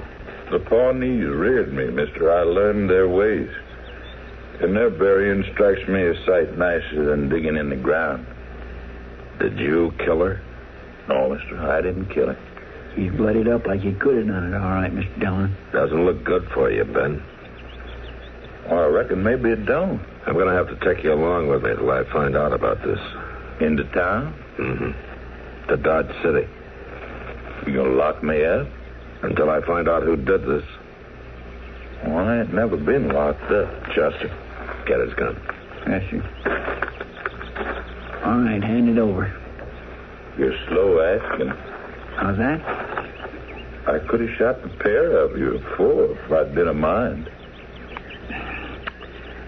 That's right, Mr. Dillon. He could have done just that. Yeah, he could. All right, come on.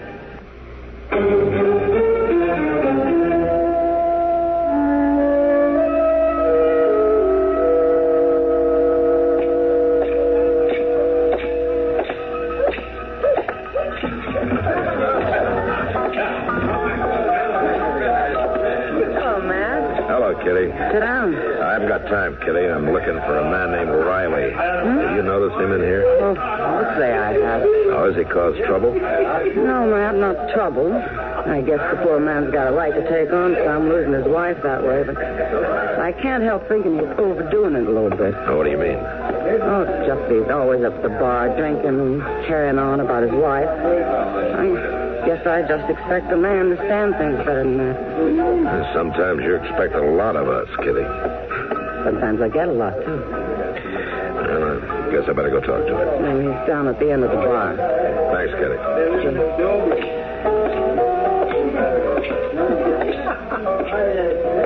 Riley? My name's Riley, all right. Who are you? Matt Dillon, U.S. Marshal. I came to see you the day Doc Adams brought you into town. I don't remember that. No, it doesn't matter.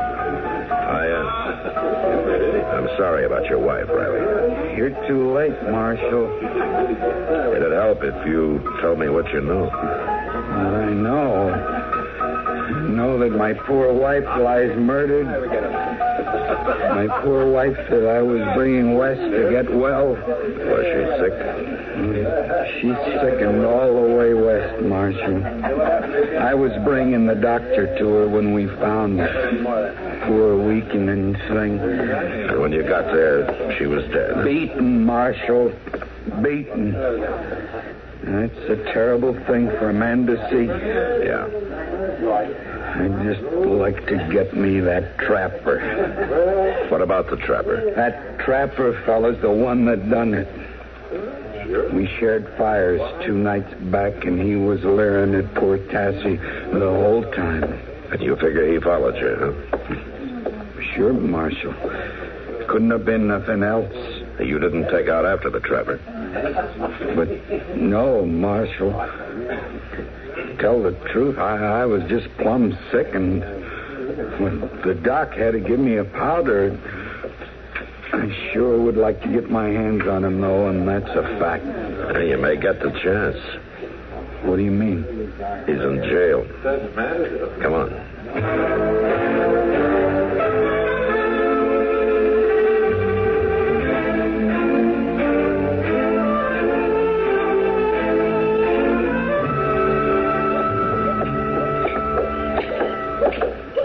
I tell you, Marshal, it's giving me the sickness again, just thinking of seeing that trapper. You'll be all right, Riley. I was wondering if I hadn't ought to stop by Doc's first. Let's stop in here first.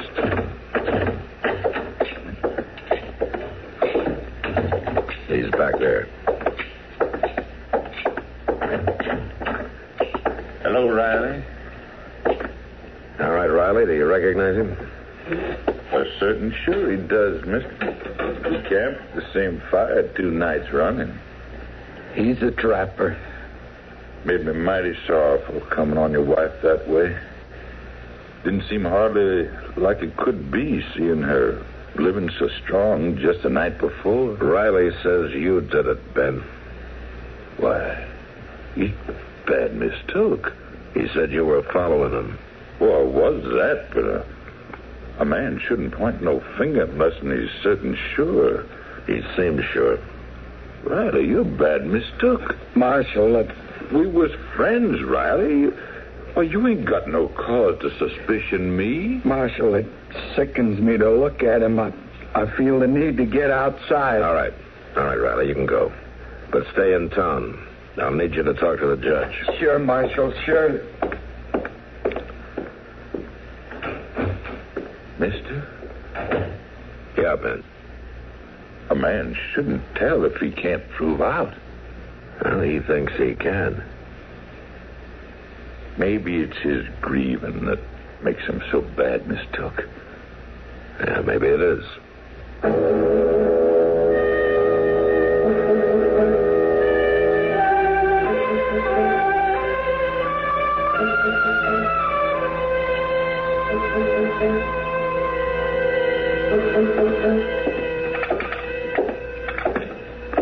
Here's your victuals, Ben.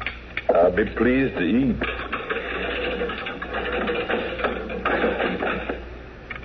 And I'll say this much for you. You sure ain't no problem to feed. I ain't one to fuss down overeating. There you are. Ain't sure ain't like the usual on the people I get in here. More bellyache than I get, you'd think I was feeding them straight out of a hog pen. As long as you're fetching me free food, I won't complain, man. Well, I don't charge for it, that's one thing.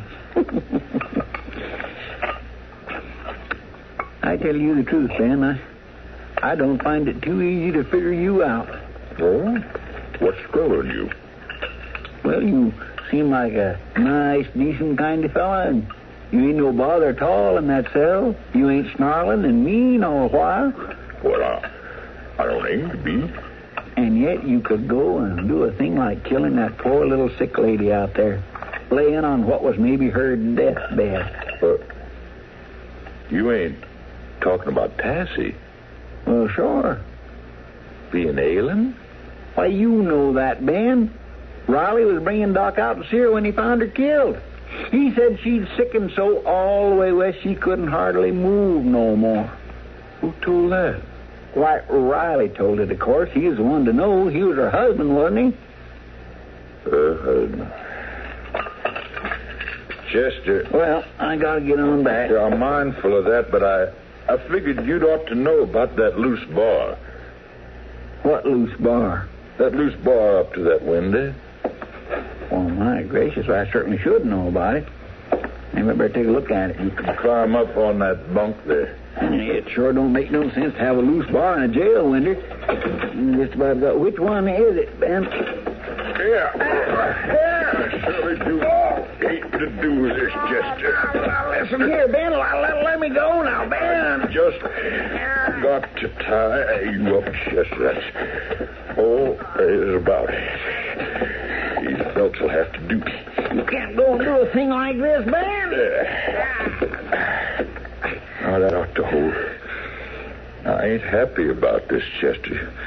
You tell the marshal I was driving, but I ain't used to being kept in, and now I got to move out of here. Well, it ain't going to do you no good. He'll find you. He'll bring you back. Yeah, I reckon he'll have to try, Chester. It being his job and all. Bet your doggone boots he will. We all have to move in our own way, Chester. Now, you just rest easy until he comes and lets you loose.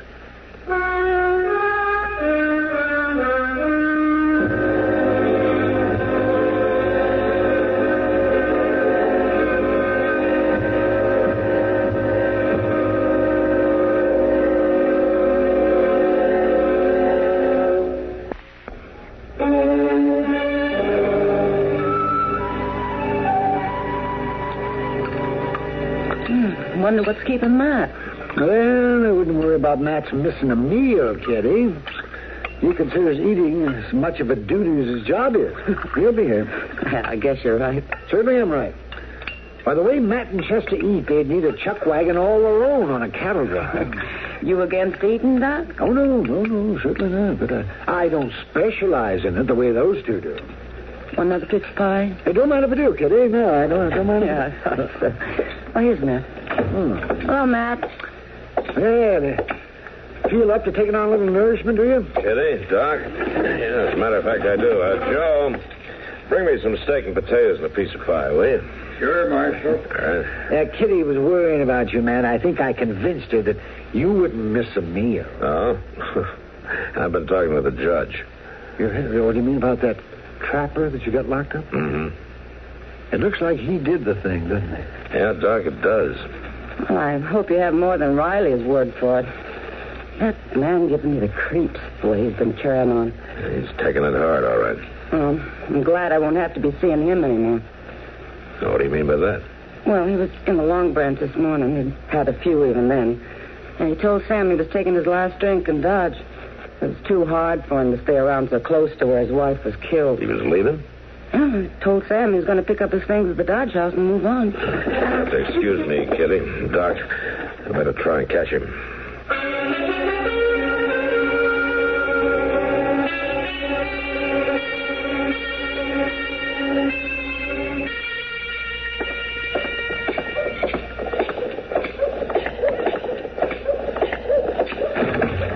Chester, we gotta get moving.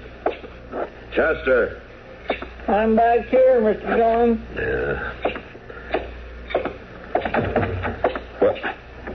What in the... Would you untie me, please, Mr. Dillon? How in the world did you get in this mess? Well, it was that fella Ben. Turn around. Oh, what happened? Well, he tricked me into climbing up to look at that window. He said one of the bars had come loose. And then he jumped you, huh? Yes, sir, he sure did. He did tell me to tell you he was sorry to have to do it. Well, that helps. Yeah. There you are. Thank you. Well, he was just as nice as can be. But he said he had to move on. Well, that makes two of them. Riley moved on, too. Let's go get our horses. Which one of them are we taking out after first, Mr. Dillon? I'm hoping we'll find them together. Well, I feel real bad about letting Ben get away, Mr. Dillon. He'll be awful hard to track. He's so used to this country and all. Well, don't worry about it. You better be got clean away. He's not trying to get clean away. What? Look there. Why, it's Ben. And he's got Riley. Yeah, I figured they'd be together. Come on.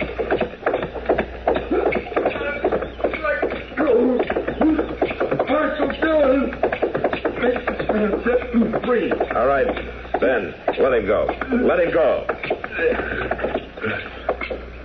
Now, what's this all about? It's proved out, Marshal. Marshal. Let him talk, Riley. It was him, Marshal. Killed his own woman. I knowed it as soon as I learned he was spreading stories about how ailing she was. Why, she weren't ailing, mister. She was a young, strong woman and done all this carrying and fetching. I knowed it was him when I learned that. And then it come to me why he was doing it. So as he could make like he was away fetching the dock. Well, how about it, Riley? What? There ain't no truth to it. If he'd give me leave, mister, I could make him tell. I ain't one for hurting creatures, but it would come easy with him. Maybe that's a good idea. No, you keep him away, Marshal. Keep him away. You got something to say, Riley? No? All right, go ahead, Ben. All right. I killed her. She was making moon eyes at him, saying how nice and gentle he was. Now, a man don't have to take that from his woman. A man doesn't have to kill her either. Chester, take him away.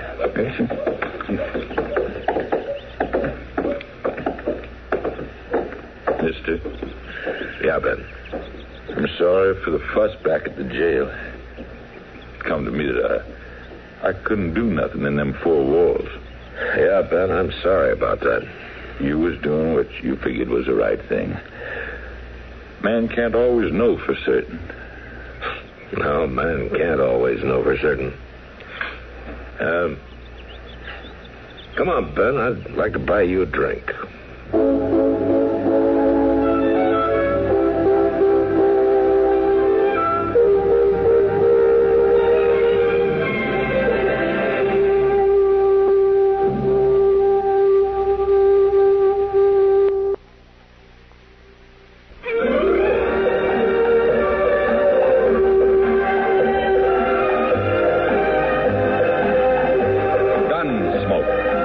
Produced and directed in Hollywood by Norman McDonald, stars William Conrad as Matt Dillon, U.S. Marshal. The story was specially written for Gunsmoke by Marion Clark, with editorial supervision by John Meston.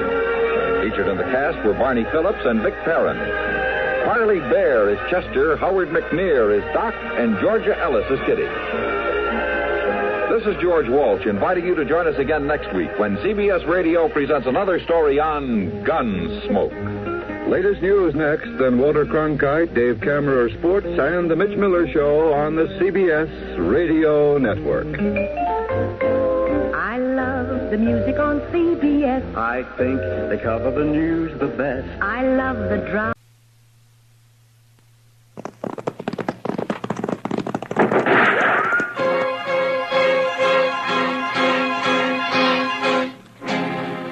Around Dodge City and in the territory on West, there's just one way to handle the killers and the spoilers, and that's with a U.S. Marshal and the smell of Gunsmoke.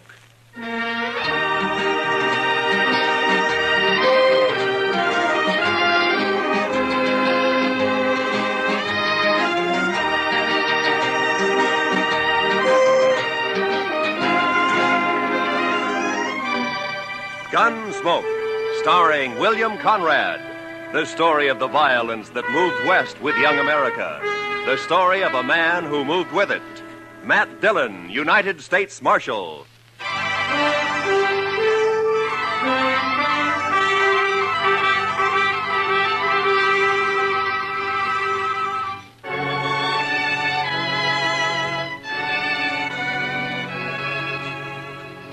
Everything was all right until about a mile north of the Cimarron. That's when my horse got a hoof caught in a frozen dog hole and broke his leg. So I had to shoot him. It made me feel awful bad. I didn't feel any better thinking about the walk ahead of me. Close to 40 miles to Dodge and carrying my saddle all the way. Guess I'd been on the trail about an hour, near as I could figure it was around 3 in the afternoon. And I had to ease the saddle off my shoulders for a rest and a smoke. And that's when I saw the stranger riding up from the way I'd come. He was tall and thin, and his horse was taller and even thinner. And they made quite a pair.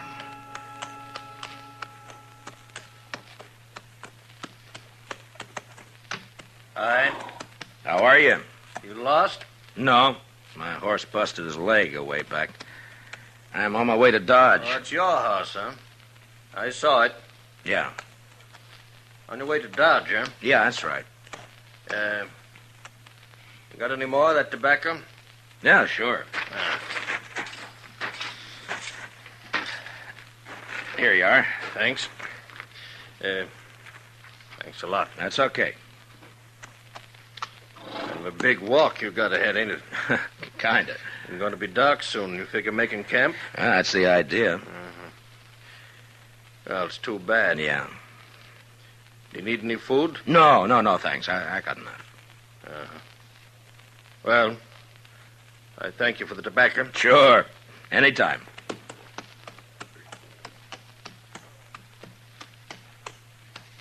Hey. Yeah? Not saying this beast won't drop dead from the shock, but do you want to climb on behind? Save you a piece of boot leather for a while, anyway. Well, I'd be much obliged if you think that animal of yours can carry us. Well, she won't mind. Should have been dead a long time ago, except she don't know it. She don't mind. Well, okay. Thanks. Here, will you hold my saddle till I get up, huh? Yeah, give it here. Yeah. Can you manage the saddle? Yeah, give it him. Yeah, I got it. Now, let's go.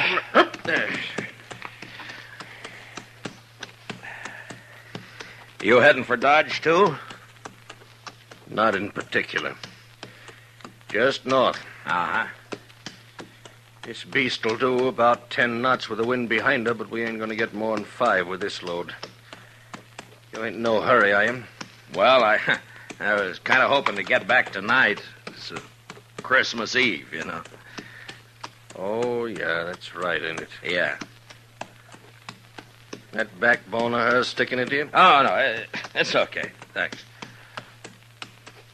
Notice that tin do-jigger tied to you. You with the law? Yeah, I'm a U.S. Marshal. My name's Matt Dillon. That's so. I've never seen a marshal on foot. Well, it happens sometimes. How is it you're down this way? You need to mite off your course?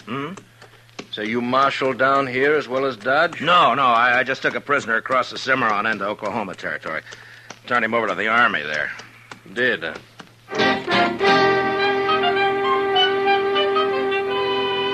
And then he shut up tight. We must have ridden a couple of miles without a word. I got to thinking about Dodge and Chester, Doc, and Kitty, and the rest of them. You know, there's something pretty special about any place at Christmas time. The backbone on the stranger's nag was just about to split me in two when he talked up. My name is Cowley. Oh? Cowley. We better heave to a spell. She's breathing mighty hard. All right, hold up. Yes.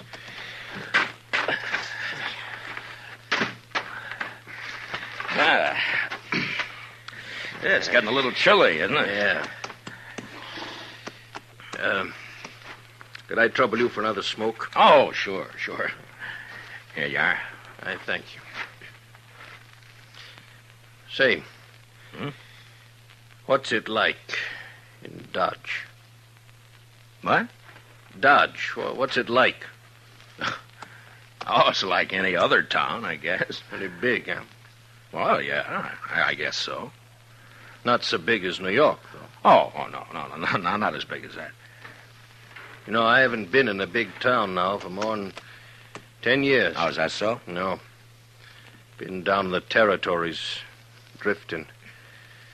Thought I'd move up north this time. Maybe go back east. So you're from the east, huh? Some time back. Say, what's it like? What? Well, Dodge, any town. At Christmas. Same as it used to be? Well, I guess so. What do you do? Well, it's the same as most people, I guess. What most people do at Christmas. Well, that ain't saying a lot. What are the folks like?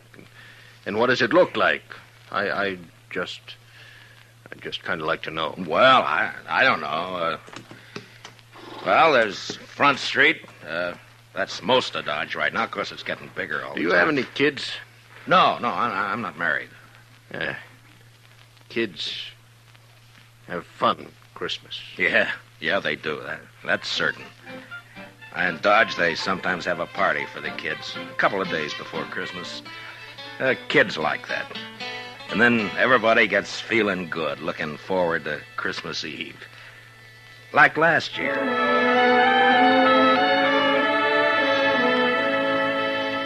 There was snow on the ground, but the sky was clear. You could even see the stars. I was going down the street to the Texas Trail to meet Doc and Chester. Chester, he's my deputy. Doc's a doctor in town. We had some work to do later on in the evening. You could see the light shining behind the curtained windows, and almost everybody had a sprig of holly berries hanging up. They got some from the east a couple of days earlier. I remember running into John Bumby. He's a kind of general handyman in Dodge. Never says much, but he sure had a lot to say that night. Oh, hello, Marshal. Oh, hi, John. A lovely night for Christmas Eve, isn't it? Yeah, it certainly is, John. Yeah. Pretty fine night. Peace on earth, goodwill to men. Mr. Dillon? Yeah, that's the way it should be, John. You know, Marshal, this is going to be quite a night for me. Yes, sir. Oh, is that so? Oh, yes, sir. Tonight, I'm asking Mrs. McNish to become Mrs. Bumby. What? Mm-hmm. What, John? I didn't know that. Oh, I know it's been a mighty fast secret, but I'm popping the question tonight. Well, I wish you a lot of luck, John. Hey, I'll tell you what. Come by to the Texas Trail later, and and we'll have a drink on it. Oh, I will. I really will, Marshal. You're good and kind, Marshal. Good and kind. Merry Christmas, Marshal Dillon. Merry Christmas. Well, the same to you, John.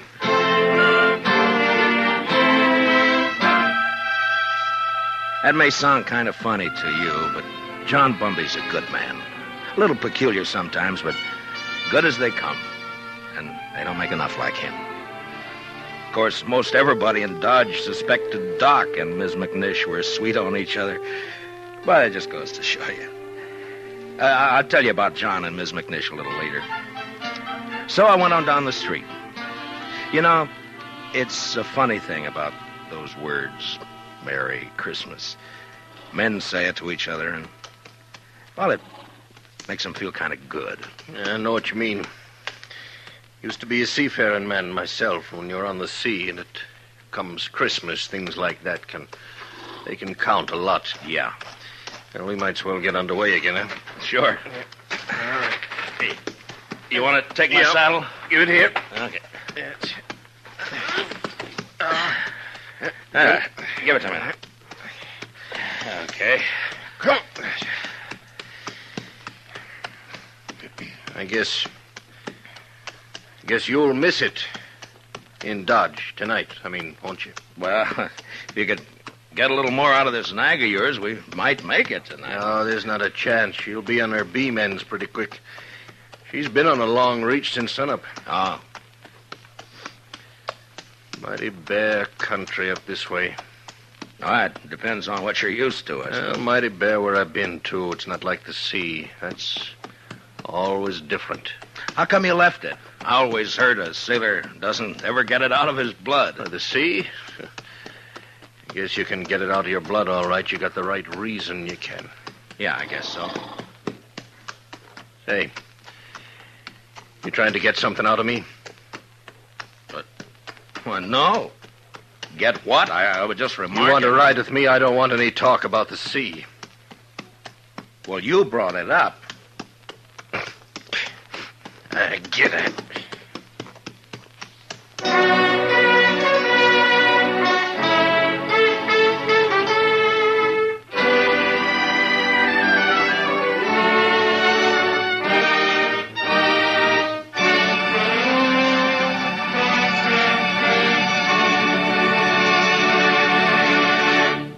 We will return for the second act of Gunsmoke in just a moment. But first, tomorrow night, Jack Benny and his whole fun-making gang make a personal appearance at a Long Beach, California Veterans Hospital. It's going to be a Christmas they'll never forget, as Benny and the bunch cut loose while they assist the folks at the hospital in trimming their Christmas tree. Be sure to join the fun tomorrow night on CBS Radio, when it's Jack Benny time all across America. Now for the second act of Gunsmoke.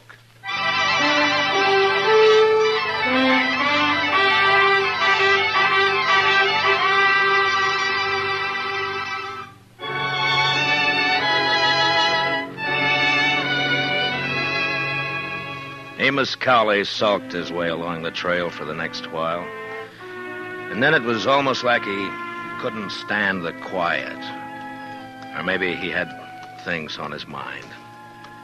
He turned his head. Go on. What? Go on. Tell me some more. Oh, about Dodge? Yeah. Well, I don't know. Well, you try some more, huh? Well, they got a little pine tree in the Texas Trail. Tree? Yeah, come down a long way from the north. Kitty Russell, she's a hostess in the Texas Trail. Well, she got a lot of ribbon and gewgaws and made it look real nice. That was last Christmas. A star at the top? A star? Yeah. Yeah, I think so. It looked like a star, I guess. It sure looked pretty. And there was a difference in the place that day. Everybody was celebrating and feeling real good. The doors would swing open and somebody would come in and, maybe somebody you just knew to nod at, but because it was Christmas Eve, he'd come right up and say, hello. Oh, maybe that's a good reason, maybe not. I don't know. All right, I'll tell you. Anyhow, it was still kind of early. Just wait your turn. Kitty and Chester were standing off looking at the tree. Hi, Matt. Good evening, Mr. Dillon. Hi, Kitty. Chester. How do you like it, Matt? Christmas tree. That's Oh, that's real pretty. Only tree but one in the whole town. Yeah, Kate's got one over the Alphaganza. Oh, well, I'll have to see it later. You're next. Where's Sam? I don't know. Maybe he started celebrating too soon. Oh. Doc's taking over the bar. Yeah, that's right. You want a drink, Kitty? Sure. Oh, right away. I'll get you a drink. I'll get you. You haven't forgotten anything, have you, Mr. Dillon? Forgotten? What, Chester? There. What did I tell you, Miss Kitty? I knew just as sure as my nose that you Oh, forgot. that. No. I hadn't forgotten. Oh, well, I thought as soon as I get Sam sober enough to take care of the customers, we could go on over to Doc's like we planned. Sure, we'll do that, Chester. Here you are, Matt. Thanks, Doc. Oh. Yeah, well, it's still snowing out. No, it's not. Where are you going, Kitty? All right. Just want to look outside.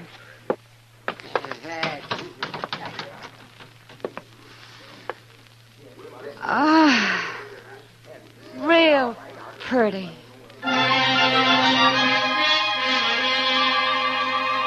Man thinks of a lot of funny things that don't mean much. Kitty standing at the door, sniffing the cold air, and the warmth inside, and the whiskey in me. It was a good feeling. And then Chester and I decided to take a bottle over to Mr. Hightower. He's the telegraph operator over at the depot. He runs a printing shop on the side. Say, Mr. Dillon? Yeah, Chester. Do you mind if I stop by the church for a minute? Well, no, I don't mind. I just feel kind of right tonight, Mr. Dillon. Figure I ought to thank somebody for it. Sure.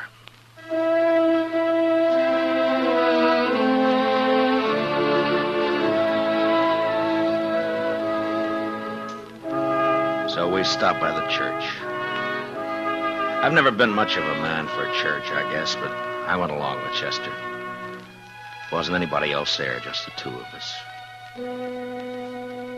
Guess we sat for 10 minutes in that place. Chester a little way off with his head bowed.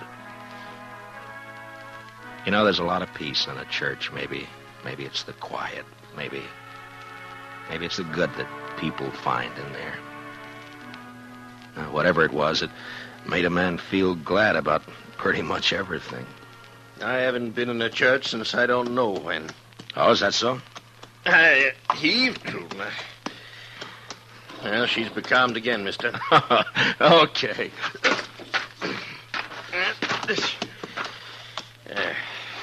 She sure wasn't built for it, I'll tell you. You ever see anything like that? She is kind of old, isn't she? I've had her going on 8 years. She hasn't changed a mite. Eats like a pig and looks like a four-legged mizzenmast. Smoke? Don't mind. Hey, what about that fella Hightower? Did you get that bottle to him? Oh, sure. Yeah, I guess it was lonely over in the depot all alone. He was glad for the company. There was a wood fire burning in the stove, but it didn't keep out the cold much.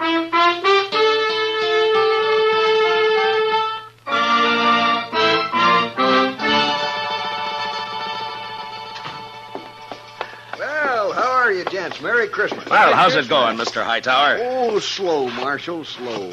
Bit of excitement about an hour back, though. That so? Yeah, 9:15 got stuck between here and Hutchison. Lots of snow back there. They getting her out? Oh, sure, they're trying, but I'm sure glad I'm not on it. It's going to be a cold night on that train. Well, it's kind of chilly in here, isn't it, Mr. Hightower? Any warmer, and I'm going to sleep. Well, say, we brought you over a bottle of Irish for company. Jameson's. Well, I declare I was just thinking about a tot before you boys come in. Now, that's real friendly. Will you have a drink with me? We sure will. Let's open her up, huh? A couple of glasses up on the shelf there, Chester. Get them down, will you?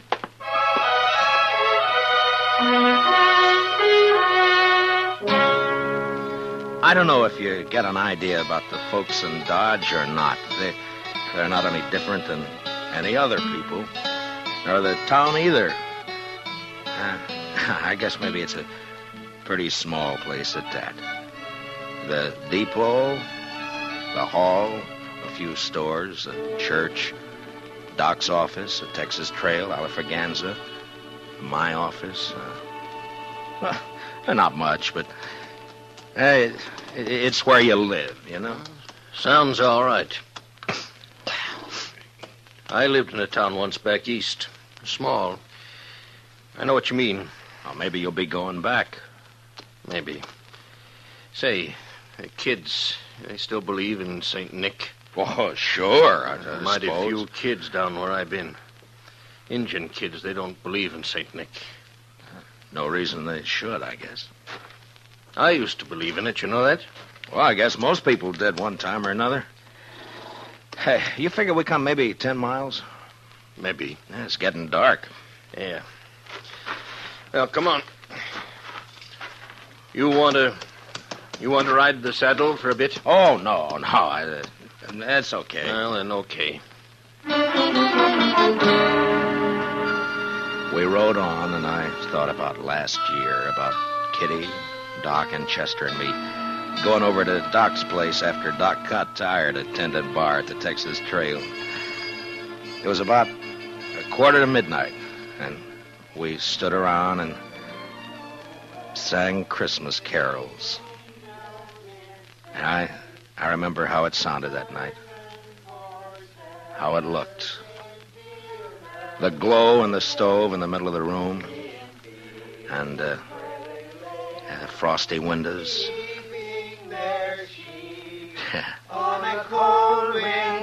Yeah, it was Christmas Eve, all right. It was so deep, Noel, Noel, Noel, Noel.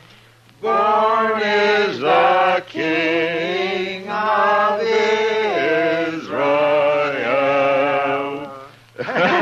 Say, that was fine. That was just fine. Yes, it was. Oh, gee. Say, now, what do you say if we... Listen. Huh? Oh. Merry Christmas. Merry Christmas. Merry Christmas. Merry Christmas. You know, I feel sentimental. That's exactly what I feel. I feel sentimental. I know what you mean, Doc. I surely know. Okay, Doc. Bring 'em out. And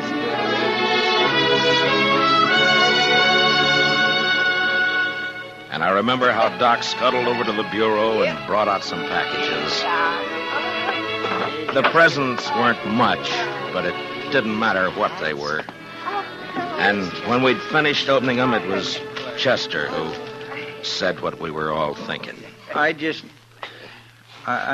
want to say, Miss Kitty, Doc, you, Mr. Dillon, I just want to say that this is the best doggone Christmas I ever had. And that's what I want to say.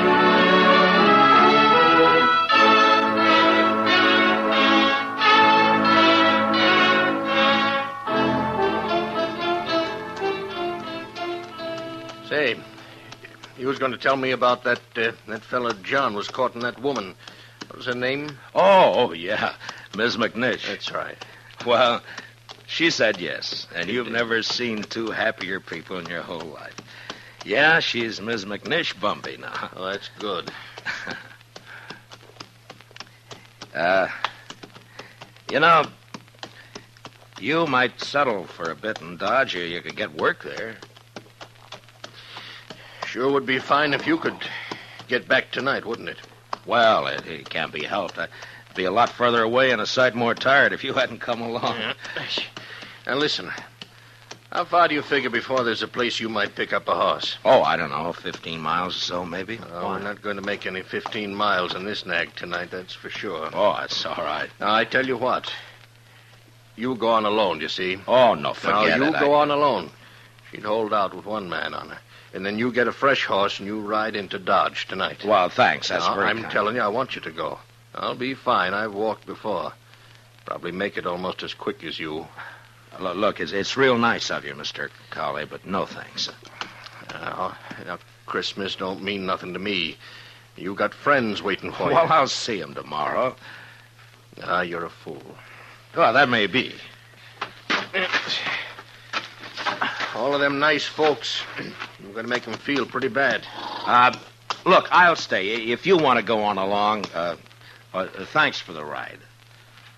Well, might as well make camp then. I guess so.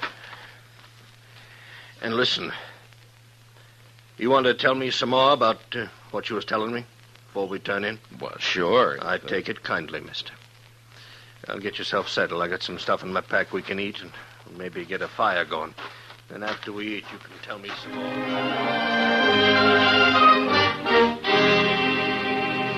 We made a fire and then shared what we had for supper. He seemed to soften up after that, and we talked for a couple or 3 hours.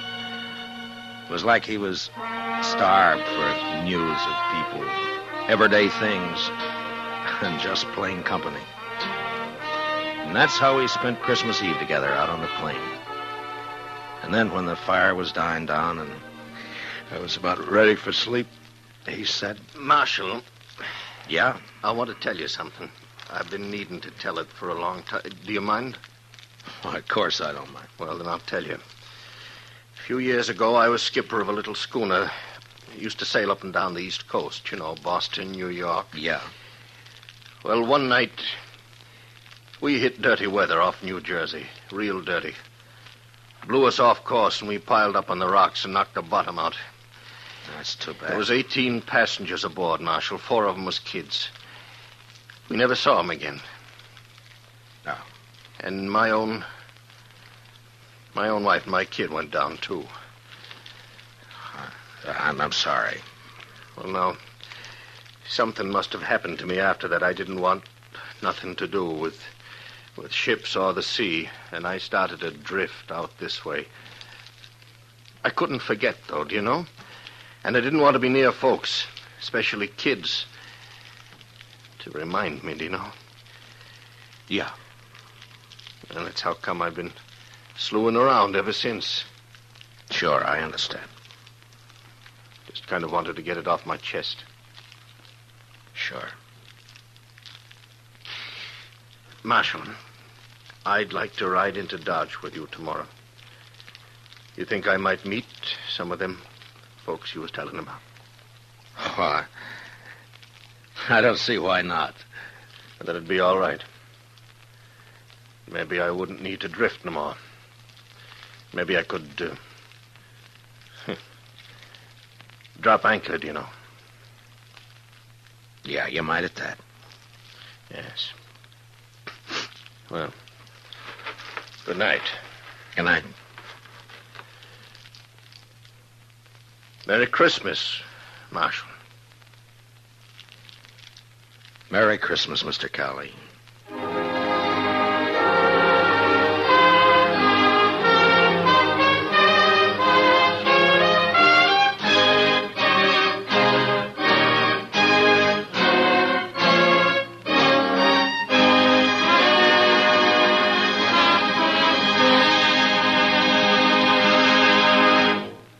Gunsmoke, under the direction of Norman Macdonald, stars William Conrad as Matt Dillon, U.S. Marshal.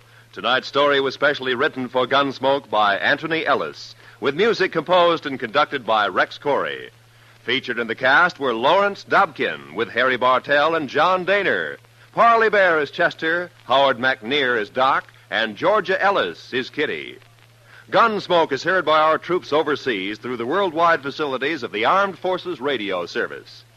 Join us again next week as Matt Dillon, U.S. Marshal, fights to bring law and order out of the wild violence of the West in Gunsmoke.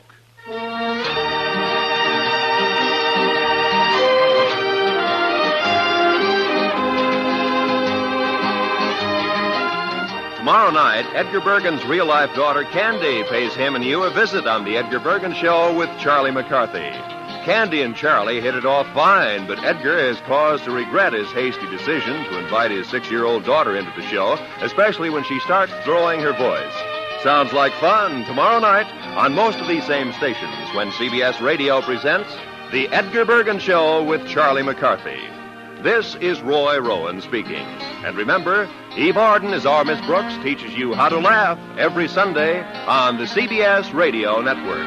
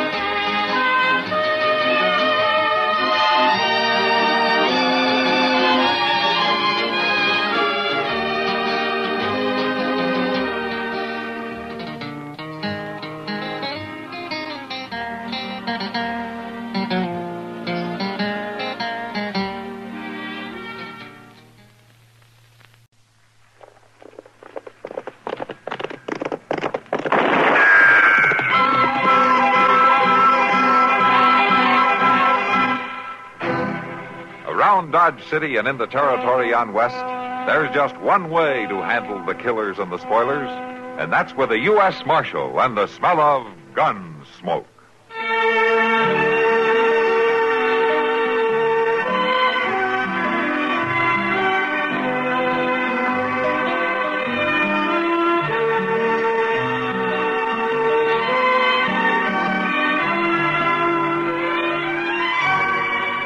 Gunsmoke, starring William Conrad, the story of the violence that moved west with young America, and the story of a man who moved with it. I'm that man, Matt Dillon, United States Marshal. The first man they look for and the last they want to meet. It's a chancy job, and it makes a man watchful and a little lonely.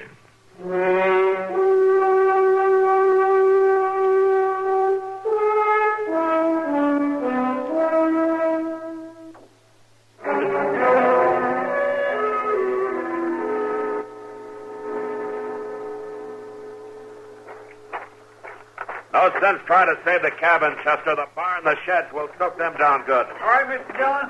Oh, hauling well water takes too long. You better get it from the stream. I'm after the bucket. It's a sight bigger than these 10 pails we got. Here, let me give you a hand. I'm thick with rust. I don't know how this fellow drawed water. It don't seem like nobody hasn't worked this thing for a long time. Well, it's coming some, but the bucket's still a long way down there. Wait a minute, hold it. Maybe I can haul it up by hand. Can you get it? Yeah, I can get it. There, hold fast to it now. I will, but whether this rope can hold the bucket or not is something else again. That rope was plumb rotten. Yeah, well, maybe out in the barn, the sheds, you can find something to haul water in. Sure, I just don't figure how he got his water. He sure didn't use this well. He? Well, the fellow that lived here, the one that'll be dragged out of the cabin. Well, where'd he take him? Yonder, on them trees. You check the barn, Chester. I'll see to Albie.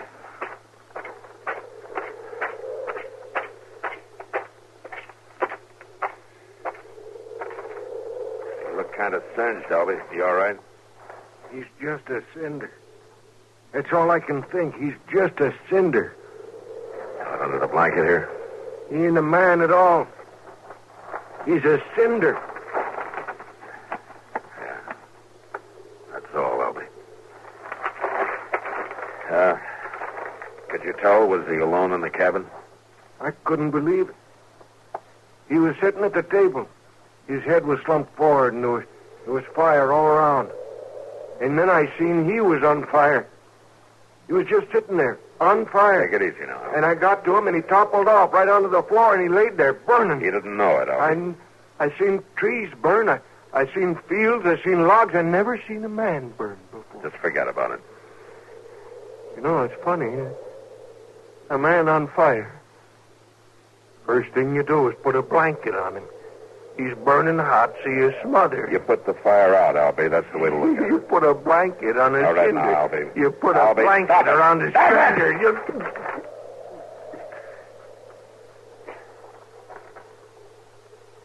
Were you talking to me, Marshal? Yeah, the blanket. It was in the cabin? A blanket. Oh, it was on the floor right by the table. Well, it's wet. It felt wet when I grabbed it. Uh-huh. That's a funny smell, isn't it, Marshal? Yeah. Whiskey and kerosene together make a funny smell, Albie.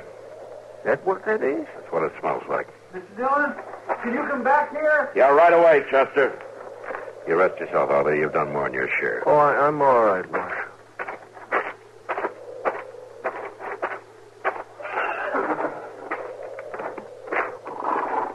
Where'd you find him, Chester? In the corral, behind the barn.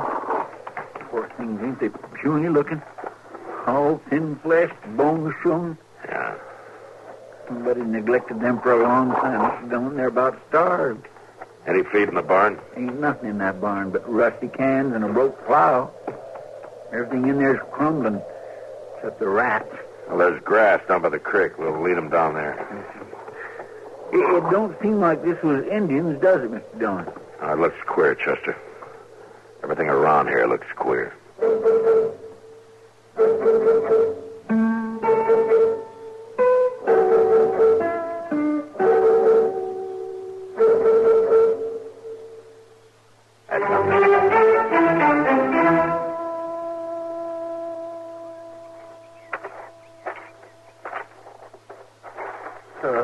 At least the barn is still standing, and a couple of sheds.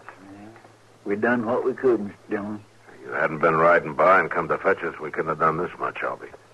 I couldn't do enough alone. Funny, in a way. It ain't too far from Dodge, but I didn't pass one settler on the way in. You didn't see anybody around here? No, not a soul. It's just odd, that's what it is. Odd as can be. Well, you got to figure he was alone, except for them two starving horses. I don't know his name, so can't mark his grave. Can't help wondering about him, though. What's a man like that lives alone, lets his place go to rust and rubble, his horses starve? And that well? I don't know when that's been used. I don't think he drank water, Chester. You mean that smell of whiskey on the blanket, Mark? Yeah. Might be he drank himself into a stupor, knocked the whiskey over, along with it a kerosene lamp. And it'd start a fire that'd burn a man to death. Yeah, that must have been the case. Well, if he was all alone, maybe it doesn't matter what we know. Well, for the love... What? Mr. Dillon, look, coming up from the creek bed yonder. Maybe he wasn't alone after all. Well, that's just a child. She can't be more than 9 or 10. I'm afraid I'm no judge. Who are you? I'm Marshal Dillon from Dodge City. Who are you? Charity. How's that? Charity Gill, that's my name. It was a big fire, wasn't it? Yeah, it was. You live here? Mm-hmm. Well, where you been, Charity? Up the creek. I play up there, stay up there all I can. I like it up there. You knew about the fire, Charity? I tried to make him move. I told him to, and I pulled at him, but he was too big. I couldn't move him. I tried. See, I burned my dress. He was your father? He married Mama and me when I was little. She said I was to call him Daddy, and I did, but I didn't like him. Where is your mama, Charity? Oh, she's dead. She died when I was 7. I'm almost 10 now. He's dead, ain't he? Yes, he is. I didn't like him. Mr. Dillon, you don't think... I don't know. But it'd be hard to think, wouldn't it, Chester?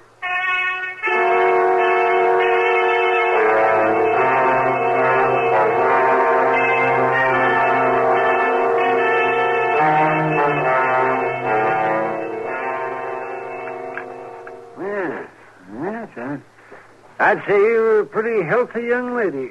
I've never been to a doctor before. You never have. Well, you take a tip from me. You stay away from them all you can, Charity. You're funny. Well, some folks think so. Now then, I guess you can slip into your dress yourself. I always do. Oh, well, Marshal Dillon, I'll be waiting for you in the other room when you're ready. I won't be long. All right. What about her, Doc? Oh, she's fine. She sure could use some more meat on her bones, but there's nothing really wrong with her. The way her dress was burned, I thought maybe the fire got to her, too. Was not a sign of a burn. You know something? She seems a lot older than 10, doesn't she? I don't know anything about kids, Doc. Well, I don't mean she is older than that. She just seems it. Older than her years. I guess she's seen a lot. You talked to her much about the fire? She said she tried to move her stepfather. Couldn't, I suppose. She didn't like him. She keeps saying that. I'm hungry, Mr. Dillon. Yeah, well, we'll fix that pretty quick now. Yeah, just Matt, get Chester to eat with her. Hey, he sets a mighty good example. Yeah, he does at that, doesn't he? Charity, will you tell us about the fire? What about it? Oh, how it started, for instance? Well, it's almost happened lots of times. Mama used to tell him that it happened sometimes if he wasn't careful.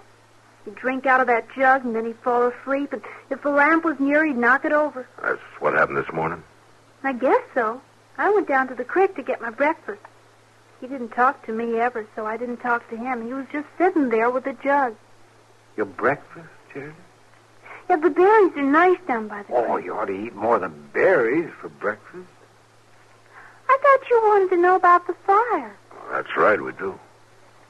When I came back from breakfast, the lamp was on the floor and everything was burning. I tried to make him move, but he was too big.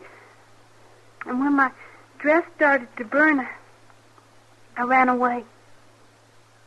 It was just you and your stepfather. That's all that lived there, huh? Mm-hmm. And Coley and Sue. Coley and Sue? Yeah, the horses, Doc. We brought them in the moss. Oh. Marshal? Yeah, Charity.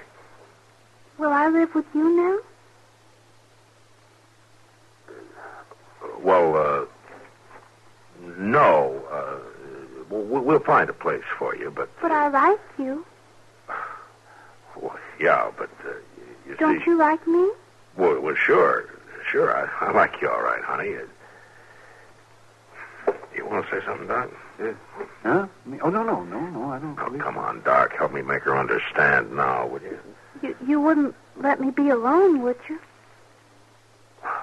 Well, no, Charity. I wouldn't do that.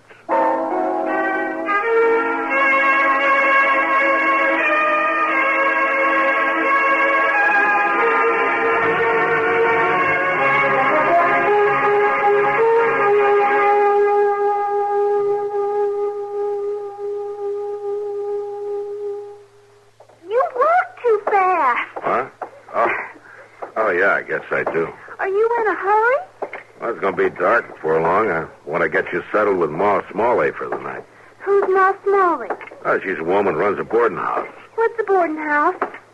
Well, you know, you board there. You get a room to sleep in and your meals.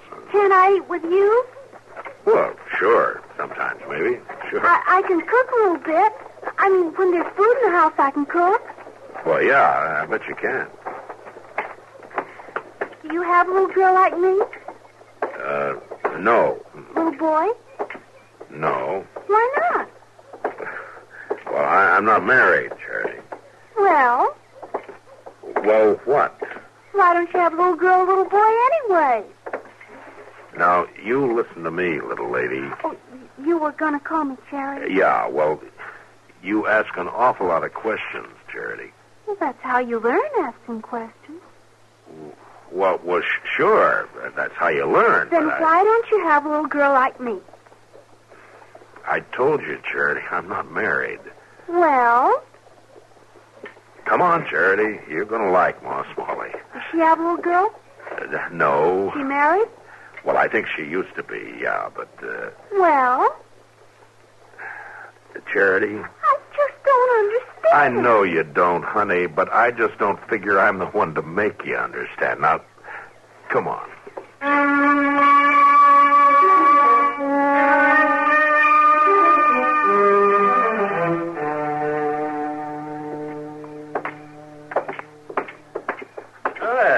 Evening, Marshal. Evening, Rob. What's that you got there? This is Charity, Rob. Why, she's a young'un, a girl. Yeah? Do you have a little girl?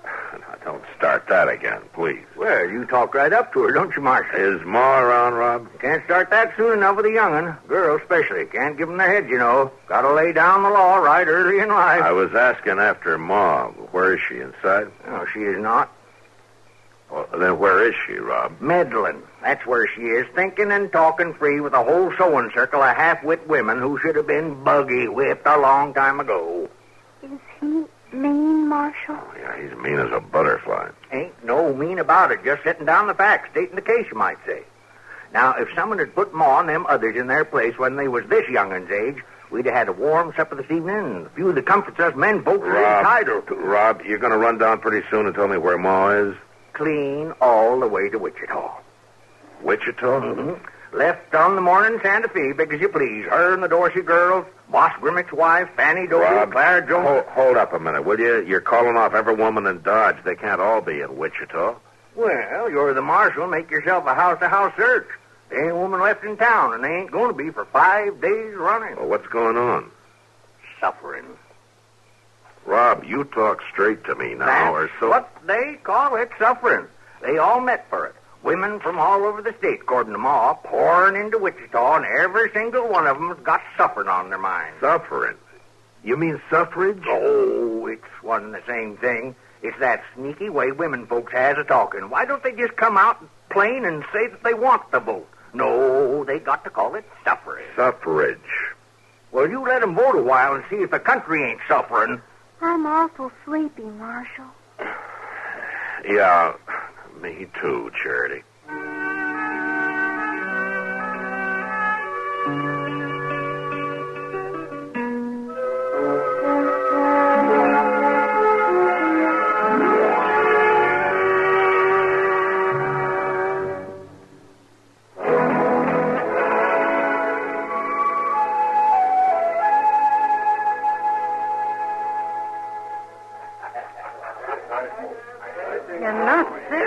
Man. You're the only woman in town, Kitty. It's only natural that you'd want to take care of her now, isn't it? In a saloon? There's nothing natural about that. She can sleep in your room, can't she? My room, the Long Branch, any of this. It's no place for a little girl. You should know it isn't. You think one of my jail cells is better, maybe, huh? Well, it's no worse. Honestly, Matt, I know this is a problem, but I don't think I'm the solution.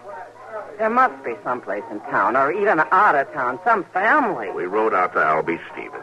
He's got 8 kids. Yeah, they're stacked up out there, and they're all boys. What about Mrs. Stevens? She's gone to Wichita with Ma Smalley and the rest of them. 8 kids, and she wants to vote, too? Well, Albie says she went for the outing. I guess you can't blame her for wanting to get away. Hello. Oh, hello, honey. Did you get the drink you wanted? No, the man said he didn't have any milk, so I had some water. She ought to have milk, Matt. Well, yeah, but... They keep a cow at Delmonico's. Oh, yeah. Yeah, I guess they do it. Well, go and get us some. Charity will be all right here for a little while. Here, honey. You sit down here. And you wait with Miss Kitty, huh? You're not going to leave? No, I'll be back as soon as I get you some milk. I like him. Yeah, I like him, too. You're pretty. You think so, honey? Mm-hmm, and you smell pretty, too. Only what? You got your face painted. Mama used to tell me only Indians painted their faces. Maybe your mother was pretty enough without using powders and things. Oh, she was pretty. Freckles. She had freckles all over. Well, that proves it. I don't have any freckles. This is a funny place, ain't it? Kind of funny, yeah. Sometimes I don't understand grown-ups, Miss Kitty. Outside, there's alfalfa and sweet clover to smell, and creek water to drink, and currants and wild gooseberries and sheep shower to eat. But grown-ups are always crowding together indoors and smelling smoke and drinking whiskey and talking loud. What is that? I don't know, Charity. I just know they do. And if they didn't, I'd be out of business.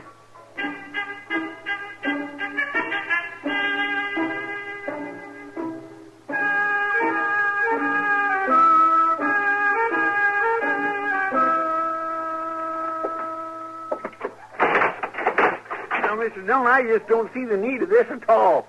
I never been in jail before in my life. Stop acting like an old woman, Chester. You're not in jail now, really. Poor Egbert McPeters was in the same doggone cell just last week before they took him off to Hayes City to hang. Now, you listen to me, Chester. It's been a long day. I had about all the jawing I can handle. Charity's going to sleep in your bed. I'm going to sit up in mine, and you're going to sleep on that cot there, and that's the end of it. Now, shut up. Yes, sir, I understand, but I don't see why I got to be locked up to You're accomplish not locked up, Chester. You closed the door shut on me, Mr. All right, Dillon. all right, there. Better? Is that better? Huh? Yes, sir, it is. A sight better. Good night, Chester. Night, Mr. Dillon. Yes, I guess Charity's asleep by now, all right, Now, she probably was before we started this ruckus, yeah. Oh, that poor little thing. Whatever is going to come of her, Mr. Dillon? No, I don't know, Chester. I don't know anyone who wants kids that hasn't got them. I sure never run up against anything like this before. She's plumb gone on you. Tags along like a little stray. Too bad you can't keep her. Oh, you're out of your head. Well, now I can see it ain't the most practical thing in the world. Chances are you'd feel a lot better having a little boy, but all the same... Chester. Yes, sir?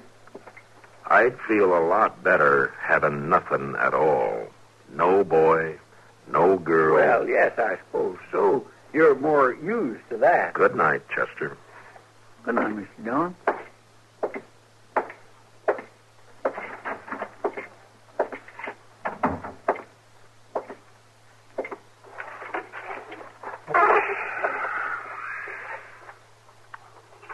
Ain't you gonna get in your bed, Marshal? Huh? Hey, you're supposed to be asleep, young lady. I know, but I keep thinking. I never can sleep when I'm thinking. I guess the secret's to quit thinking then, huh? I'm worried about you, Marshal Dillon. Worried? You don't know what to do about me, do you? No, honey, I sure don't. I guess you're tired of me, too. I'm not tired of you, Charity. I just don't rightly know what to do with you. You don't want me to live with you, do you? Well, honey, you can't very well. You've seen how I live here. It's not the right place for a little girl. You ought to have a home. A real home, Charity, with folks close to you who see that you're cared for, who will love you. Mm-hmm. Like my Aunt Annie. Aunt Annie? Oh, maybe I haven't told you about Aunt Annie. Oh, maybe you haven't. At first, I thought it'd be nice to live with you. But mostly you and I just walk around. I get tired. Charity, where does Aunt Annie live? Just on yonder from where I used to live before the fire. Maybe 5 miles, not far. I like you, Marshal Dillon. Yeah. Well, I like you too, Charity. And tomorrow morning, we're going to ride out to Aunt Annie's, huh? Mm-hmm. Oh, I think I'll sleep better now. Yeah. Me too, honey. Me too.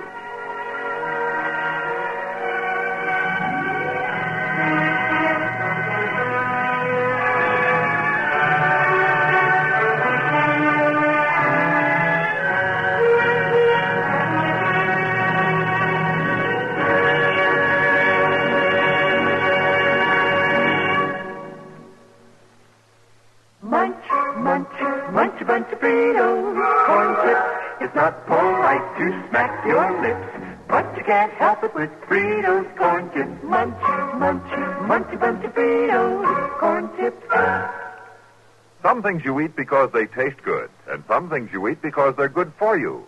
But Fritos corn chips are one snack you can eat for both reasons.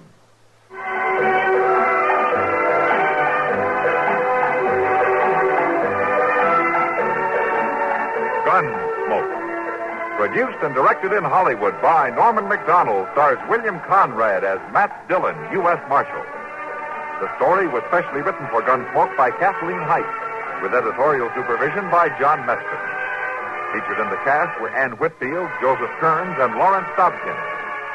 Harley Bear is Chester, Howard McNear is Doc, and Georgia Ellis is Kitty.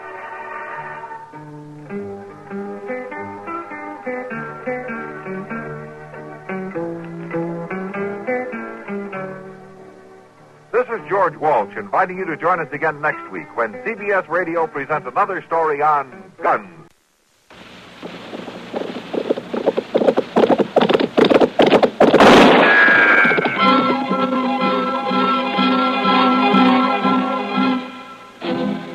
Around Dodge City and in the territory on West, there's just one way to handle the killers and the spoilers, and that's with a U.S. Marshal and the smell of Gunsmoke.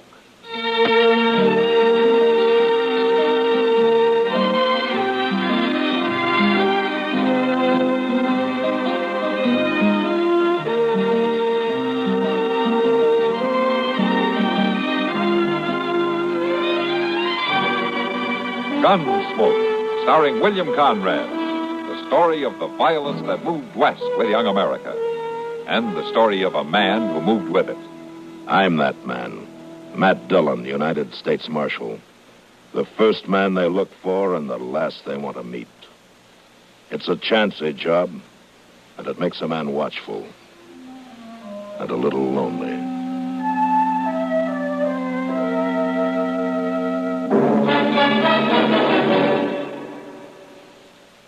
Like to take a quick hop to Paris tomorrow? The CBS Radio Network is offering you a lightning-fast route via the Monday through Friday feature entitled Your Man in Paris. Your man, in this case, happens to be CBS News correspondent David Schoenbrunn, whose perceptive eye makes for fluent, fascinating observations about the great city on the Seine. Your Man in Paris, weekdays. Also heard each Monday through Friday, A Woman's Washington with Nancy Honchman, which takes you on a tour of the nation's capital. There's Man and Wife, hosted by Zachary Scott, with absorbing stories of famous couples. Personal Story brings you autobiographies in sound of a new celebrity each week. And for entertaining, rewarding data on a host of topics, Information Central with Alan Jackson and Sidelights with Douglas Edwards. Weekdays, hear them here.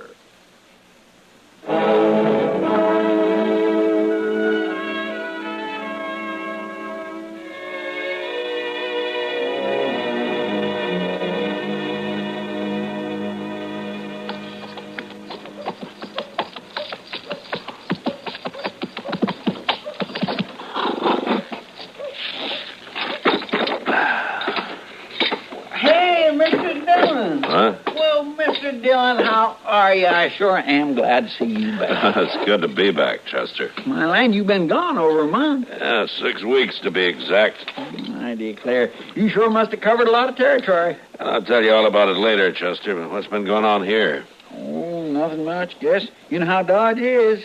Things are just about the same. They are, huh? Now, what about that new sign over the Long Branch there? Oh, my goodness, Mr. Dillon, I plumb forgot that. That happened the week after you left. Kitty Russell, proprietor. Ain't that the doggonest thing you ever heard of? Miss Kitty bought the place. Oh, where'd she get the money? Well, you know Miss Kitty, she don't never spend much, and she's been saving it for years and years. Well, I guess it mounts up. You save it that way. You ought to go and say hello, Mr. Dillon. Miss Kitty's been waiting real proud for you to get back. Yeah, I'd like to, if you'll put my horse up for me. Oh, sure. I'll see you in the office later, Chester. Okay.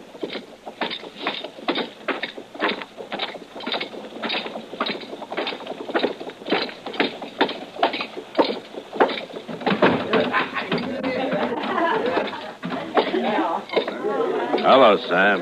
Well, Marshal Dillon, when'd you get back? Just now. I saw the new sign outside, and I came in to see if the price of whiskey had gone up.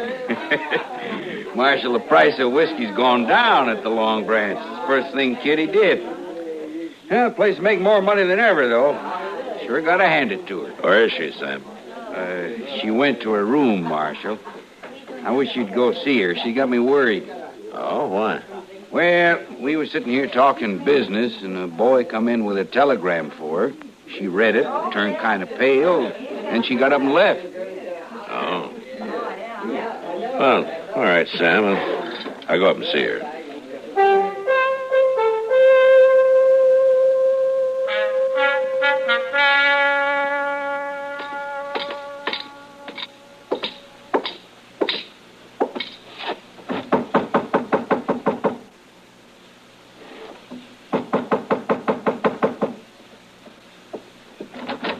Matt. Hello, Kitty. Come in. I just got back. I thought I'd come around to congratulate you. Oh, thanks. Kitty, Sam told me about the telegram. If there's anything I can do to help. Oh, Matt, you got it all wrong. Sam, too. It's not bad news. Oh? Well, I'm glad to hear that. It's my father, Matt. What? My father, Wayne Russell. He's coming here to Dodge tomorrow. Well, I thought your father was, well, lost. Well, he has been. I've never even seen him. He left my mother in New Orleans a few months after I was born. Yeah, I know. He was a gambler, Matt. Worked the riverboats. Mother always said he was a very charming man. Funny thing is, she never held it against him, his deserting her. She just accepted it as the way he was. Well, how do you feel about him, Kitty? Same as my mother, I guess. He's coming tomorrow, you say, huh? Matt, will you go to the depot with me to meet him? Like I say, I'm real happy about it, but I feel kind of scared.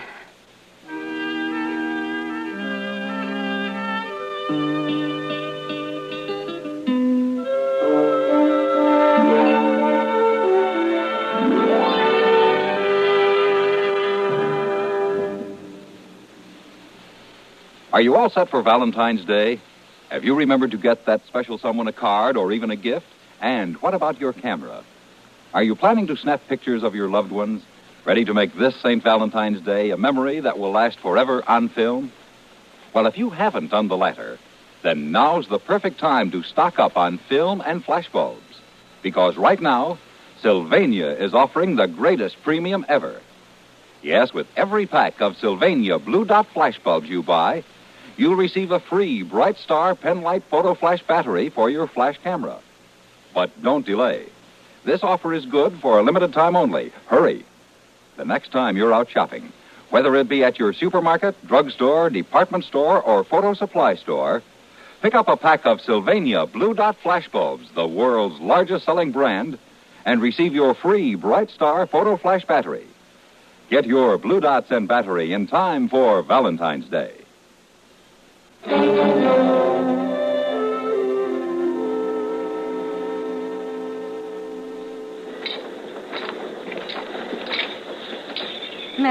Matt, do you really think you'll be honest? Now, you just keep calm, Kitty. Well, people are starting to get off, see? We'll see. Oh, I just thought of something. What? Well, I recognize him. I don't even know what he looks like. Matt, what'll I do?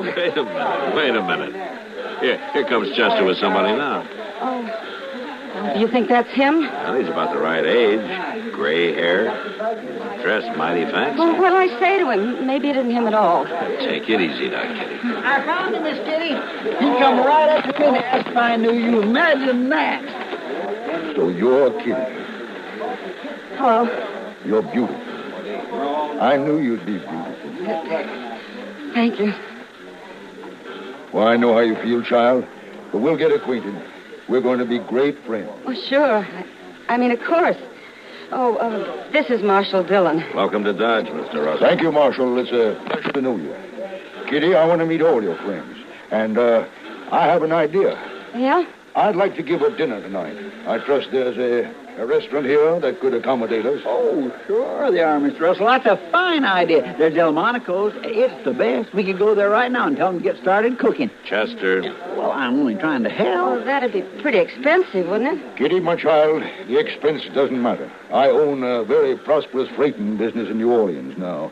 I've had it for some time. Well, that's wonderful. Will you invite your friends for me, Kitty? Yeah, if you want. And about how many shall I tell him to expect? Well, Chester and Matt and Doc Adams and... I don't know. Miss Kitty ain't going to ask Sam. After all, he's your very best bartender. A bartender? What does that mean, Kitty? Oh, it's nothing. Nothing? Why, Mr. Russell, she's the owner of the Go-In' Saloon in Dodge, that's all. Is this true, Kitty? Well... You associated with the saloon business? An unmarried woman has to make a living, and I'm making a good one. Yes, of course. We'll talk about all this later, Kitty. But tonight, we'll celebrate. Shall we say, 8 o'clock at Delmonico's? I'll see you there, too, Marshal. Sure. Yeah, I'll take you to the hotel, Mr. Russell. Thank you, Chester. Very kind of you to put yourself out of your way for a travel with a stranger. Well, Kitty, So that's my father, huh? he's quite a gentleman, isn't he? Matt, Yeah. I need a drink.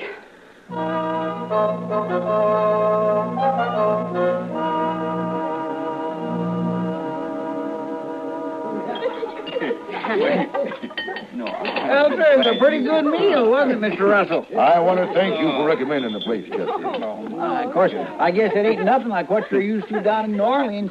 Miss Kitty told me about how good they eat down there, ain't you, Miss Kitty? Yeah, I guess so, Chester. Pretty good here. What's the matter with you, Kitty? I don't know, Doc. What do you mean? Well, you sure don't have much to say. Maybe she's kind of shy, Doc.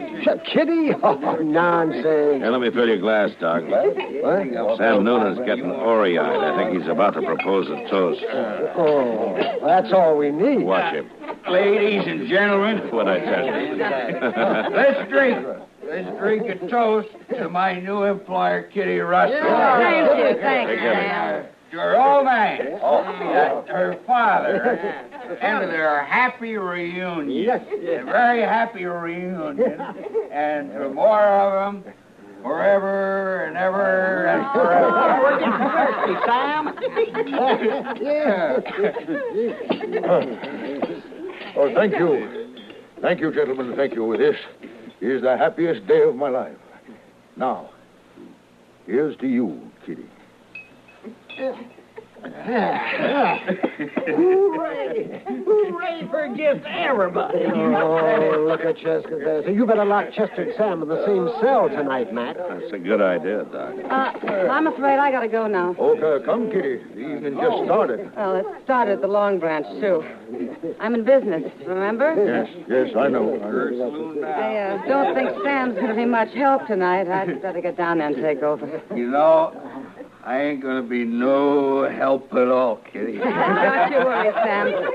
You stay. Have a good time. No, Kitty, you can't go out in that street this time of night. That's all right, Mr. Russell. I'll go with her. Well, if she must leave, I'll stop in later and say good night, Kitty.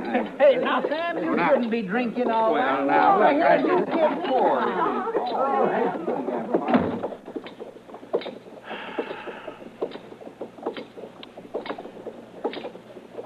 Well, that's a very nice party. Yeah. Fine.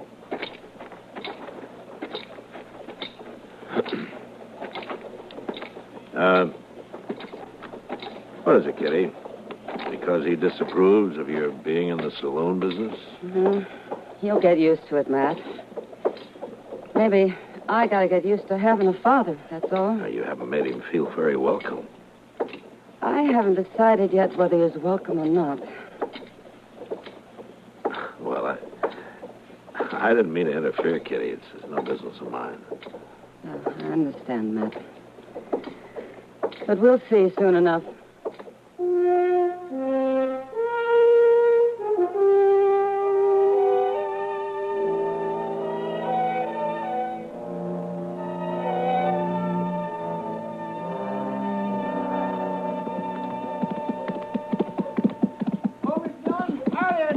No, Chester. It's a good-looking horse Chester's riding, Matt. He's thinking of buying it, Doc. Buy it, Chester? Yeah. With what? That horse will be old as a man before he closes the deal. Well, that could be. Oh, hey. Isn't that Kitty and her father coming out of the bank? Yeah, it is. Is she treating him as cold as ever, man? It's been 2 weeks, and she hasn't changed a bit toward him, as far as I've noticed. No, she's waving to you, see? She wants you to come over there. Yeah. All right. And I'll be back directly, Doc. All right. The sun will keep your seat warm. Yeah.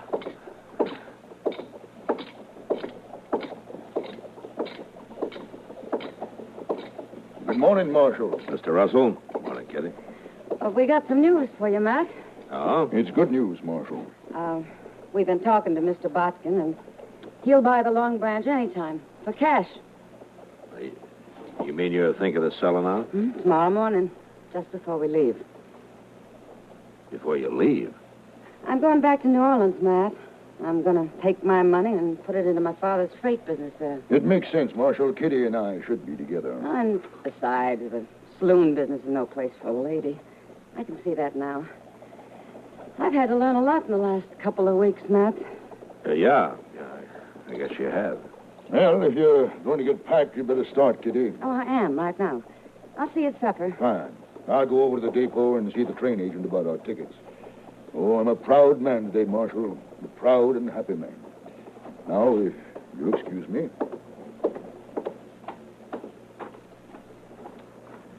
Kitty. Yeah, Matt.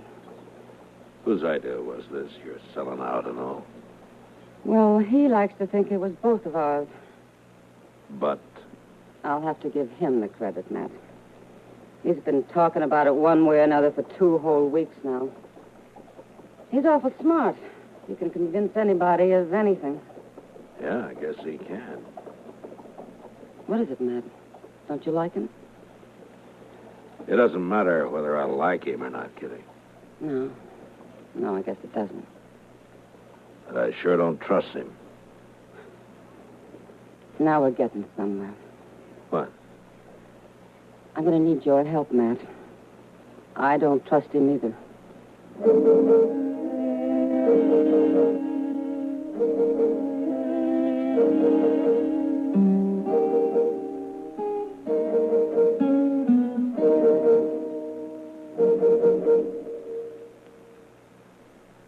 Income tax time seem a long way off? Not for the smart taxpayer, it isn't. It's time now to round up all the facts and give them a leisurely going over. Haste makes waste of possible tax savings. Haste also makes for mathematical mistakes, which result in returned returns. File early, now, while there's time to make sure you have passed up no legal chance to save yourself tax dollars. Assistance, free assistance in any aspect of your income tax return, is available for the asking by phone or in person at any Internal Revenue Service office listed in your phone book under the United States government listings. Don't hesitate to ask. Don't hesitate to learn which form it's to your best advantage to use. Having decided that, do a slow, careful job with all the help you need to get your return mathematically correct, factually accurate. And take advantage of every legal means to cut your tax bill. Something you can best do when you leave plenty of time for the job.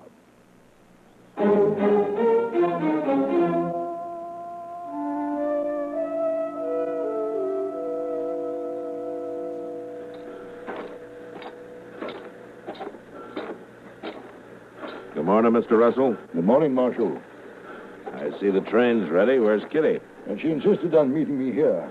She wanted to do her business at the bank alone for some reason. Well, maybe it's because this is the last time she'll be doing any business on her own. Yes, I hope so. No woman should be in business anyway. Yeah, especially Kitty. She trusts people too much. They take advantage of her. Not anymore, I can assure you. I only hope she gets here with that money. Well, nobody's likely to hold up a woman in broad daylight, Mr. Russell. Yeah. But they would at night. Oh, there are some men who'll do anything for $1, day or night. Yes. Ah, there she comes. I told you she'd be all right. Nobody'd bother Kitty anyway. She's awfully well liked around here, Mr. Russell, by an awful lot of people. Yes, of course. And they'd take it mighty personal if anything happened to her. Yeah. No matter who did it, Mr. Russell. Morning, Kitty. Morning, Matt.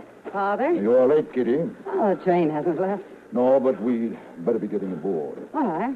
If you have Bag of some kind? Oh, my luggage is all taken care No, of. no, I mean a handbag. You're not carrying anything. I know. But where's the money, Kitty? Didn't you get it? No, Father, I didn't. What? I changed my mind the last minute. What do you mean? Well, I decided to leave it here in the Long Branch with Sam Noonan. It's a good investment. I can always come back for it. Now, look here, Kitty. I'm deciding things for you from now on. Oh, we'll talk about it on the train. Come on. No, we're not leaving until you get that money. Which is it you want, Father? Me or the money? Now, it isn't a question of that. Now, you do as I say. You haven't changed a bit. What? Mother always said you'd never change, and she was right. Don't tell me you're running a freight business in New Orleans, you liar. That's enough. Take it easy, Mr. You Ross. stay out of this, Mount. You're just another man to me, Father. And a crook to boot. Kitty, you're going to be sorry for this. I'd be a whole lot more sorry if I let you steal my money. All right, Kitty, all right. I think he understands. Now, you're in this together. I'll fix you both. Right? Now, Mr. Russell, you played it pretty smart so far. Don't disappoint us now. What? Why don't you see it through? Don't come apart at the last minute. Don't make me throw you in jail. Why don't you play it all the way, Mr. Russell? You can do it. Please, Father, do it. Get on the train and go. Leave me at least that pride. Father, please. Goodbye, Kitty. Goodbye. Marshal? Bye.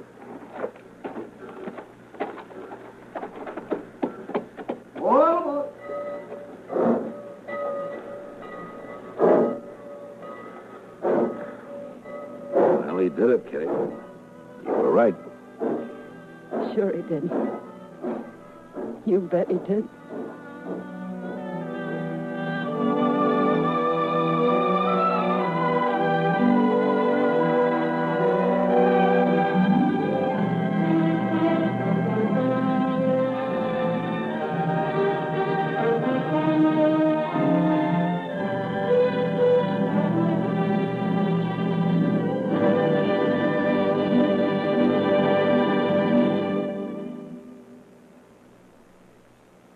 Hi, this is Dennis James to make a point about reliable, effective Kellogg's All Brand. Repeat after me, please.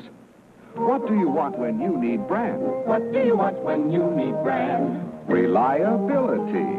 Reliability. Now, what do you get in Kellogg's All Brand? What do you get in Kellogg's All Brand? Reliability. Right. You see, Kellogg's All Brand is the reliable brand that millions depend on for the effectiveness they want. It's the real Battle Creek formula that brings you more brand bulk in every serving.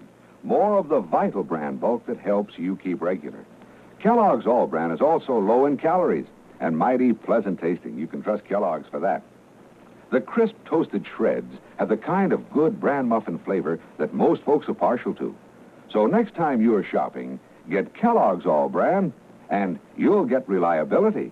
That's what you get in Kellogg's All Brand. Reliability.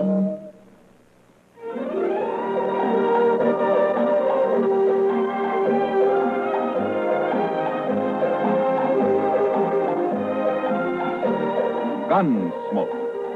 Produced and directed in Hollywood by Norman McDonald, stars William Conrad as Matt Dillon, U.S. Marshal. The story was specially written for Gunsmoke by John Meston. Featured in the cast were John Daner and Vic Perrin. Harley Bear is Chester, Howard McNear is Doc, and Georgia Ellis is Kitty.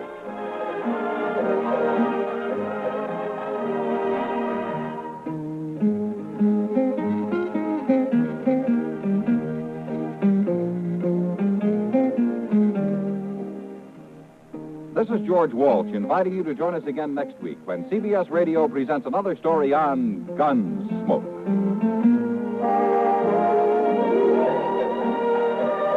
Have a happy habit, Monday through Friday with Bing Crosby and Rosemary Clooney on the CBS Radio Network.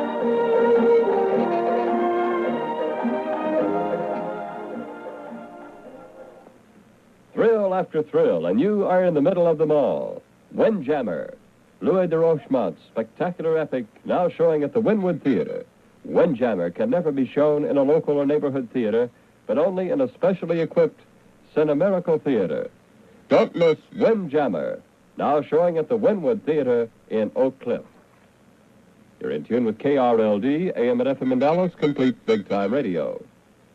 You may have less time to read, but you'll enjoy it more when you read the Dallas Times-Herald. The Times-Herald has the right combination, the news, the features that sharpen your viewpoint, widen your world. The Times-Herald brings you Sunday, the local color gravure magazine that's fast, and fun to read. All about people and places you know. Get the Dallas Times-Herald. KRLD time, 7 o'clock, the downtown temperature, 68 degrees.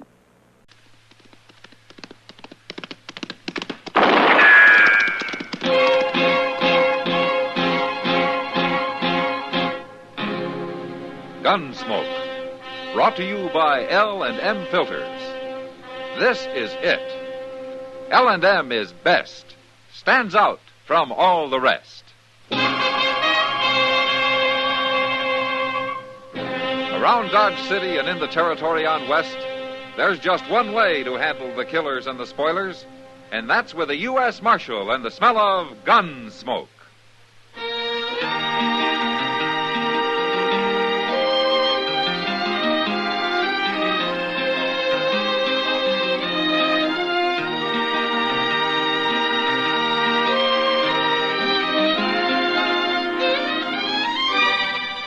Gunsmoke, starring William Conrad. The transcribed story of the violence that moved west with young America. And the story of a man who moved with it. I'm that man. Matt Dillon, United States Marshal. The first man they look for and the last they want to meet. It's a chancy job, and it makes a man watchful. And a little lonely.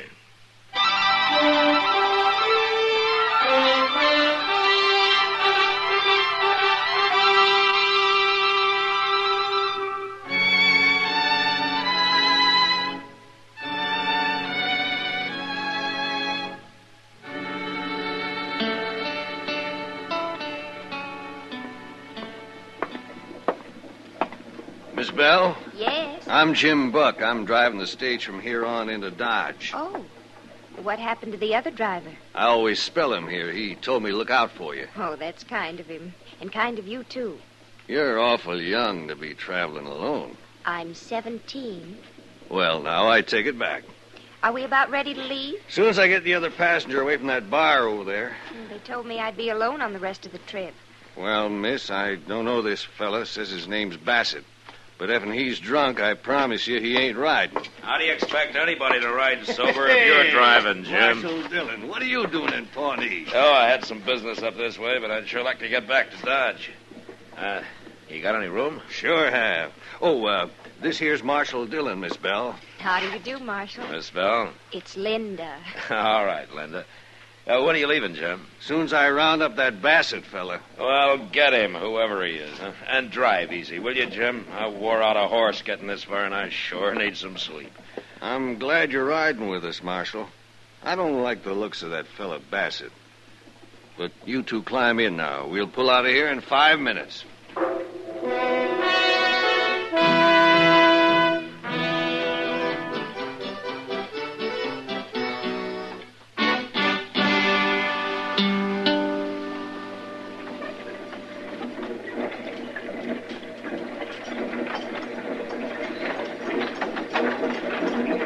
Nice day. The lawman's asleep. It's you I'm talking to, Missy. It's a nice day, ain't it? Yes. That's better. As long as we're riding the Dodge together, we better get acquainted. My name's Joe Bassett. How do you do? Well, there's no cause to be bashful, Missy. I ain't gonna hurt you. You staying in Dodge? Yes. Well, now, that's just fine. Please, I'm rather tired. Oh, you are. You have, dancing girl or something? Ah, you're too young for that, ain't you? Ain't you? Please. Hey, I know. I got a bottle here. Here, have a drink. No, Say, mister, What do you want? you're making it awful hard for me to sleep. Oh, I am, huh? And I'm pretty tired. Well, that's too bad. Now, it's going to be a long ride, so why don't you just sit there and look out the window, huh? Because I'd rather look at this pretty little girl here. Now, come on, honey, have a drink. No, I... Hey, Jim! Jim, pull up, will you? What for? You heard me. Pull up. Okay, Marshal. Whoa. What do you think you're doing? What's your trouble, Marshal? There's no trouble. Your friend Bassett here wants to ride up on the box with you. What? He wants somebody to talk to, Jim. Are you crazy? He's waiting for you, Bassett. I'm staying where I am. You're holding us up. Now you get moving. All right. I will. You're like you broke my arm. You should have left your gun where it was. All right, now get outside. Hurry it up. I'm going. But you're gonna wish you'd never seen me. I'm wishing that already. Give me a hand, driver. All right. My arm's all numb where to kick. I'm sorry for the delay, Linda. It was worth it, though. Maybe now we can both get a little sleep, huh? Well, I can certainly use... What'd you say? I said I can certainly use some. Oh, yeah. Yeah.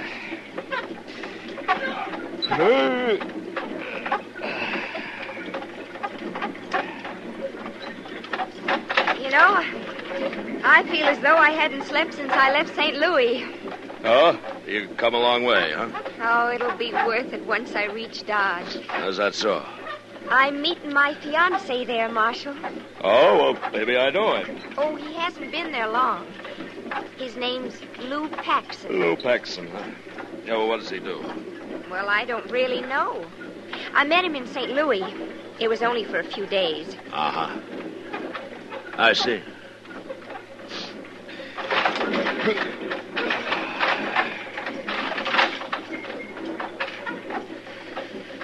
Marshal? What? If you promise to keep it a secret, I'll tell you something. Okay, I promise. I ran away from home. My parents think I'm too young to get married. Oh? Well, how old are you, Linda? 17. Do you think that's too young? Well, I don't know, Linda. I guess that depends on what you're like and what this fella Paxton's like. Oh, he's a wonderful man. He's so strong and so handsome. Uh-huh. You'll see when you meet him. Yeah, I'm sure it will.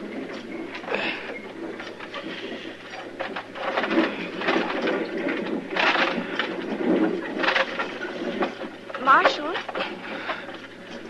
Yeah. Are there a lot of men in Dodge like that man, Bassett? Oh, why do you ask, Linda? Well, he frightens me. He's not going to forget what you did to him just now. Oh, well, you let me worry about Bassett, huh? I don't like him. Well, I don't like him either, but why don't we forget about him and try to get a little sleep, huh?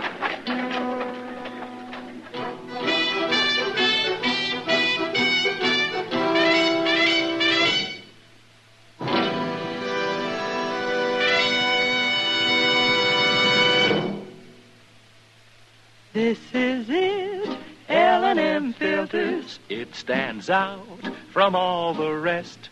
Miracle tip, much more flavor. L&M's got everything. It's the best.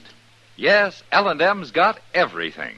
Superior filtration, superior taste. Superior filtration because of L&M's superior filter. White, all white, pure white. The purest tip that ever touched your lips. Superior taste because of L&M superior tobaccos. Tasty, full of flavor, and light, and mild. No doubt about it. L&M is America's best filter tip cigarette. This is it. L&M filters. L&M's got everything. It's the best.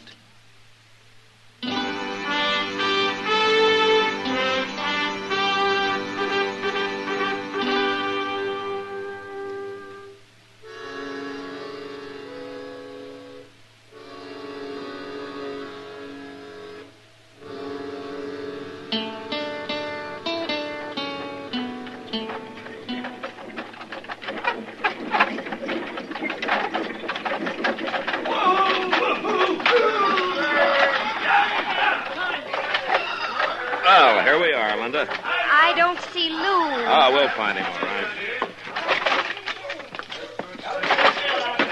You want me to give you a hand? Yes, thank you.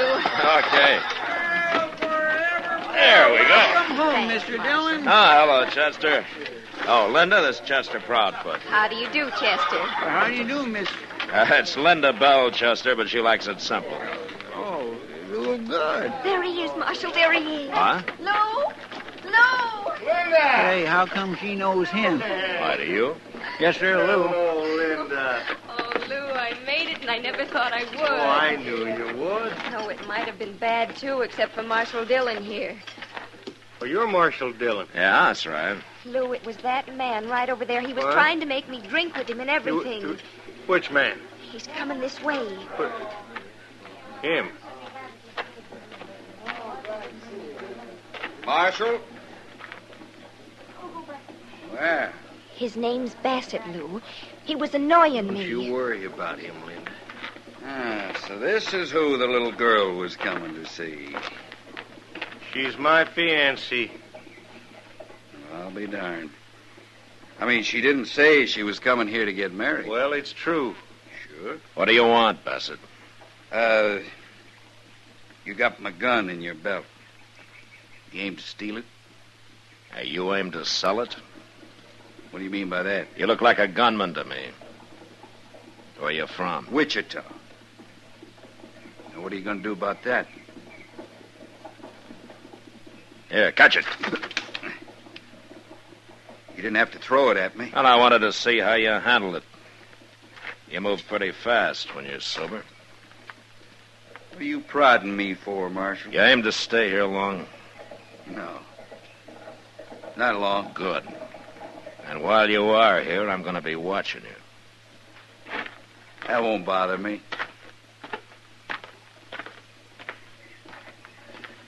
Well, Marshal, I got to thank you for taking care of Linda. Yeah, sure.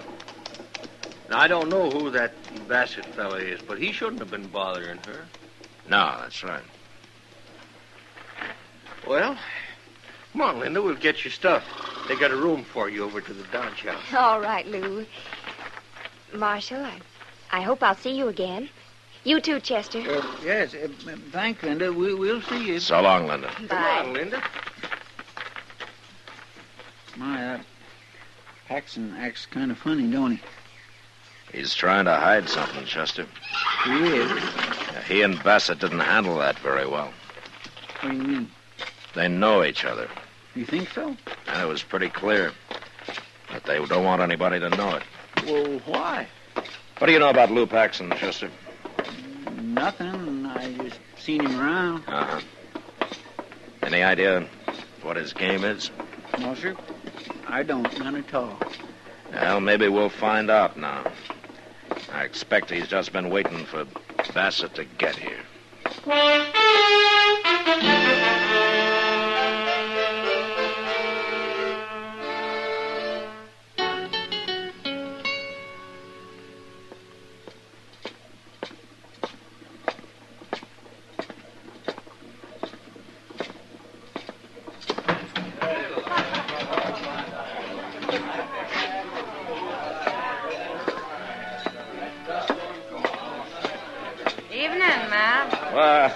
Hello, Kitty. I heard you got back this morning. Yeah? Sit down. Oh, thank you. You know, you've been gone most 2 weeks. You know something? It seems a lot longer than that to me. I've also heard what happened on the stage. Oh? You did? Yeah. Linda told me. Linda? How come you know her? She's sitting right over there. What? Well, it kind of surprised me, too. But Paxson brought her in this afternoon and made Sam give her a job. Sam didn't like the idea much. She's only 17, Matt. Yeah, I know, Kitty. What's this Paxson up to, anyway? Well, I don't know, and I don't care. But you got to get that girl out of here. This is a terrible place for her. That's not my affair, Kitty. Since you're the only one who can do it, it is your affair. Now, Kitty, I can't interfere in a thing like this. Why? Because nobody's stolen anything or killed anybody? Because there isn't a law against it? Is that why? No, that isn't why, but... But nothing. You know what can happen to that little girl. Look at her, Matt. She's scared half to death right now. You wait till midnight. Wait till it starts to get really rough in here. You know what some of these horn-handed, drunken wild men are likely to do? You can't let it happen, Matt. You got to get her out of here, and if you're any kind of a man at all, you do it right now. Well? Well, Kitty, All right, ask her to come over here, huh? Sometimes I get a feeling that maybe you're not all bad, Matt Dillon. Yeah. I'll bring it back.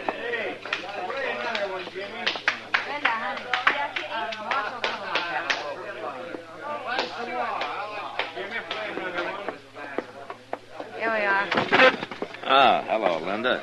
Kitty said you wanted to see me, Marshal. Yeah, that's right. Sit down, won't you?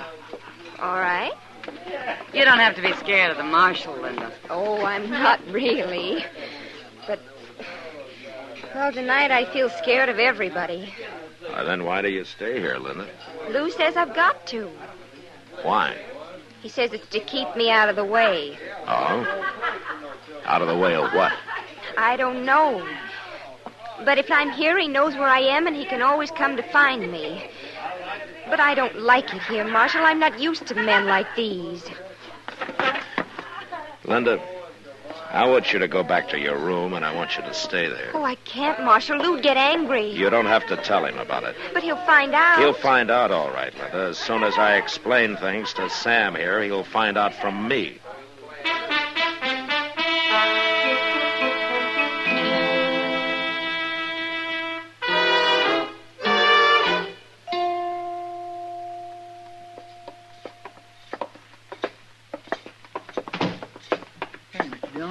Down at the end of the hall, there goes that fellow Bassett.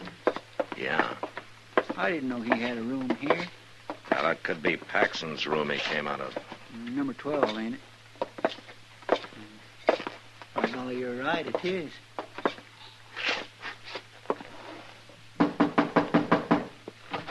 Now, listen here, Oh. Thought it was someone else.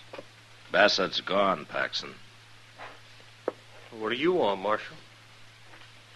I want to talk to you. What about? Why did you pretend you didn't know Bassett at the stage this morning? I don't know him. Well, he just walked out of your room. I mean, I didn't know him. I didn't know him this morning. You're lying. Now, Bassett's a gunman, Paxson. What's your business with him? I got no business with him, Marshal.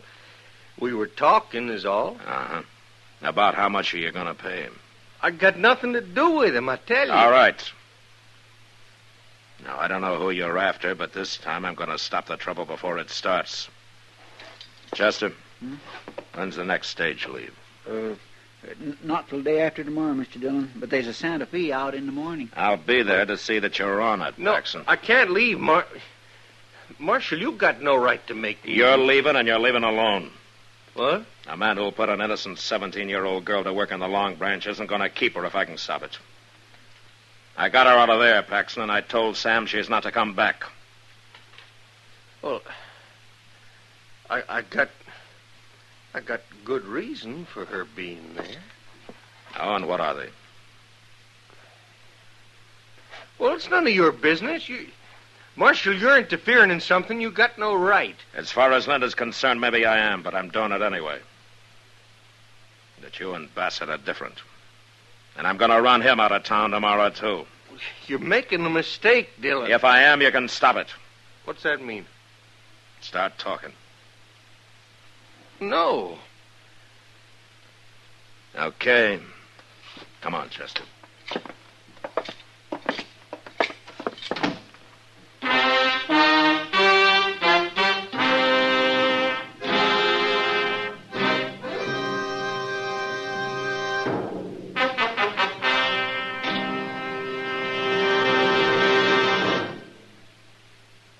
To you, to the thousands of smokers who are changing to L&M every day, to the millions who now smoke L&M, here is your assurance. L&M gives superior filtration because of its superior filter.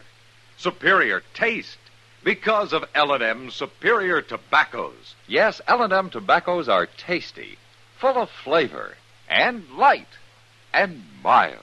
And L&M's superior filter is the purest tip that ever touched your lips. It's white, all white. Truly the miracle tip, because when it's added to L&M's superior tobacco, it actually tones up the taste, actually improves your enjoyment of this great cigarette. Yes, L&M's got everything. Superior taste, superior tobacco, superior filter. That's why it's America's best filter tip cigarette. Try L&M today.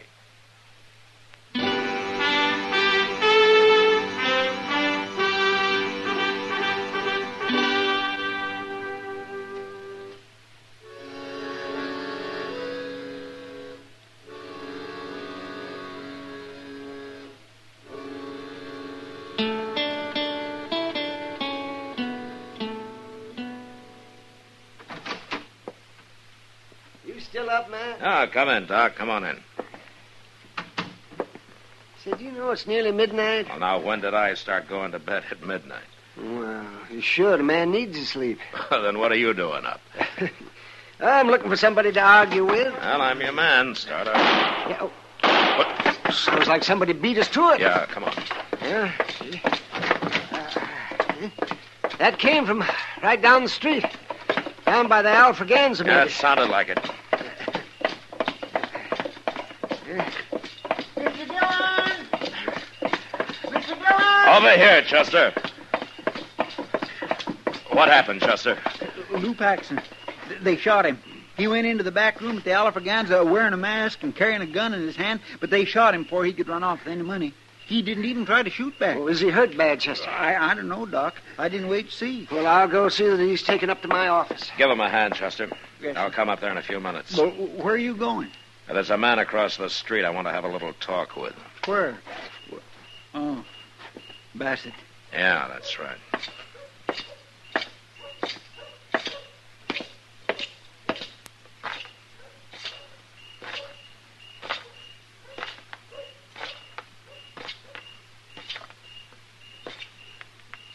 Evening, Marshal.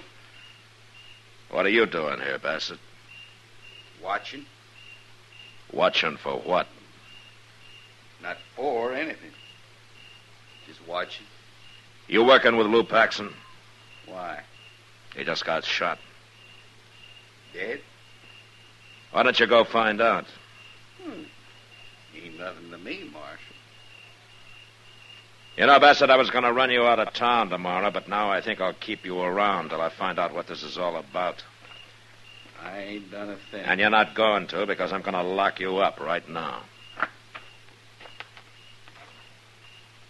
I never been in jail in my life, Marshal. A lot of men haven't, even men like you. But you're going now. No. No, I ain't. You leave your gun alone. Then get out of here and leave me alone. There's been one shooting already. That's enough. Now, I'll take your gun, Bassett. Not likely.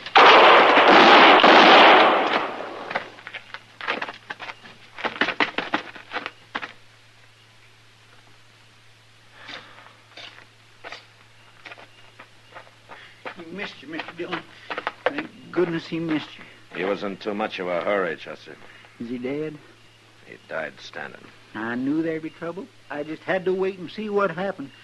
Go get Linda and bring her up to Doc's, will you? Yes, sir.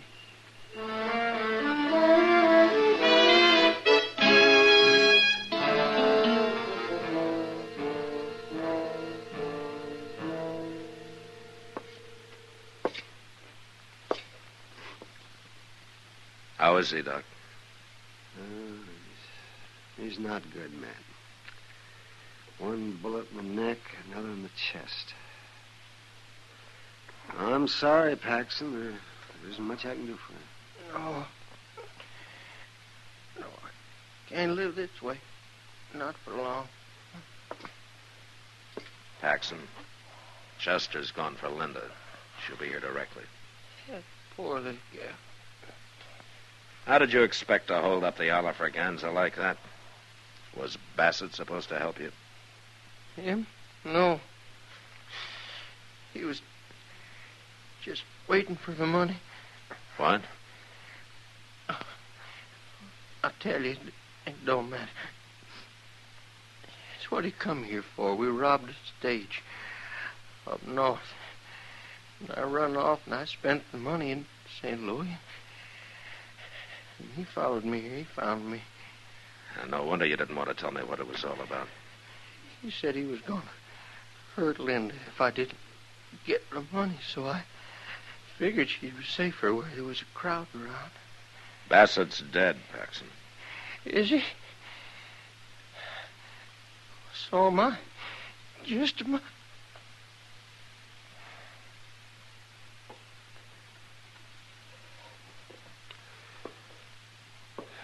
He's gone, Matt. Oh, that's probably Linda. You better keep her out of here. Yeah. Chester, wait in there, will you? Yes, sir. What are you going to tell her, Matt? I'm going to tell her the truth, Doc. The whole story. Oh, that would be awful hard on her, wouldn't it? Finding out what kind of a man Paxton was? No, you could spare her that. Linda got off easy, Doc. Married to an outlaw, she'd have been in real trouble. But all this won't do her any good at all if I don't send her home a lot smarter than she left. And that's what I'm going to do.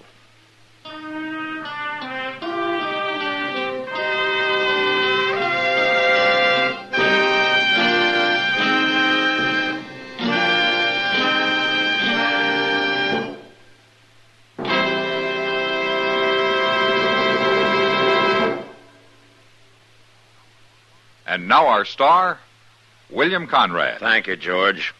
You know what I like about L&M's is they're mild and mighty easy on the draw. When you get right down to it, no filter stacks up with L&M's pure white miracle tip for quality or effectiveness. Darn good smoke. See for yourself. L&M stands out from all the rest.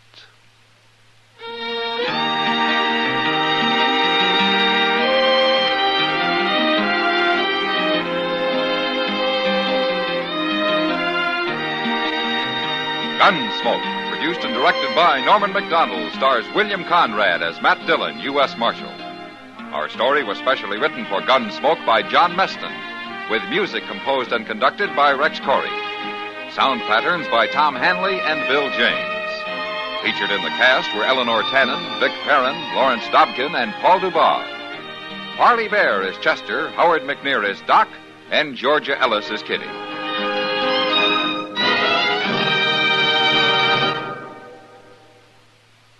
Put a smile in your smoking. Next time you buy cigarettes, stop. Remember, only Chesterfield is made the modern way with Accuray. This amazing quality detective electronically checks and controls the making of your Chesterfield, giving a uniformity and smoking quality never possible before. For the first time, you get a perfect smoke column from end to end. From the first puff to the last puff, Chesterfield smokes smoother. Chesterfield smokes cooler. Chesterfield is best for you. Next time you buy cigarettes, stop. Remember, Chesterfield is made the modern way with Accuray. Put a smile in your smoking, just give 'em a try. light up a Chesterfield. They satisfy. Remember, listen again next week for another transcribed story of the Western frontier. It's America growing west in the 1870s. It's Gunsmoke, brought to you by L&M Filters.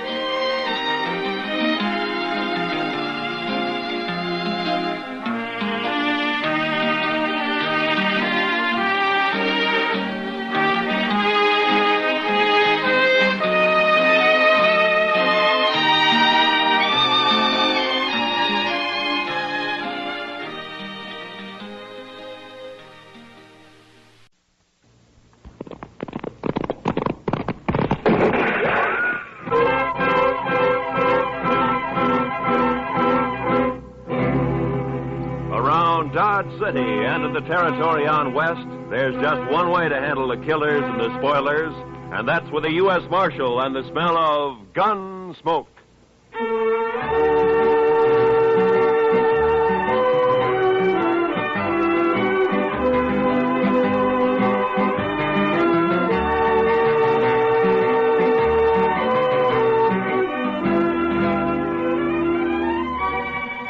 Gunsmoke, starring William Conrad, the transcribed story of the violence that moved west with young America, the story of a man who moved with it, Matt Dillon, United States Marshal.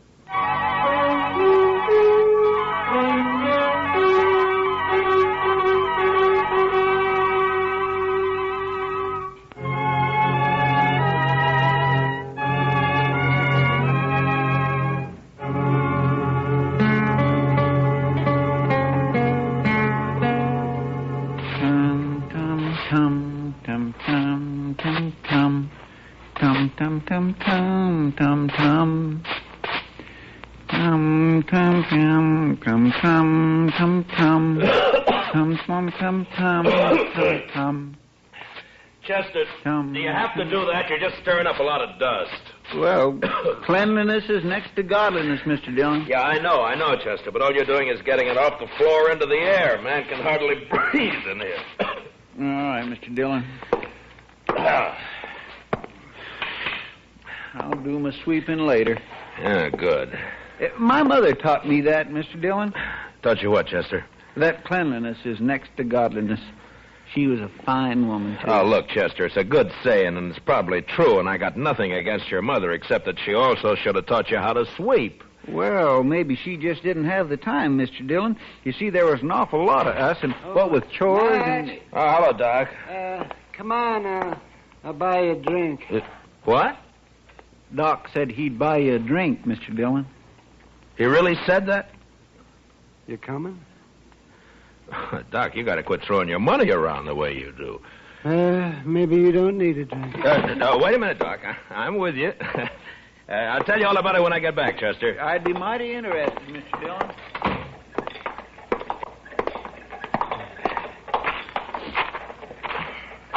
Oh, sure be glad when it gets winter again. Why, Doc? You'll just complain about the cold, then? I suppose.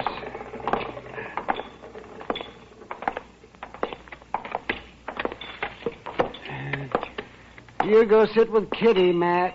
I'll bring a bottle. Okay, Doc.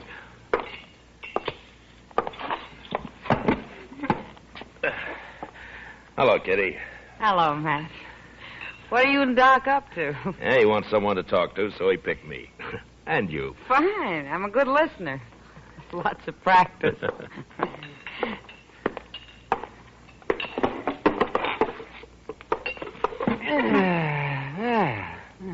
What are we celebrating? Let's see here. We'll drink to a fellow that you don't know. Cain Vestal. Well, here's to him. Yeah? Here's to him.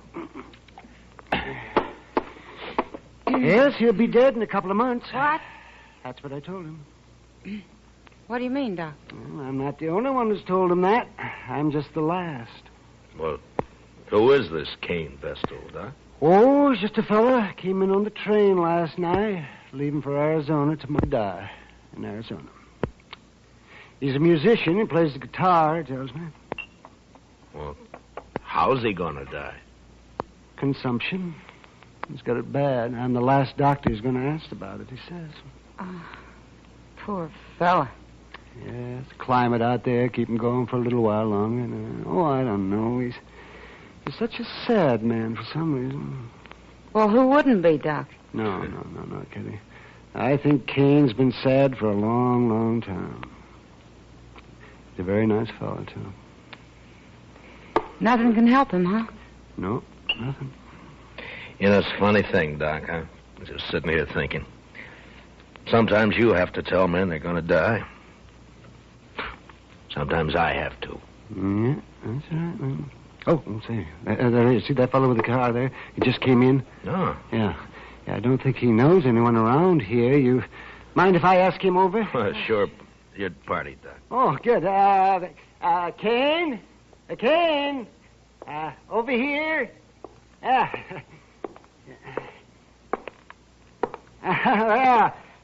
Sit down. Sit down. Cain, this is Kitty. Hello, Cain. Kitty. This is Marshal Dillon. Hello, Marshal. Pleasure to meet you. He's doing it, yeah. Sit down. There we are. Have a drink. Well, thank you, Doc. This your first trip west, Cain? Yes, Marshal, it is. Oh, but where are you from?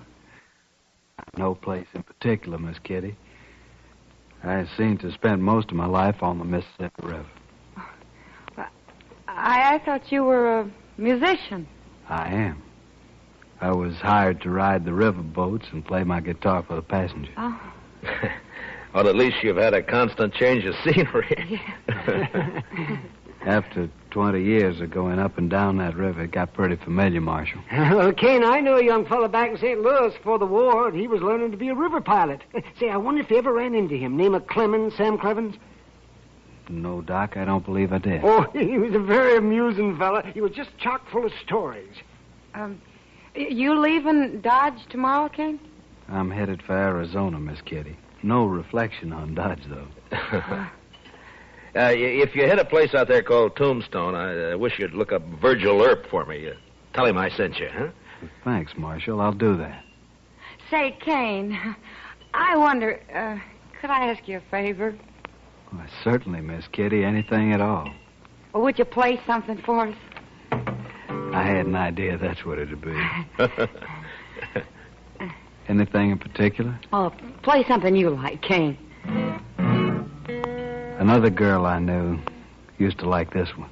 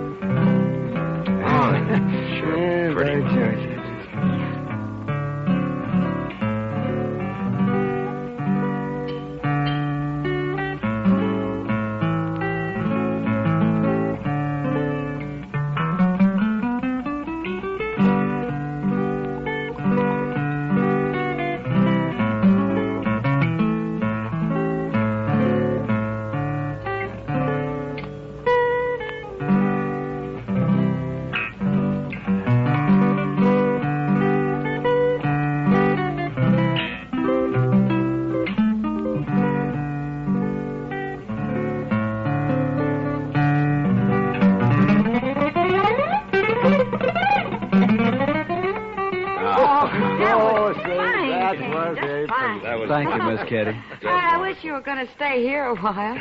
Maybe you could teach me to play like that, huh? It'd be a pleasure, Miss Kitty. But I'm afraid I won't be around for long.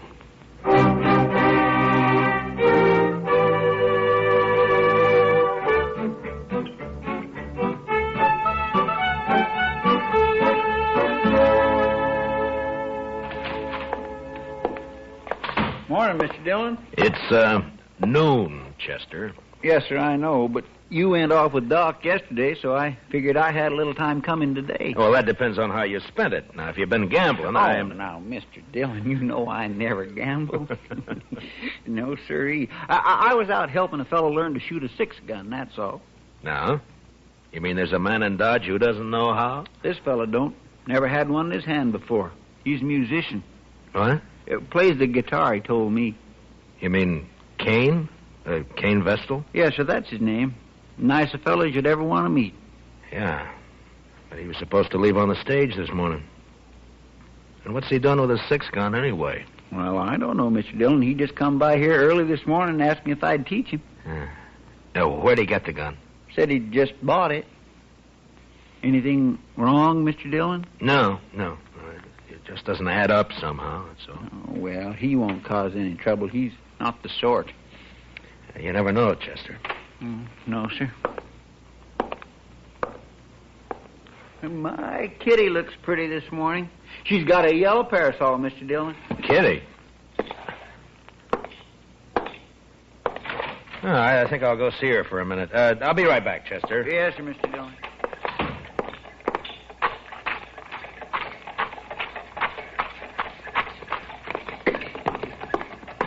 Kitty?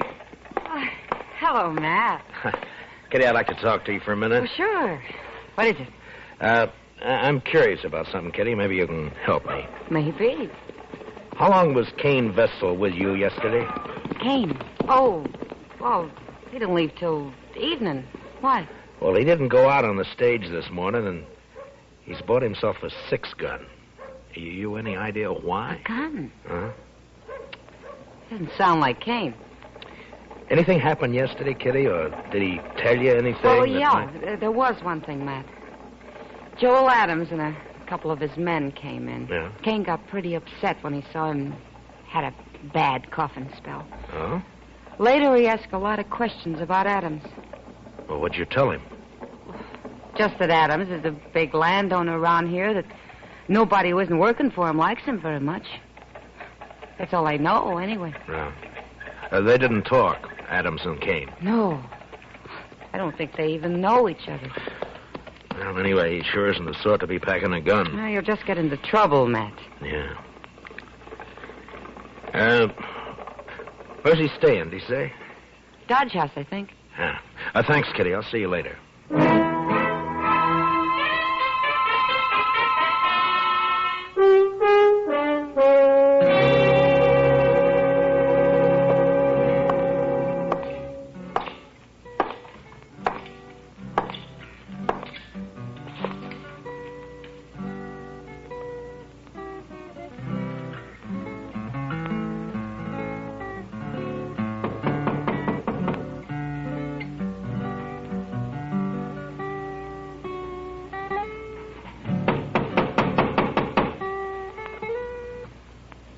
Come in.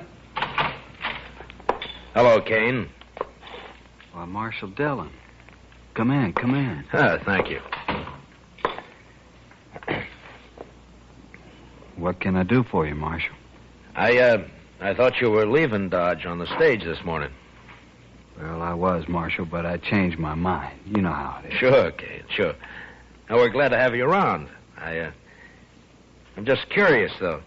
Your staying have anything to do with that gun you bought this morning? Oh, Chester told you. I thought he would. He's a good teacher, Marshal. Yeah. But that doesn't answer my question. Do I have to answer it? I'm just trying to help you, that's all. Yeah, I appreciate that, Marshal, but I'm afraid there's nothing you can do. Look, Cain, you're new in this country.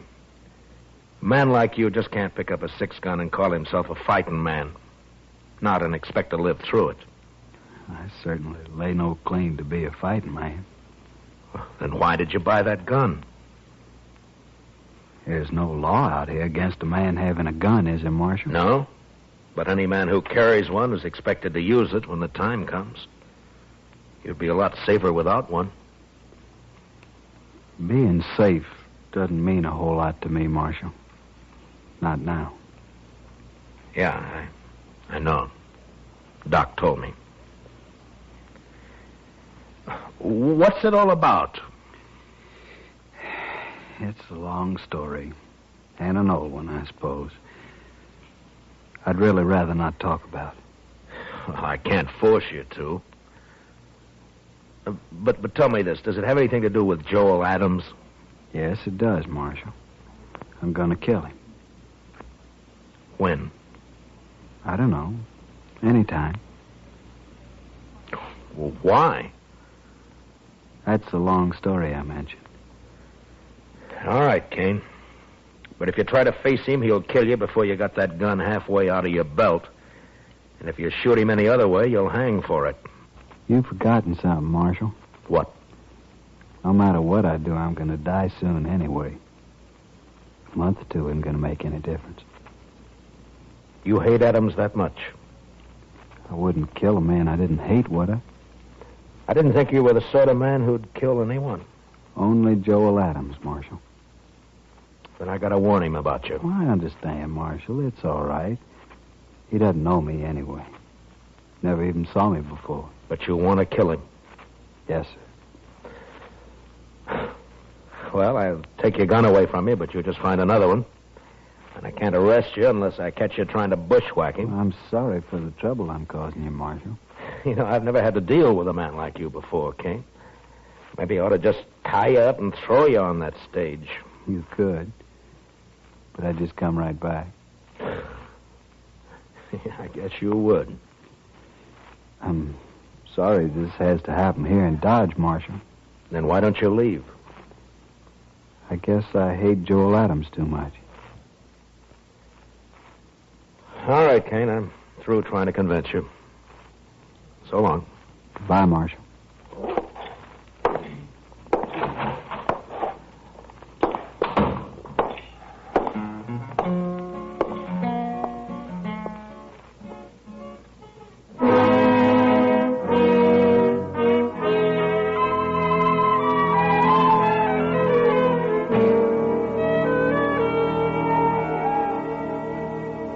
I never heard of Cain Vestal, Marshal, and I never saw him before last night. You must have known him somewhere, Adams. You're trying to make me out a liar, Marshal. I'm trying to save Cain's life and yours, maybe. No, he ain't gonna shoot me. I'll kill him first time he looks sidewise. Maybe you won't see him. Oh? Shoot me in the back, eh? Well, in that case, In that case, what? Why, nothing, Dillon, nothing. Forget it. If Cain's shot in the back, you'll be the first man I'd take in, Adams. I don't even know him. Why should I shoot him? I'm only warning you. Well, just leave me be, Marshal. I can take care of myself. See that you do, Adams, and only yourself. Why, sure, Marshal. Only I don't much like the idea of some stranger gunning for me.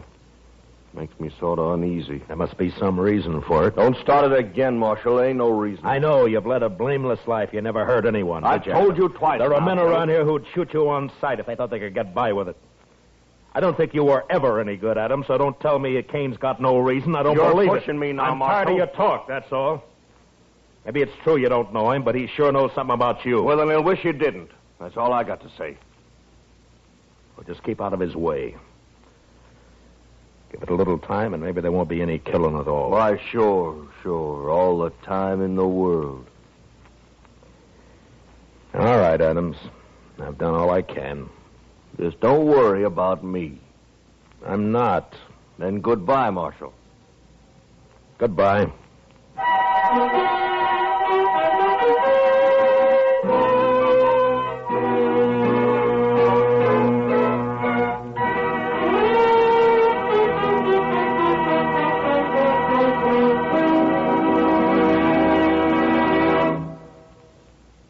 We will return for the second act of Gunsmoke in just a moment. But first, the poignant story of Jane Froman, adapted from the movie With a Song in My Heart, was selected by you listeners through a national magazine as the one you would like most to hear on Lux Radio Theater. So this Monday night, listen for Susan Hayward, Rory Calhoun, David Wayne, Thelma Ritter, and Bob Wagner of the movie cast when CBS Radio presents Lux Radio Theater. Now, the second act of Gunsmoke.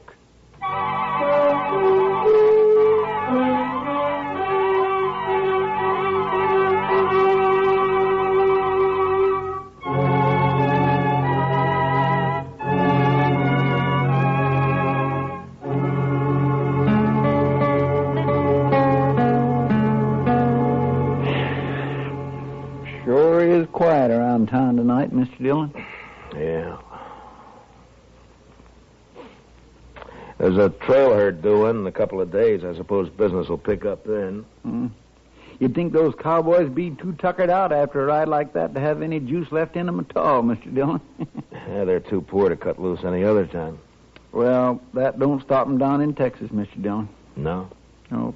It's just like an uncle of mine back in Waco.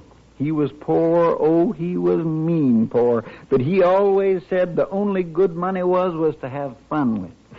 Oh, did he have fun? But no, sir. He was too poor, like I said. All right, Chester, all right. All I ask is that you don't try to explain it to me. Well, but there's nothing to explain, Mr. Dillon. It's just that he was the one poorest Chester. man you'd ever... Marshal, say, you want to talk to Cain Vestal? What? Cain is upstairs in my office. He been shot? No, not shot. Beat up. Well, how is he, Doc? Well, it's not too bad. A couple of cowboys found him just outside of town. They heard a shot and said 2 men rode off before they could stop them. Yeah? And I guess whoever it was, they didn't have time to finish the job. They just got started working on him. So Adams made the first move, huh? I'll be back soon, Chester. Yes, sir, Mr. Dillon.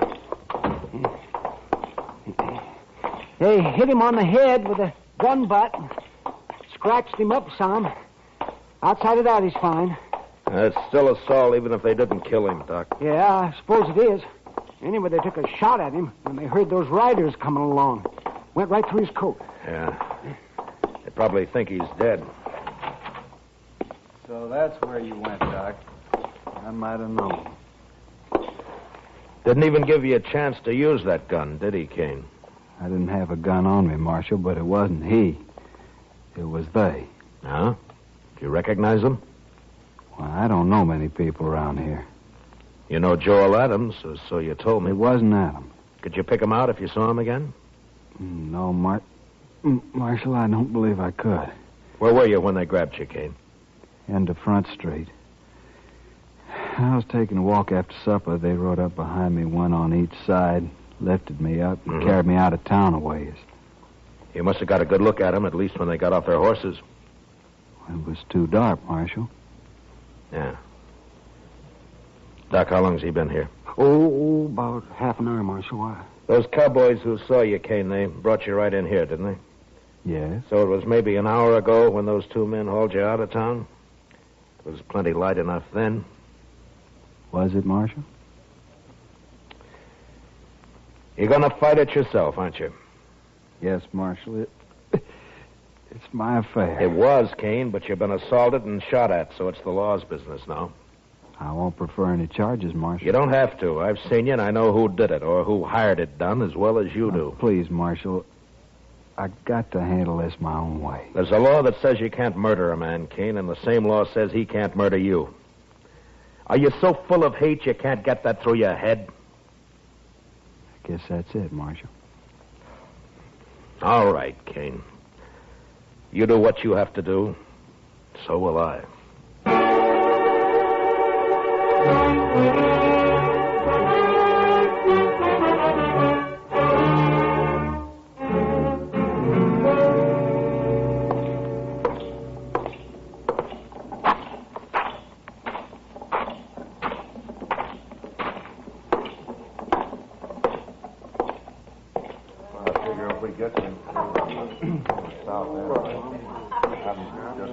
Hello, Adams.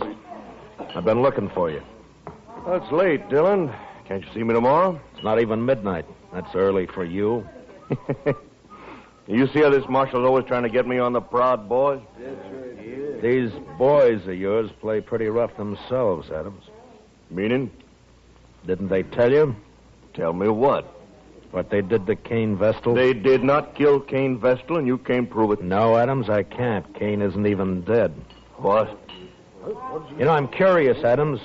Why'd you think he might be? Why, somebody said he got himself hurt. Joel Adams.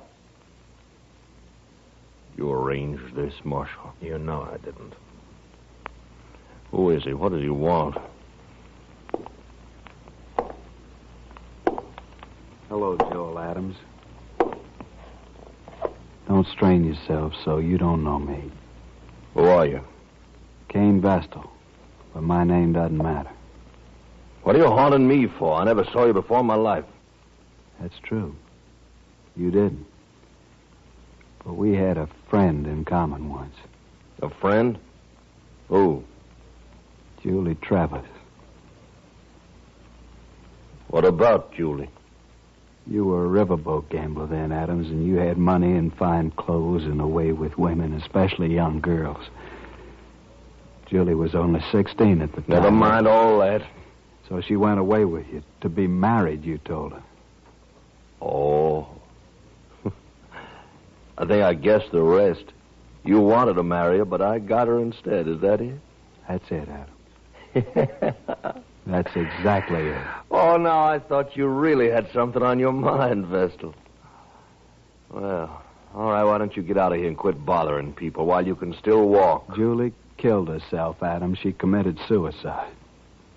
What? You didn't know that, did you? Well, it's got nothing to do with me. Because you never married her after all. It was just a year after you abandoned her in New Orleans. I think it has a lot to do with you, Joel Adams. What are your plans, mister?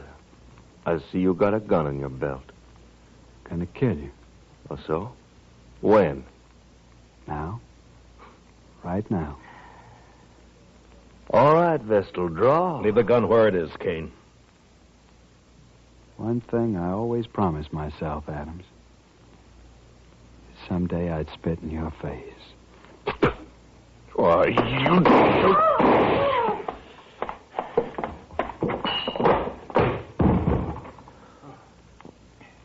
Give me the gun, Adams. Right. He's dead. Well, he was going to kill me. You heard him. He wanted you dead, Adams, any way he could manage. I know it. That's what I say. You're under arrest for murder. For... What? It was a gunfight. Cain never even moved for his gun. Well, then I'll hang for this. He couldn't have got me any other way. No, don't suppose he could have. I remember the river gamblers used to say, don't matter how you win so long as you win. That Cain should have been a gambler. Maybe he was. Come on, let's go.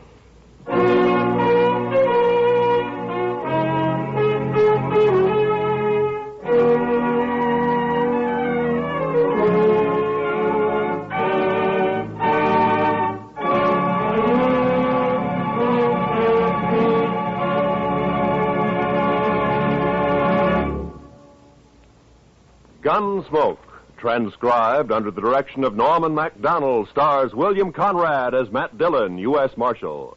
Tonight's story was specially written for Gunsmoke by John Meston, with music composed and conducted by Rex Corey. Featured in the cast were Harry Bartell and Lawrence Dobkin. Parley Bear is Chester, Howard McNear is Doc, and Georgia Ellis is Kitty. And now for a special announcement.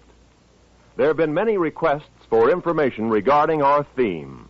It's called Old Trail and was written especially for us by Rex Corey, our musical director. If you will write to Gunsmoke in care of your local CBS radio station, we will try to give you whatever specific information you may desire. Gunsmoke is heard by our troops overseas through the facilities of the Armed Forces Radio Service. Join us again next week as Matt Dillon, U.S. Marshal, fights to bring law and order out of the wild violence of the West in Gunsmoke.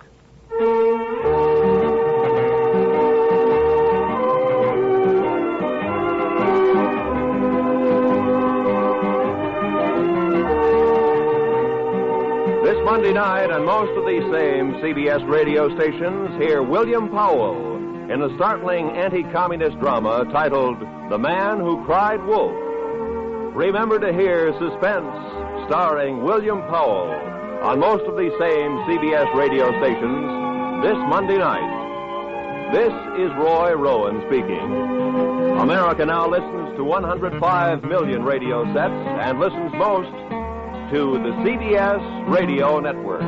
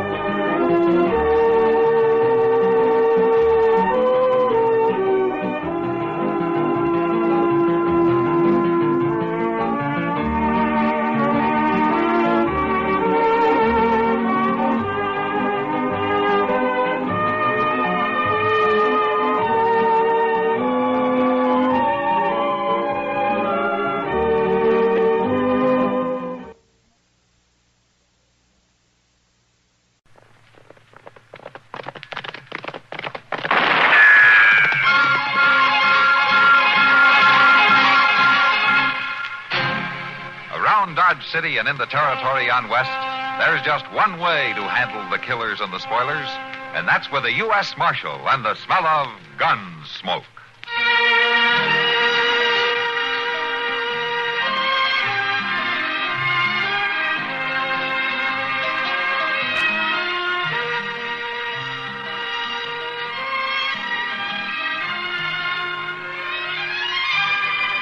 Gunsmoke, starring William Conrad.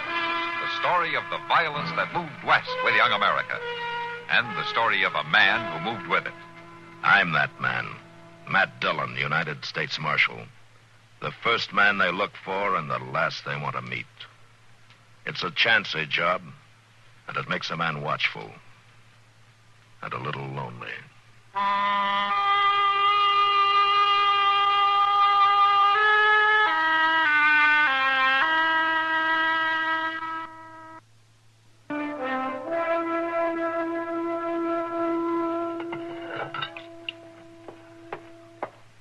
Here's the water, Doc. It's hot. Thank you, Sarah. Put it down on that chair. Doc. Yeah? Doc, you can heal him, can't you? You can make him live. He's bad hurt, Sarah. Awful bad hurt. But he's so young. Don't that help, being young? Bullets are no respecters of age. I could have seen him sooner, maybe. They sent him home like that, Doc. My boy, tied to the back of his horse like a butchered hog. Hand me that cloth, Sarah. Here it is. They was brutal, whoever they was. You don't know? He never said who he was seeing. But I know why they shot him. Oh? Why? Because he was through with them. He told him he wasn't going to ride with him no more. Oh, let me. There's the bullet. He's coming too, Doc. Lemmy. Lem, who did this to you? Tell me, Lemmy. Don't be afraid. Tell me who hurt you. I can't see. Try, Lemmy. Try to speak. Who shot you?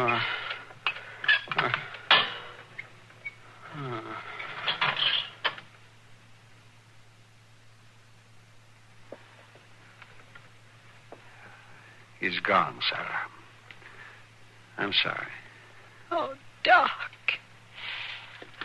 Maybe if you hadn't been at him so. Sarah, you know I wouldn't hurt your boy. I've known him since he was a child. But we should know who did this terrible thing. They should be made to pay. There's no paying for Lemmy. I know, Sarah. I know. But someone's got to answer for it.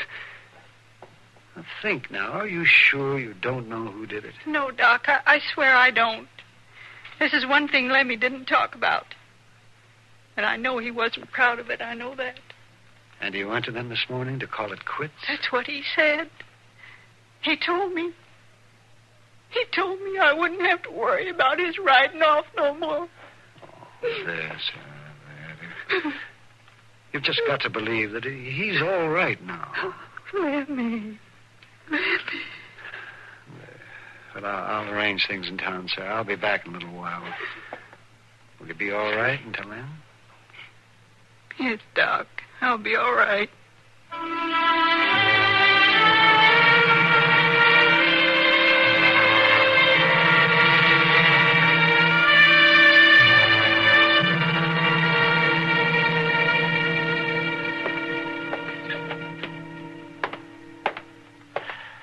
Doc, will you sit down? It isn't going to help you any to tramp back and forth across the floor all day long. I guess you're right, but I tell you, Matt, it was terrible.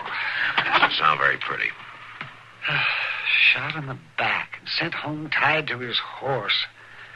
A young boy like that. You think his mother was telling the truth about not knowing anything about it? Yes, man, I do. The boy was evidently trying to get out of some kind of trouble.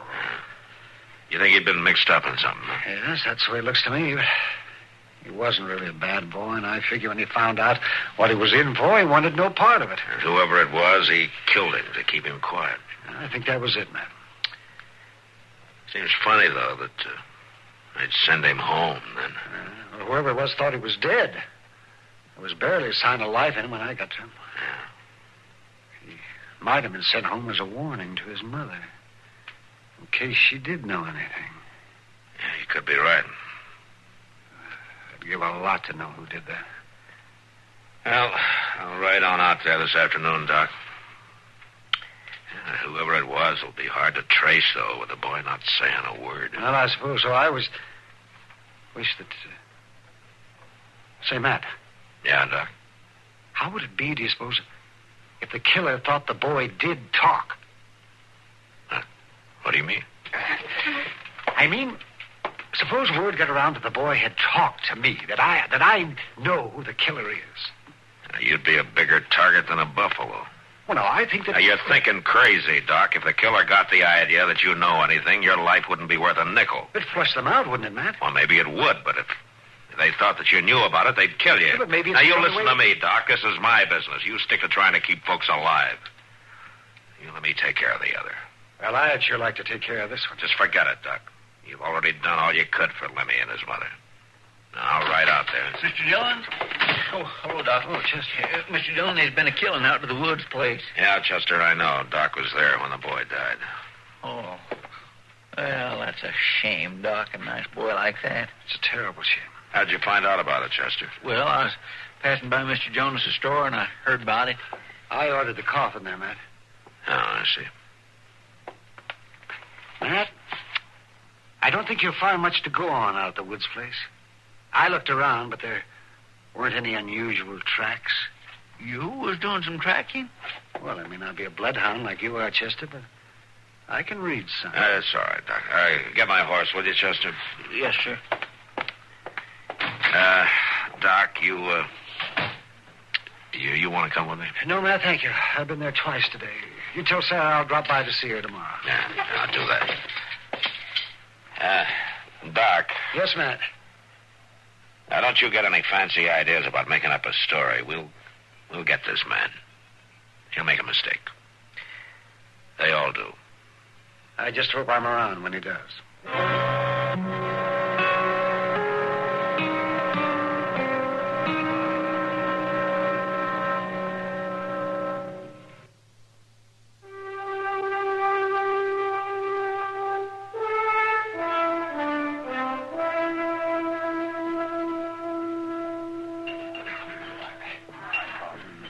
Yes, sir, I've seen a lot of killing since I came to this misbegotten town, but I do believe this is the worst. Sounds awful, Doc. Shooting the boy in the back. That poor kid didn't even have no chance to see who done it. Oh, he saw who did it, all right. Oh, yes. He knew who killed him. I thought you said he was already out when you got to him. Well, he was, yes. He was. But he roused himself just before he died. Enough to say a few words. And you heard him, Doc? I heard him all right. Well, who done it then? Not so fast. Oh, not so fast. I'll do my talking at the proper time and not before. Seems to me you're doing an awful lot of talking right now. Yeah. Oh, hello, kid. He's telling us he knows who killed the Woods boy. Oh, that's so? Why don't you come over to my table, Doc, and talk to me for a while, huh? Yeah, well, it's all right, Kitty. You bet. Sam, another round of beer over here. Yes. I'll see you later. Yeah, sure. You ever anything like that? Yeah. All right, Kitty. Now, Doc Adams, what are you up to? Well, just have a beer, Kitty. You've seen me drink beer before. I never seen you buy it for the whole crowd before. Well, Here we are. Now, sit down, Doc. Thank you, Kitty.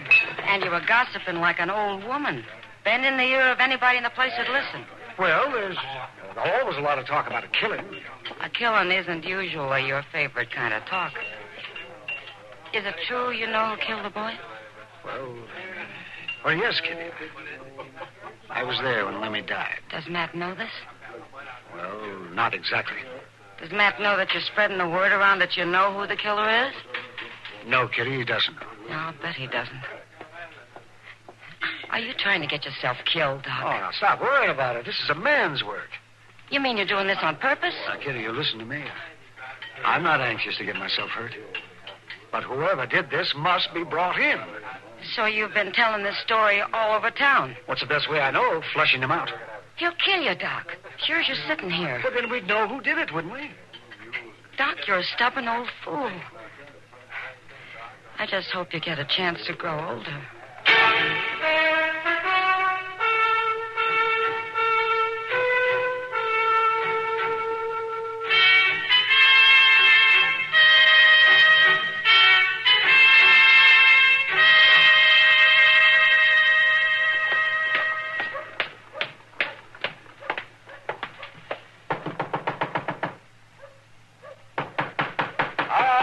I'm coming. Yes? You're Doc Adams, ain't you? That's who I am, son. Well, I'm supposed to fetch you out to the Widow Woods place. Oh. Something wrong with Sarah? Reckon so. You're supposed to come. Sarah sent you, did she? Well, you're supposed to come because she's sick. I see. Well, now, you just wait here a minute while I get my bag and you can ride out there with me in the buggy. No, thanks, Doc. I'd rather go home by the creek. I don't want to ride with you. Oh, all right, son. Yes, all right. Perhaps I'd better go alone at that. Okay. Well, so long, Doc.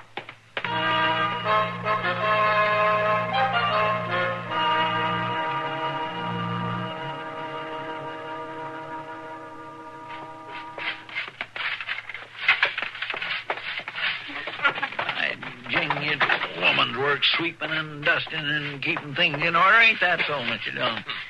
What? What's that, Chester? I say, ain't redding up a woman's job. Well, you have to find the woman first. Well, I wasn't cut out for it, I can tell you that. Seems to me a man ought to stick to what he is cut out for. You take old Doc now. He'd sure be better off he'd stick to his line. Yeah. You ain't been down the street this morning, have you, Mr. Dillon? No, Chester. I've been trying to get through this pile of stuff that came in the mail, and I'm still trying. Well, it's just a caution. That old busybody's been covering the town, telling his story about the way the woods boy got killed. What's that, Chester? Will you put that broom down? Now, what were you saying?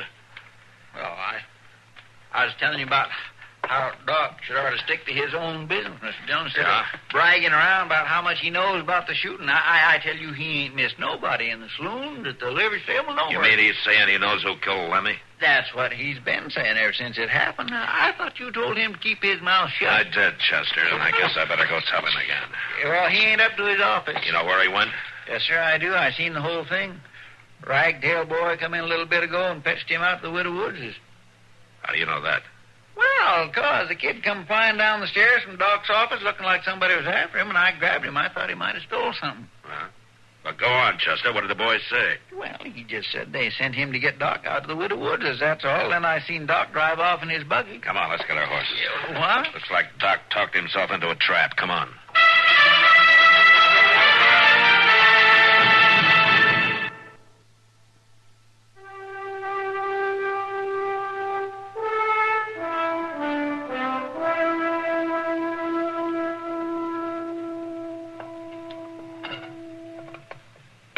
That coffee hot yet? Bring it over here. I'm fixing to.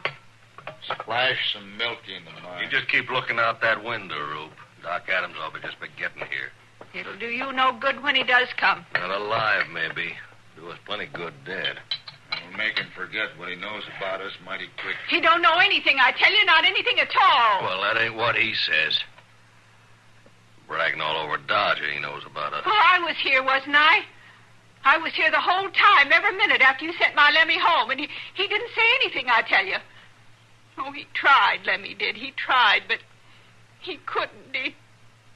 He couldn't speak. You butchered him up too bad. Shut her up, Mort. He makes me feel crawly. Just as soon as Doc Adams walks in here. Hey, here he comes. Mort, there's his buggy. Stay low now till he gets in here.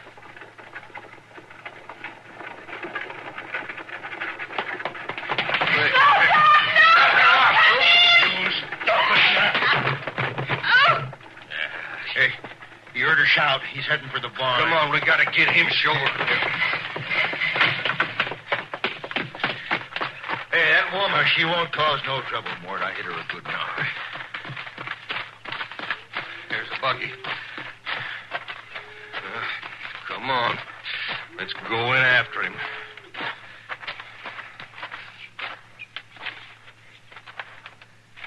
All right. Inside now.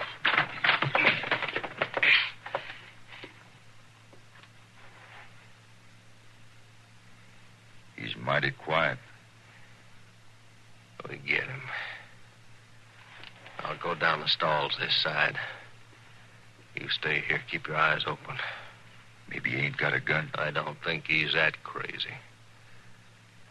You cover me now. Okay.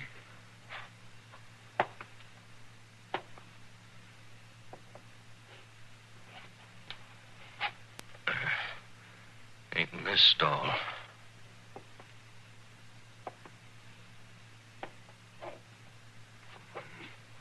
No. This one neither. Mort. Hmm? Mort. He's in the law. I seen something moving up there. You get him, Rope.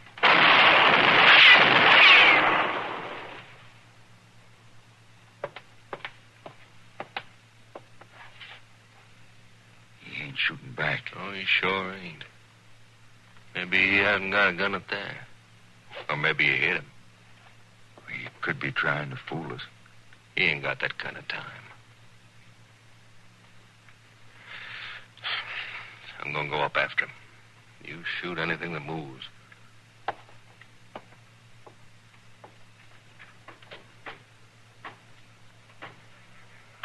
All right, drop your gun. It's a marshal. Get him!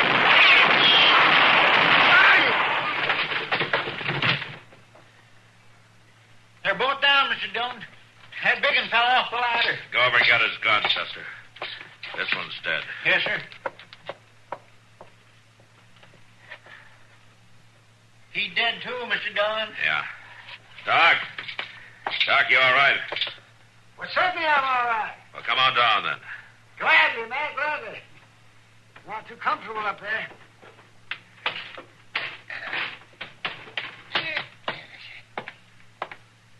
Now, where's your gun? Well, to tell you the truth, man, I guess I must have left it in the buggy. Well, if that don't just beat all. You make your brags around town to get yourself in a fix. We have to come all this way out here to save you, and then you don't even carry a gun. Of course, it probably don't make no difference. You couldn't hit the broadside of a barn anyhow. Well, I got to see Sarah, man. She tried to warn me. They may have hurt her.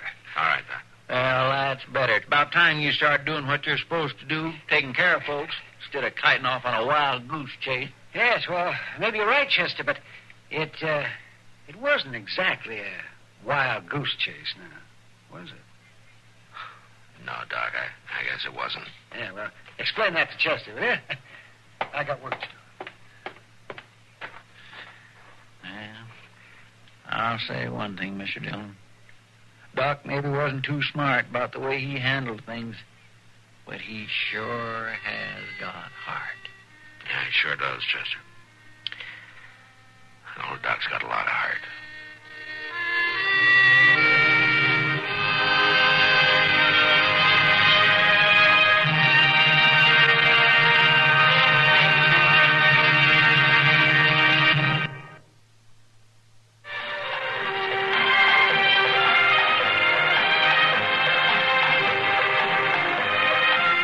Gunsmoke.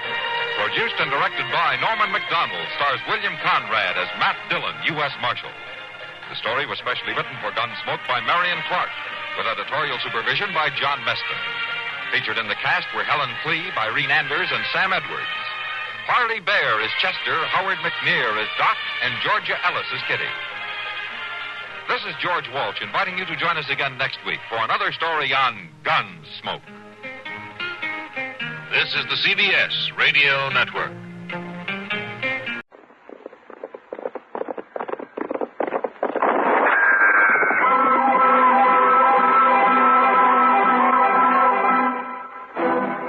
Around Dodge City and in the territory on West, there's just one way to handle the killers and the spoilers, and that's with a U.S. Marshal and the smell of Gunsmoke.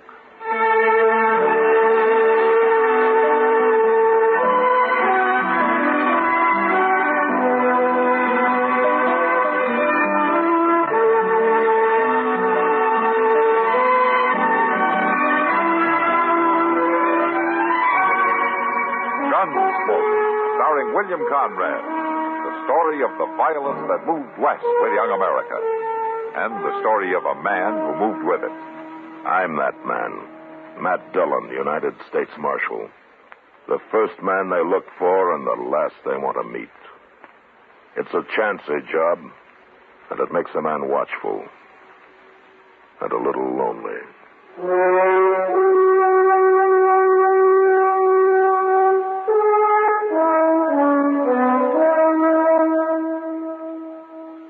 August 13th, 1940.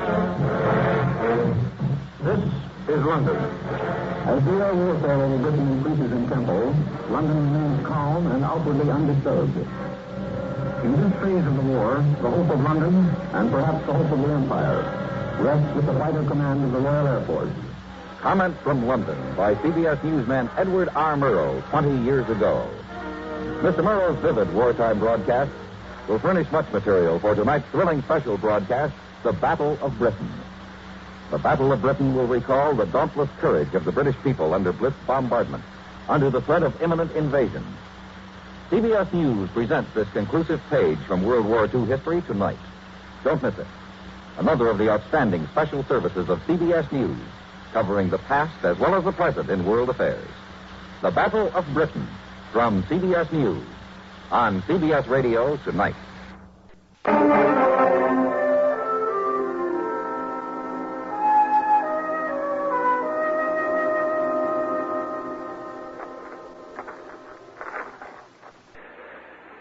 Might as well stand up, Digger. They're just about ready for you. Bring them over here, Glick. Yeah. We'll start walking.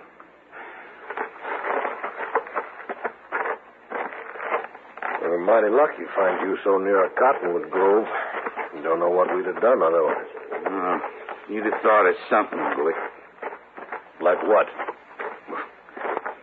You ain't above shooting a man in the back, are you? You could make me mad talking like that, Digger. That worries me a lot. Oh, shut up. Hurry up, Glick. Let's get this over with. We've been waiting on you, Pete. What's Roble looking so long-faced about? What I told you before. This ain't right. You telling me it ain't right to hang a horse thief? It ain't right to hang nobody the way you're doing it. I don't hold with lynching. Hanging a horse thief ain't lynching. You can't even prove he's a thief. Then what was he doing with our horses? I was camped. I didn't know nothing about your horses. Well, I suppose they wandered up to you in the night, huh? I don't know how they got there. Yeah. But we do. That ain't so, Glick. We don't know nothing of the kind. I've lost horses the same as you and Pate. And I don't like it any better than you do, but just because this man was camped near a few head of yours is no proof he was stealing them. We're wasting time listening to you, Roble. Yeah. You don't like what we're doing, why don't you just get out? All right. I'm gonna get out now. You keep your mouth shut about this, you hear? You wouldn't dare say nothing, Glick. You better not. Yeah. That noose looks kind of empty dangling there. Why don't you put his neck here? You men are nothing but murderers. There's no way to go to your maker, calling people names. Yeah. Now get on your horse. Go on. What are you going to do? Hold the rope? Oh, of course not. I'm going to tie it to the trunk of the tree, and we'll slap that horse out from under you. Get mounted now. How can I get mounted with my hands tied? Oh, I'll help you. Come on. There. All right, Pate, take up the slack, will you? And get that rope tied. I'll go get our horses. You might have the decency to wait and put a bullet in me. Bullets cost 7 cents apiece, Digger. You're worse than I thought. That rope tight enough? You figure it. I guess it'll do. Yeah. All set, Digger? I ain't afraid. Wouldn't matter if you was, would it? Here's your horse, Pete. get mounted. Okay. I'll give his horse a lick and then we'll ride off. I ain't got no stomach to watch a man hang. You cowards. Go on, Glick. Get it over with. All right, let's go.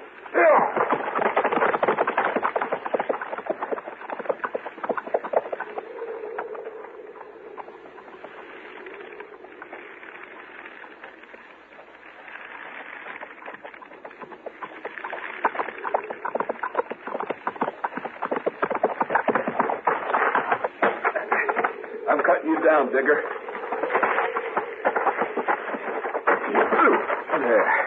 There you are. Now you can breathe. It wasn't too long. You'd hardly passed out. Air feels good. You get your hands untied. Oh, boy. You come back. There. Now you can sit up. You feel okay? You was waiting. I circled back into them trees. I couldn't fight them. Not the two of them. But I sure didn't aim to let them hang you. I don't know how to thank a man for saving me. There's no need to. Roble, it's the truth. It's honest truth. I ain't a horse thief. I never thought you was, Digger. Can you stand? Yeah. Look, if we ain't but 10 miles from Dodge, I'd be proud to buy you a drink. All right. I got something mighty interesting to tell you on the way.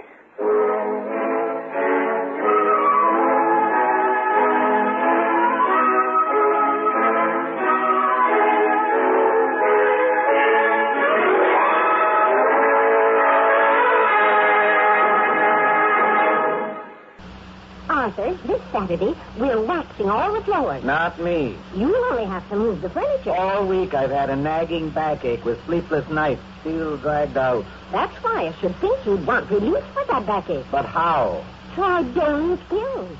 Good advice. That's Doan's pills, an analgesic and mild diuretic to the kidneys. Nagging backache, also headache, dizziness, and muscular aches and pains, may come on with overexertion, emotional upset, or everyday stress and strain. Doan's pain-relieving action is often the answer, and they also offer mild diuretic action through the kidneys. So if nagging backache is making you feel worn out, tired, and miserable, with restless, sleepless nights, don't wait. Try Doan's pills, used successfully by millions for over 60 years. See if they don't bring you the same welcome relief. Get Doan's pills today. To save money, buy Doan's big economy size.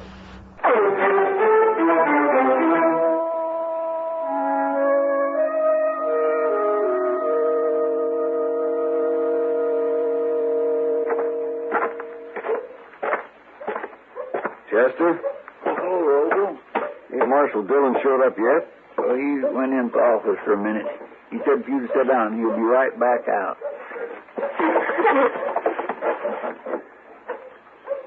You tell him about Joe Digger? Well, I told him about the lynching and how you cut him down. Is that all? Well, I started to tell him the rest, but he was in a hurry. He said he'd hear it all from you. It's bad, ain't it? Yeah, well, you're doing everything you can about it. I hate informing on people. Yeah, but murder's worse, Roble. Oh, here he is. Isn't it all over? Hello, Marshal. Sit down. I've been sitting there. Ain't time for it. Chester told me about what happened. That was a fine thing you did, Roble. I don't hold with lynching, Marshal. No. And I don't hold with murder either. Huh? What do you mean? He's going to kill him. He says he don't care how he does it. This Joe Digger, you mean? That's what he said, Marshal. And he meant it, too. Well, my land, you sure can't blame him much after what they done to him. I didn't save his life so as he could go on a killing spree, Chester. Where is he, Roble? I left him over at the Long Branch.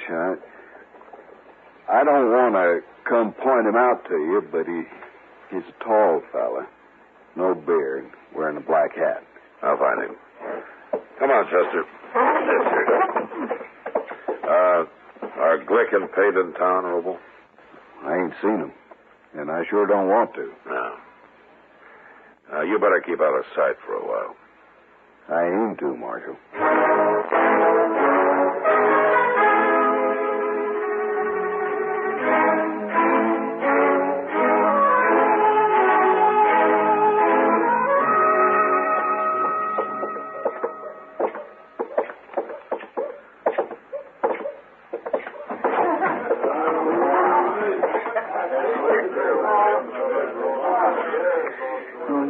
I don't see nobody in here looking like he described, Mr. Dillon.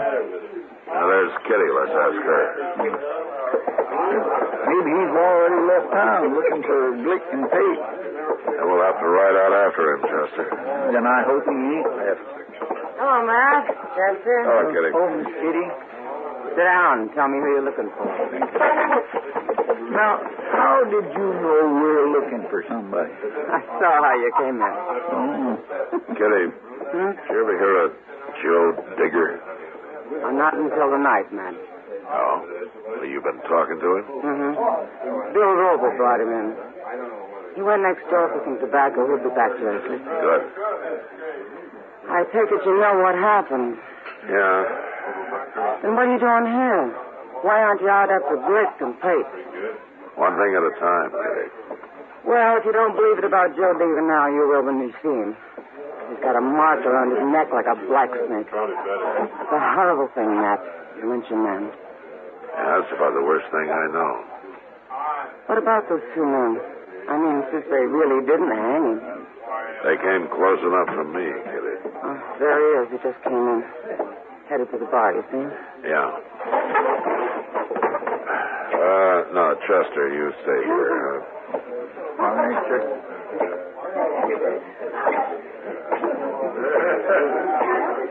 Too much.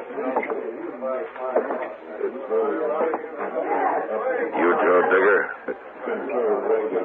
Yeah, that's me. I hear you ran into some trouble today.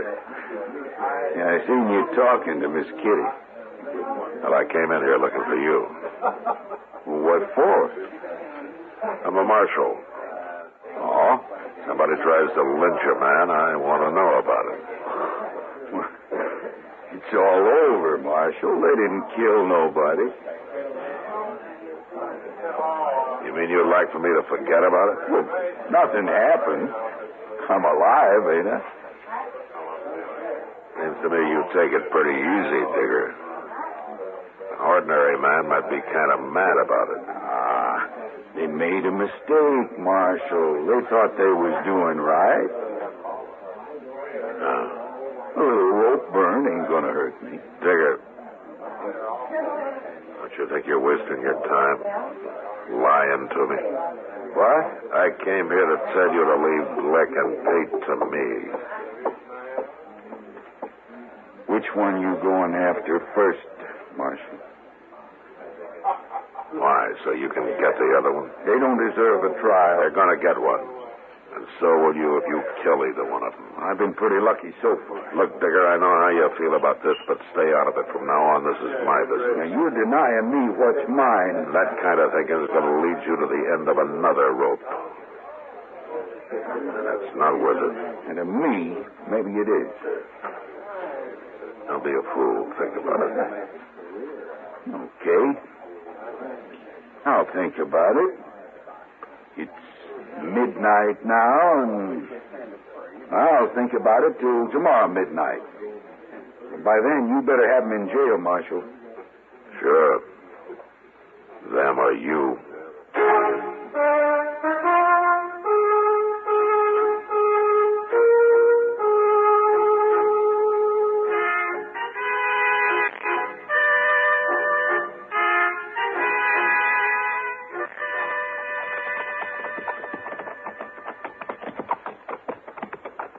I bet them Glicks ain't even home, Mr. Jones. Yeah, there's smoke coming out of the chimney, Chester.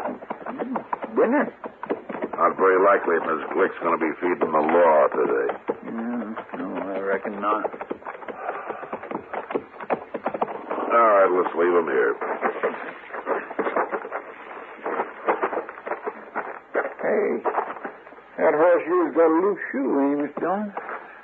I'll have to fix it before we start back. Providing Blake will lend you his tools. Well, he won't have much choice about it.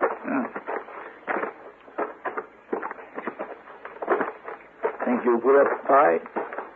I don't know. He might.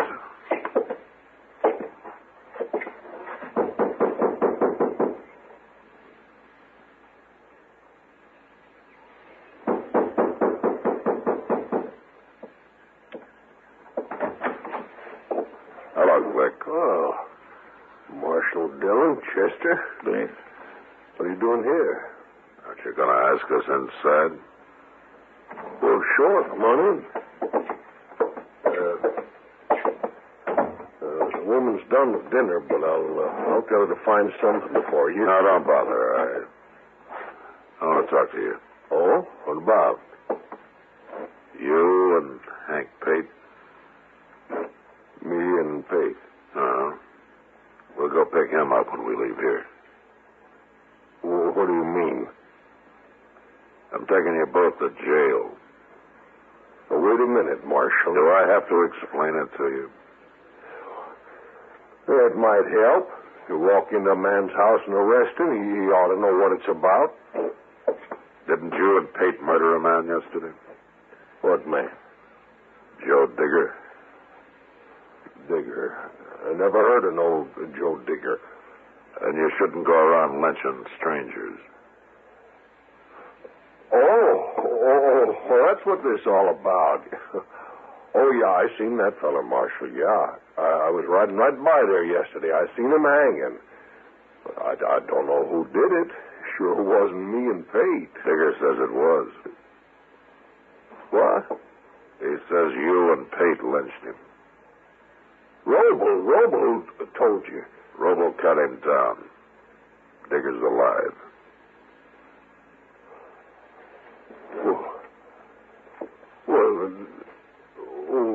Well, then what are you after us for? Attempted murder. You're going to get at least 20 years, Glick. But it'll save your life. What do you mean? Digger's after you. He's going to kill you if he gets a chance, but I beat him here. Now I want to get to Pate's before he does. Pate's?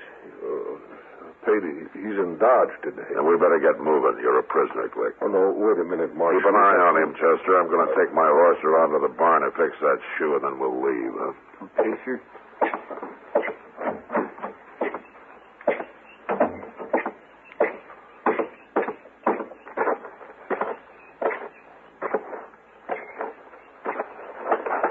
All right, fella, you come with me. I'll fix that shoe for you.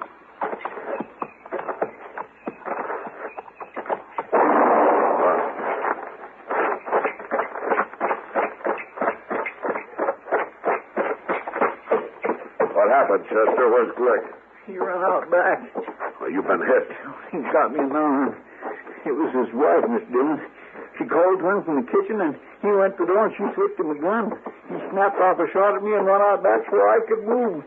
She stood in the doorway so I couldn't shoot. How's your arm? Is it broken? No, it's just tore up a little. I better stop him before he gets on a horse. She stood out there in the kitchen and heard every word that was said. I never thought about her aiming to help her. The barn door's open. We going to walk right up there? No, we can't do that.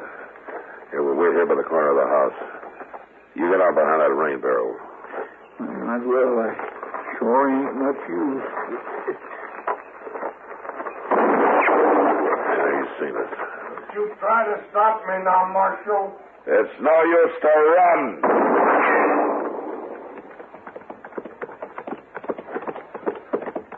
Hold it, Glick.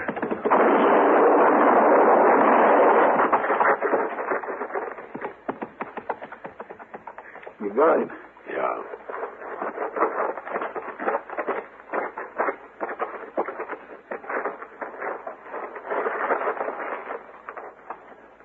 You hit him right in the head, Mr. Dillon. He ducked down. I was shooting for his middle. How come you rode straight for it? Why didn't you go the other way?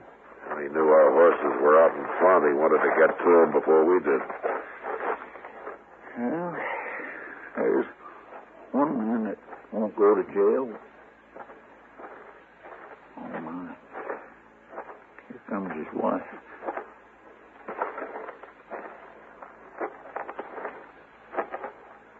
He's dead, ma'am. No. I'm sorry I had to do it. No. Miss Glick. Ma'am.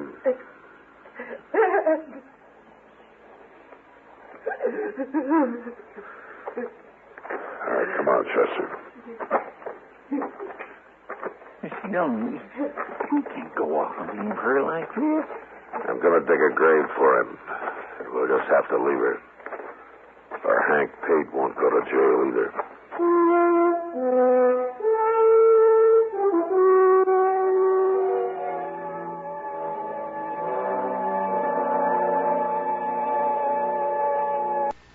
Hi, this is Dennis James. Say, remember way back when this melody was popular?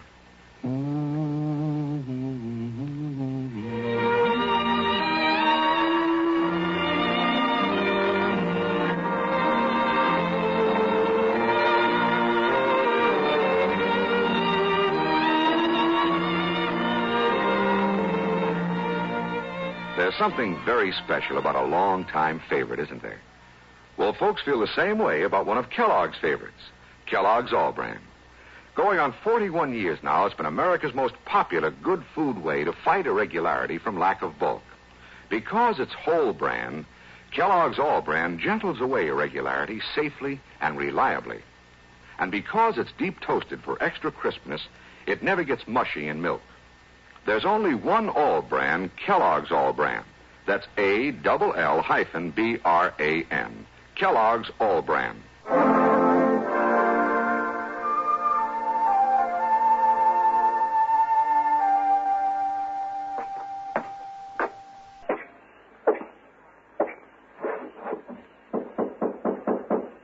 Come in. Hello, Doc. Oh, matter. I'm all finished. Doc says a couple of weeks, and I can start using my arm again, Mr. Jones. Good. Yeah, that is providing you keep it in that sling, Chester. Oh, I will, Doc. I'll be real careful. Is it all right, Doc? Yes, it looks clean, Matt, but I'll change the dressing every day for a while so as I can watch it. Did you get the horses put out, Mr. Jones? Yeah, I took care of them. Well, we better start looking for Hank Pate. Near midnight, Chester. You go to bed and I'll find him. No, sir, I'm going with you.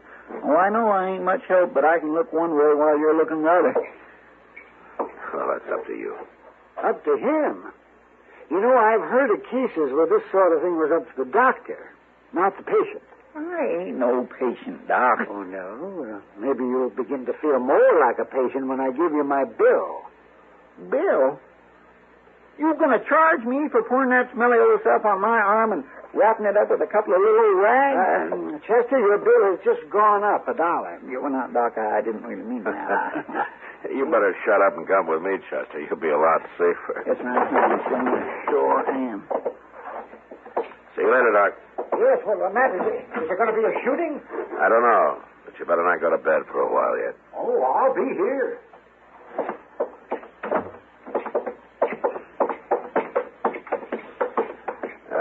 Chester? Mister? Hasn't your arm even hurt? Well, sure it does. It hurts fierce. But that helps keep me awake. I don't think it hurts at all. You'd be yelling your head off. It does, too, hurt. You just don't realize how brave I am. I'm trying to get you to go to bed, Chester. I know you are. Where will we look first? All right, Texas Trail's closest. Guess if anything had already happened, Doc would have heard of it, wouldn't he, Al? Yeah. Say, maybe if we run into Joe Digger first, you ought to lock him up temporary, like. I aim to. Of course, Pate might have left town already and gone home. And they told me his horse is still at the stable, Chester. I guess he's not planning to go home tonight. He'll be disappointed if he is. That was in Texas Trail, Mr. Jones. Yeah.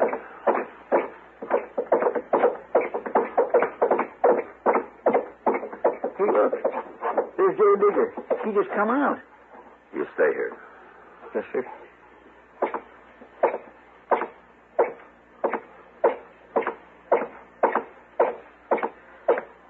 Digger. You're too late, Marshal. Did you do that shooting? Well, I waited. I told you I would. You waited for what? Well, to kill Hank Pate. What? It's after midnight. 5 minutes or so. I just figured you wasn't going to do nothing about it. You figured wrong. Were both those shots yours? Sure they were. I didn't even wait for him to draw. You know, a man like that don't deserve a chance. You should have let the law decide about that, Digger. I'd have arrested him. He'd have gone to jail. All right, then why hadn't you done it? Because I was busy. Busy doing what? Trying to take Glick. Trying? Where is he? He's dead. And I guess I beat you to him. Now, you didn't beat me to Hank Pate, Marshal. For your sake, I wish I had. All right, Digger, you're under arrest for murder. Oh, no. Now, that ain't fair. I warned you. No.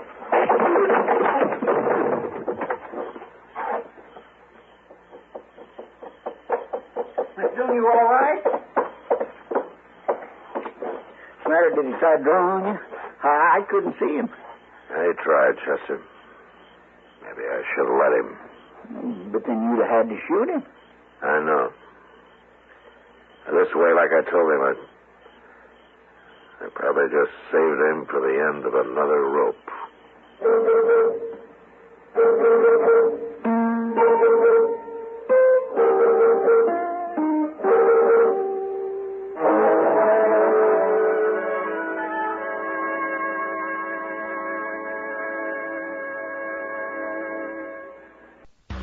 Ever notice the way Pepsi-Cola has of disappearing fast? It's easy to understand when you remember how every ice-cold ounce of Pepsi tingles with a taste that everybody in the family enjoys. And then, too, there's no time limit on Pepsi. Day or night, with meals or by itself, work days or weekends, for parties or all by yourself.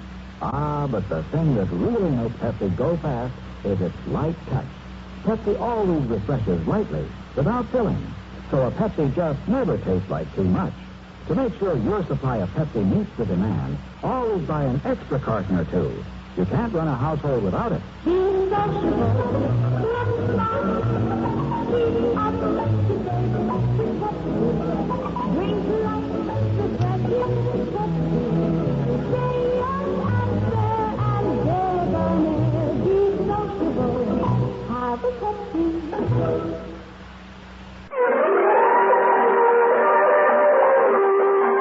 Gunsmoke. Produced and directed in Hollywood by Norman McDonald, stars William Conrad as Matt Dillon, U.S. Marshal. The story was specially written for Gunsmoke by John Meston. Featured in the cast were Vic Perrin, Lawrence Dobkin, Barney Phillips, and Harry Bartell. Parley Bear is Chester, Howard McNear is Doc, and Georgia Ellis is Kitty. This is George Walsh inviting you to join us again next week when CBS Radio presents another story on Gunsmoke.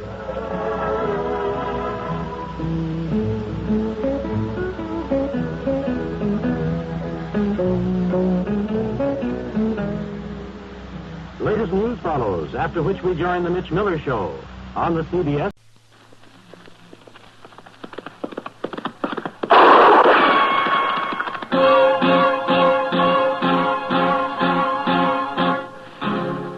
Gunsmoke, brought to you by Chesterfield, America's most popular two-way cigarette. What a pair.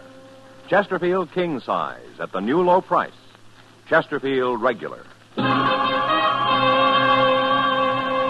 Around Dodge City and in the territory on West, there's just one way to handle the killers and the spoilers, and that's with a U.S. Marshal and the smell of Gunsmoke.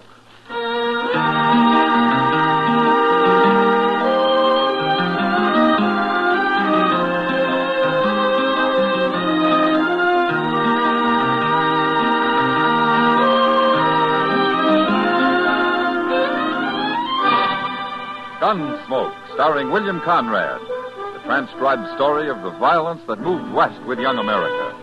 And the story of a man who moved with it. I'm that man, Matt Dillon, United States Marshal. The first man they look for and the last they want to meet. It's a chancy job, and it makes a man watchful. And a little lonely.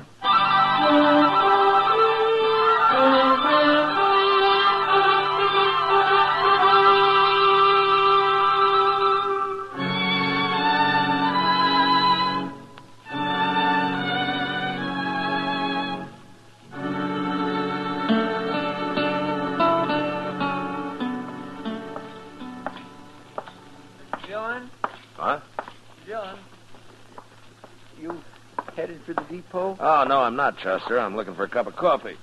Thought I'd go into Delmonico's here. You want to join me? Well, sure, I'd like to, but maybe I better go on down to the depot. Oh, what for? The mail. I never got there at noon. That's why I thought you was going now. Well, I don't care about the mail, Chester. Yeah, but come to think of it, you did start out at noon, didn't you? What happened? I got robbed. Got robbed? Yes, sir. Over at the Alfraganza. Oh, you've been gambling all afternoon, huh? Not all afternoon, Mr. Dillon. I watched the game for about an hour before I set in. Well, you should have gone on watching it. Oh, yes, sir, you're right. Absolutely right. Cost me my last $10. But I thought sure I'd win this time. Oh, why? Because it was my last $10 for the month. I had to. Well, that's about as good a reason for winning as any, I guess. Yes, sir. You know, there's just too much month for my pay, Mr. Dillon. Anyway, I might have won if I hadn't got cheated. Oh, it's a crooked game? The fellow dealing was crooked, and I know he was. But I sure didn't want to start no argument with him. No, sir, not him. Well, why? Who was he? I don't know. Some stranger. Calls himself Sam Kircher. What? Sam Kircher. You know him? Oh, but I've heard of him. Who is he? He's a gunman, Chester. Oh, I recognize that. That's why I didn't make no fuss about his crooked dealing. Well, you were smart. Kircher's the kind of man who enjoys killing. He's got a big reputation for it out in Arizona. Well, what's he doing here, I wonder? I don't know, Chester. But let's go find out.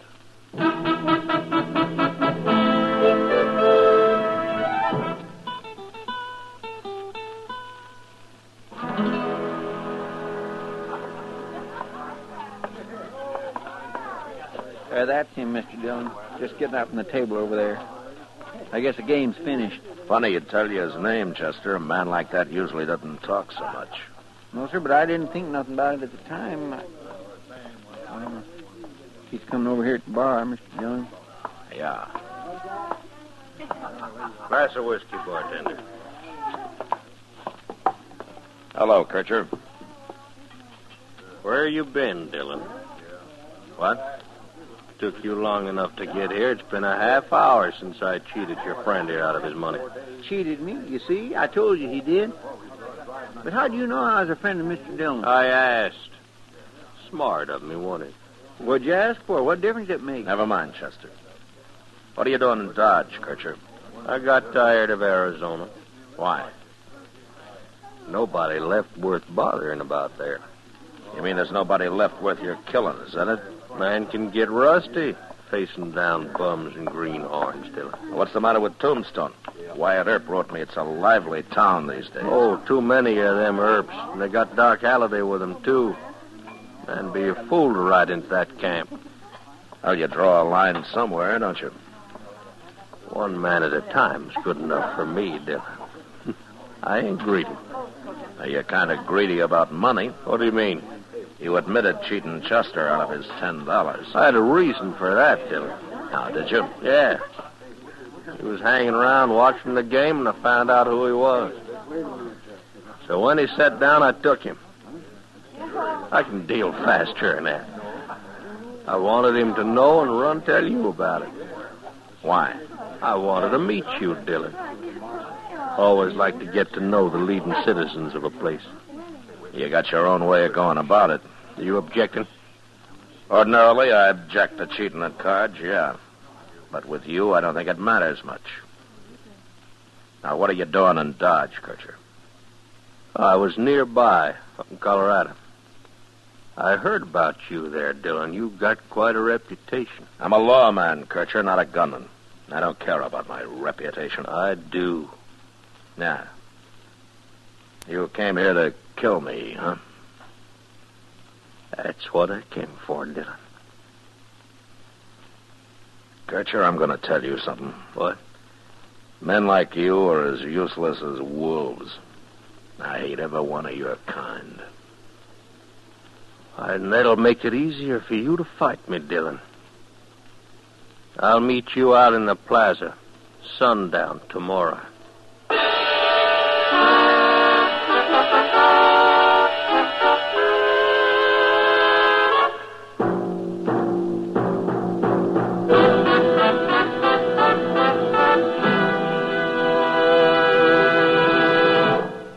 What a pair. What a buy. We're talking about king-size Chesterfield at the new low price. And Chesterfield Regular. They're the quality twins. The best cigarette ever made. Either way you like them, you get the same highest quality, same low nicotine, the same wonderful taste and mildness. A refreshing smoke every time. So change to Chesterfield, America's most popular two-way cigarette. Buy a carton today. You get highest quality with king-size Chesterfield at the new low price. You get highest quality with Chesterfield Regular. What a pair they are. They satisfy millions. They're best for you.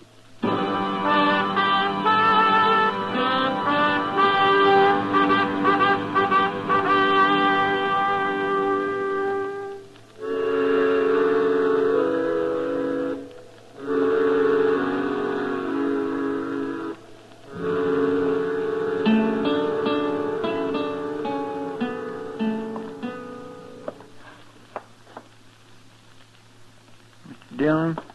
Huh? I've been thinking about sundown all day long. I feel terrible about this. Oh, why? It isn't your trouble. Yes, sir, I know, but if I hadn't sat in that game yesterday, things might be different. Sam Kircher would have found me soon enough. That's what he said he came here for. I heard him. But I still feel guilty.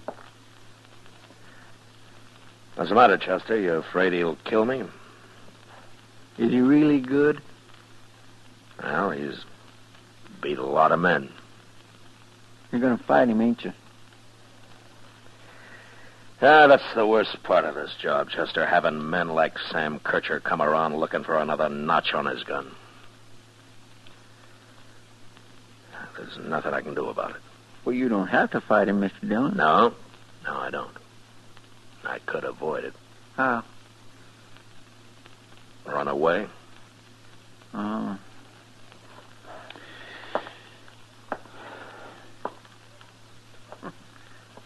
Look out the window here, Mr. Dillon. The plaza's plumb deserted. Sure. Guess the word's got around.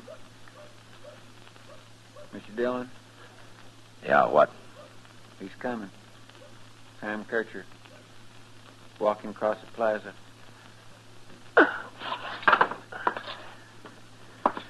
Well, must be sundown. Yes, sir, it is.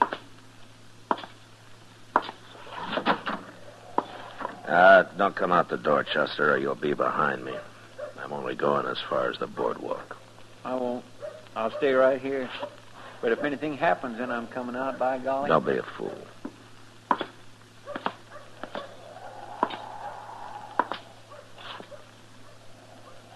Come on out in the street, Dillon. What you standing there for?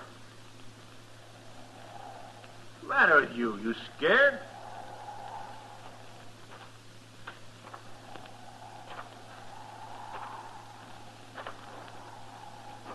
Why don't you come down here, Dillon? There's a lot of people hid out watching us.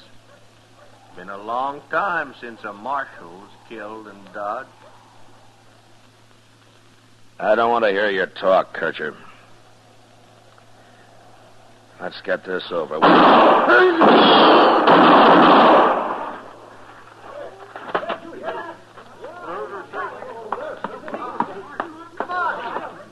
You did it, Mr. Dillon.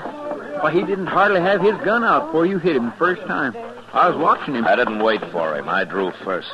You did? Giving a man a chance to be arrested is one thing. Shooting down a killer's another. Yes, sir. This is nothing but slaughter. Brainless slaughter. Like I said, it's the worst part of this miserable job.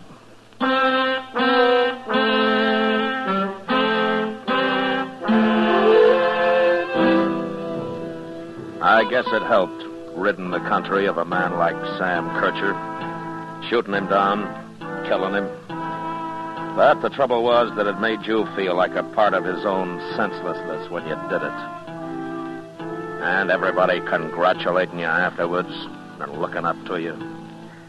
That didn't help any. That's one thing that got men like Kircher started off wrong in the first place. All the talk, all the admiration for gunfighters. Like with a kid I met at the Texas Trail one night a couple of months later.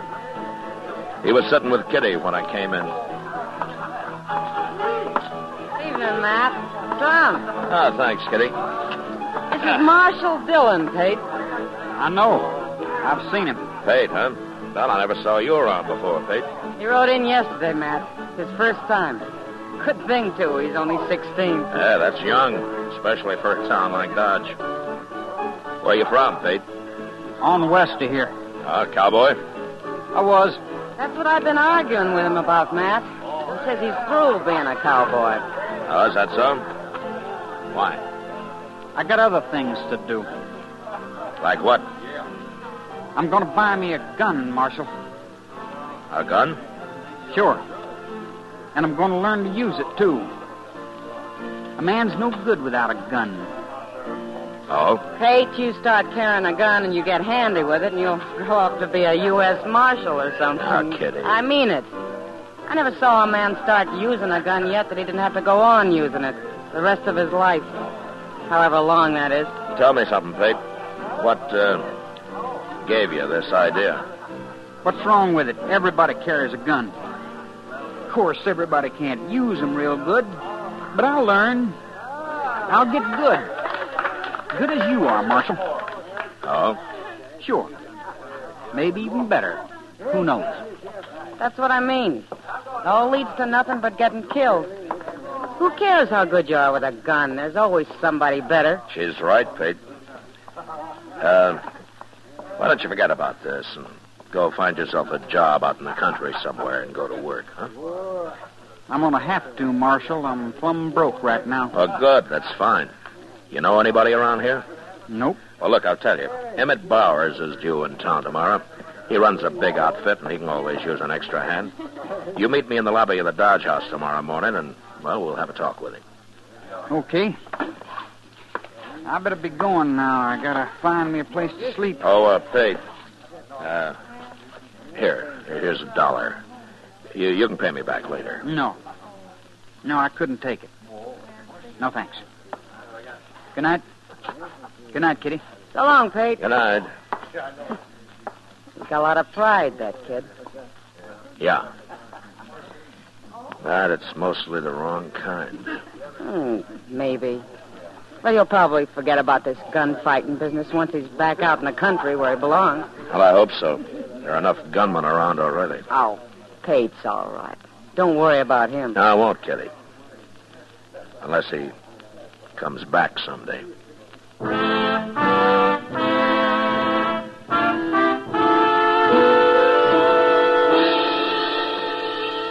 Pate was at the Dodge House next morning, and we found Emmett Bowers there and got him a job right off. They rode out of town together that evening, and I watched him go, hoping that a lot of hard work would give Pate something to think about besides becoming a gunfighter. Anyway, I'd done what I could, and I forgot about it. Till a couple of months later, when I happened to go into Jonah's General Store.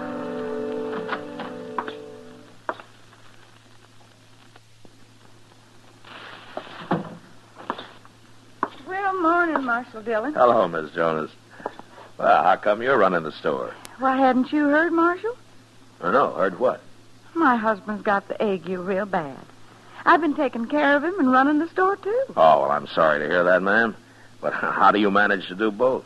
Well, I moved his bed into the storeroom out back. Matter of fact, Doc Adams is in there with him now. Oh? Oh, that poor man, Marshal. He's had chills one day and fever the next for nigh on to a week. Well, Doc will fix him up. Doc can cure almost anything. I can cure anything but a liar, Matt. What? Oh, hello, Doc. I didn't know you were listening. I was listening and I heard what you said. And it was a long way from what you told me the other day. Why, what do you mean, Doc? Mrs. Jonas, he told me the only thing croakers were good for was performing autopsies and signing death certificates. That's exactly what he said. Death certificate? Now, don't let him scare you, ma'am. Nobody ever died of ague yet, doctor or no doctor. Oh, Matt, why aren't you out patrolling Front Street or keeping the peace somewhere like you're paid to do? Man can't work all the time, Doc. Oh, we can. Yes, well, I'll just remember that the next time you come hounding me out of bed in the middle of the night to patch up some bad man that you've just torn apart. When you're through here, I'll buy you a glass of beer, Doc. It's awful hot today. Yeah, I don't mind the heat. Yeah, well, I'll take you up on it, though. Just say, Mrs. Jonas, if your husband complains about his ears roaring, it's the quinine I gave him. So just you don't worry about it. Oh, all right. Marshal. Well, hello, Pate. How are you? I'm okay. Oh, Pate, you know Miss Jonas here? Ma'am? Hello, Pate. And Doc Adams. Howdy do. Doc? Pate's been riding for Emmett Bowers the last couple of months. Oh, that's fine. Emmett's a good boss, I've always heard. He's all right. They treating you okay out there? It's like any other job punching cows, Marshal. Short grub and long hours. Yeah, sure. Oh, what you doing in town? Did you come in with Emmett? No. I come in alone. Oh? You, didn't quit, did you? I quit. I drew my time last night. Yeah, I was afraid so. Ma'am? Mm-hmm. I want me a 6-gun and a holster and a belt. And all the ammunition the rest of my money will buy. Well, now, son, ain't you a little young to be carrying a gun? I'm 16. And if I'm old enough to do a man's work, I guess I'm old enough to live like a man. Live like a man? You mean die like one, don't you, young fella? I ain't afraid to die. I don't know. I've dug bullets out of all kinds of men, young and old. And no matter how they talk, every one of them's been afraid. I get good enough, I'll do the killing. If I'm given a decent chance. Pate, tell me something. How'd you get started on all this in the first place? I don't mind telling you, Marshal. Now. Now? Now I got money for a gun, and I can start practicing. Oh, wait a minute. Is there some particular man you're after? Is that it?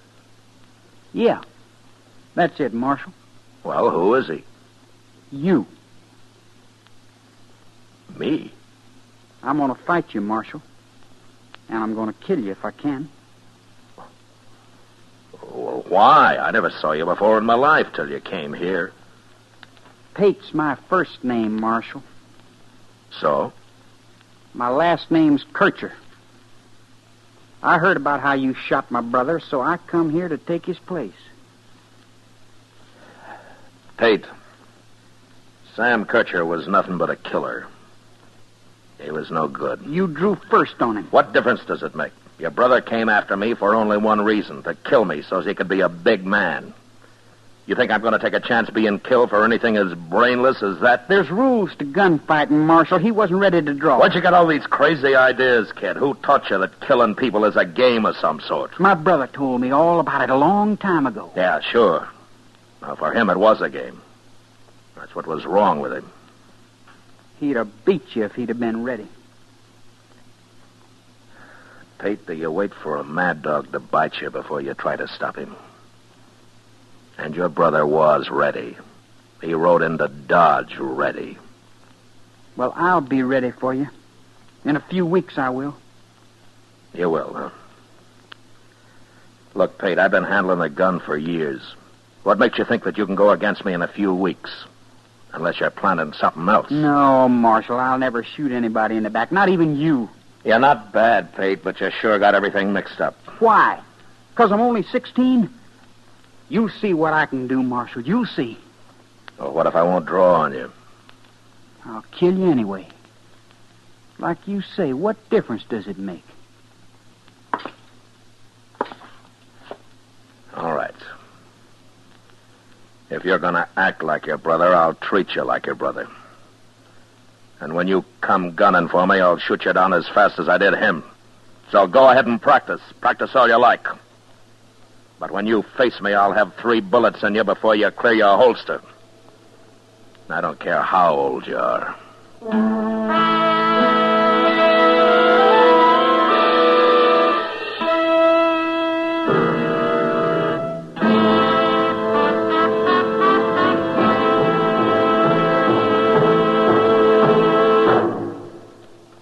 Your best cigarette buy today is Chesterfield. There's Chesterfield King Size at the new low price. And for your convenience, Chesterfield Regular. What a pair. Either way, you get the taste and mildness you want. A refreshing smoke every time. Either way, you get highest quality, low nicotine. Buy a carton of Chesterfield. They're best for you. In regular or king size, you can get 'em either way. The best smoke ever made's the Chesterfield you buy today. Smokers coast to coast are changing, it's a cinch to do. Here's all you have to say to get the one that's best for you. Chesterfield's for me, Chesterfield's for me. You just say it's Chesterfield's for me.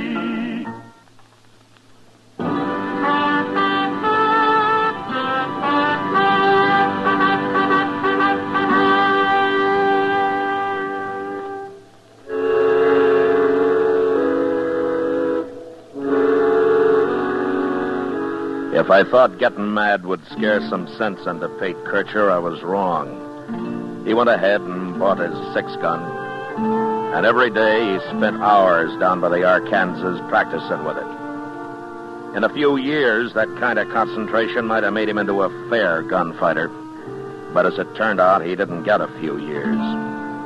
He didn't get more than about 10 days, and those 10 days got spent fast.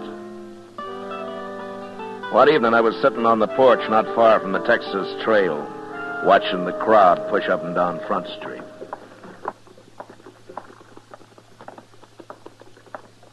Oh, hello, Marshal. Hello, John.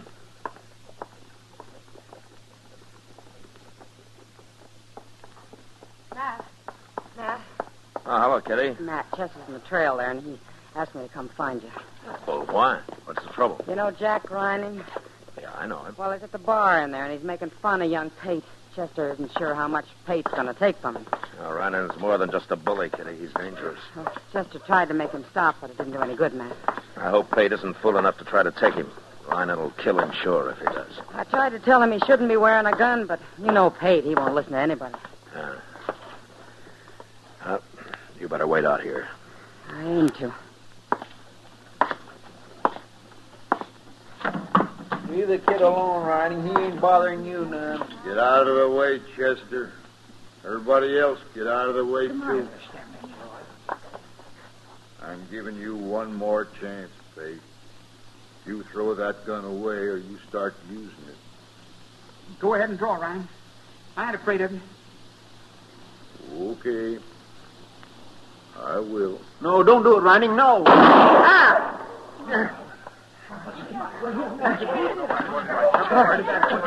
All right, shut up, everybody. My hand. Shut up. You busted my hand, Marshal. What'd you do that for? You think you're a fight? It's like shooting a man in the back. You ruined my hand. You were about to murder this boy, Ryan, and I should have shot you in the head. Now go on over to Doc's if your hand bothers you. It bothers me. It's smashed. Good. I wonder how many lives that's going to save. Now go on. Get out of here. I'm going. You ruined me. That's what you've done. We'll see about this. Well, if he'd have killed him, sure, Mr. Dillon. Pate never even got his gun out. That's true. I didn't. I kind of froze. I don't know why. Pate, Jack Ryan's the same kind of man your brother was, always looking to kill somebody. And if you still think it's a game of some kind, go on wearing that gun. And when the time comes, I'll see you buried with it. But that's all I'll do for you. All right, come on, Chester. Let's get out of here. Yes, sir. Marshal, wait a minute. Marshal? Yeah. You saved my life just now. He sure did. One more second, you'd have had a bullet clean through you. I know that. But I don't understand. What don't you understand? Well, you could have let him kill me, and then I wouldn't be after you no more, would I? Not dead, you wouldn't. But you saved the life of a man who sworn to kill you, Marshal. Yeah, that's right. Well, why'd you do it? Because you didn't have a chance with him, Pete. Not a chance. I'm kind of confused, Marshal. You are? I sure am. Well, it's about time. And maybe you'll figure it out now, Pete, if you give yourself half a chance. Marshal, I always could think better when I'm riding a horse. I'm going back to my job. Good. I'm glad to hear that, Pete. Would you do me a favor? Sure. Well, punching cows will keep me so busy I won't have time to practice much. Would you hold on to my gun for me? What? Here. Yeah, sure I will, Pete. Sure I will. I'll keep it for you. For a long time, I hope.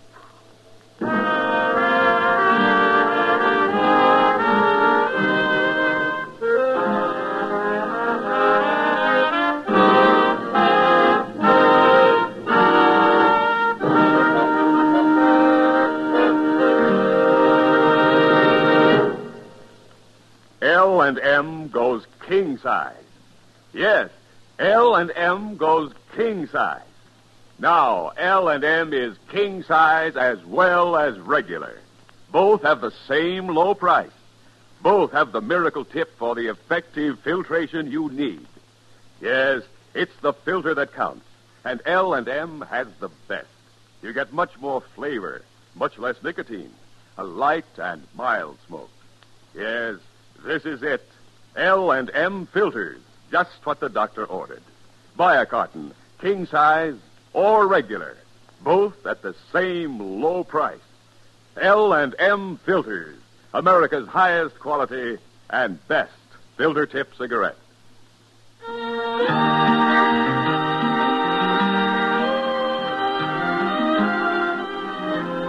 Gunsmoke, produced and directed by Norman McDonald, stars William Conrad as Matt Dillon, U.S. Marshal.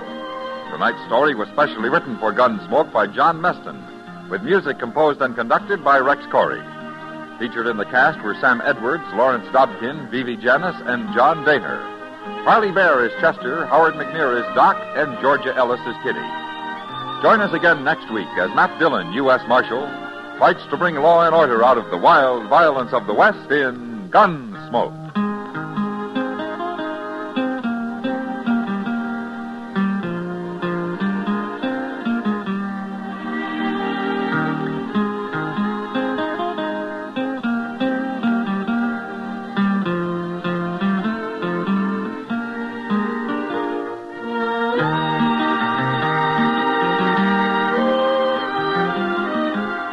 Remember, next week at this same time, Chesterfield will bring you another transcribed story of the Western frontier on Gunsmoke. This is the CBS Radio Network.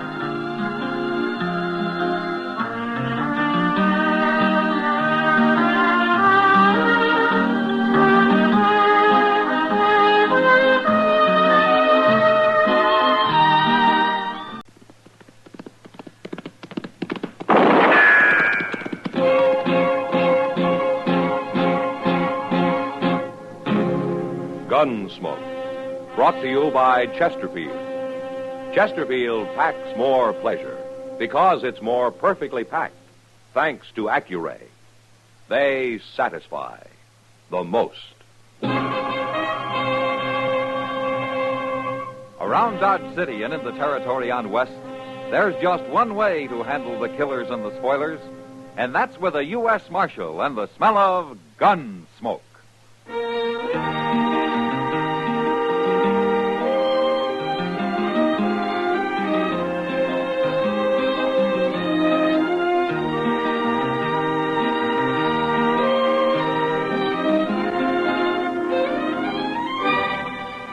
Gunsmoke, starring William Conrad. The transcribed story of the violence that moved west with young America, and the story of a man who moved with it. I'm that man, Matt Dillon, United States Marshal. The first man they look for and the last they want to meet. It's a chancy job, and it makes a man watchful and a little lonely.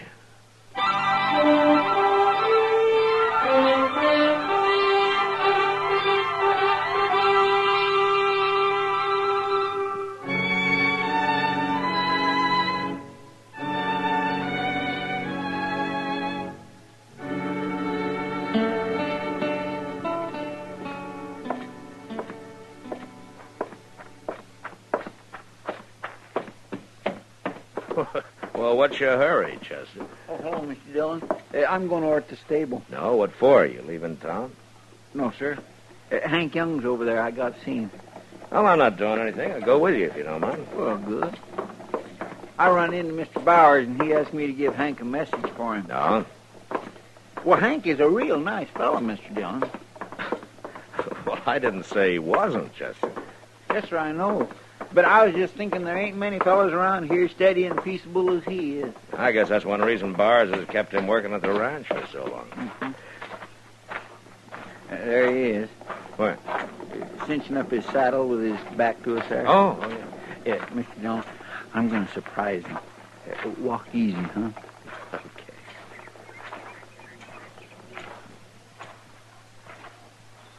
Gotcha!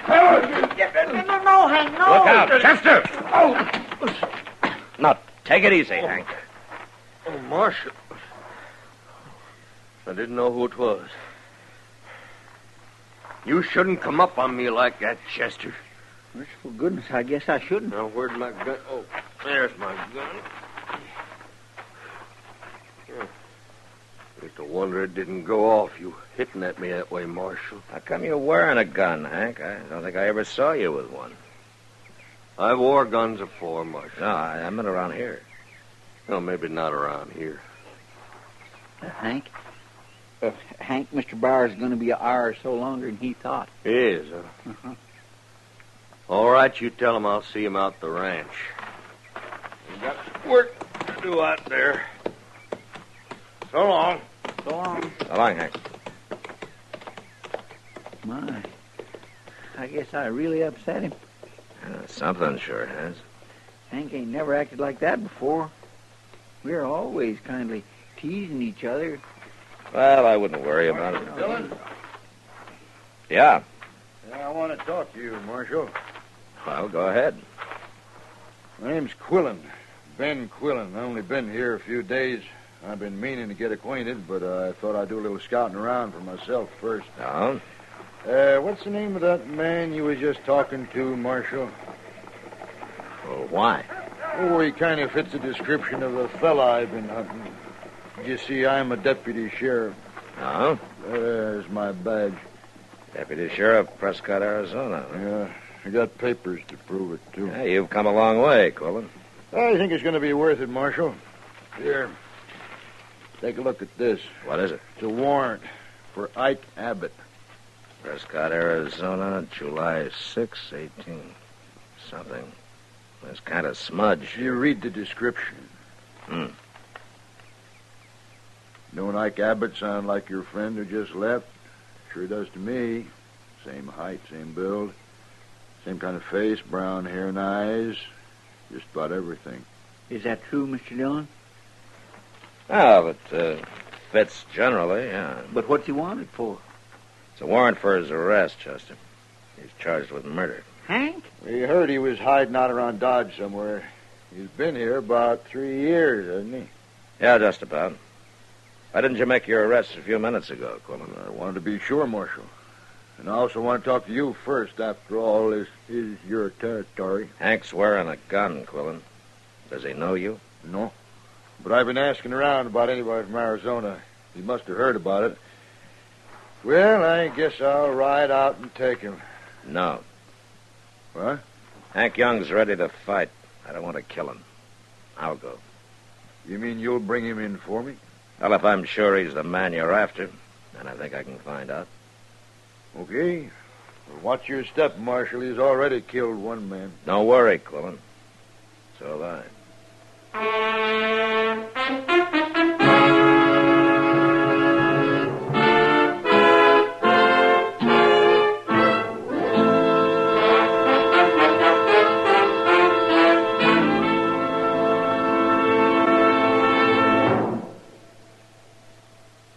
Introducing one of the country's best-known jazz musicians and arrangers, Mr. Bobby Haggart.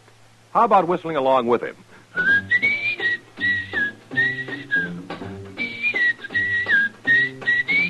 Packs more pleasure, packs more pleasure. Chesterfield packs more pleasure because Chesterfield's more perfectly packed. It stands to reason a cigarette made better and packed better, smokes better, tastes better. And Chesterfield is more perfectly packed by Accuray. This electronic miracle removes human error in cigarette manufacture. So Accuray Chesterfield is firm and pleasing to the lips, mild yet deeply satisfying. Yes, Chesterfield gives you something no other cigarette can give you. Chesterfield packs more pleasure because Chesterfield's more perfectly packed. To the touch, to the taste, Chesterfield packs more pleasure because it's more perfectly packed. By Chesterfield, mild, yet they satisfy the most.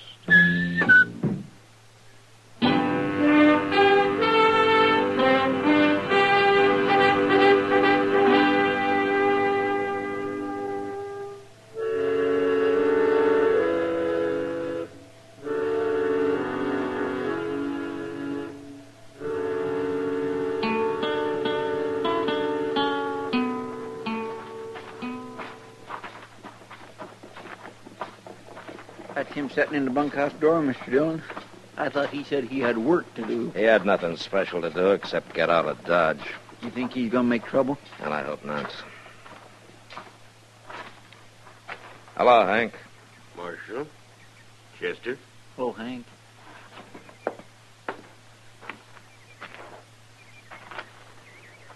Looking for me. There are a couple of things I want to ask you, Hank. You go right ahead, Marshal. You've known me about 3 years, right? About that. And you know when I go after a man, I generally bring him back. So you do, Marshal. Is that why you put your gun away? Well, I declare, he ain't armed no more, is he? No, I ain't. Well, you told me the truth, Hank. You always dealt fair, Marshal. I'll tell you the truth. Well, there's a deputy sheriff in town named Ben Quillen. He's got an Arizona warrant for Ike Abbott's arrest. I thought so. Was it murder, Hank? That how that warrant reads, Marshal? Mm-hmm. Figured so. What else you want to know? You still haven't told me why you put your gun away. Done some thinking on the way back here. Knowed they'd sent somebody after me, but if I killed him, I'd just have to face you next. I wouldn't be getting nowhere that way. All right, Hank. Come on, Chester, let's get back to town. Well, Mr. Dillon, ain't we going to take Hank back to I Dodge? said let's go, Chester.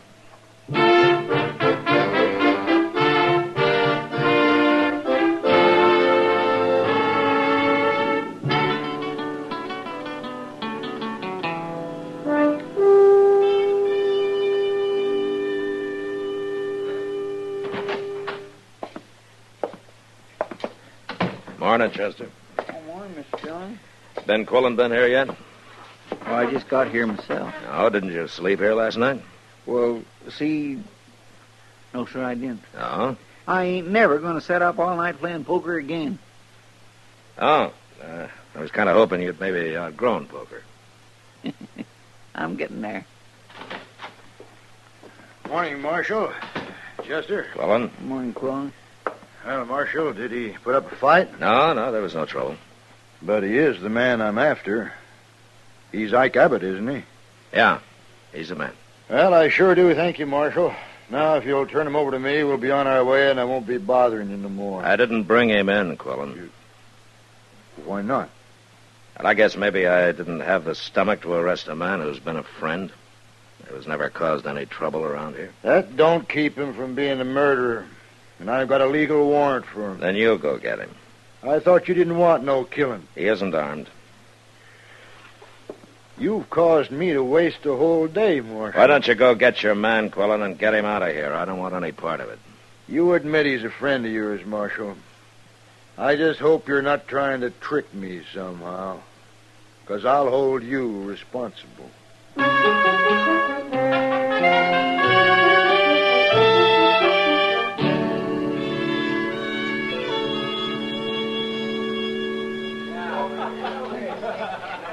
What's on your mind tonight, Matt? Well, Kitty, it sure isn't drinking beer and sitting around the Long Branch. You know, you sometimes act like you've been schooled in a slave market. Drink your beer, Kitty. I'm buying. Oh, you are? And I take it all back. Oh. What? Here's Ben Quillen. Now I know what's been bothering you. Marshal, I want to talk to you. Well, what's your trouble, Quillen? You gave me to believe there'd be no trouble with Hank Young, or whatever you call him. Was there? He wasn't armed, Marshal. At least you didn't lie about that. And just what did I lie about, Quillen? About them 4 friends of his. What friends? I don't like being made a fool of, Marshal. I don't like going after an unarmed man who's hiding behind 4 shotguns. Ah, I see. You trying to tell me you didn't know about it? No, Quillen, I didn't. You swear to that?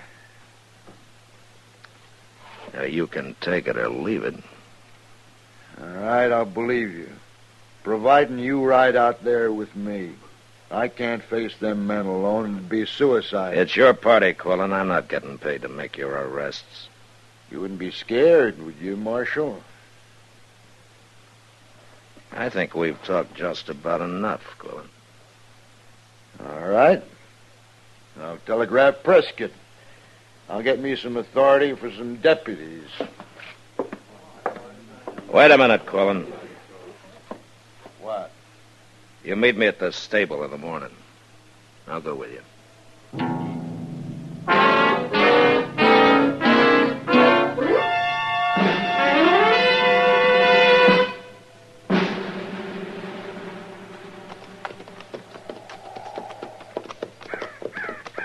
Here they are, Marshal, waiting for us.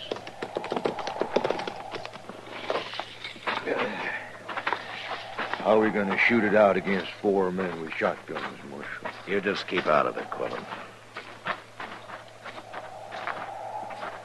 Hello, Hank. Gentlemen. This here ain't my idea, Marshal. The boys just heard about everything. I can't talk 'em out of a fight. That's right, Marshal. Ain't nobody taking a friend of ours off to Arizona. Warrant or no warrant. Now listen, you men. Hank Young's a friend of mine, too. Isn't that right, Hank? I always thought so, Marshal. But you know me well enough. If any man needs taken in, I'll take him in. Be kind of like walking into a cannon, won't it, Marshal? Maybe. But more than one of us will die. Now, hold on. I don't want a lot of blood spilled over me. Just 'cause I killed a man 12 years ago is no reason any of you men should die now. Wait a minute. Quillen. What? You got that warrant with you? Of course I have. Let me see it. Well, come on, let me see it. Well, I don't know what for. Give it to me. You seen it once. What are you looking for? Well, is something wrong with it? Nah, it's legal, all right. Then give it back. Yeah. Hank, I've changed my mind about taking you today. Now, wait, Shut Marshal. up, Quillen. Will you come into my office 3 days from now, Hank? We'll settle this thing then. Okay, Marshal. Sure, it's okay, Hank. We'll be right along with you. Won't we, boy? We'll be right with you. We ain't backing down one bit, Marshal. You better remember that.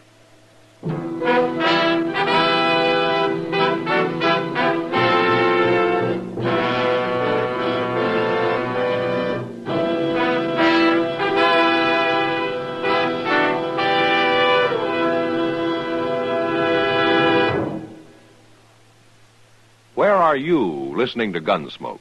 In your favorite easy chair? Or out driving? Oh, there you are. In the kitchen. Say, you want to make whatever you're doing more enjoyable? Have a Chesterfield. Enjoy Chesterfield's better taste and mildness. It stands to reason a cigarette made better and packed better, smokes better, tastes better. And Chesterfield is more perfectly packed by Accuray. This electronic miracle removes human error in cigarette manufacture. So Accuray Chesterfield is firm and pleasing to the lips, mild yet deeply satisfying. Yes, Chesterfield gives you something no other cigarette can give you. Chesterfield packs more pleasure because Chesterfield's more perfectly packed. To the touch, to the taste, Chesterfield packs more pleasure because it's more perfectly packed. By Chesterfield, mild, yet they satisfy the most.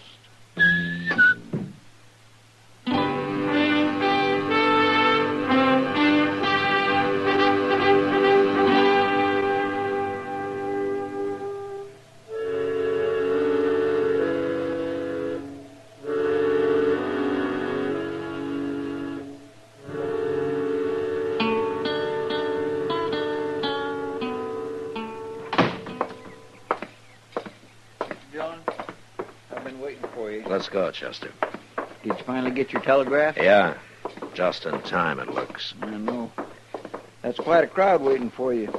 Think there'll be trouble? Yeah, there could be. Anything you want me to do? No.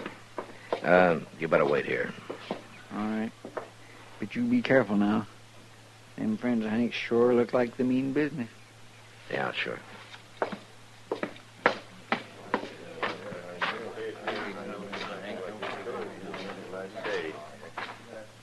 Well, Marshal, I've come in, like you said. I know you would, Hank.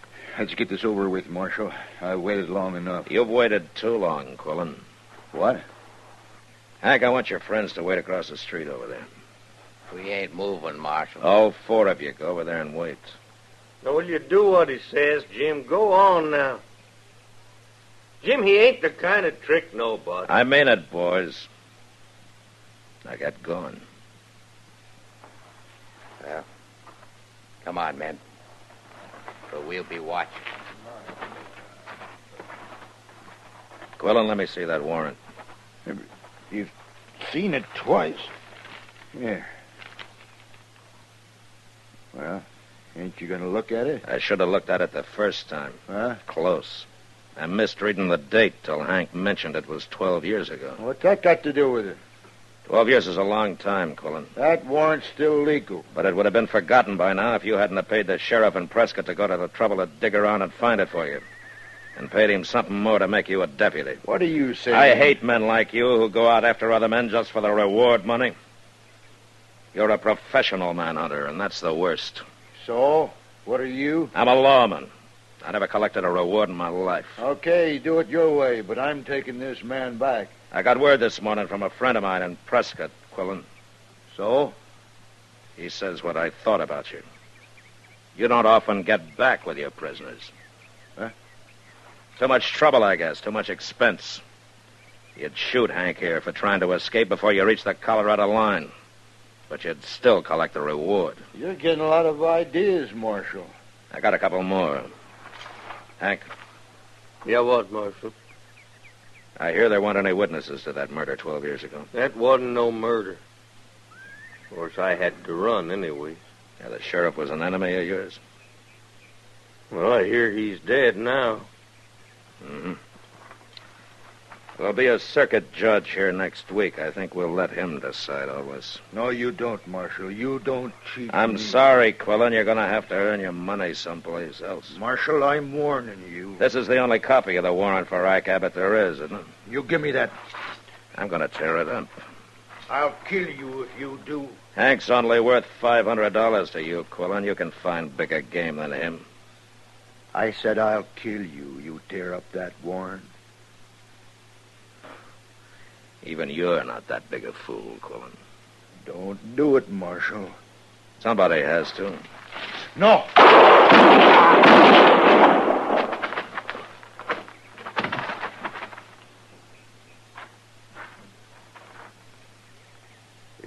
killed him, Marshal. I misjudged him, Hank. He was worse than I thought. What? He wouldn't only kill a man for $500. He was willing to die for it himself.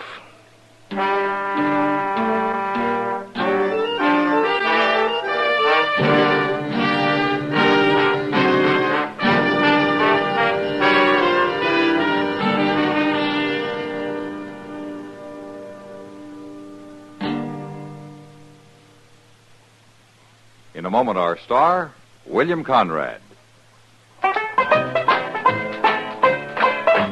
Chesterfield packs more pleasure because Chesterfield's more perfectly packed. A cigarette made better and packed better, smokes better, tastes better. And Chesterfield is more perfectly packed by Accuray. This electronic miracle removes human error in cigarette manufacture. So Accuray Chesterfield is firm and pleasing to the lips. Chesterfield, mild, yet they satisfy the most.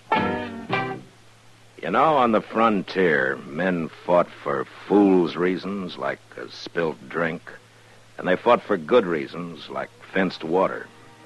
But next week, a man comes to Dodge who won't fight for any reason, and still wins his battle. And that was the West. Good night. Gunsmoke. Produced and directed by Norman McDonald, stars William Conrad as Matt Dillon, U.S. Marshal.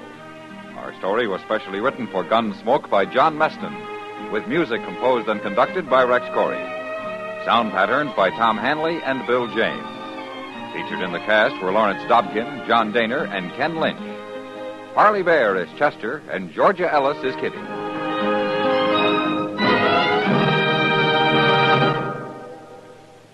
Live modern. Smoke L&M. Live modern. Change to L&M. Live modern. Smoke L&M. Only with L&M can you enjoy the full, exciting flavor of today's finest tobaccos. No other cigarette, plain or filter, gives you the full, exciting flavor you get through the pure white Miracle Tip. So light up, free up, let your taste come alive. Live modern. Smoke L&M. Join us again next week for another specially transcribed story on Gunsmoke.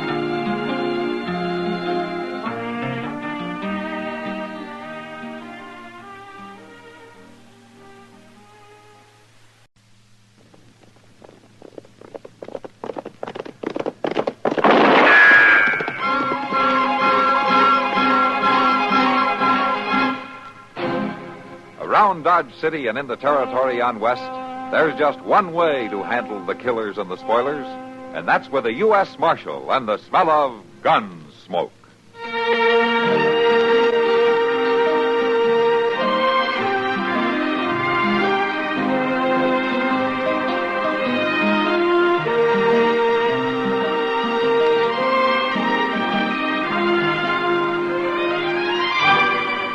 Gunsmoke, starring William Conrad, the story of the violence that moved west with young America, and the story of a man who moved with it.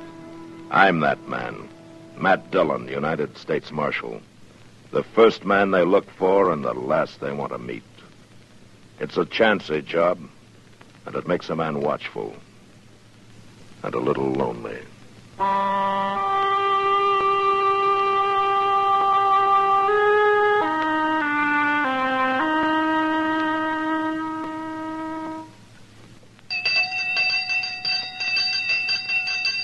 That's the sound of the village school bell, bringing back memories of our childhood when we learned our ABCs. And that's a sound similar to the historic ringing of the Liberty Bell in 1776. It serves to remind us of the vital part we play today in our nation's government.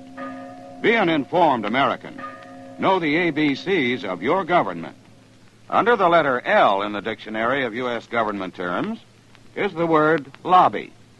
A lobby is an organized group which seeks to influence legislators for passage or defeat of a bill.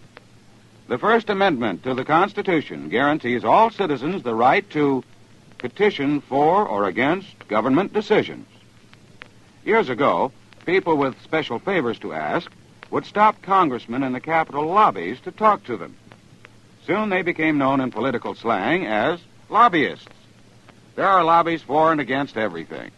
There are lobbies for low tariffs, lobbies for high tariffs, lobbies for federal aid to education, lobbies against federal aid to education, lobbies for rigid farm price supports, lobbies for flexible supports. Lobbies have been referred to as the third house of Congress, which works behind the scenes. Keep the spirit of the Liberty Bell ringing. Be an informed American. Know the ABCs of our nation's government in action.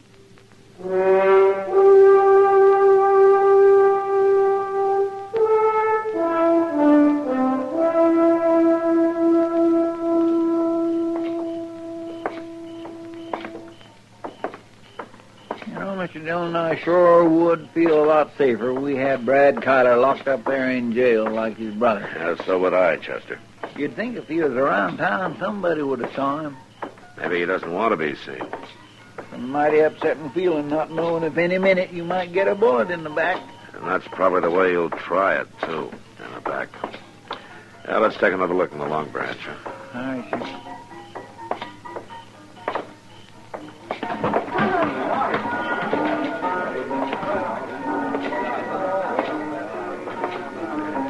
Hello, Matt. Hello, Kitty. Have you caught Brad Kyler yet, Matt? Haven't even found a trace of him, Kitty. Seems to me you could make his brother talk. Not so far. You got him locked up in jail. Isn't there some way of forcing him? Take an axe handle to him, do you mean? Oh, no. Come right down to it, Miss Kitty. I don't think even that'd break him down. Them collar boys is tougher than army mules. Brad and Ray's both. They're just a pair of cold-blooded killers. Sure they are, and proud of it. Ray sits over there in his cell, brags about the things they've done, admits all of it. He says he'll never stand trial, though, that Brad will get him out before then. Oh, he's just bluffing, Matt. No, Brad will make a try, at least. Matt. Oh, hello, Doc. Hey, Matt, if you want to stop a big fight, maybe a killing, Yeah? you better move in on that poker game over in the corner. Looks peaceful enough to me. No, it isn't. It's crooked, Matt. I smelled it, so I pulled out just now. And some of the others are getting kind of itchy, too. I think Ben Stoddard's about to call a showdown. Who's doing the cheating? But I figure that, you see that old fellow over there by the wall? Yeah? With the fancy vest and the soles off his boots? Well, he's marked the deck somehow, the way it looks to me. You know who he is, Doc? No, I know. He's a stranger in town. Claims he's a big-time stage actor back east. But I think he's mostly hot air and bad whiskey. All right, mister. This has gone far enough. There it is, Matt. Yeah. You've been winning all. You fired regular for suit me, mister. I beg your pardon, my dear sir. Now, don't high talk me, you fancy do. All right, Ben, all of you. Take it easy now. Now, what's the trouble? Now, this man's been cheating on us. That's the trouble. Sir, may I ask if you represent the law here? I'm the U.S. Marshal, yeah. Who are you? I, sir, have the distinction of being Edward Vanderman, a name with which you are no doubt familiar. No, I can't say that I am. Then may I inform you, Marshal, that I am the Edward Vanderman who has trod the boards for these many years before the crowned heads of Europe, always to the wildest acclaim. That's very interesting. 23 weeks as Hamlet at the Covent Garden Music Hall. 31 weeks in the unforgettable role of Macbeth. All right, but what about this poker game? Was a ridiculous accusation. I had the impression I was playing with gentlemen instead of these coughing, haggling creatures. Let me have him, Marshal. Just let me and the boys take him out back for just 5 minutes. How do you know he was cheating, Ben? He was cheating. We all know it. Look at these cards. Nicked and clipped and cornered, every one of them. He's been working them over for the last hour. His luck's been getting better all the time. How about his table stakes there? Most of that yours? Most all of it. He had only $5 to start with. All right, then keep it and split it up however you figured. Come on, Vanderman. I beg your pardon, Come sir. on outside. Now move. Out this door. Come on, Chester. Yes, sir.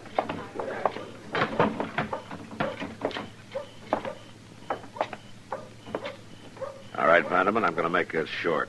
We don't like card sharps in Dodge. You get out of town tonight. Sir, I am not a card sharp. You were cheating, weren't you? I was... Well, yes, I was cheating. But it was out of desperation, sir. That and the drink on an empty stomach. Marshal, I can't get out of town. Oh, why not? Well, to put it quite simply, sir, I am broke. What? A matter of unfortunate investments, you might say.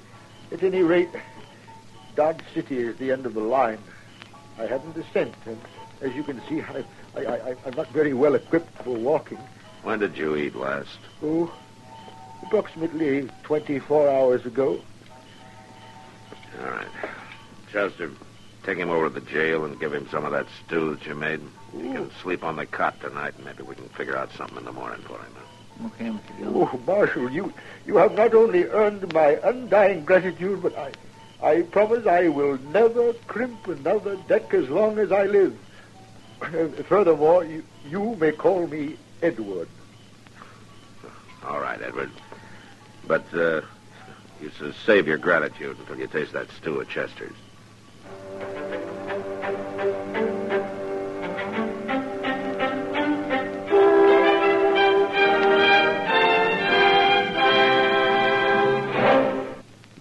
Times have changed, and so has the man. In the year 1775, a patriotic, enterprising American by the name of David Bushnell invented a strange craft. It was constructed of two oak beams resembling two platters clapped together and propelled by a water screw attached to a hand-operated crank. Another water screw regulated the depth to which the craft could descend. This was the American Turtle, the first United States submarine. 179 years later, 1954, the United States came up with another first. This time, however, it was a 3,000-ton, $55 million vessel powered by an atomic reactor. It was the Nautilus, the world's first atom-powered submarine. And where the American Turtle was a one-man operation dependent on courage and brawn, the Nautilus is a complicated network of advanced electronics, the operation of which is dependent upon a team of highly trained, skilled Navy men who know their jobs and do them well. Yes, times have changed, and so has the man.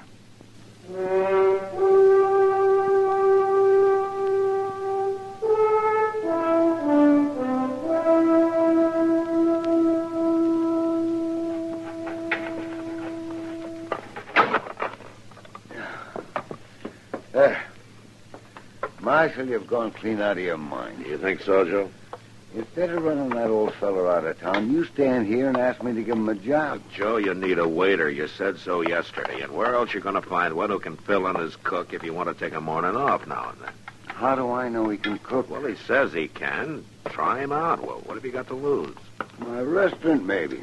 If he was to take a notion to sell it while my back was turned. Oh, don't you worry about that, Joe. Nobody'd buy it once they got to look at all them cockroaches. I got no more cockroaches than anybody else in Dodge. Yeah, but yours is bigger. That's because the food here's better. Well, what do you say, Joe? Edward's waiting outside. You want to give him a try? I can't figure what you're up to, Marshal.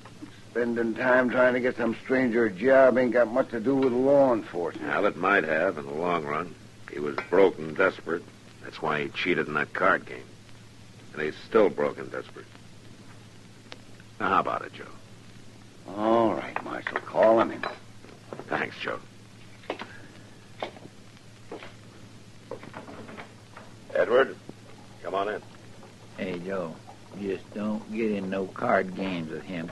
Why, that fella can Edward? live from the bottom of the... This is Joe Carpy, your new boss. Mr. Carpy? It's $1 a day in grub, and he can sleep on a cot in the storeroom. You, sir, are overwhelming in your generosity. You can start out washing them dishes there. Very well. Unaccustomed as I am to exercising my unique talents in scullery, I nonetheless approach the task at hand with a high heart and doughty courage. Where's the soap? Does he always talk this way? Yeah, mostly. Come on, Chester. Thanks again, Joe. Just one thing, Marshal. Behind this mask of frivolity, I am eternally grateful to you. Forget it, Edward. Your trust, sir, is not misplaced.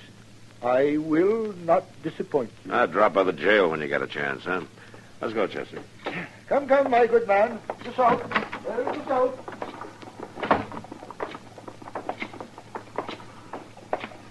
What's the matter, Chester? You don't look too happy. Aren't you glad he got the job? Well, yes, sir, but I just suddenly remembered Brad Kyler. You ain't forgot about him, have you? Chester, when a man like Kyler's gunning for you, you don't forget it too easy.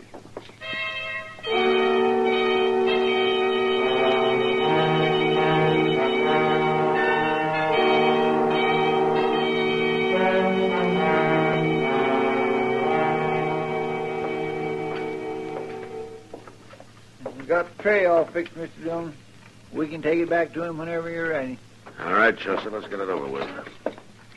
I swear it sure ain't much pleasure to fix supper for somebody that don't appreciate it. Race Kyler wouldn't appreciate anything we did for him. You still don't have to be so mean about it. Yeah, being mean's what got him in jail in the first place. Race, here's your supper. What is it? That same slop you've been bringing every night? There. Whatever it is, it's what you get. Take it or leave it. I'll take it. It'd make you too happy if I was to starve. All right, get back away from this cell door.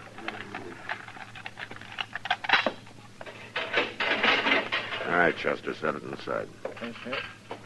I can smell that stuff clear over here. By golly, tomorrow night I'm going to cook you grits. Tomorrow night I may not be here. All right, Chester, come on. You'll be here, Race, until the day you stand trial.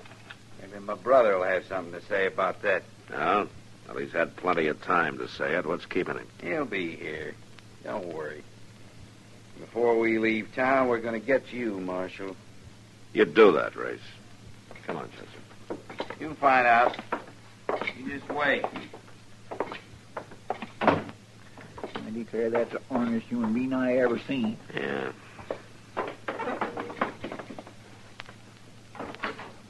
Marshal? Huh?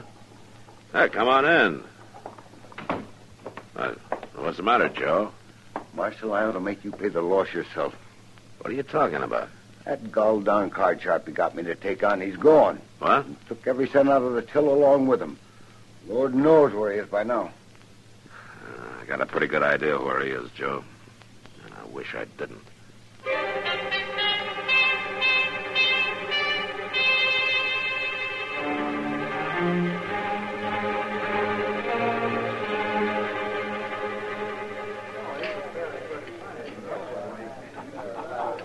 Yeah, here, Matt. Whooping it up down there by the end of the bar. I see him. He had had a few drinks before he came in, and he's had more since. But where'd he get the money, Matt? Stole it? Huh? From Joe Carpy. Oh, no. After you got him the job? Well, I should have known better, I guess, but I hate to see a man down and out pushed against a wall. I'm sorry, Matt. Well, I'll see you later. No. A toast, gentlemen. Toast to the royal blood of the House of Barleycorn. All right, I'm sorry. Edward, the party's over. Oh, dear me. The Sheriff of Nottingham. Yes, indeed. Come on, let's go. No, wait, Marshal. This is merely a natural misunderstanding which I can explain quite easily if you will only permit me. Don't bother. But I feel it's the least I can do under the circumstances. Only one moment, Marshal. If you will listen to me. All right, let's hear it. I accepted my menial role this morning with proper humility, Marshal. And throughout the long day I labored diligently, conscientiously, gratefully, humbly. Then, as eventide drew nigh, in Master Copy's cupboard, I found a bottle. So? So I looked, I sniffed, I tasted, I imbibed, and morality and ethics were flung to the winds. As I warned you, drink is my weakness. On an empty stomach, so you said. Yes. Well, I neglected to add that a precisely similar effect occurs on a full stomach. I'm sorry, Marshal. Come on, let's go. No, wait. I was quite sincere this morning when I promised not to fail your trust, Marshal. Nonetheless, I did fail it. There is no excuse, of course. I suppose that I really should face the fact that I am just a bit on the worthless side. I'm inclined to agree with you, Edward. Mr. Dillon? Yeah, what is it, Chester? Just a few minutes ago, Mr. Dillon. 3 different people seen him down by the depot. Who? Brad Kyler. He's here, all right.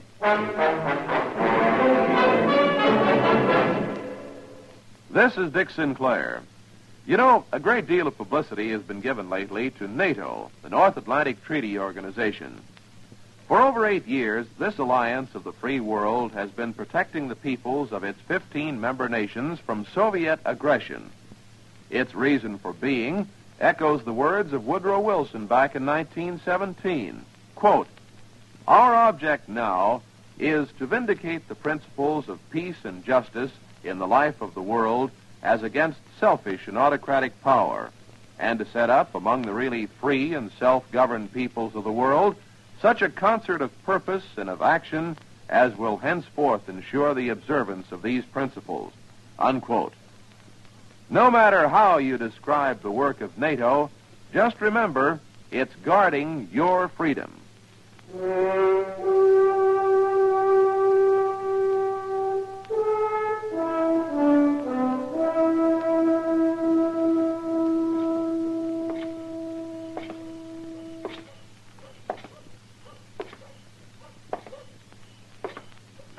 What?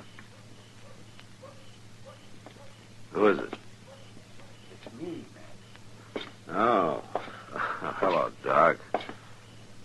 Can't you find any place to loaf except in front of the jail? Well, with you and Brad Kyler on the prowl for each other, I figure I might as well just wait right here until one of you needed me. Yeah, you're wasting your time, Doc. I can't find a hide or hair of him. He's here in town somewhere. Folks have seen him. And I'm not one of them, though. Come on in. Chester. Has he got it locked? Yeah, I guess so. Chester. Who is it? It's me, Chester. Open up. Oh, all right. Just a minute.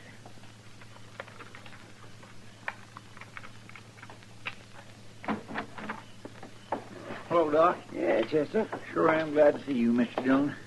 I've been sitting here at this rifle and jumping out of my skin every time an owl hooted. There are no owls this time of year, Chester. Well, I know that, Doc. It's just kindly a... Well,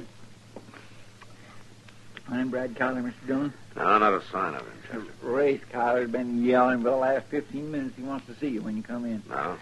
Man, poor old actor fella ain't had much to say. Just sits there in his cell, looks at the floor. I think he's feeling real remorseful for letting you down. Well, he should have thought of that before he stole the money. That's right, no, but I still think it's bothering him considerable. Chester! Oh, there's Race yelling again. All right, I'll go see what he wants. Boil up some coffee, will you, Chester? Yes, it won't take a minute. I got some water already. That's you, Chester? No, it's not Chester. You finally got back. What do you want, Race? You didn't run into my brother, did you? If I had, he'd be in that cell with you right now. Marshal! Yeah, what, Eddie? Never mind him. I got a little business with you myself. No, Marshal, he's got a gun under that You keep blanket. your mouth shut. Drop the gun, Race. All right,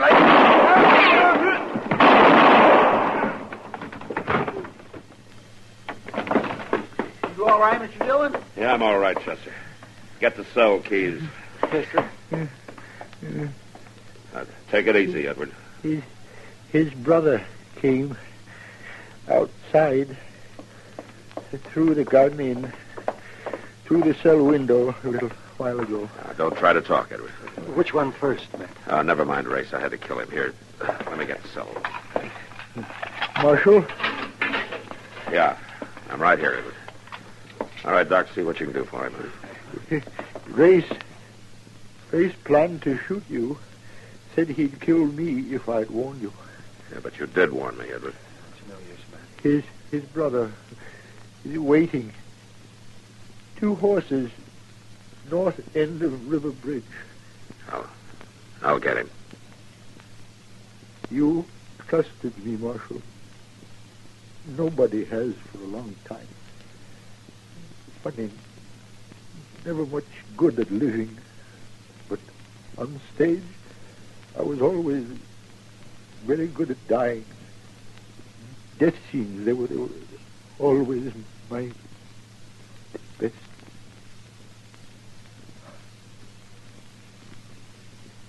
Edward.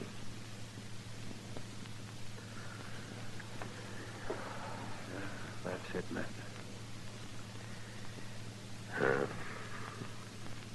He knew Ray said shoot him, but he still warned me. I don't know, Doc. Maybe he was worthless, but like he said, he was pretty good at dying.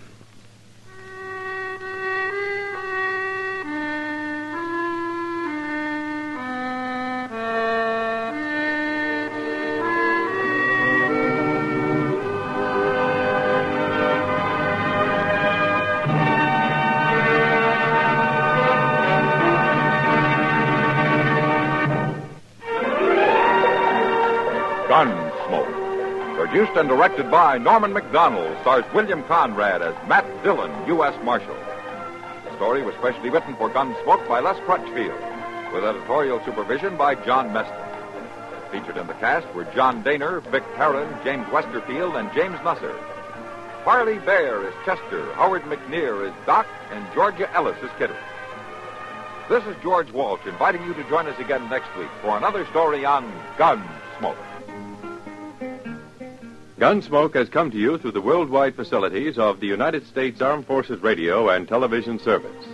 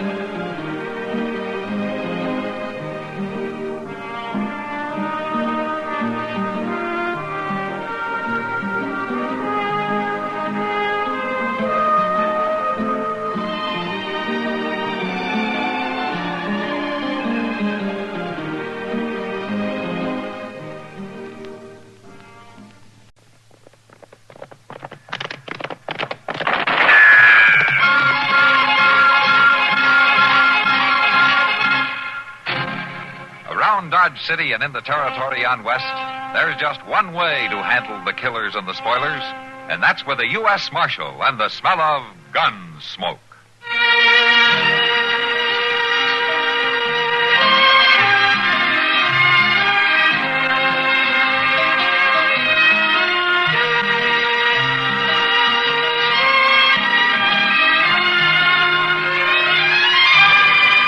Gunsmoke, starring William Conrad, the story of the violence that moved west with young America, and the story of a man who moved with it. I'm that man, Matt Dillon, United States Marshal. The first man they look for and the last they want to meet. It's a chancy job, and it makes a man watchful and a little lonely.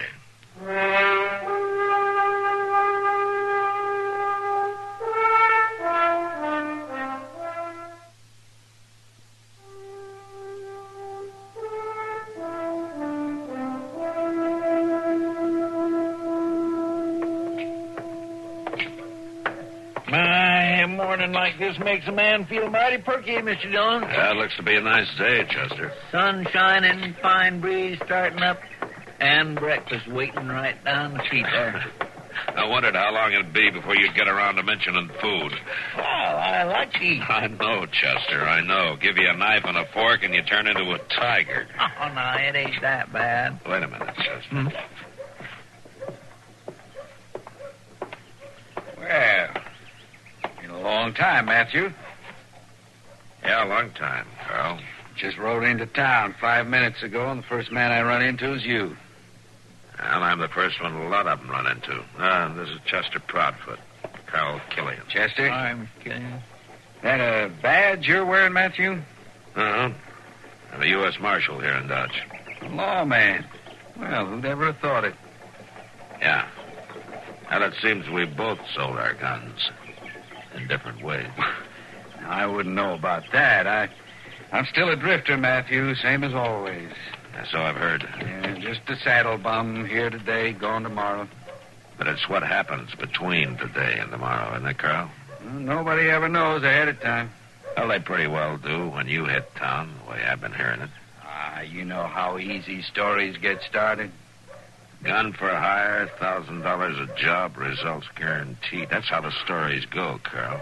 When a fella ain't got a regular job, folks make up things about him. You're a hired killer, Carl, and we both know it. Ain't you kind of a hired killer yourself, Matthew? Who are you here for, Carl? Who you figuring to kill? Well, now, if I was the kind of man them stories say, you don't think I'd answer that, do you? You're here for a killing. Nothing else would bring you to Dodge. You a lawman for real, Matthew, or just bronco in this town for your own benefit? I'm a lawman. Funny. Years back when we used to cut brush for strays down on the Pecos, we'd lay there at night in our bedrolls, look at the stars and talk. But we never figured it'd turn out like this someday. Carl, why don't you get out of town while you still can? No, I figured to look around a few days, see what kind of place you got here. I'll see you, Matthew. Nice to meet you, Chester. So long. Well, them is the coldest pair of eyes I ever seen in a man's head, Mr. Dillon.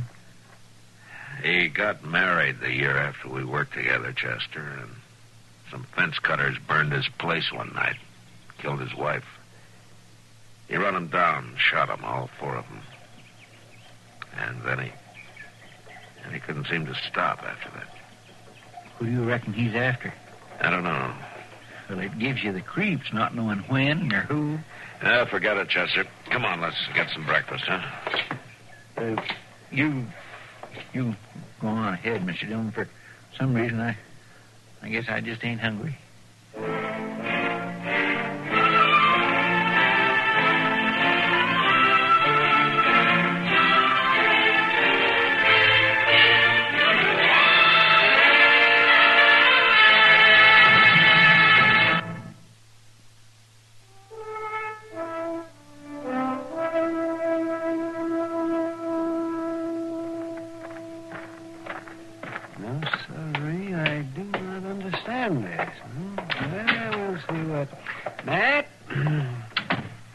What's this friend of yours up to, anyhow? Huh? Which friend, Doc? Carl Killian, that's who. He's not a friend. Been a long time since he was. Why? What's he been doing? That's just it, nothing. He's not been doing one blessed thing. Well, then. Not everybody in town knows who he is and what he's here for. But they don't know who the mark's on. Why, it's got them so spooked they're ready to jump out of their skins whenever a door closes. Well, I can't do much about it, Doc, until he tips his hand some way. He hasn't committed any crime in Dodge, and he's not wanted anywhere else. And why isn't he wanted? And he always managed to goad his victims into making the first move, so it's self-defense. Yeah. You got any idea who he's after? No. Well, there's 24 or more men around town who think they're the one. One of them may be right, Doc. Killian stopped in front of Wilbur Jonas's store window this morning and stood looking in there for a while. As soon as he left, Wilbur locked up and went home. And he's been sitting home there in this parlor ever since, with a shotgun across his knees. I doubt he's after Wilbur. But you don't know. One of you men the marshal? Yeah, I am. Come on in. Marshal, there's a man here in Dodge that's fixing to kill me. Oh? Well, what's your name? Tex Bartow. This man calls himself Carl Killian. He's been hired to follow me here and do me in. Well, half the town thinks that same thing, Tex. Yeah, but I know. I seen him in Pueblo 2 weeks ago, and now he turns up here. Pueblo, huh? I got in some trouble there, Marshal. Not with the law. I was cleared. But I killed a man in a fight, and his friends swore they'd get me one way or another. How does Killian figure in it? He was there. He seen the fight. I didn't know who he was then, but I remember his face all right. And they hired him. I know they have. He ain't here just by accident. You might be right, man. If Killian was in Pueblo just before he came here, that must be where he was hired. Yeah, maybe. You gotta lock him up, Marshal. I can't do that, Tex. I got no charge. But if you don't, he'd kill me. Running away wouldn't even help. He'd just follow me. I'll keep clear of him, Tex. And don't let him push you into drawing against him. Where are you staying? Dodge House. All right, then go on over there and stay there. And keep off the street, huh? All right. In the meantime, I'll try to figure something out. Okay, Marshal. So long. If he's not the one, Matt, there's another possibility you maybe haven't even thought of. Me, you mean? Yeah, I thought of it, Doc. Would he take a job like that? With you being friends once? You think he'd really do that? Yeah, he'd do it.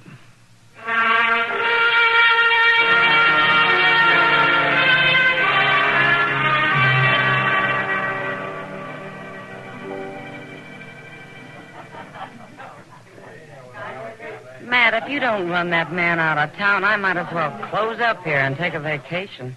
He's practically living here at the Long Branch. Oh, why not? You serve the best beer in town, Kitty.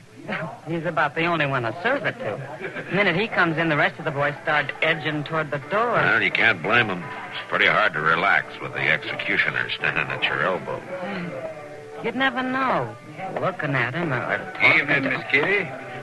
Matthew. Hello, Carl. Well, how's the law business coming along, Matthew? Town's been pretty quiet the last few days. I noticed that. Don't seem to be hardly any people around at all. Well, at least not close to where you are. Folks hadn't ought to feel that way. I don't mean no harm to them. Were you in Pueblo just before you came here, Carl?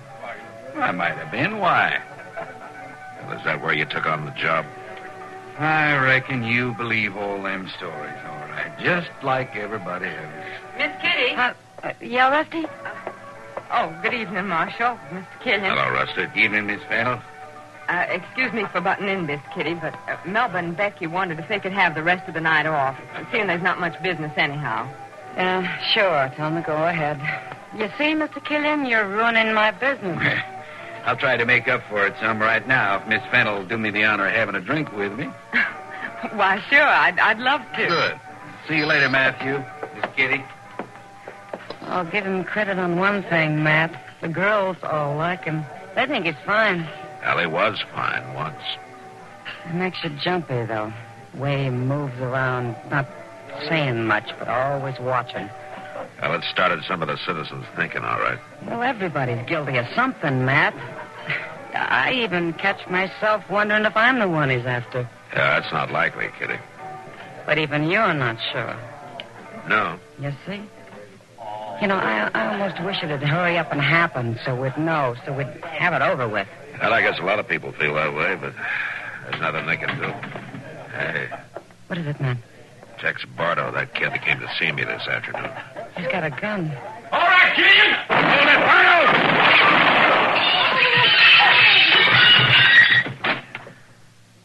He tried to shoot Killian in the back. Yeah, tried is right.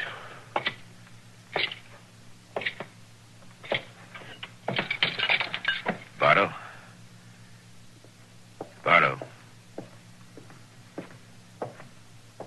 You know, I think that boy was aiming to do me some harm, Matthew.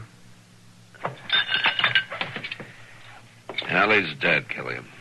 I didn't have much choice the way he come at me. Oh, you're in the clear. It was self-defense. I saw it myself.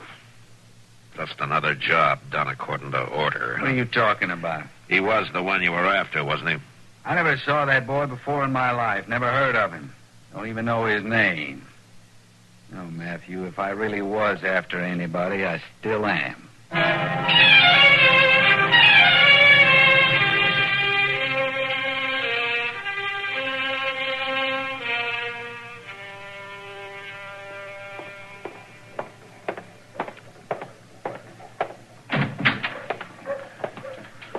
Evening, Mr. Dillon. What are you doing back here, Chester? When I gave you the night off, I didn't figure to see you till morning. I'm giving up. Going to bed. Can't have no fun at all in this town as long as that doggone old Killian's around. He has kind of slowed down the nightlife, hasn't he? They just ain't nobody out no place hardly. And them that is so busy looking over their shoulder and jumping sideways that a man can't get to feeling easy no matter how hard he puts his mind to it. Yeah, it just seems a shame to waste all that hair grease and that boiled shirt, though, Chester. I figured you'd end up as the king of the Long Branch. Well, now, that's another thing. You know that little old girl over at the Long Branch that I've been kindly sweet-talking lately? Oh, Rusty Fennel? Yeah, well, now she can't see me for dust. She just keeps hanging around him all the time. That's not smart to get serious over a dance hall girl anyway, Chester. Well, now, Rusty ain't just a common dance hall girl, Mr. Dillon. She comes from a real good family. Oh, is that so? Well, yes, sir. Her papa and mama's dead, but she's got a rich uncle that's a very important man, and his health ain't too good neither the last couple of years. So that's why you're so interested in her. I thought it was true love, Chester. Yeah, well, now, Mr. Dillon, I ain't one to always be thinking about money, but it sure don't hurt none to know that the only heirs is just her and her cousin in Pueblo. Pueblo? That's where her uncle and her cousin live.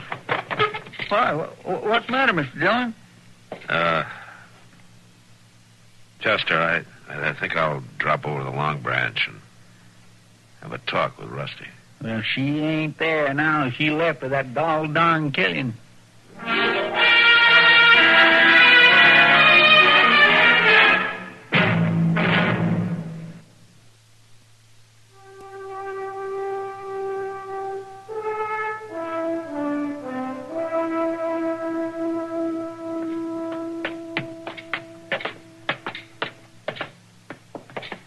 Is that a room? Yes, sir. Second door down the hall, the landlady said. All right, Chester, you wait here by the stairway. I'll see if she's come home. Yes, sir. It'd be better if I talked to her alone. All right, Mr. Dillon.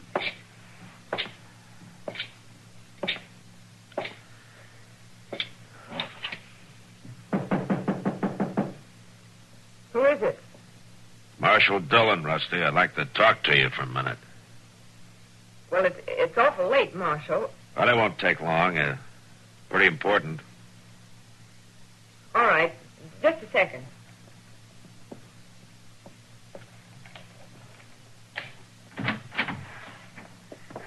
What is it, Marshal? Mind if I come in? I guess it's all right. Thanks. Please, don't mind the room. When a girl lives alone, she gets careless about throwing things around. That looks fine to me. What is it, Marshal? Is anything wrong? No, not exactly, or at least not yet. Rusty, I hear that you've been seeing quite a bit of Carl Killian the last couple of days. Yes, I guess maybe I have. I see. Well, I think he's nice. I think people are wrong about him. Rusty, how did you happen to meet him? Did he make a point of trying to get acquainted with you? Well, he came into the Long Branch a few times, and he talked to all the girls, but he seemed to like me the best. But, can't we talk about something else, Marshal? Killian's the reason I came here, Rusty. Well, then, come on over by the window. It's so hot in here. Oh? All right, sure. Here, let me open it for you. Thanks. This is better, isn't it? Yeah, that's fine. You got a nice view of the street from here. That's one reason I took the room. He's behind that screen in the corner. That's quite a street. Always something going on down there, any hour of the day or night. Yeah, I guess that's right. He didn't want to see you. There's the night stage pulling in from Walnut Creek, Pueblo, and Denver. Rusty, your life's not worth 10 cents. Mine either. What? I say it looks like they're carrying a short load tonight. If I know him, he's got a gun on us right now. You're the one he's here to kill. I don't believe you. Now, just take it easy. I'm going to jump his move. It's the only thing I can do, and I just stand still.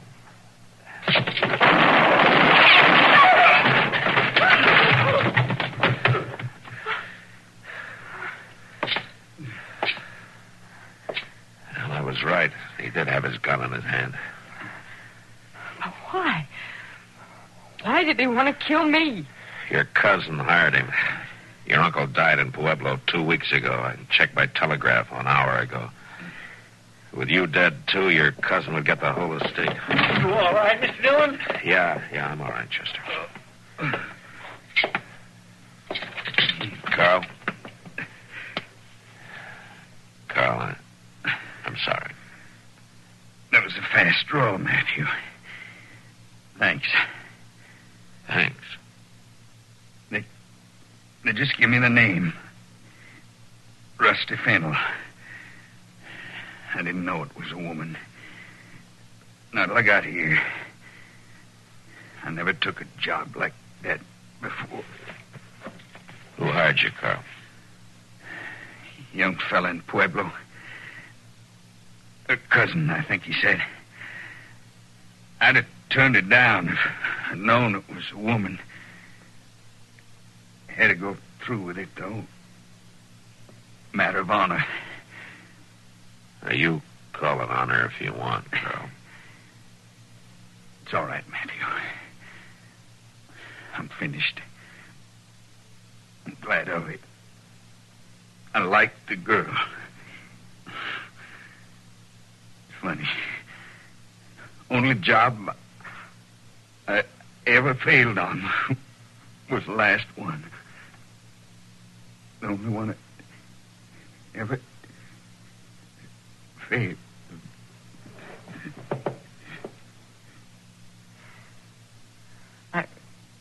I thought he was so nice. He was just waiting for a chance to kill me. Well, he'd had 4 days to do it, Rusty, and he hadn't tried. You know, sometimes a man can win by failing. And maybe he got just what he wanted.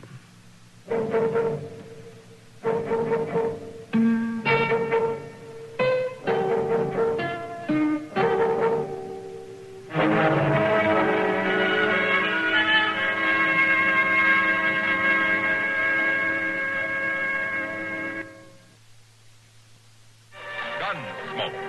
Produced and directed by Norman McDonald, stars William Conrad as Matt Dillon, U.S. Marshal. The story was specially written for Gunsmoke by Les Crutchfield, with editorial supervision by John Meston. Featured in the cast were Vic Perrin, Dick Crenna, and Virginia Christine. Harley Bear is Chester, Howard McNear is Doc, and Georgia Ellis is Kitty. This is George Walsh inviting you to join us again next week for another story on Gunsmoke over the CBS Radio Network.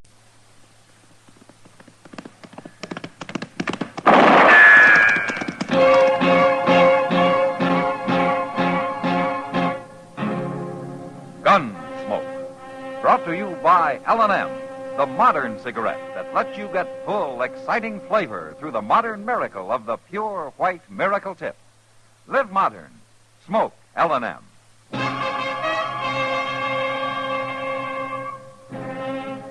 Around Dodge City and in the territory on West, there's just one way to handle the killers and the spoilers, and that's with a U.S. Marshal and the smell of Gunsmoke.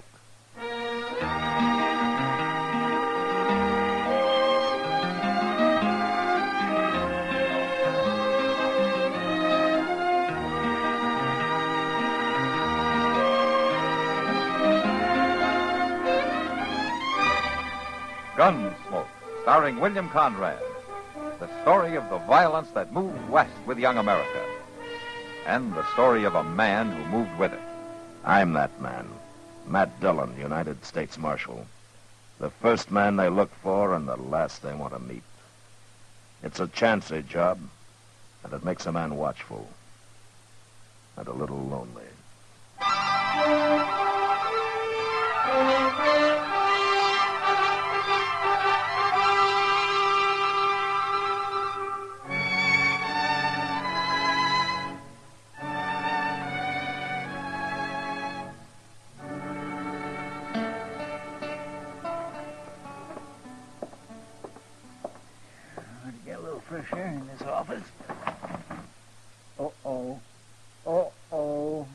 matter, Chester?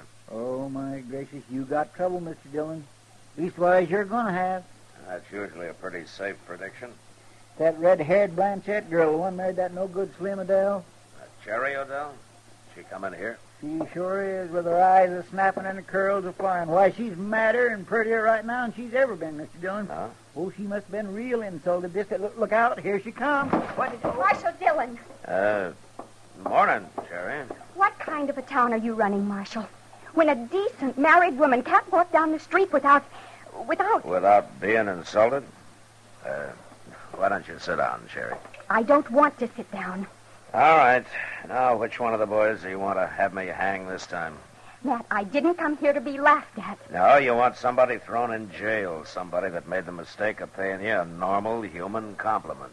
I'm a married woman, and I'll thank the men in this town to respect me as one. Cherry, Slim's been gone for nearly 2 years now. A lot of people don't think he's ever coming back. Oh, he'll come back all right. Don't you worry none about that. And when he does, these grinning loafers are going to be mighty sorry that they talked out of turn. Like me, ma'am? Oh, you've got a nerve coming here. I reckon I'm the cause of this young lady being all riled up, Marshal. See, I told her I was aiming to marry her. That's what I meant. A complete stranger, right on the street. In broad daylight, if you please. Well, now, Cherry, I doubt if anybody would call that an insult. Oh, you think it's funny, don't you? All three of you. But maybe if you was me, you wouldn't think so. If you'd waited a year and 8 months, not knowing, just hearing stories, lies about your man. Now, Cherry. Oh, I don't know why I come here. I don't know why I even thought. Cherry, wait. My.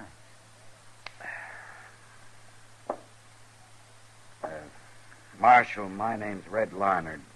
I'm Matt Dillon. This is Chester Proudfoot. Howdy. How do you do? Are you just riding through? I didn't have any actual plans, Marshal, till I came face to face with Mrs. Odell up the street there. Huh? Mrs. Odell? Oh, I knew who she was before I even spoke to her. I ought to. I've been carrying her picture with me for 3 weeks now. Here. Where'd you get this? From her husband, after he was dead. Dead? Oh, my goodness. That's what I came to Dodge for, to let her know he was dead. I see. Tell me something. Slim Odell, how did he die?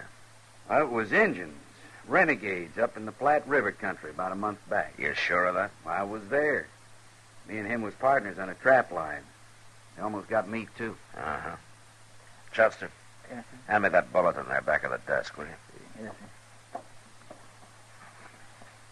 Here you are, Mr. Dillon. I got word of Slim's death, too, Red. The sheriff's bulletin came about 3 weeks ago. I looked in the post office here. There wasn't any bulletin up. Yeah, I know. I haven't said anything about it, not even to Cherry. Slim Odell was shot to death trying to hold up the North Platte Broken Arrow stagecoach. His partner got away. No name, no description. Marshal... That's why I kept the news to myself. I figured his partner might head for Dodge and try to get Slim's wife to alibi him some way. Now, just a minute, You Marshal. keep your hands right where they are, Red. You're under arrest for attempted robbery and for the murder of 2 stage line guards. Take his gun, Chester.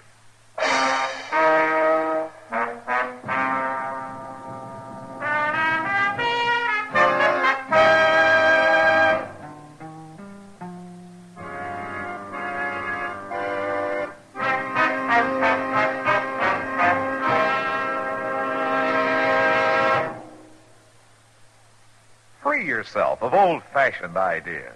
Why don't you live modern? Live modern. Live modern. Free up. Freshen up your taste. Smoke an L&M. Only the modern miracle of the pure white miracle tip can bring all of L&M's full, exciting flavor through to you. And that's the big reason why today more people are changing to L&M than to any other cigarette. Remember, L&M draws easier, tastes richer, smokes cleaner. So live modern. Change to L&M. Make today your big red letter day and start to live the modern way. Live modern. Smoke an L&M. presents America's fastest-growing cigarette.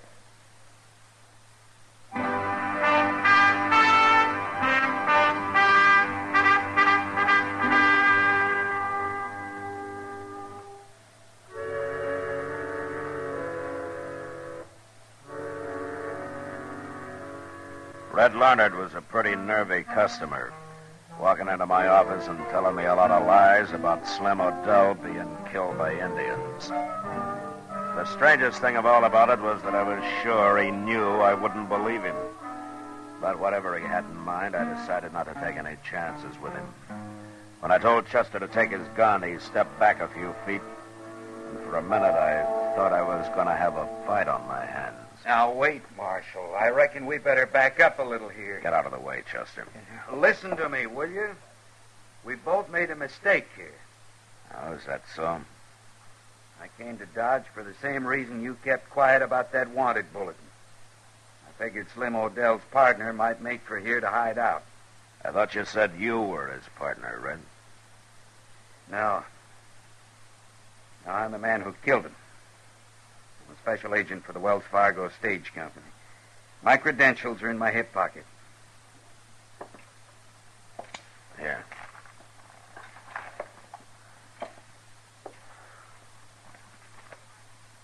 Uh-huh. Yeah, I guess these could be legitimate enough. Marshal, this is Odell's hometown. It's just possible you were friends and you might cover for him. I wasn't sure whose side you'd be on. Well, I'm not on his side, Red. He left here just one jump ahead of arrest. Sit down. Thanks. You were there when Slim and his partner tried to hold up that stage. Yeah. We were bringing through a load of bullion. 2 men had jumped one of our stages a week before, so the company took the regular driver off and put an extra guard in his place. I was riding inside, just the three of us. I see. But Odell and his partner outsmarted us, Marshal. They just came riding out of the brush, one on each side, shot the 2 guards in the back without saying a word. I dropped Odell. The other man got away. Get a look at him? Just barely. About average height and build. Yeah. Well, he could be 1,000 miles away from here, Red. Maybe. But we got nothing else to go on. Truth is, Marshal, I reckon I'd have come here on my own after seeing that girl's picture. Cherry Odell? Mm-hmm. And I thought maybe you were just using her to get to her husband's partner. Tell me, she's still in love with Odell? Maybe. And maybe she just thinks she is. Cherry's a born rebel. I always figured she married Slim, mostly to spite her family. They were only together about 2 months. He tried homesteading till he found that there was work to it. Then he left town with Yancey Kleiber. Kleiber? He's the partner you're looking for. At least I heard 4 or 5 months ago they were still together. I've been watching for him since I got that bulletin, but he hasn't showed yet. Marshal, I'm a plain man, and I don't know much about women, but I meant just what I told that girl. I'm going to marry her. You shot her husband, Red. That's not going to help. What do you figure she'll do when she hears? Well, knowing her, she'll try to kill you.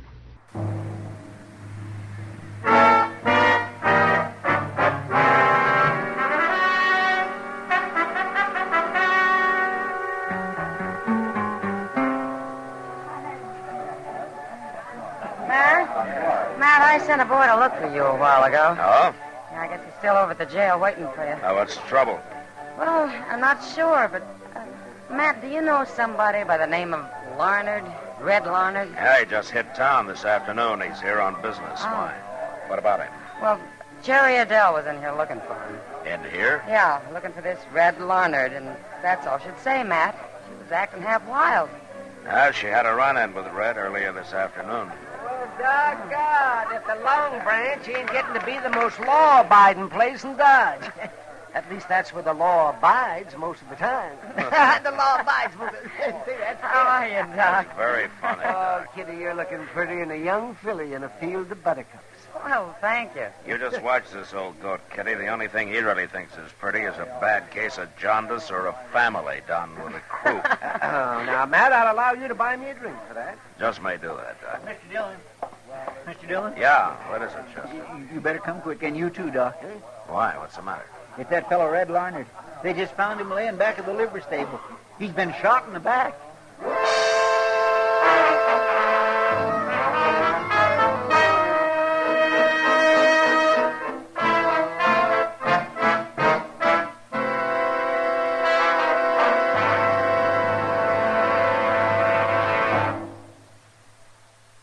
Here's a holiday hint from L&M. This year, why don't you live modern and give modern? Give L&M holiday cartons. In gay holiday cartons, L&M's make an exciting gift. L&M's are the favorite cigarette of people who like to live modern. Live modern. Live modern. free up, freshen up your taste. Smoke an L&M. Live modern, smoke modern, change to L&M. Enjoy full, exciting flavor through the Miracle Tip. It's no wonder more people are changing to L&M than to any other brand. So smoke modern L&M. And remember, you're sure to please when you give L&M holiday cartons. Live modern. Smoke an L&M.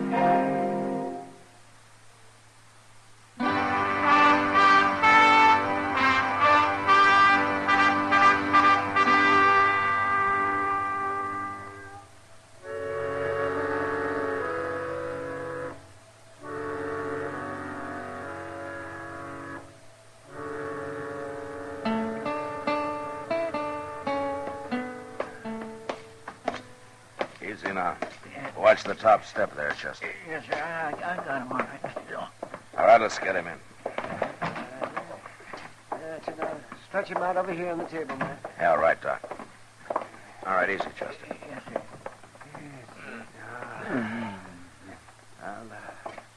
I'll have to cut that shirt to get it off his shoulder. Sounds like he's coming too, Doc. Yes, it does. Now, hand me those scissors, Chester, please. There. Thank you. Now, let me see.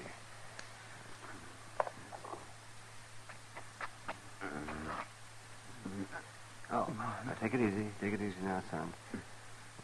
Let's have a look at you. What do you think, Doc? Well, Matt, if it'd been a couple of inches lower, a little to the right, I'd have had myself a coroner's fee. As it is, though, I guess he'll probably live.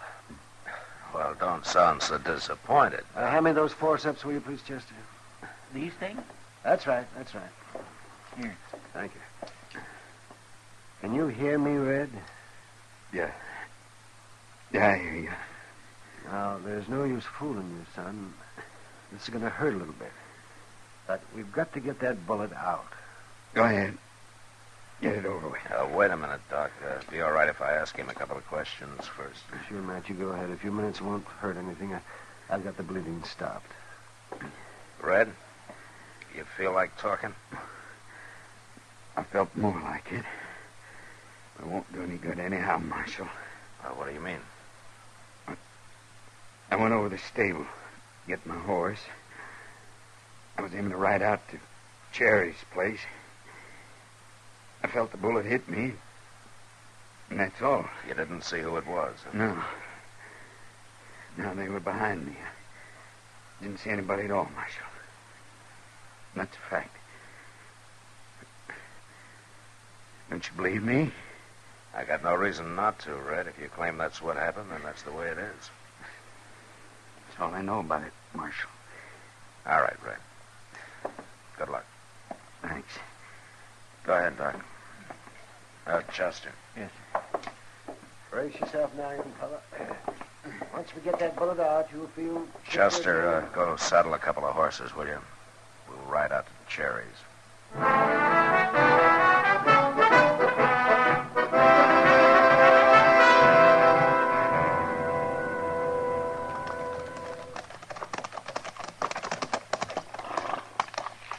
If she ain't here, Mr. Dillon. She's here, all right.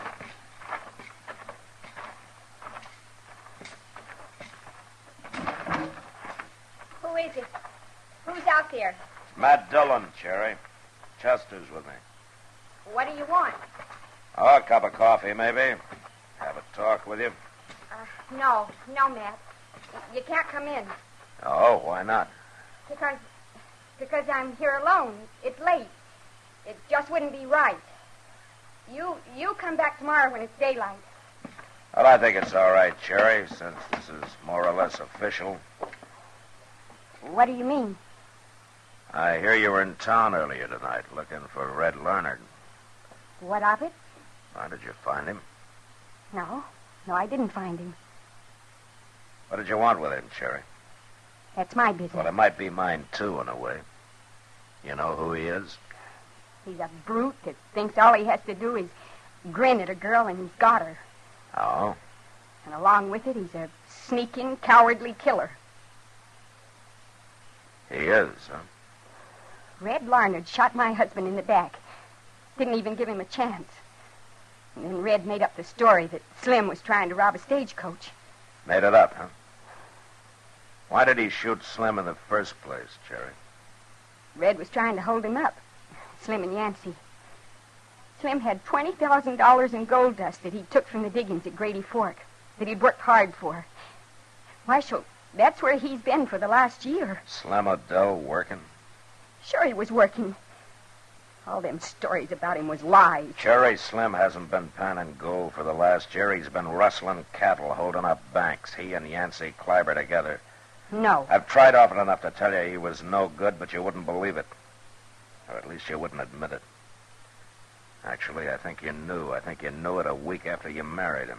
That's not true. Slim was killed during an attempted hold-up of the stagecoach between North Platte and Broken Arrow. He was shot by a Wells Fargo agent. And not in the back. Yes, he was. 2 men were shot in the back, all right, the 2 guards. Cherry, Red Larnard is a special agent for Wells Fargo. I don't believe it. Well, it's true. And I got the sheriff's bulletin on the robbery. Now, you've known me for a long time, Cherry. Have you ever known me to lie to you? No. All right. Now, Yancey Kleiber told you that wild story, didn't he? No. He's here somewhere, isn't he, Cherry? No, he's not. You're wrong, Marshal. You know what he did, don't you? He shot Red Larnard a half hour ago in town. He shot him in the back, the same as those guards. Oh, no, Matt, no. Has he come back yet? Is he there in the house? No, he's not in the house. He's there at the corner of the porch. You dirty little... You got him in the shoulder, Mr. Dillon. Yeah. Go see to him, Chester. Yes, sir. Oh, Matt, I believed him. I was willing to hide him out. It's all right, Cherry. And then for him to sneak into town and kill Red Larnard. I said he shot Red, Cherry. I didn't say he killed him. Red's alive? Well, he was lying in Doc's office when we left. Then he's going to be all right? Yeah, I'm sure he is. Maybe I should go see him. Yeah, maybe he should.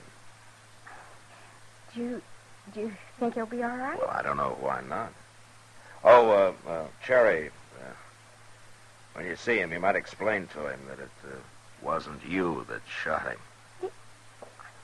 He thinks that?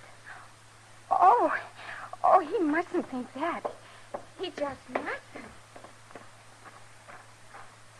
Where's she going, Mr. Dillon? How to saddle a horse, I imagine, Chester. To ride into town. My gracious, I just won't never understand women, I guess. Chester, you're not alone.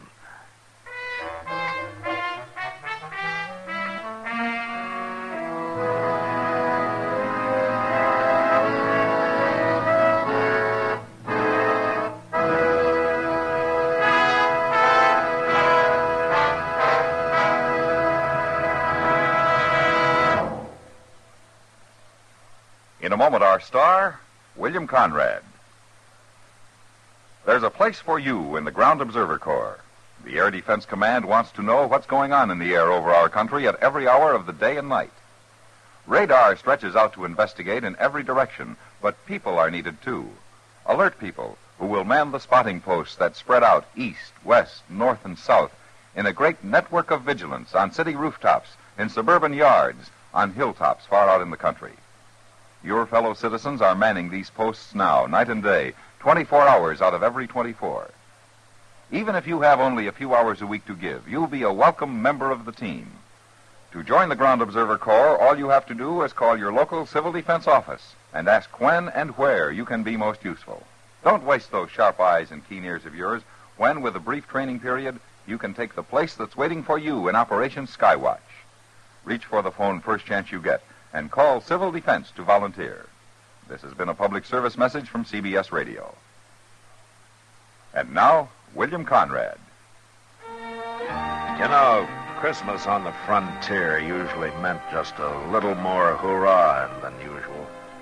And it was far from a time of goodwill toward men. But next week, well, a touch of real Christmas comes to Dodge.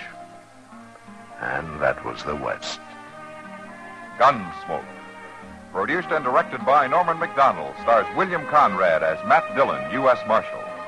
The story was specially written for Gunsmoke by Les Crutchfield, with editorial supervision by John Meston. The music was composed and conducted by Rex Corey. Sound patterns by Tom Hanley and Bill James. Featured in the cast were Sammy Hill, Vic Perrin, and Bill Lawley.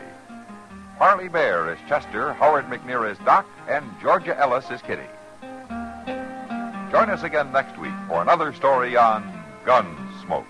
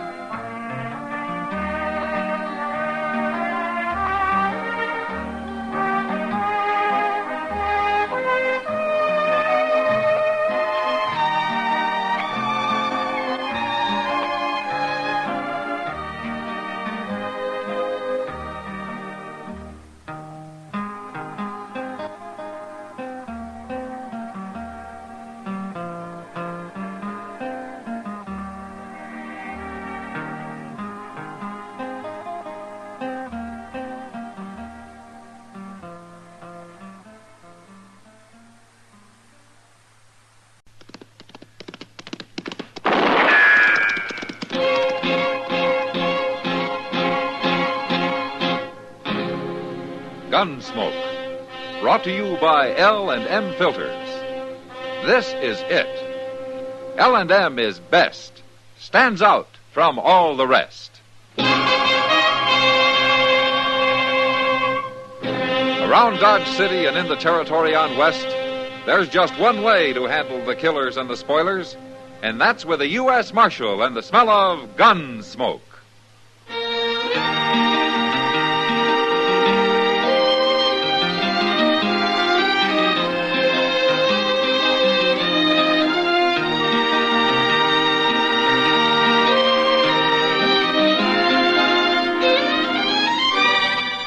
Gunsmoke, starring William Conrad, the transcribed story of the violence that moved west with young America, and the story of a man who moved with it. I'm that man, Matt Dillon, United States Marshal. The first man they look for and the last they want to meet. It's a chancy job, and it makes a man watchful and a little lonely.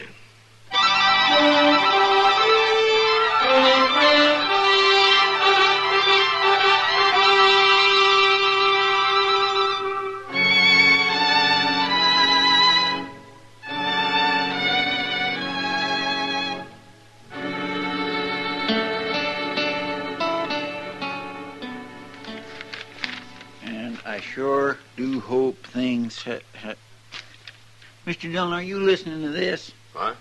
Oh, yeah, sure. Go on, Chester. Go on.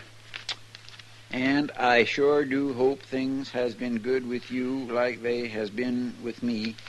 Take care of yourself.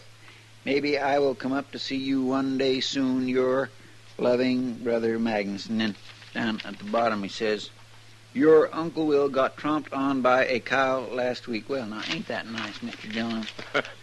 What do you mean about Uncle Will? No, I mean getting this letter from Magnus. It's real thoughty of him. That's the first one I remember you getting.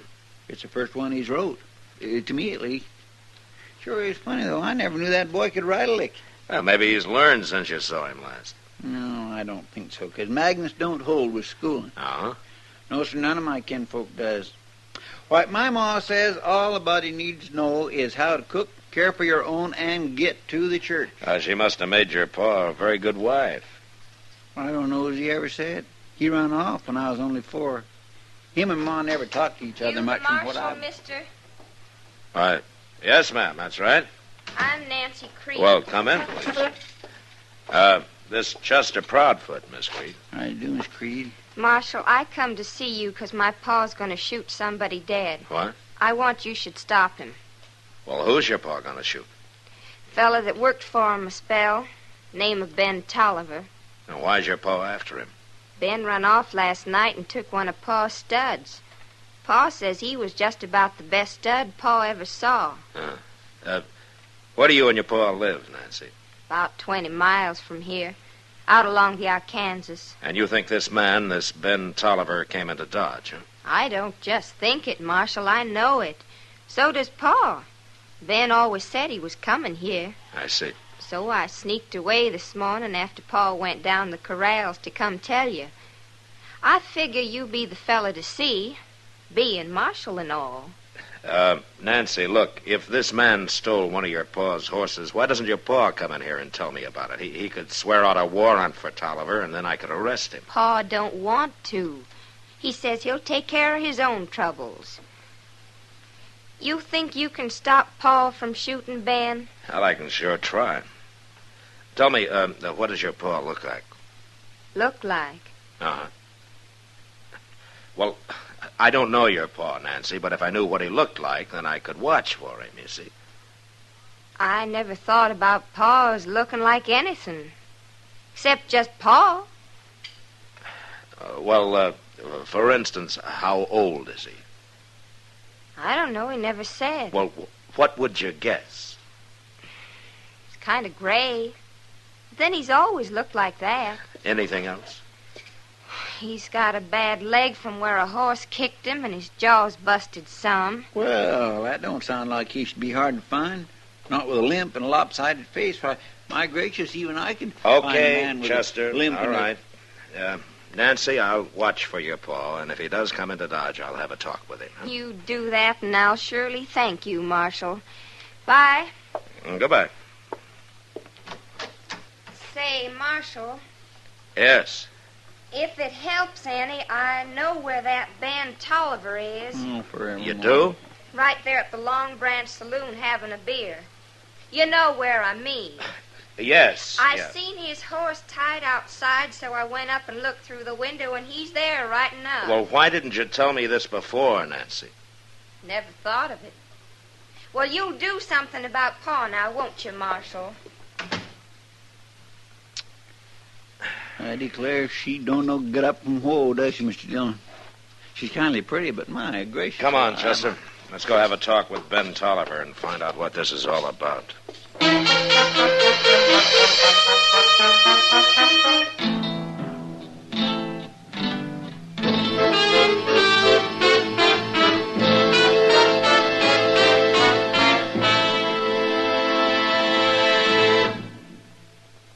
This is it, L&M filters. It stands out from all the rest. Miracle tip, much more flavor. L&M's got everything. It's the best. Yes, L&M's got everything. Superior filtration, superior taste. Superior filtration because of L&M's superior filter. White. All white. Pure white. The purest tip that ever touched your lips. Superior taste because of L&M superior tobaccos. Tasty, full of flavor, light and mild. No doubt about it. L&M is America's best filter tip cigarette. This is it, L&M filters. L&M's got everything. It's the best.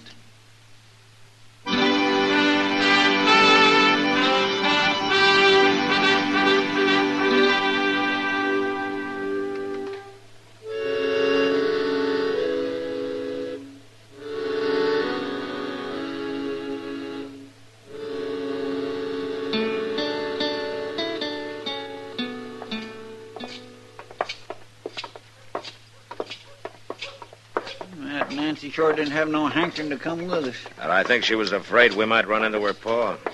She sure lit out for home fast enough. She just ain't very bright, is she, Mr. Dillon? She seems to know right from wrong, Chester.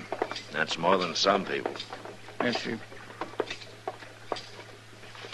You want me to come in with you? Yeah, but stay by the door while I talk to Tolliver, huh? How you gonna know which one's him? Well, there won't be more than 3 or 4 people in there this time of day.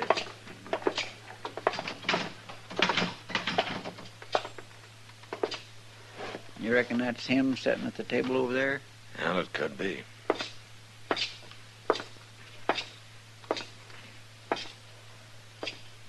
Is your name Ben Tolliver? That's right. My name's Dillon. I'm a marshal here in Dodge. Do you mind if I sit down? Please yourself. Yeah, thank you.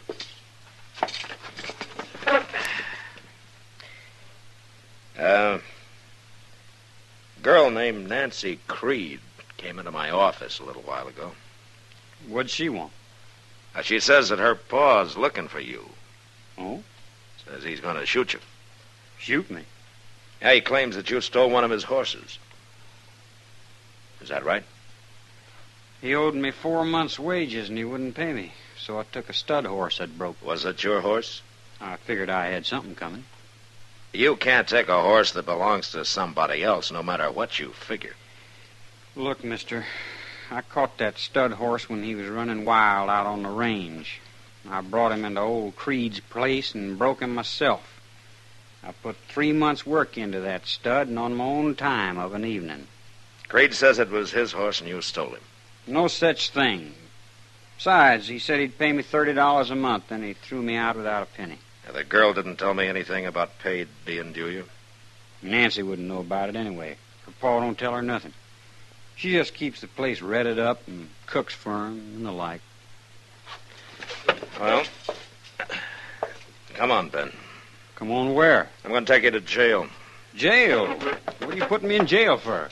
And if what Nancy says is true, Creed's coming in to look for you. Putting you in jail's the best way I know of to stop a fight. But I ain't done nothing wrong, Marshal. Not the way I see it. You'll only be in jail till I get this straightened out. Later this afternoon, I'm going to ride out and have a talk with Creed before he decides to come into town.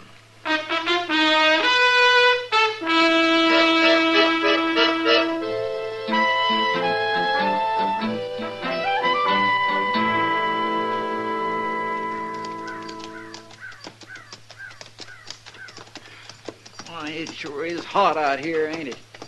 There ain't a speck of shade for miles around. Well, if he's breaking wild horses out here, he doesn't have time to worry about the heat. I wonder if that fellow Ben Tolliver was telling the truth. Yeah, there's no way of knowing until we talk to the old man. No, sir, I guess they ain't. Say, he's got some pretty good-looking stock down them pens, ain't he? Yeah, there's good stock running wild on the prairie. If a man knows how to catch him, he can make out fine. Well, we better leave our horses here, Chester. All right, sir.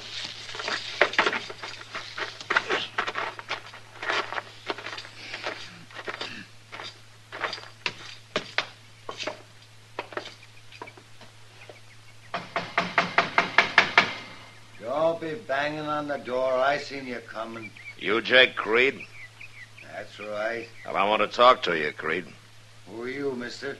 Marshal Dillon from Dodge. It's cooler out there than in the house. I'll come out.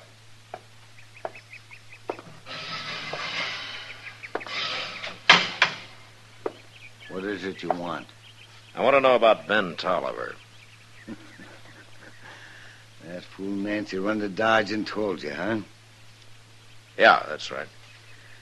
Well, since she did, I won't try to fool you. That boy stole a horse of mine. I figure in a couple of days I'll go after him. Go after him?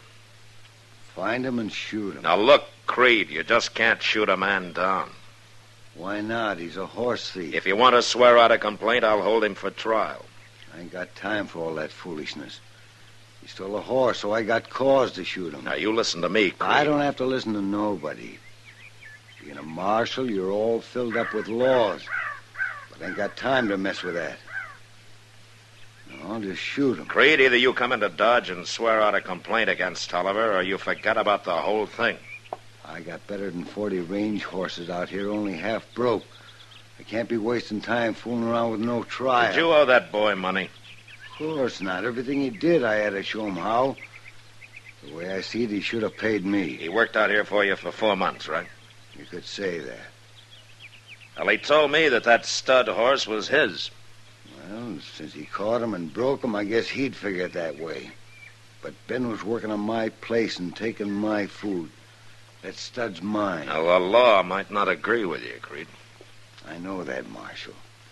That's just why I'm going to handle my own trouble. I'm not messing around with the law. Look, I've tried to tell you, Creed, and I'm going to tell you once more, real plain.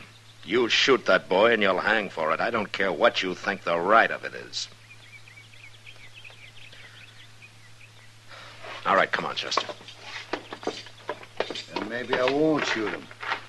Maybe I'll fix that boy good some other way. Him and that stud horse he's so proud of.